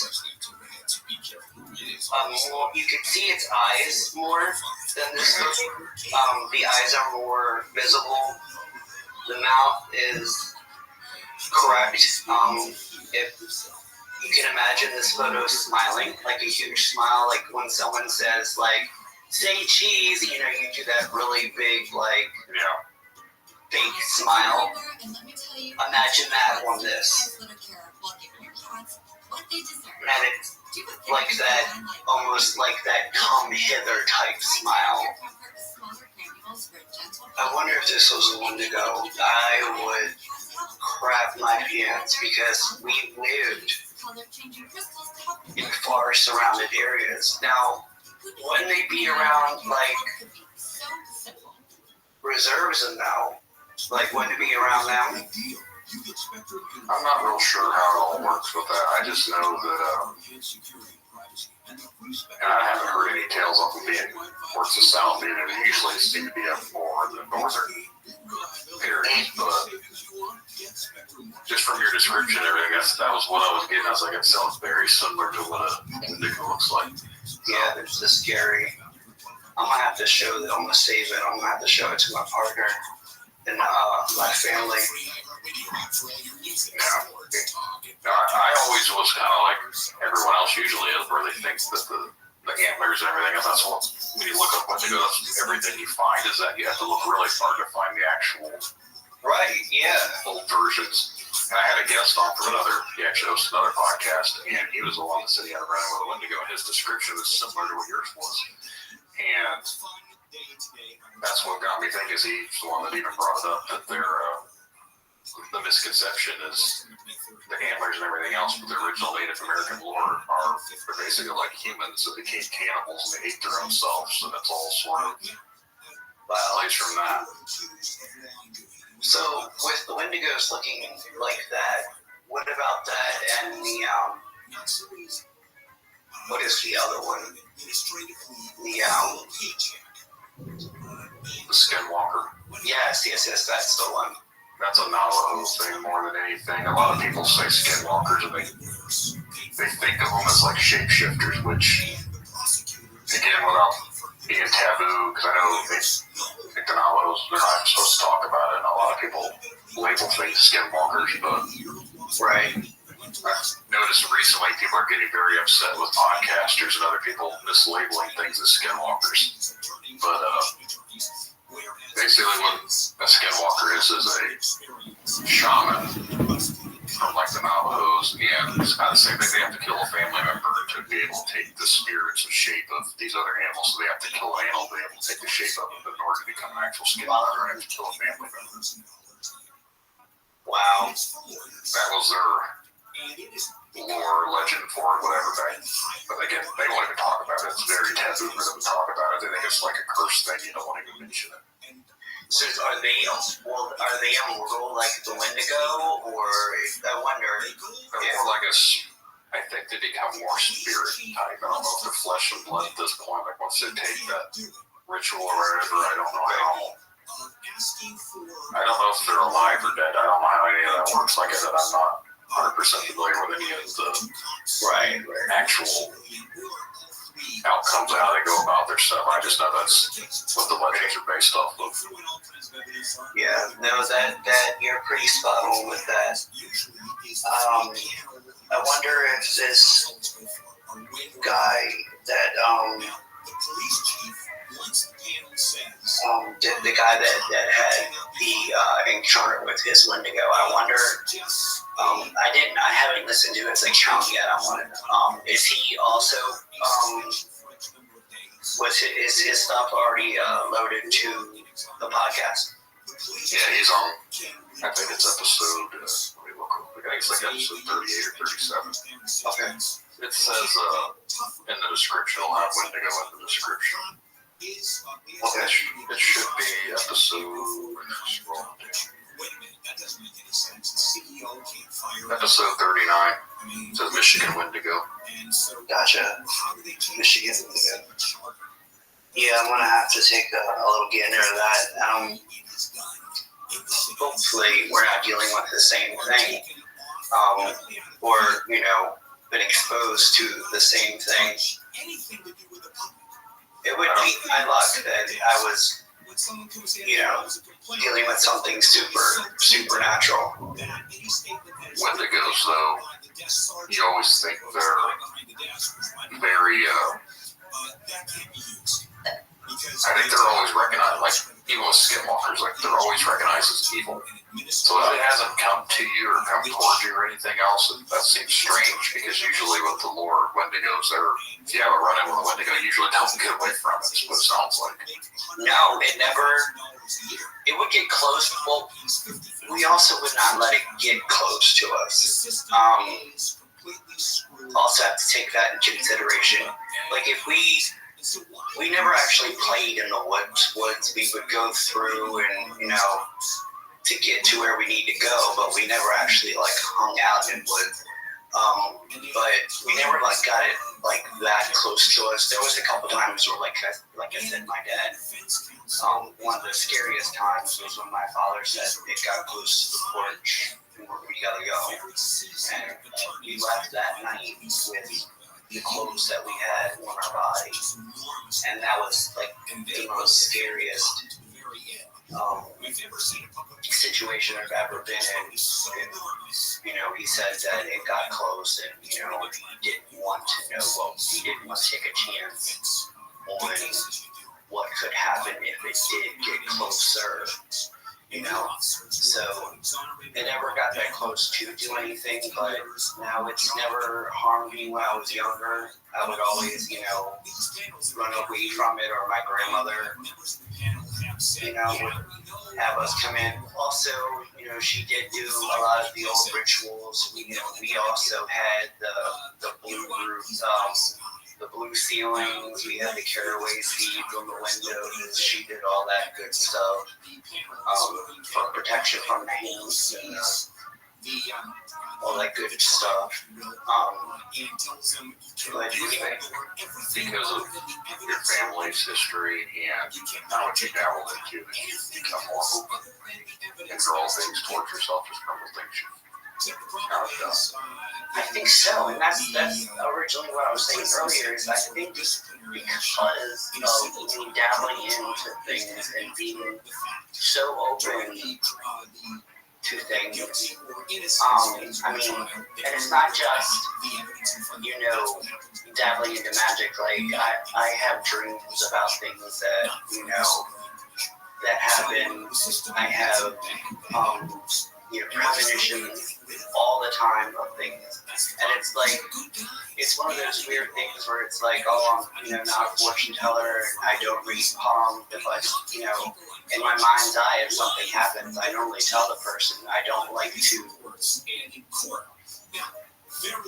My dad would always used to say, you should never change fate, but I believe that it's being shown to me for a reason. And I do agree with that. I think people that see things are meant to see things. I don't think everyone sees the same things that everyone else sees too. I think everyone has their own interpretations of it, but I think everyone's meant to see what they do encounter. Right. So I'm always the first person to tell someone, whatever the case may be. But I do think so. I think maybe I may have pulled it towards me, or maybe I got its attention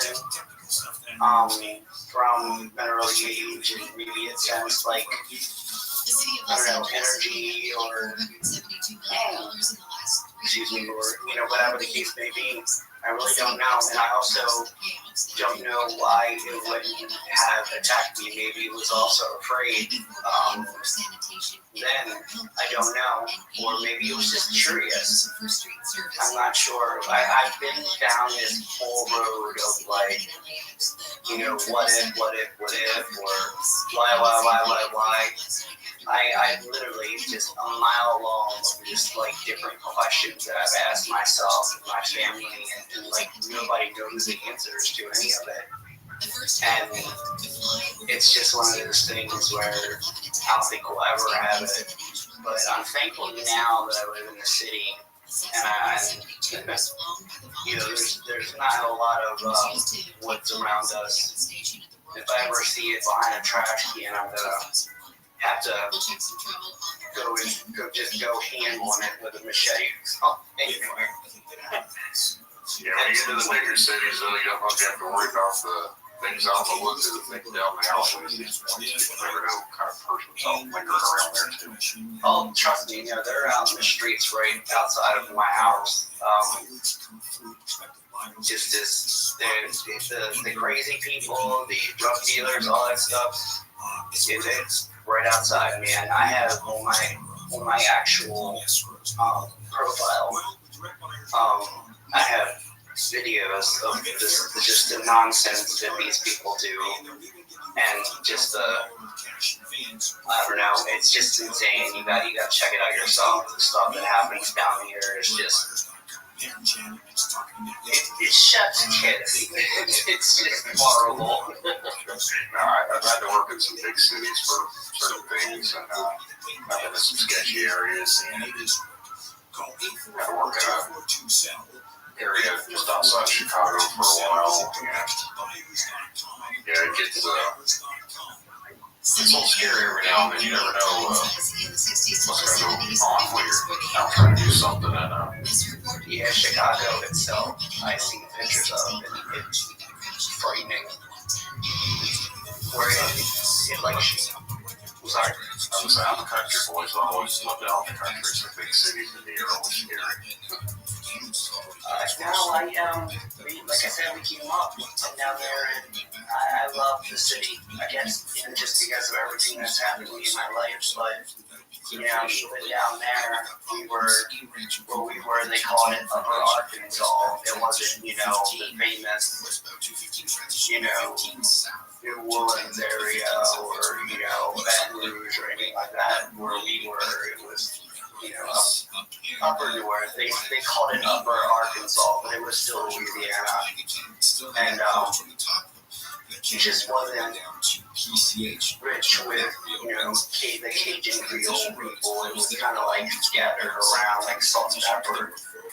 But they were still there. We still were called swamp puppies, the kids that are there. Believe it or not, there's lots of sightings of Bigfoot down there. That's the biggest thing down there. Yeah. I've heard a lot about the Bigfoot down there and the potential werewolf dog that don't even talk. Yep.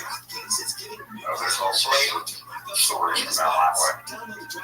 Yeah, some say it's a dog man type situation. Some people say it's like a Sasquatch that's an alligator. Some say that it's just a regular Sasquatch. There's so many different ones. And it's just, you never know in this planet. And I try to keep an open mind. Just yesterday I was reading there was 6 new spiders, brand new, don't have names for them, found in Brazil. I saw that too a couple weeks ago. And then the new crab. Did you see the new crab that they found? No, I didn't see the crab.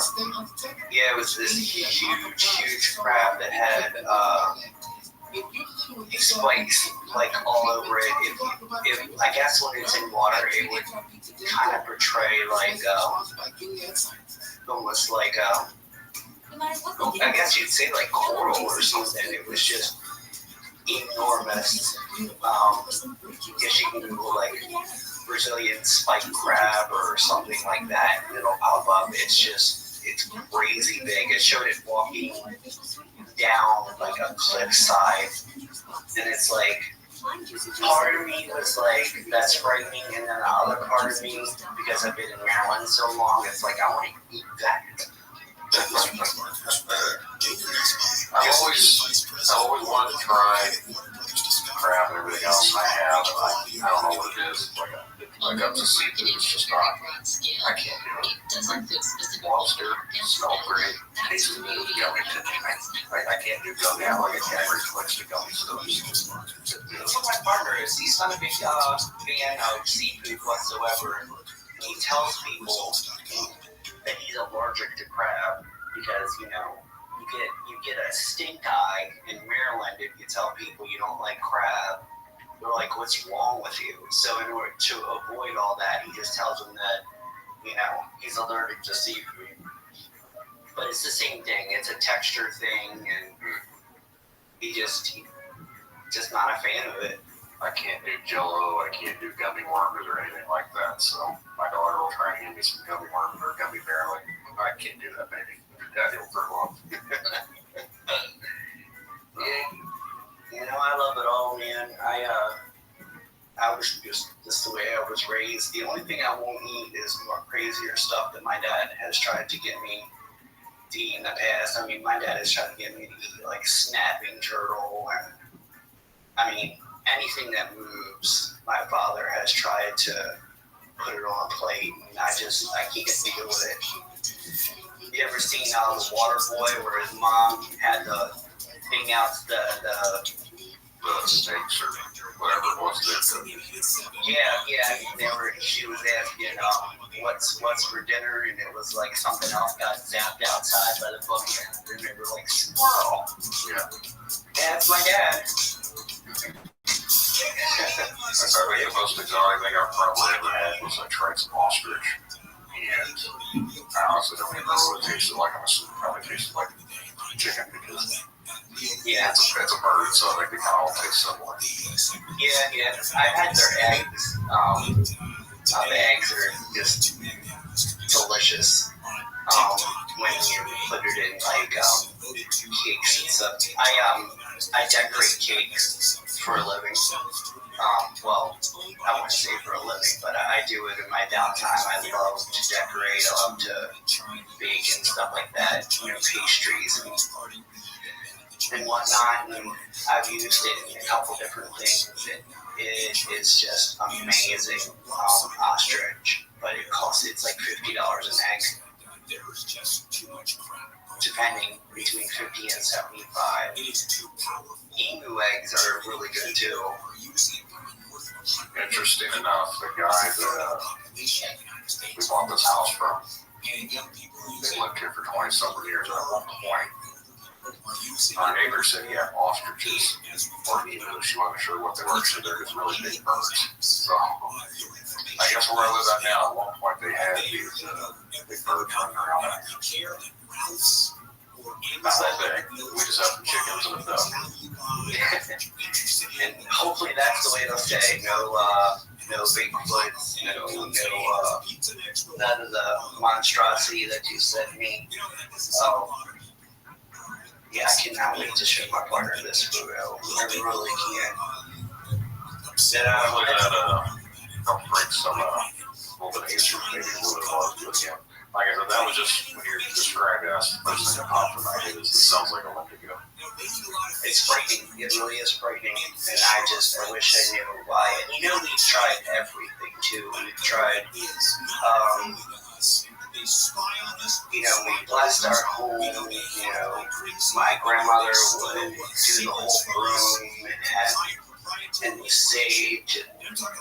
She did it all. I mean, we've done it all here. And now the place that I'm living now, I have like a little apartment. And just a little one-bedroom apartment, kind of tucked away in Baltimore. And there's no trees, and I feel super safe. The only thing is that's messing with me now is the owner said that I've been talking in my sleep and been saying a bunch of nonsense. So I have actually started as of last night to record what I'm saying. So I guess if it gets crazy, I'll be sending you a copy. Maybe you can just see what's going on with this. I definitely do ever catch anything, send it my way. Absolutely. Well, Josh, I think we can wrap this up unless there's anything else you want to talk about. No, I think it's good. I think I got everything that I've had to know about. I think that's about it. It was really nice meeting you, and I don't know if I can talk to my cousins or anything, see if they have any stories, if I can get anything from them. I'll be more willing to shoot you a message on Facebook, let you know about what's going on with that. Yeah, don't hear about it. I appreciate you coming on here and talking to me today. It's been my pleasure. It's been mine as well, sir. It's been nice meeting you. You too. You have a good day. You too now. Bye-bye.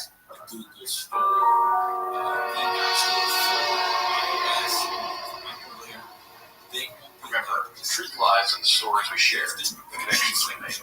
Stay curious, stay open-minded. Thank you all for joining us on this journey, and until next time, keep questioning, keep seeking, and keep exploring the unknown. Bye, everyone.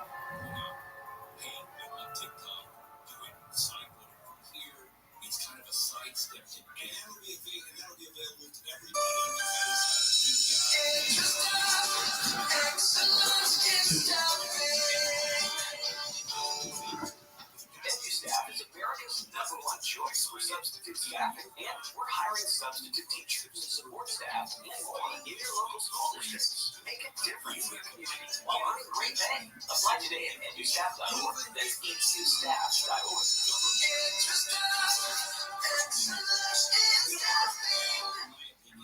So, poop is coming. But it has nothing to fear.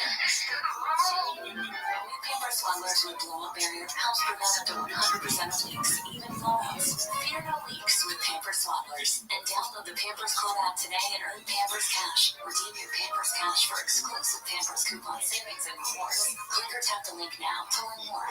Only redeemable by a Pampers Club. Redeem Pampers Cash, no cash value. Ensuring your baby gets the nutrients they need to grow and develop is a top priority.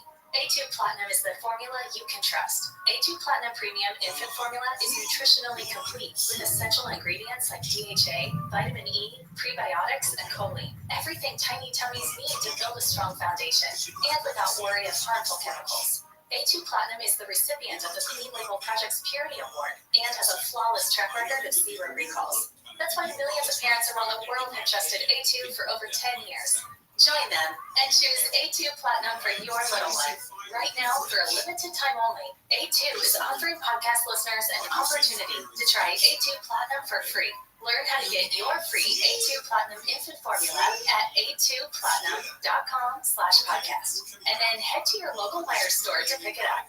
Go now to the letter A, the number 2, platinum.com/podcast. And I just turned around and I almost passed out there. I was done. All the deal was there. Hypocrisy of the cult is one of the things that turns me away the quickest. When I turned my headlights on and turned and looked at us, and one of the things I remember the most were the eyes were going red. I see an orb of light. It is just circling. He says like it is waiting for me. And he begins to tell them that he saw a UFO. They're basically like, what are you talking about?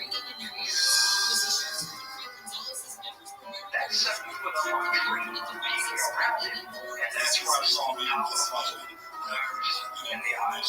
As soon as I made eye contact with this thing, it felt like death.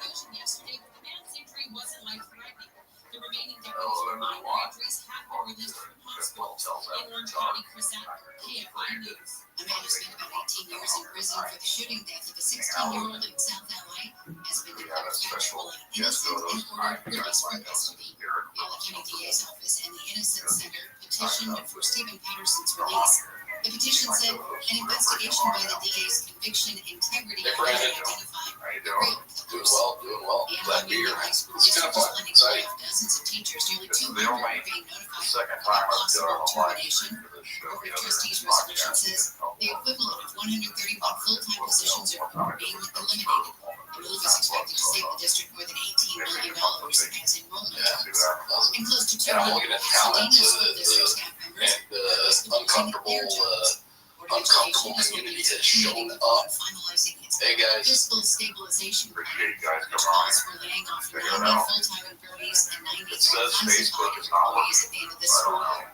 The move would save about $9 I million got messages that for it's not next streaming on Facebook. Long Beach has plans to develop 43 acres of land around the Queen Mary and turn it into a mixed-use We do have a entertainment guest. center. Plans Brian include Holt, tearing out, come paving on over here. the so-called English Village, which was built in the 70s, Wow, and they're had shops and listening. other tourist attractions. Have questions, It's been empty whatever. and is run down. The city says Yeah. the future of the Queen Mary and nearby Mary Bridges Memorial Park Yeah. will be heavily dependent on the continued growth of entertainment and Send me a live message on there, and I'll be able to pop you on the screen We've and got a share on sneak everyone box. We'll tell you who where with the KFI and Scott But next. we're gonna go ahead and bring Brian on to get this 6 foot. Well, we're looking at real potential issues from termites, big issues, Hey, because Hey, what's up, guys? after the rains, and then they infest I'm doing pretty good. How you guys doing today? doing their damage, big time.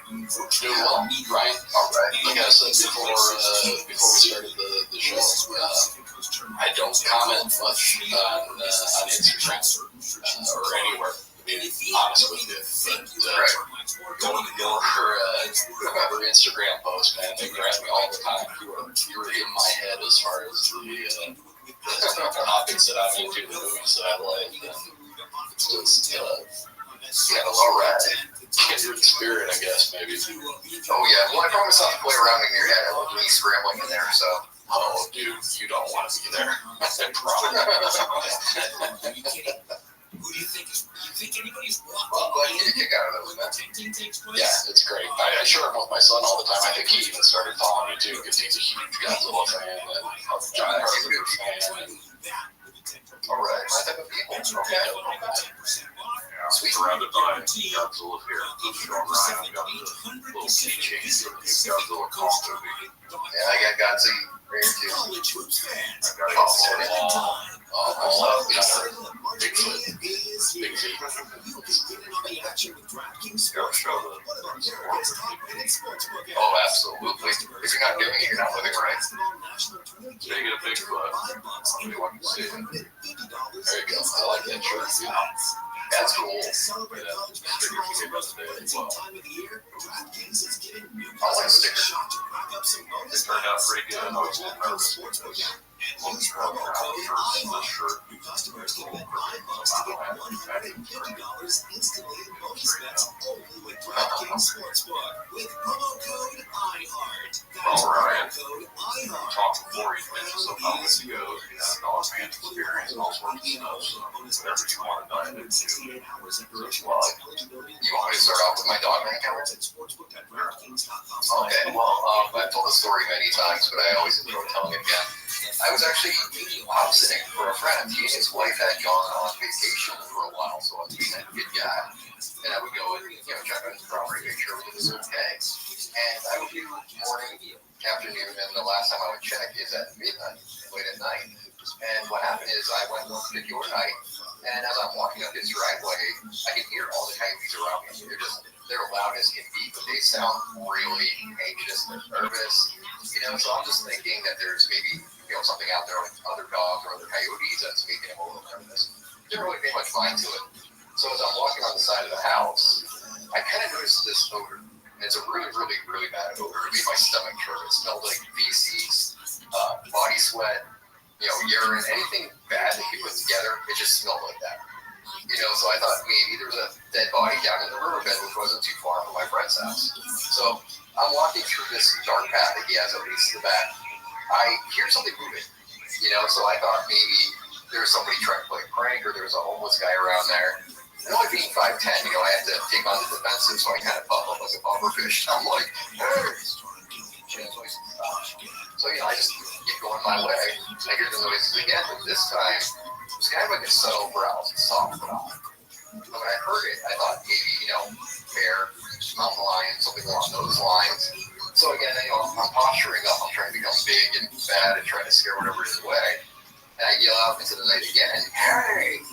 And a few seconds pass. It's silent for a few moments, and then all of a sudden I hear a very loud and very close growl. And this growl is so strong I can feel it reverberating in my chest, like my bones are actually battling from this. So I'm going, oh my God, there's something here. I didn't know what it was. And so I make my way to the very backyard, okay? And I noticed something moving in silhouette. I can see the shadow. How you look at a shadow, you can see shadows moving in shadows. What I saw, so I thought, maybe it was just a stray animal or something. So again, I didn't really react properly. But as I got back there, the security lights kick on. And the first thing I noticed is these lights are reflecting from this thing's eyes. So I see these big eyes looking back at me. And they're shining super, super bright in this like amberish, goldish yellow color. And what I see looking at me is this hyena-like thing. And it's staring right at me, and I'm looking right at it. So I'm going, what is this? What am I looking at? And it growls again. It makes this really loud growl again. So I freeze. That's it. I'm not moving at this point. I'm like, oh, I don't know what this is. I don't know why it's here, so I'm going to stop and not do anything. And it keeps staring at me, but I see its ears going up and down, and its head is tilting side to side like a dog does when it's curious. So I'm not even sure what to do at this point. I'm like, do I run? Do I try to grab something? But there's really nothing to grab, so I'm just kind of standing there like an idiot. And this thing charges forward about 3 feet, and it stops on a dime. And once it stops, it stands up on 2 legs. I can hear the loud honking. So I'm looking at a bipedal hyena in my friend's backyard. I don't know what to make of this. I'm going, my mind's thinking, what is it? Is it here to hurt me? Is it here to kill me? What's going on? So we kind of stare at each other for a moment or two. And then it slowly starts to back away. It starts lumbering, and when I see it turn its back, that's when I got rockets in my butt. I warp speed, I get in my front stairs, I'm in his house, I'm blocking his doors, I'm bolting his windows, I'm going through his drawers to try to find a knife or something to use in case this thing goes back. I even called him up on the phone, I'm like, hey, man, there's something you didn't tell me, there's a hyena in your backyard. And, he's sitting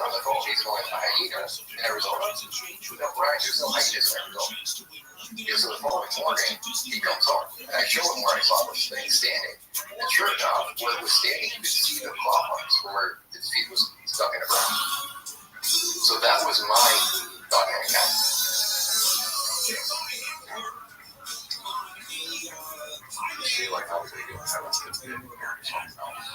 Yeah, judging from the tree that was underneath, it's about 6.5 feet tall. It's a lot bigger than I am. I'm 5'10", 6.5 feet tall. It's a lot bigger. Can I jump in here? First of all, I don't know if that's something under your control or not, but I tried to join the chat and it keeps erroring out, won't let me. So I got people saying hi to me in the comments. Hello, my uncomfortable friends. Wish I could address you, but I can't. But Ryan, you mentioned you heard a pop. Like, I assume that was when it was going into an upright position. Yeah, is that like you're hearing like bones popping? Like, was it like knuckle cracks, or was it like the crunch that you hear if you ever played football or got a broken bone or you broke somebody's nose or something? There's a very distinctive crunch to when I keep a bone. It was more like a knuckle crack. It was definitely more like a knuckle crack. I would say it's maybe a joint popping into place or popping out of place. I mean, I even theorize maybe it's their feet adjusting to the weight. You know, maybe as it goes from the quadruped position to the bipedal position, its feet, have to gain more of the balance, and that's why they pop out. What was the face like?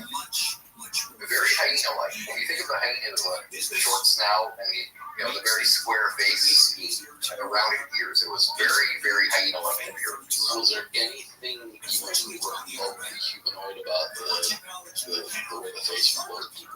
No. But what was humanoid about it was the arms. But the arms were very long and it hung down past his knees. But, that's the only humanoid part of it, really. So, seeing something like that, you don't know what to make of it, so I didn't, and I know better that when something is predatory, don't look it in the eyes and don't run, because you're going to trigger that predator response. I just checked the comments, it doesn't show anything like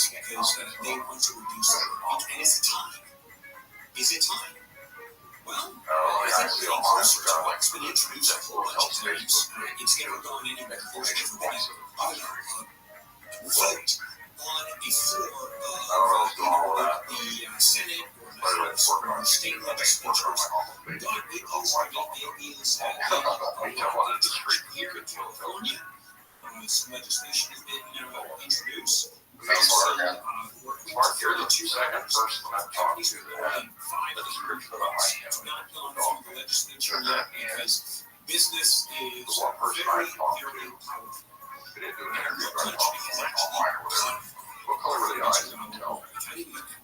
From what I saw from the eye shine, they were like a golden yellow color, but I think maybe when the lights weren't on them, they were darker brown. Yeah, I mean, when the light hit the eyes, man, they were just shining bright. They were standing out. I was like, wow. I want to restate what I just said about no country. I got it working out. Several Scandinavian countries, Denmark, Norway, basically with the under 40 chemical solvent type stuff. So who's in favor? Here, what do you think? The It's so unusual, too. A bipedal canine makes no sense by line. There's a lot of things out there that I can understand, like about Sasquatch, this and that, but canine not being able to walk up. No, there's no precedence for that. I've seen dogs hop around their back legs, walk around their back legs, but they don't walk on the person. Probably not going to walk on their back legs. Right. I mean, it's damaging to normal canines to walk on their back legs. So it kind of makes you wonder how these things get up on their back legs. Yeah, that's what I've heard, what I've seen, and everything else. There's very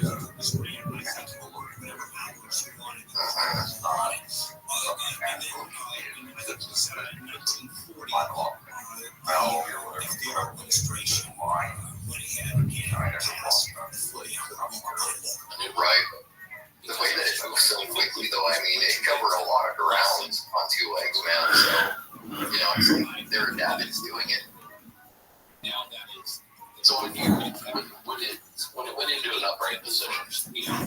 Did the spine become vertical and erect, or did it continue to maintain its forward posture? He was kind of curved, but he was kind of scooped down. He was holding onto a tree branch. He was kind of scooped down. He wasn't sure if I entirely saw him or not, or if he was maybe getting ready to run.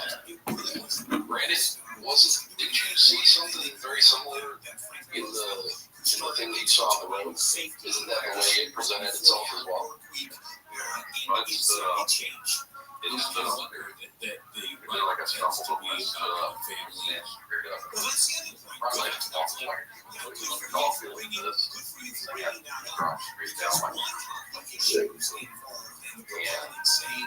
it had more of a so like it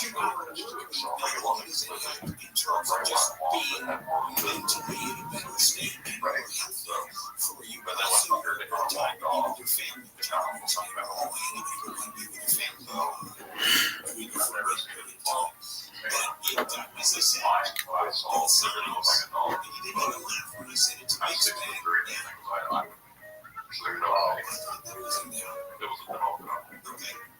No. Can we go back to the musculature of the arms? Yeah. I mean, muscle-wise, it was more like a basketball player. I know a lot of people see those really buff ones, but if I had to make an analogy at all, it's more like, a basketball player is very live and very lean, but you can see where there were muscles. What was the hair on it? Was it patchy? I mean, could you see the skin through it? No, there was no skin that I could see. It was all just covered in fur. But it did seem to be kind of blotchy in a way, like it had different colors in it, different shades, like a golden brown with darker browns. And you can see the little rosettes too along this area here along the neck. So it had those spots like a stain. It really looked like a hyena. Yeah, I mean, that is the best way I can describe that. Just hyena, like bipedal hyena is the best way I could ever describe it. Which could be explained in a number of different ways. I mean, some could have, exotic animal collector could have got loose, but none of that explains the behavior of it. Right. Standing up on its hind legs. Right. It didn't seem intelligent too. I mean, it seemed to keep a distance after it did the bluff charge. Kind of like it was, gauging what I was going to do. It wanted to see what my response was going to be. You feel like it was actually like the 60s to mid 70s. No. That's the long day I find out. I get asked how long. This report brought to you by the new Banana Milk 360 beverage. From the Southern California Toyota Dealers Traffic Center. I think that makes for a good horror story when they say they feed off the beer. That kind of gives them a more supernatural element. So, I didn't really feel threatened. I was scared because I didn't know what I was looking at, but I didn't feel like it was going to just spring on me and kill me. So,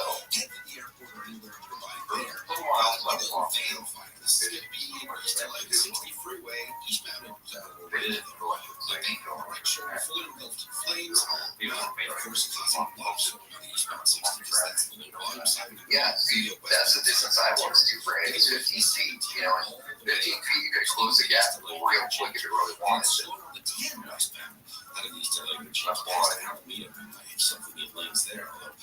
I just want to say let's get those like this thing should this on front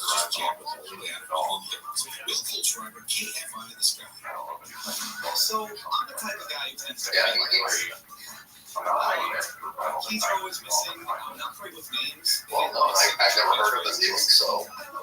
So that's why I get reminded. It's a very strange thing to have seen. It's not something you forget too easily. Details and clip notes. So, you said this one was in Arizona, but like desert area or was it not? Yeah, it's southern Arizona. So we were smack down the town that I saw, and it's actually a small mining town. And we were surrounded by nothing but desert. So. There's a small mining town with those oh yeah, I've been there before. North there once. The restaurant was supposed to be like a haunted place there, and I went in there. Discount time, we know your time is valuable. Get 30% shorter after wait time. What a disappointment. Discount tire and self-wipe blades. Check out our current deals. You know, my problem with these type of creatures is so, Bigfoot to me makes complete and total sense. Yeah, whether it's a part of our genetic lineage going back, whether it's an offshoot of something similar but not quite us. All of it makes sense. It looks like it looks. But these things, like Dogman, and to me, that always just screams something supernatural.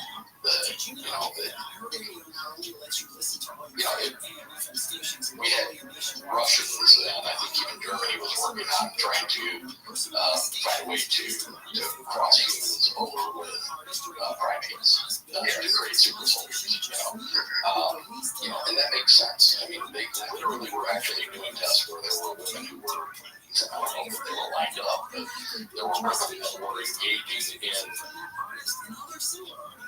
some sort of in vitro fertilization or actual copulation, I don't know, with gorillas to try to achieve that. And there's, it's been rumored that there was some level of success.